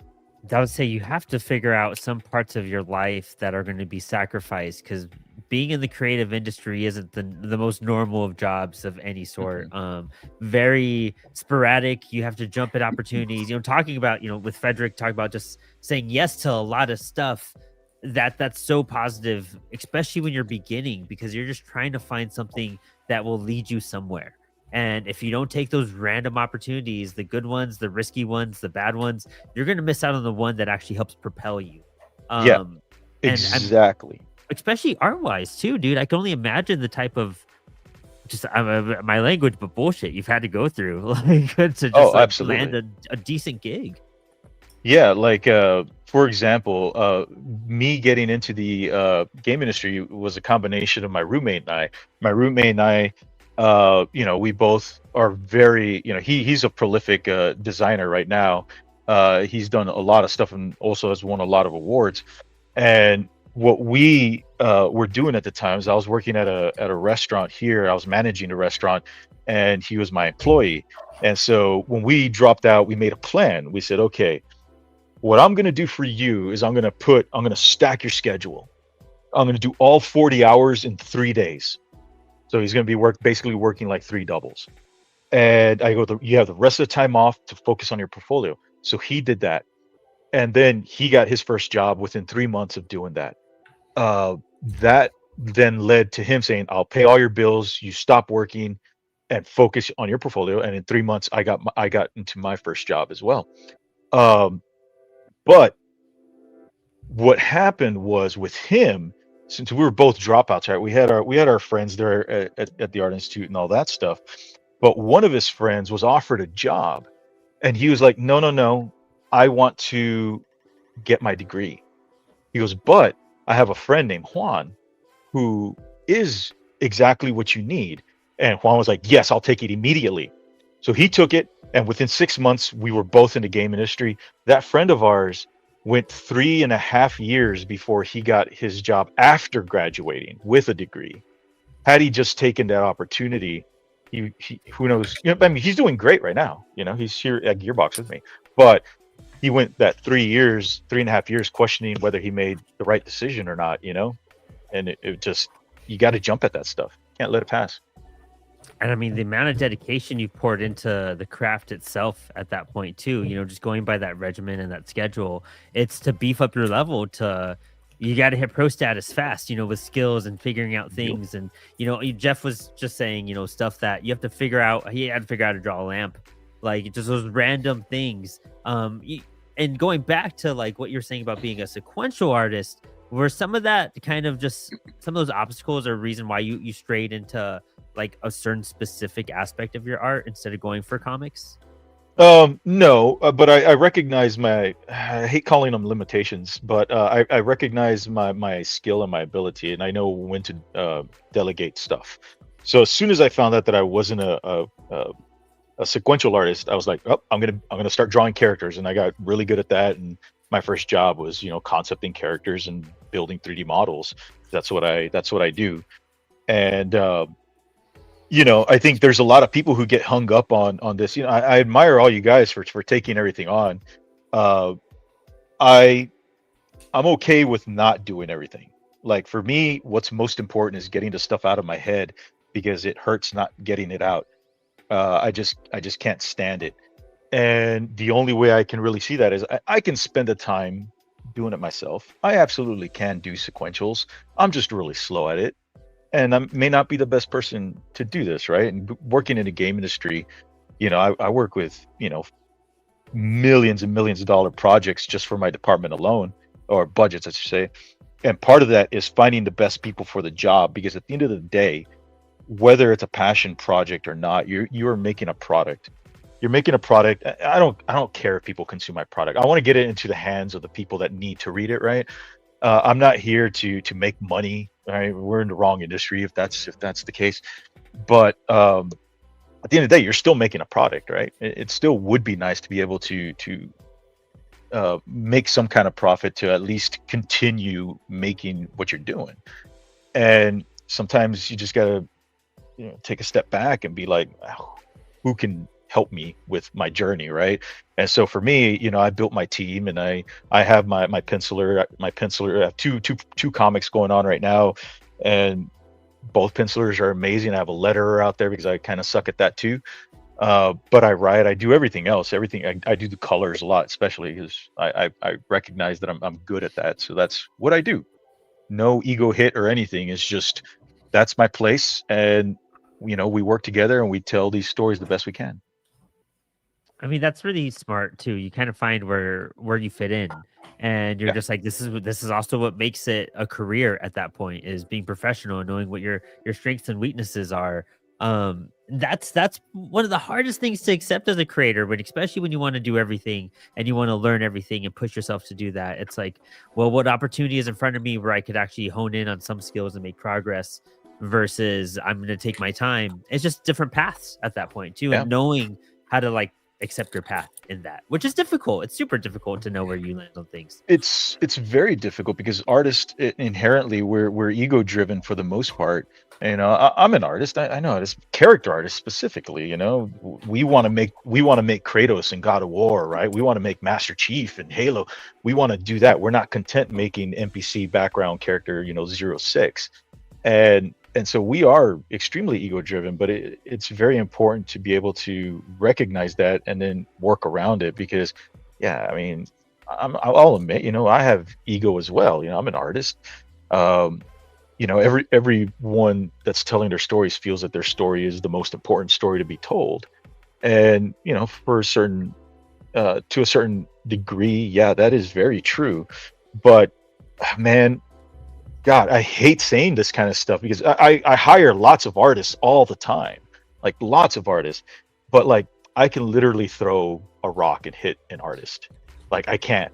And it hurts to hear that, and it hurts to say it because I'm an artist. But understanding that really helps you put some perspective into all that stuff. And I know so many artists that refused any help, and they just never are able to tell their story. It's forever going to be sitting in their sketchbook because they just refuse to find their place and to kind of accept their place in a way. It sucks. I hate saying stuff like that, but it's the God honest truth, at least from what I've been able to see in my position in the industry and everything like that. I mean, it's great advice too, though. You know what I mean? That's something solid. And the harsh realities of making a career and finding, your path on somewhere is so difficult and so rare. I love seeing everyone that we have in this room. I feel has like found their place and like carved a path for themselves and know their lane, but also know how to expand a little bit out of that. And as long as you can expand a little bit and grow slowly while you're maintaining the biggest path, that's what's going to lead you to success and happiness. Because you don't want to land somewhere in your art career where you're just miserable producing something that you're just like, I don't even care about this, because it just drains you of the passion too. Yeah, man, you get home after working a hard day, sometimes the last thing you want to do is put pen to paper. But what would be awesome is if you get home and then you can review pages that your artist has been doing. And you're just like, oh, sweet, because then suddenly like a little spark will ignite and kind of keep you going, right? Because you're not solely reliant on yourself. This isn't a journey that everyone needs to do on their own, even though some of them are extremely personal and probably should. But I don't care. Whatever's in your head, I want to see it. I want to hear it. Get it out however you can. Some people can't draw. And you know what? I don't care. Sketch it out. Draw me some stick figures. Or, hey, if you got some disposable income, go hire an artist. I want to know your story. I want to hear all that. And the worst thing I can ever imagine as a creative is just, like I said, just leaving it in a sketchbook somewhere, and it's just never ever going to be told. I think everyone's story is valid, and I think it should be told. I don't and I know think if once you anyone start else has making thought the on that. attempts, yeah, well, once you start making those attempts of your story and those attempts of making something, you'll realize how capable it is too. It Mhm. doesn't feel nearly as impossible. Sometimes when you think of an idea, it just seems like the hardest thing to like actually find and to get to that end goal, because you're like, how do I go from this concept into a printed product where I could share with people? There's such a big gap, and sitting down to write or sitting down to draw with the attention spans that a lot of people, including myself, I'm guilty of this. It's hard to stay honed in sometimes, like we live in a world of 30-second clips and social media and scrolling, and when you're a social media manager and you're doing stuff like this, like that's part of like the diet I'm on, which, as much as I don't like it, it's essential for me to create communities like this. And so like you have to find your way to stop time for a bit and zone in on those moments to really embellish your story and your craft. Like I suck at drawing faces. I got to sit down just for a day and just draw faces for a weekend, so I could do 200 of them, and then I could still feel more confident the next time I draw my next page. Yeah, man. Then that's fantastic. What you were saying about starting this whole podcast, right? To teach yourself how to draw. That's fantastic. That's the kind of what is it, bravado or whatever, like that will get you doing things. And it's important, man. I do a lot of talks with young artists, and and trying to help teenagers that want to get into the game industry to realize, like, hey, first and foremost, it's production art, right? It's not your passion project. You're gonna have to learn how to make someone else's game. If you want to make your own game, you go learn how to program and work in Unity and do all that, but for the most part, you're working for someone else.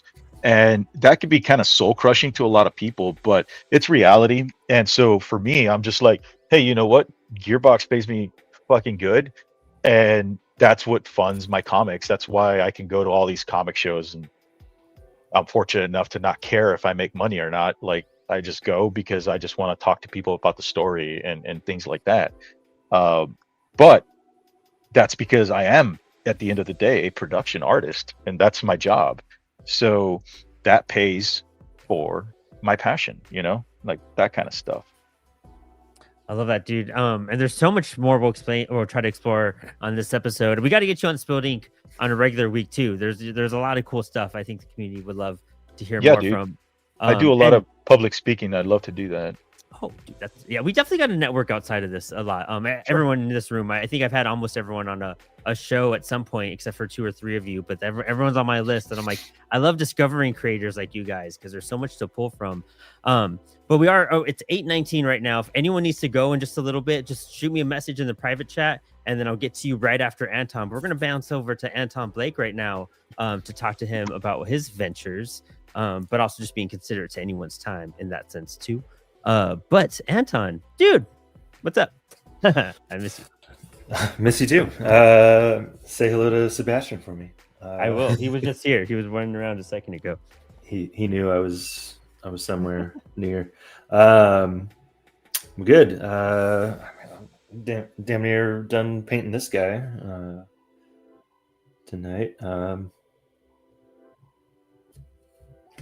Yeah, I don't know. Traditional artist. It's so funny. For those who haven't seen Spilled Ink before, typically all of us are drawing together, and so the lo-fi we have on in the background is a tradition because once we're all zoned into our art, it's so hard to talk and draw. And Anton, we just caught him right in that focus moment right now. I'm in the flow state.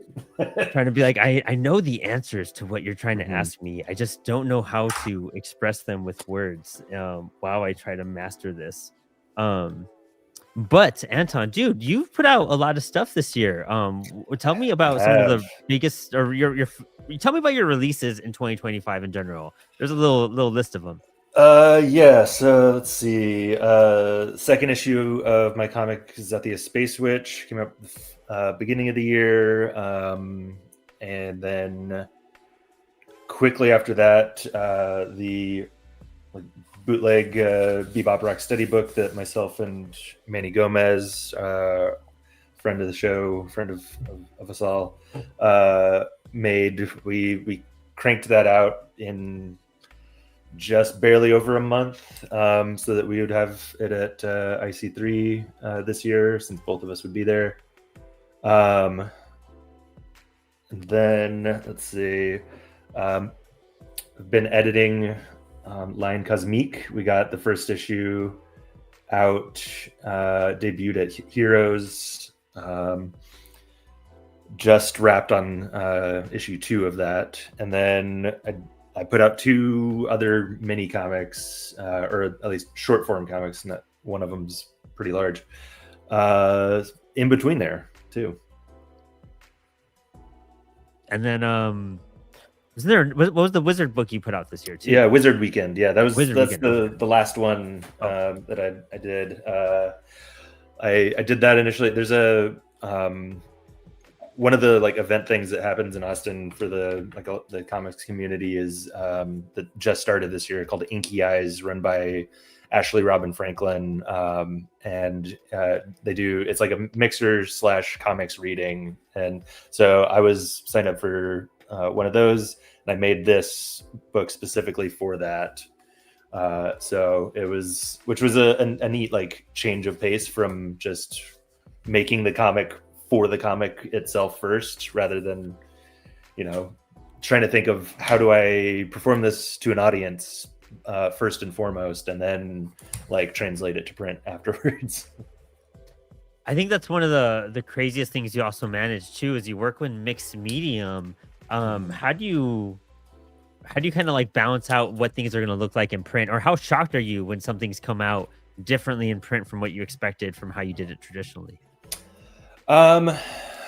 Well, I try to be very meticulous with like making sure my settings are right once I like scan it in, and if I have to do any sort of like cleanup, that kind of thing, that helps mitigate any sort of potential issues with like print differences.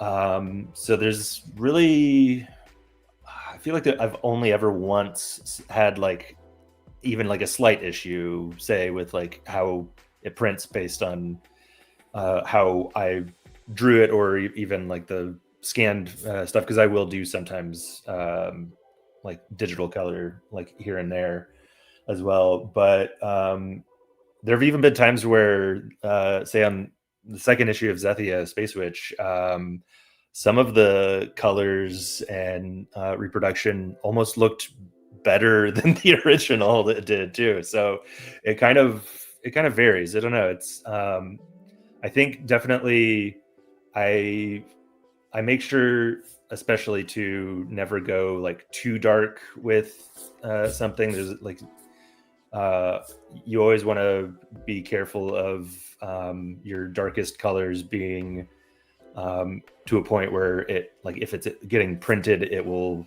potentially get muddy. And then also, I mean, I'm self-taught with a lot of the mediums I do. Like I've taught myself how to paint just in the past like couple of years, and just finding that point where I can stop, and I like, if I were to keep going, I know I would just torture the page basically, and like essentially just that trial and error of, especially given that it's like all self-taught. But yeah, the print side, thankfully I've been lucky that it's been relatively smooth sailing thus far. I love to hear that. Because I think that's one of the craziest things. I've seen so much of your work that in person, when you see like the amount of just material on those pages, sometimes it's shocking that the scanner even gets them as precise as it does. Do you have issues scanning, or do you have to scan a special way, or do you take photos? Like, how does that, when some things are lifted and you have to alter, is that just computer edits, or? Yeah, typically edits like in the computer. I have a large like flatbed scanner, so I can fit like 11 by 17. I think close to like 12 by 16 even, without any issue. And there are occasionally times where I'll have to like mess with the gamma of the scan, or contrast and everything, and then we'll have to further play with that, all the levels and hue, saturation, all that kind of stuff digitally. But so sometimes if like, say, whatever, for whatever reason, it's just like the scan is kind of difficult, it's, the things are not aligning just right in that regard, like I will end up having lots of adjustment layers for like, this little thing here is just this one thing because the highlights were weird, and over here is another thing. So it can sometimes get a little messy with that, but you just have to essentially like do if your scanner can give you a preview of the scanning area, then you should be able to at least like tweak settings well enough that when it will give you the best possible option. And I'll always scan like 600 DPI occasionally if I really need to, like 1200 DPI, something like that. And with that, you get a lot of leeway. That's sick. That's really good advice too. We always say use 300 DPI, but I do use like 1,000, 800 whenever. I always just don't want to risk it. I'm always just so scared to go like too low or something, just for the crispness. Mm-hmm. But and so, man, dude, with your book, this issue 3 you're working on right now? It is, yeah. Man, Gosh. And so how long does it take you to complete one issue with the amount of mixed media you put into it? Well, this issue has been an outlier because I've had to set it aside multiple times for other projects. But each of the prior issues was about 2 months total. And I do this full time, so like I'm very lucky in that I can focus all of my attention on this most of the time. But yeah, it's a lot of I do a lot of strategizing to make sure, like, if I have that sort of time budgeted out, I do a lot of strategizing of which pages I'm going to do what week. Like, for instance, like, say if I know I'm going to do like 3 or 4 pages this week, I'm going to make sure that at least 2 of them are the easier pages, like, you know, talking heads, like very simple subject matter, so that I can bang that out fast, and then also have at least like 1, maybe 2 pages that will take a bit more effort, so like more perspective and that, all that kind of, anything like that, or more complicated sort of mediums, so that I'm not just like burning myself out by like, oh, this week it's all difficult pages, you know. Like I'm trying to make sure to monitor my energy throughout the week, so that I don't like lose the fun of all of this. And so it also means you have your book pretty mapped out before you start then, right? Because you're not just being like, if you go page by page, you don't have that advantage of being like, I should skip this one today. I'm not feeling that, like, you know, the intenseness of that. Or you're like, I should skip this one. This is an easy one. I'll save that for like a rough day. So you really do map out things to a T at that point, I guess. Surprisingly, like, not always. It's I'll at least have like the, you know, the script breakdown, and I will have thumbnails done for most of it. But sometimes the thumbnails are extremely sketchy, loose, like barely, like, and no one else would be able to tell what the hell it is from how like rough it is. But it sometimes will work just enough for me. So I do. It's a strange mix, like of meticulous planning and just freeform chaos. Like I will sometimes just like, I'll switch mediums on certain pages without having like planned it out necessarily, that this one was gonna be a lot of marker, something like, I like to, I guess, essentially, like, I like to plan it out in just enough amount of space so that I can then later improv a little bit here and there. It's sort of like some like actual like improvisers, comedians will talk about how if they've honed enough of the muscles and the skills prior to this to just be able to pop into whatever, like, then they are literally able to just do whatever, anything they want to. So like, that's I've definitely found that weird niche. I was talking to an editor friend of mine, and how the process particular for Zethia would be a nightmare for an editor to like follow how I'm doing it, but somehow it's been working for me. I mean, that's probably the kind of the funness of indie comics too, is figuring out that process on your own and like gaining some of those skill sets and insight to kind of put out a book on your own with some confidence too.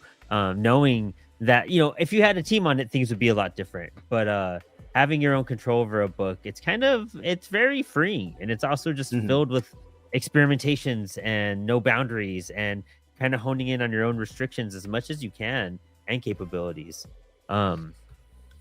That's interesting. Well, it's 8:33. Anton, we're gonna circle back to you as we do our final round, because I could talk to you all night. But let's bounce over to Carl. to talk about some of his stuff and his penciling that he's doing right now. Carl's art is actually one of my favorites because it's just so intricate, so stylized. There's so much flavor to it with it being pencils and how he skips the inking process to colors. And you could kind of see, hi. Oh, we have to say real fast, Wiseacre Art Comics. He's dipping out here in the chat. Thank you so much for coming on, Frederick. We'll get you lined up. Let's bring up Frederick real fast, just so we go say bye to him as he signs off. He gives some quick shout outs. Frederick, thank you for hanging with us. We got to get you on Inspired Ink soon as well. And dude, if you want to just promote anything, let us know where we find you. I believe this QR code is yours up top, if I'm maybe not mistaken. Definitely appreciate everybody. Definitely love to hang out if you can get in the future. You can definitely find us on all our socials. The handle is always the same at Wiseacre Comics, and our website is at wiseacre.us. Love it, dude. Thank you so much for your time tonight. Thanks for hanging. It's always good talking to you, dude. And congrats on all the success of what you've been doing lately, too. Appreciate it. Thank you. Happy holidays. Happy holidays, my guy. And Carl, dude, what are you working on now? You were working on a book last time I saw you. Is this a new one? Is this a different one? And whatever it is, fill us in. This is man, I got like 3-4 things I'm always juggling. This is page 10 of Night of the Chihuahuas 2.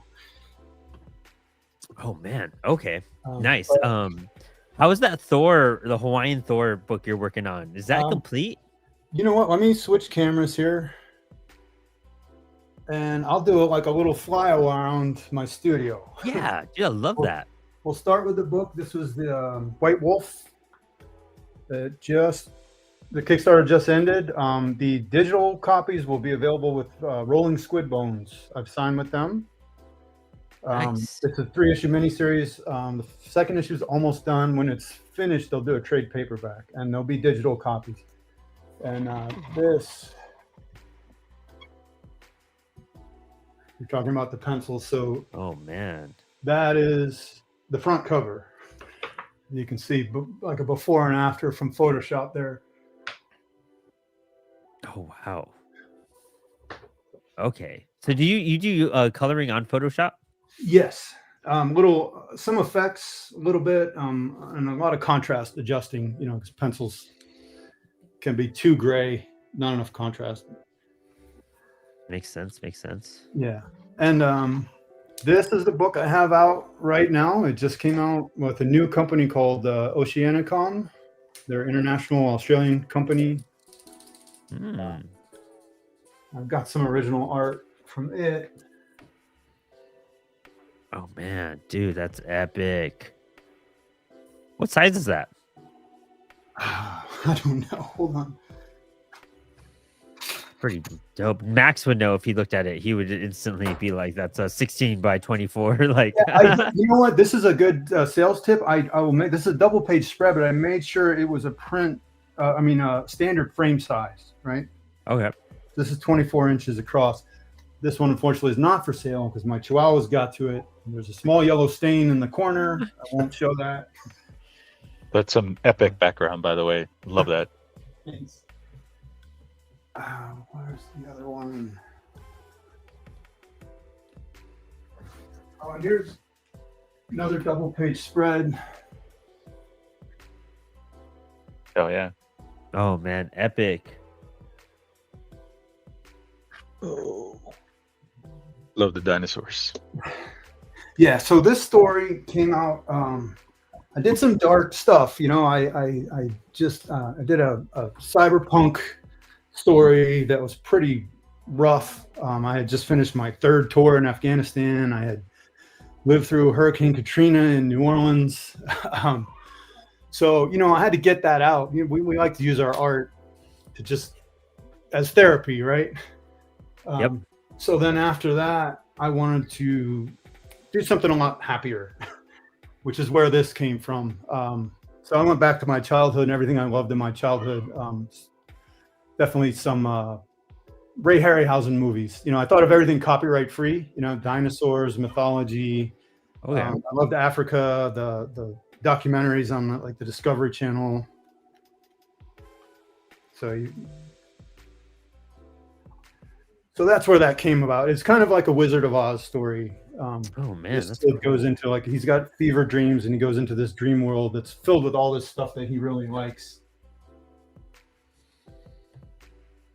And then here's some more pencils. Oh man, gosh, that's so intricate. Oof. And then so then I'm also working with Pork Chop Express on a new book. I think we're going to do the Kickstarter in late January. Okay. Finishing up like the editing process on the second issue. It's kind of like a 48-page, one giant 48-page special, or 2 issues. We'll sell it both ways. This is a double-page spread from that. Oh, it's epic, dude. Those clouds are crazy. Yeah, that was a whole week, nothing but working on that. That's wild, dude. And this is a splash page ad that I did for it. Wow. Gosh, that looks great. That helicopter really pops out too, man. Like, whoa, this is pretty trippy. I'm not gonna lie. It looks 3D. Yeah, I used to work with helicopters, so Dude, that's insane. So that's the 3 things I'll have coming out soon. Dude, I love that. Oh man, so epic, dude. Carl, you're so busy. I love seeing all the work you're producing right now. You deserve all of that. A lot of releases you've had this year, and it looks like 2026 is going to be even busier for you. Yeah, it was a crazy year. For those who don't know, I was a federal employee, so that got complicated, and now I'm early retired. Not making a lot of money, but that gives me the chance to do this, and I only need to make a little bit of money from this to get by. So it was a nightmare that turned into a dream come true. It's a lot of times that's how it happens. You know, you have to go through something rough to get a prize at the end sometimes. And I feel like that's the pattern. And it's like when things are tight or things are rough, I'm always like, well, something cool is going to happen really soon, though. Just try to float through this. Yeah, that's life. Honestly, dude, I mean, I'm so hyped for you. So with your penciling process, like, why don't you explain to some of the people here real fast, like, how can we go over the inking completely and how you get so detailed with your pencils? Yeah, so I use between a 2H and a 4B pencil.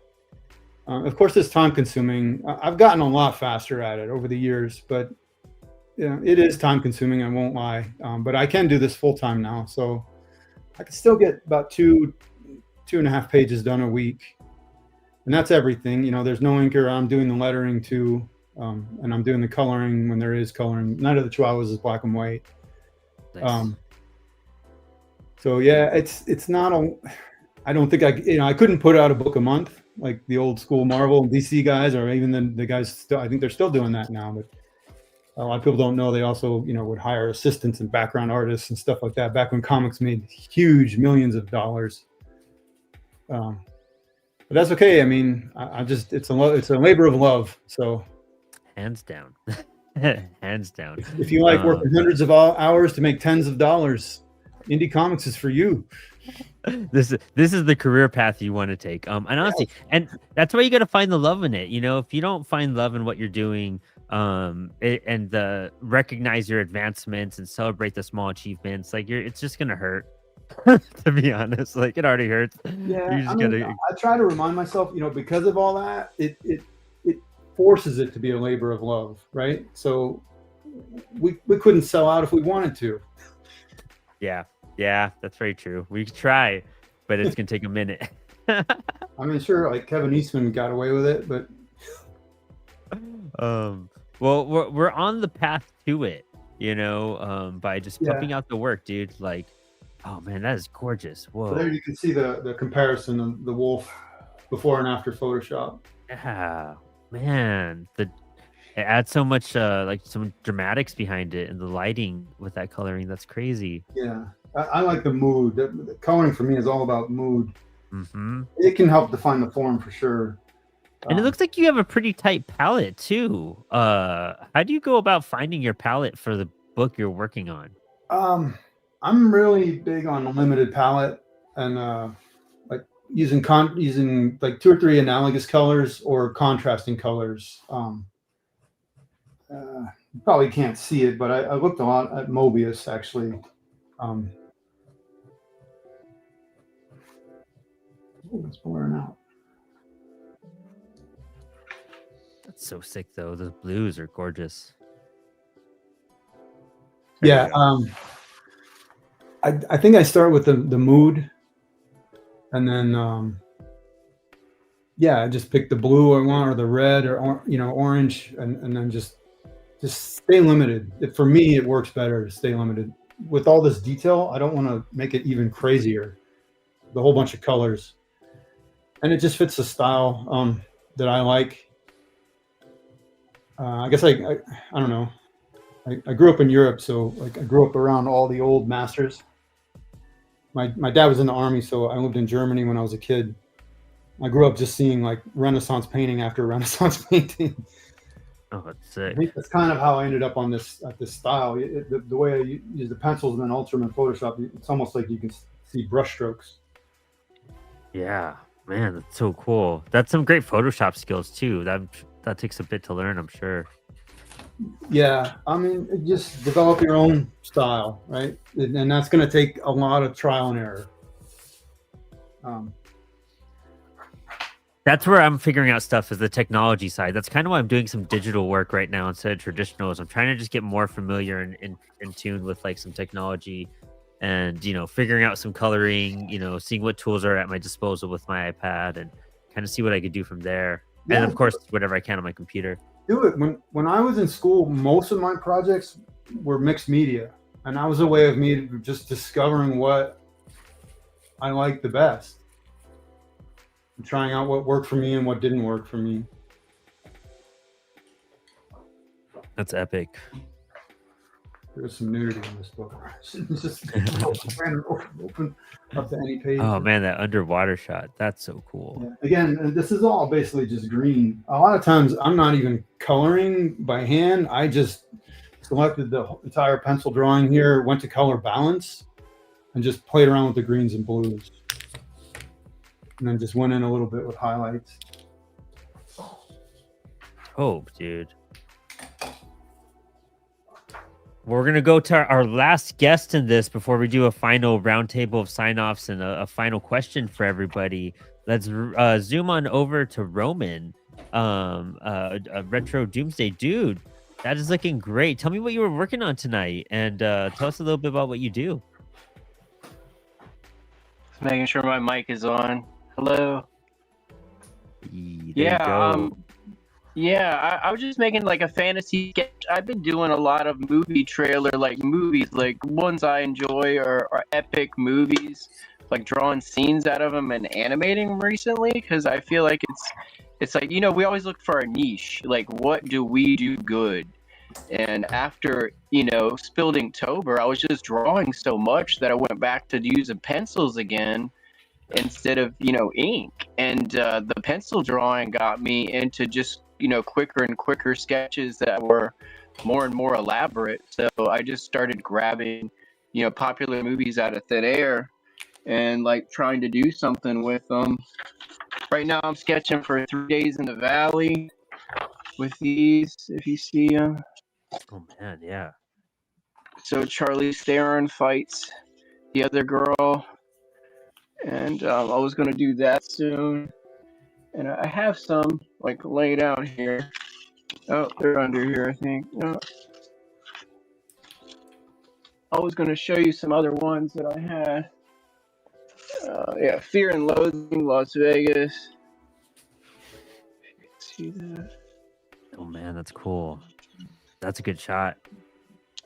Yeah, and so I made several sketches and then animated them together. Here's David Bowie from The Labyrinth. Man, that's cool.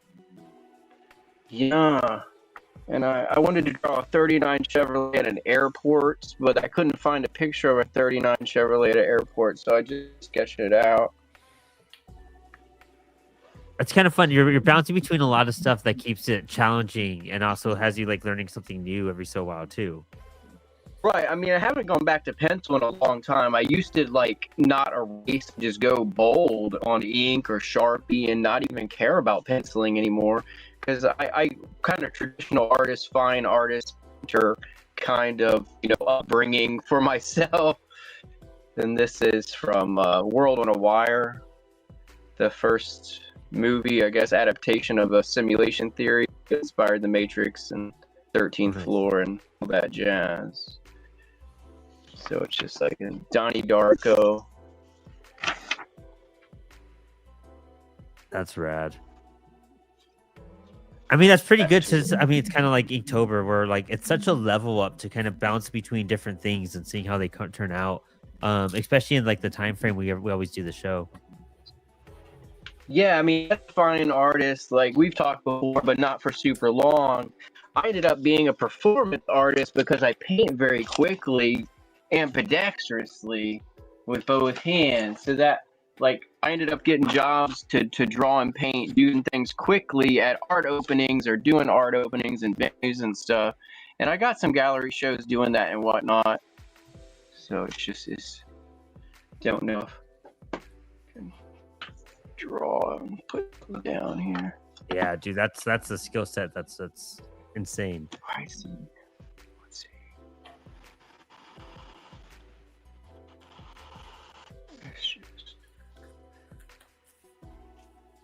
Whatever I want to draw can happen really quickly with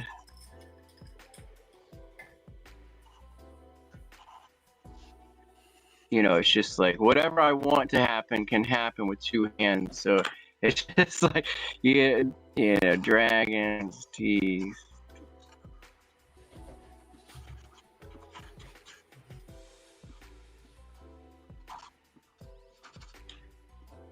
So wild. I mean, that's just something that takes so much talk about just trial and error. It's getting that non-dominatory hand in sync with what you're doing with the other one. Kind of like when you're learning an instrument too. It's very similar.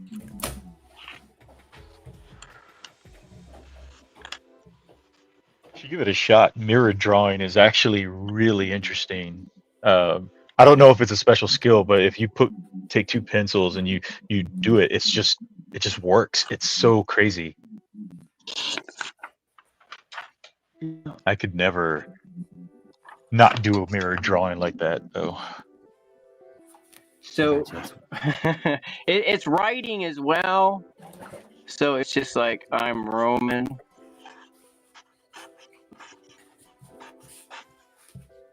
So I don't know if that shows. So it's just like I don't know how. Yeah, and I'm right-handed and left eye dominant. I would probably have a nervous breakdown if I tried to do that. So my brain can flip any signal forwards or backwards immediately. So it's very bizarre that it does that, but I don't do all my work ambidextrously. But again, it turned me into a performance artist with each, piece I was doing was more of a performance instead of, a painstakingly long piece. So that's what I'm saying. Getting back into drawing has led me to take a little more time with stuff and not do them in seconds or minutes. And that's what, if y'all didn't see the Spilled Inktober, I was doing the really quick Gundams and whatnot, and showing those. All those things took about 3 minutes, but I sped them up to take the 60 seconds. The ones that I showed on there. That's wild, man. That's so cool. I mean, and I'm going to do a roundtable question as we do our sign-offs right now too for the show. But how do you keep like a solid routine for your craft? And how do you keep yourself organized to make sure you're hitting your deadlines? I mean, for me, as long as I feel good, I can create, and I like in the morning. So as long as my stuff is available, I can get to work, of starting to make something. So, as long as I have the supplies there and I'm 100%, I'm usually just ready to go. But I'm saying evening is different for me. I'm used to, I do a lot of drawing in the morning. But, for me, it's just like my coffee, my 2 cent, turn on something, know what I'm doing, know what I'm focused on, and just, go. And lately, the Lion's Mane tea's been helping out with lion's mane's mushroom stuff. That I think that helps me focus a little bit. Dude, same. I drink like that Four Sigmatic mushroom coffee, and I love it. It helps me so much. I'm not gonna lie, I want to totally get sponsored by them or Rise. I drink mushroom coffee. It's great. I swear it works. I am attested to it. It keeps me focused and going throughout my long caffeine days. Dylan in the chat was saying I've powdered mushroom with lion's mane. Dude, lion's mane is great for your brain. As a creator, it helps us all. Roman, dude, you're amazing. I'm so glad you've been hanging out with us all day. You've been in the chat. You always show up to Split Ink. I can't wait to get you on the show again. Do you want us to? Do you have any shout outs you want to give before we start doing our sign offs? No, I mean, I look forward to being on again. And I'm sure we'll talk again soon. Matrix drawings, yeah. And y'all can find me under my name, Zell Goddess, and then my silly animation is Red Grid. Love it, dude. Thank you for just being a great part of the community, my dude. Love that you're always here and showing up and drawing with us, keeping us going. You're the man. We'll bounce over to Hannah real fast. Hannah, you were saying in the private chat over here about some of your process. How did you figure out what worked best for you for your process? And how do you do everything traditionally too? What were some of the things that you feel like are good advice for people trying to do everything traditionally?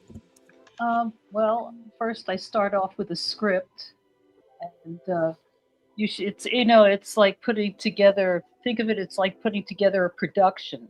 You've got your cast, so you want to first have your characters established, so you can write out descriptions about your characters and stuff, and then comes the dialogue. So I always make sure I have all my script and my characters all set up. And then I rough out the page like really quickly in a notebook, scribble it out. And then when that comes down to, then I start to make the tight, rough penciled layout page. And then it goes on to the light box where I tighten up the pencils and do all the corrections. Then it goes to inking and then the final coloring phase. So it's a multi-step process. Do you take in consideration like your own letter bubbles and caption bubbles at that same time? Yes, I always make sure there's room to put text balloons and bubbles. I mean, that's in all comics. You got to make sure that when you design your panels, that you've made room to put the text balloons in there. Yes, absolutely. Do you do that traditionally as well, or have you also do that digital? I've never ventured into digital.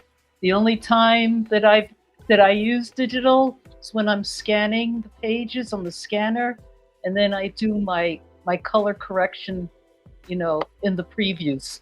So there you go. Yeah, like somebody else was saying before, that's the same step that I do. I do my color correction is digital. I might tighten it up a little bit digitally, but other than that, yeah. Other than that, previous process is all traditional. Love it. I'm a big fan of that. Hannah, we got to get you on one of our other shows. We'll stay connected. We'll stay in network. I have so many questions I still want to ask you, and I would love to see you draw, and I got to check out your books too because they just seem so fascinating. Do you want to give any shout outs or just anything you want to promote at the moment too? You can read my comics for free at Joe Plant Comics at globalcomics.com. I got 4 issues available there. I just came out with issue 5, which is called Clone. So, it's a fun read. It's got environmental aspects to it, but you won't be bogged down with a lot of scientific stuff or anything. So he's a fun character. He gets in trouble. So I'm having fun with him. As comics should be, as long as we're having fun. I can't wait to check it out. And I can't wait to do a follow-up with you. Just fascinating. I'm so hyped to talk more. So thank you for your time tonight. I really appreciate it. Well, thank you for inviting me. Yeah. Of course. We'll bring Bud up here as well next. Bud, tell me really quick how you keep your process going and how you kind of develop that process into what it is today, and then any sign-offs you want to give as well.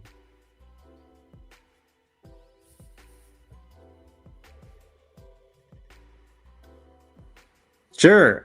Sorry, I'm having tech delays here. I have to listen to you on my phone and then I unmute myself. Anyways, keep the process going. I think it's just loving what you do and carving out time, dedicating time to doing it. I know I struggle with kind of like fitting in time versus, hey, I'm gonna do this, and I think that's like the big difference there to kind of push through. Any shout outs? I just my brother and I, we make these these comics, Bushwhacked. We're really proud of them. We love them. We're trying to make inroads with our, find our audience and get into some stores and do some shows and meet some people. And of course, love all the other stuff that everyone else is working on too. I love indie comics. So just want to say, yeah, good job, and keep going, keep at it. I love it, bud. Thank you so much for your time tonight. I really appreciate what you're doing. I can't wait to talk more. We'll also network a little bit after the show. We'll bring you on to Spilled Ink or another show as well. Can't wait to catch up on your books too. We'll switch over to Jeff now. Jeff, my dude, also Minneapolis connection here for you guys. We've got to keep that in memory for you guys, keep you in order. Tell us about like how you keep yourself focused and on track with your stuff, and also any shout outs you want to give for the rest of the show. Oh, you're muted. My bad. Forgot to give you that heads up before you start talking. There we go. Sorry. Yeah, staying focused. I mean, honestly, I think with the last comic I did, I kind of just set up the lifestyle I needed to do to keep me going. Up here I have, in terms of like tracking and things like that, I have a actual tracking sheet of like all the pages and where I'm at in it. Within it, there's like kind of a guide of saying like I've written it, I've inked it, I've penciled it, I've lettered it.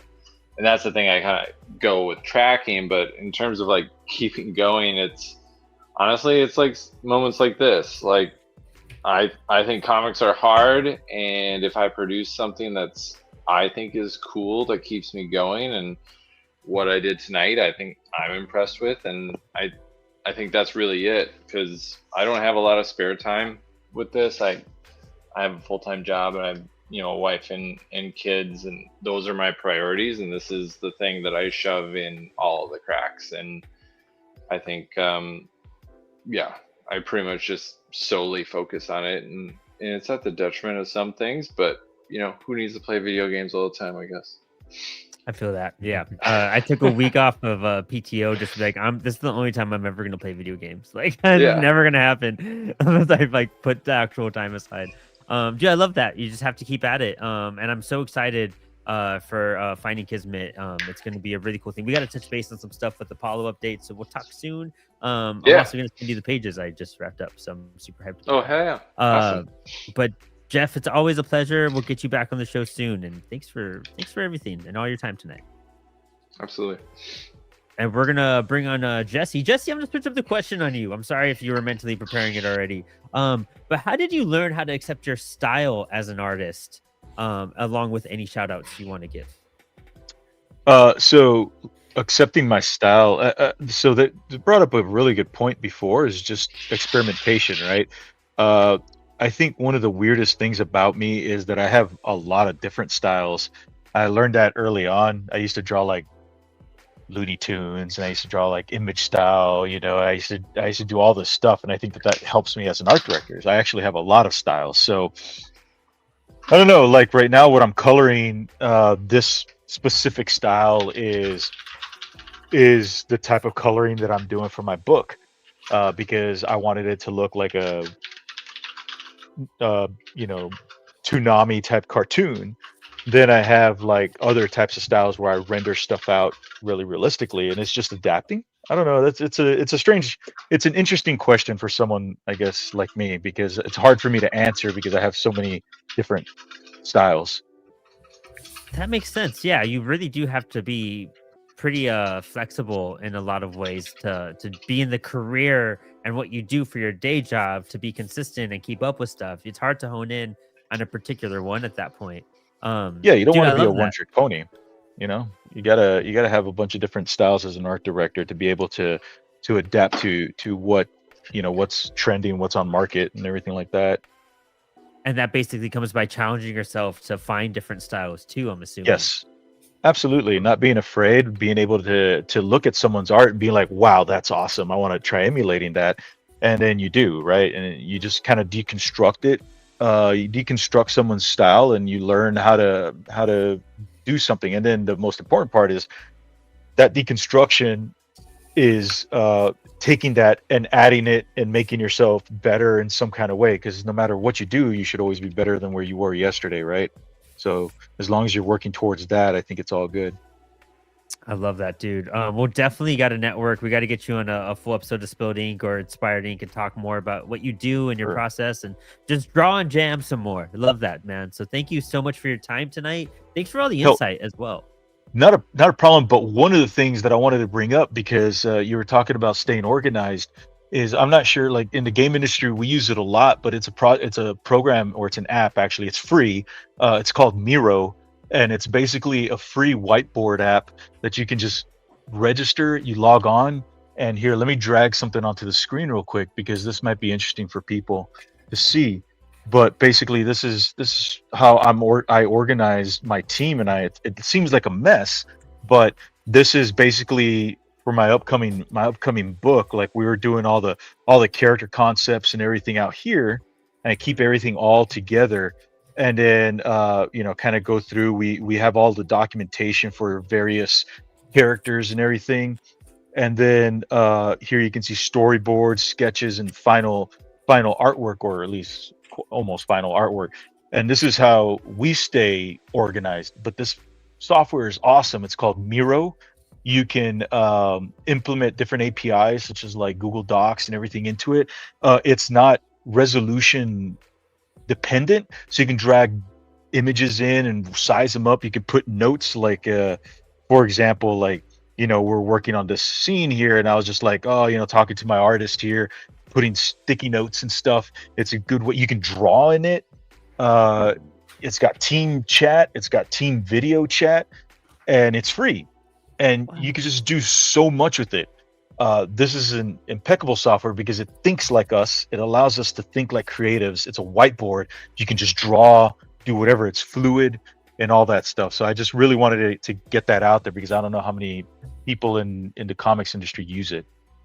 Dude, that's awesome. I mean, that's it reminds me of a lot of like Figma or like Adobe XD, but like, I mean, we use a lot of that for frameworking and making like design sometimes too. So that's really great. I just checked out the website. I'll share that with my marketing director right after this. Yeah, so thank you. Check it out, Miro. It's awesome. Love it. Yeah. Dude, Jesse, thank you so much for your time tonight, dude, man. Thanks for that great insight as well. I love meeting people like you and creators like you who are out there doing it, and people from Texas. So hey, love big awesome. country. Next up, we'll bring on Anton. Dude, how do you? I mean, I know you're full time, but what advice do you have for people to stay on track and to keep going and stay motivated to continue their project?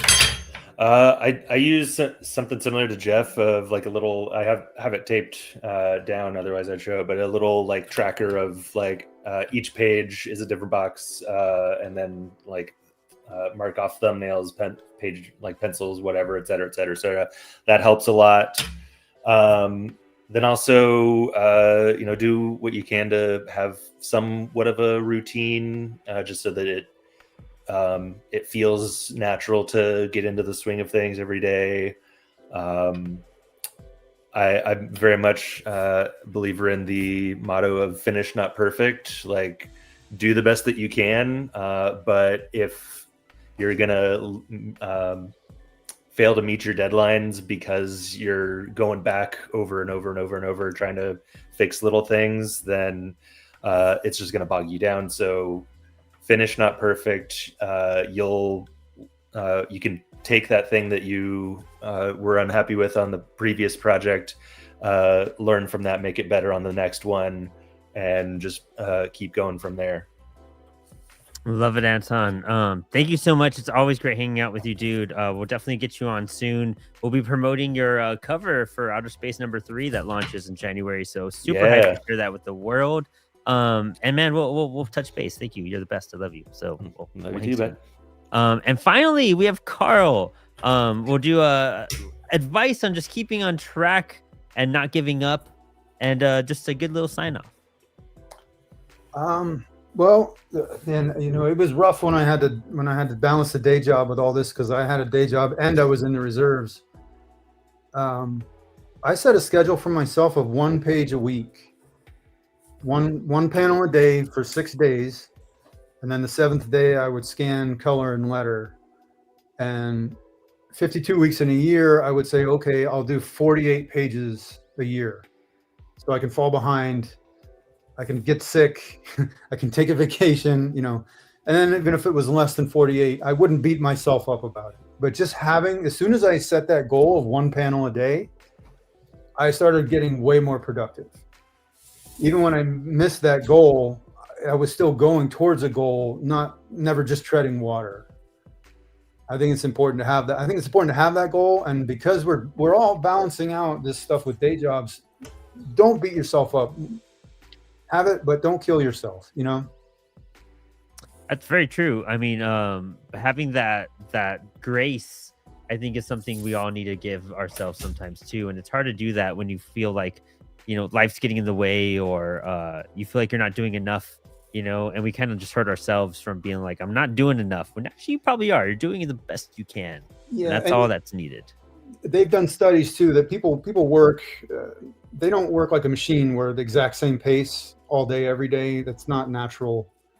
Projects in the corporate world are expected to have their ups and downs, and they're, way more productivity towards the end. And then people need a break. People need their vacation time after the project is finished. Mm-hmm. So just you need that recharge. Understand you're not a machine. You're a human. That is great advice. Something that I got to focus on myself, because a bit too hard on myself if I'm not 100% every day, and you can't quite do it. Doesn't too much caffeine will just kill you. It's fun at first, but then it'll just hurt. Yeah. So dude, great advice. Carl, it's always great to have you. We're always happy to have you back on Inspired Inc. Thank you to everyone for today, for watching, for enjoying this con. This is it. This is a late night hours are over with. Tomorrow night we have a great show going from 8 to 10, so please tune in for that. We have an entire con tomorrow. There's so many good panels, so many good things in front of us. Greg and Dylan are back. They got their break, so hey, took over for a bit. Glad you guys got some food, a breather, used the bathroom finally, and now we're here to say goodnight. Yeah. Super excited. That was an awesome. I enjoyed watching all that. It was fun just having to do the controls in the background. But yeah, definitely. I think that was a good after hours, and I'm glad to have met everybody here. I'll have to check out everybody's work after this, because some of this stuff was pretty cool. Yeah. Awesome. Well, thanks for vibing with the lo-fi for the after hours, everybody, and. That was an awesome con, and we'll see you tomorrow, noon Eastern. Yeah, noon Eastern. Yeah. That's right. So get some rest. We'll be back tomorrow. Peace. You want me to end it? Yeah. I was like, is there an ending? I wasn't sure if it's vibing.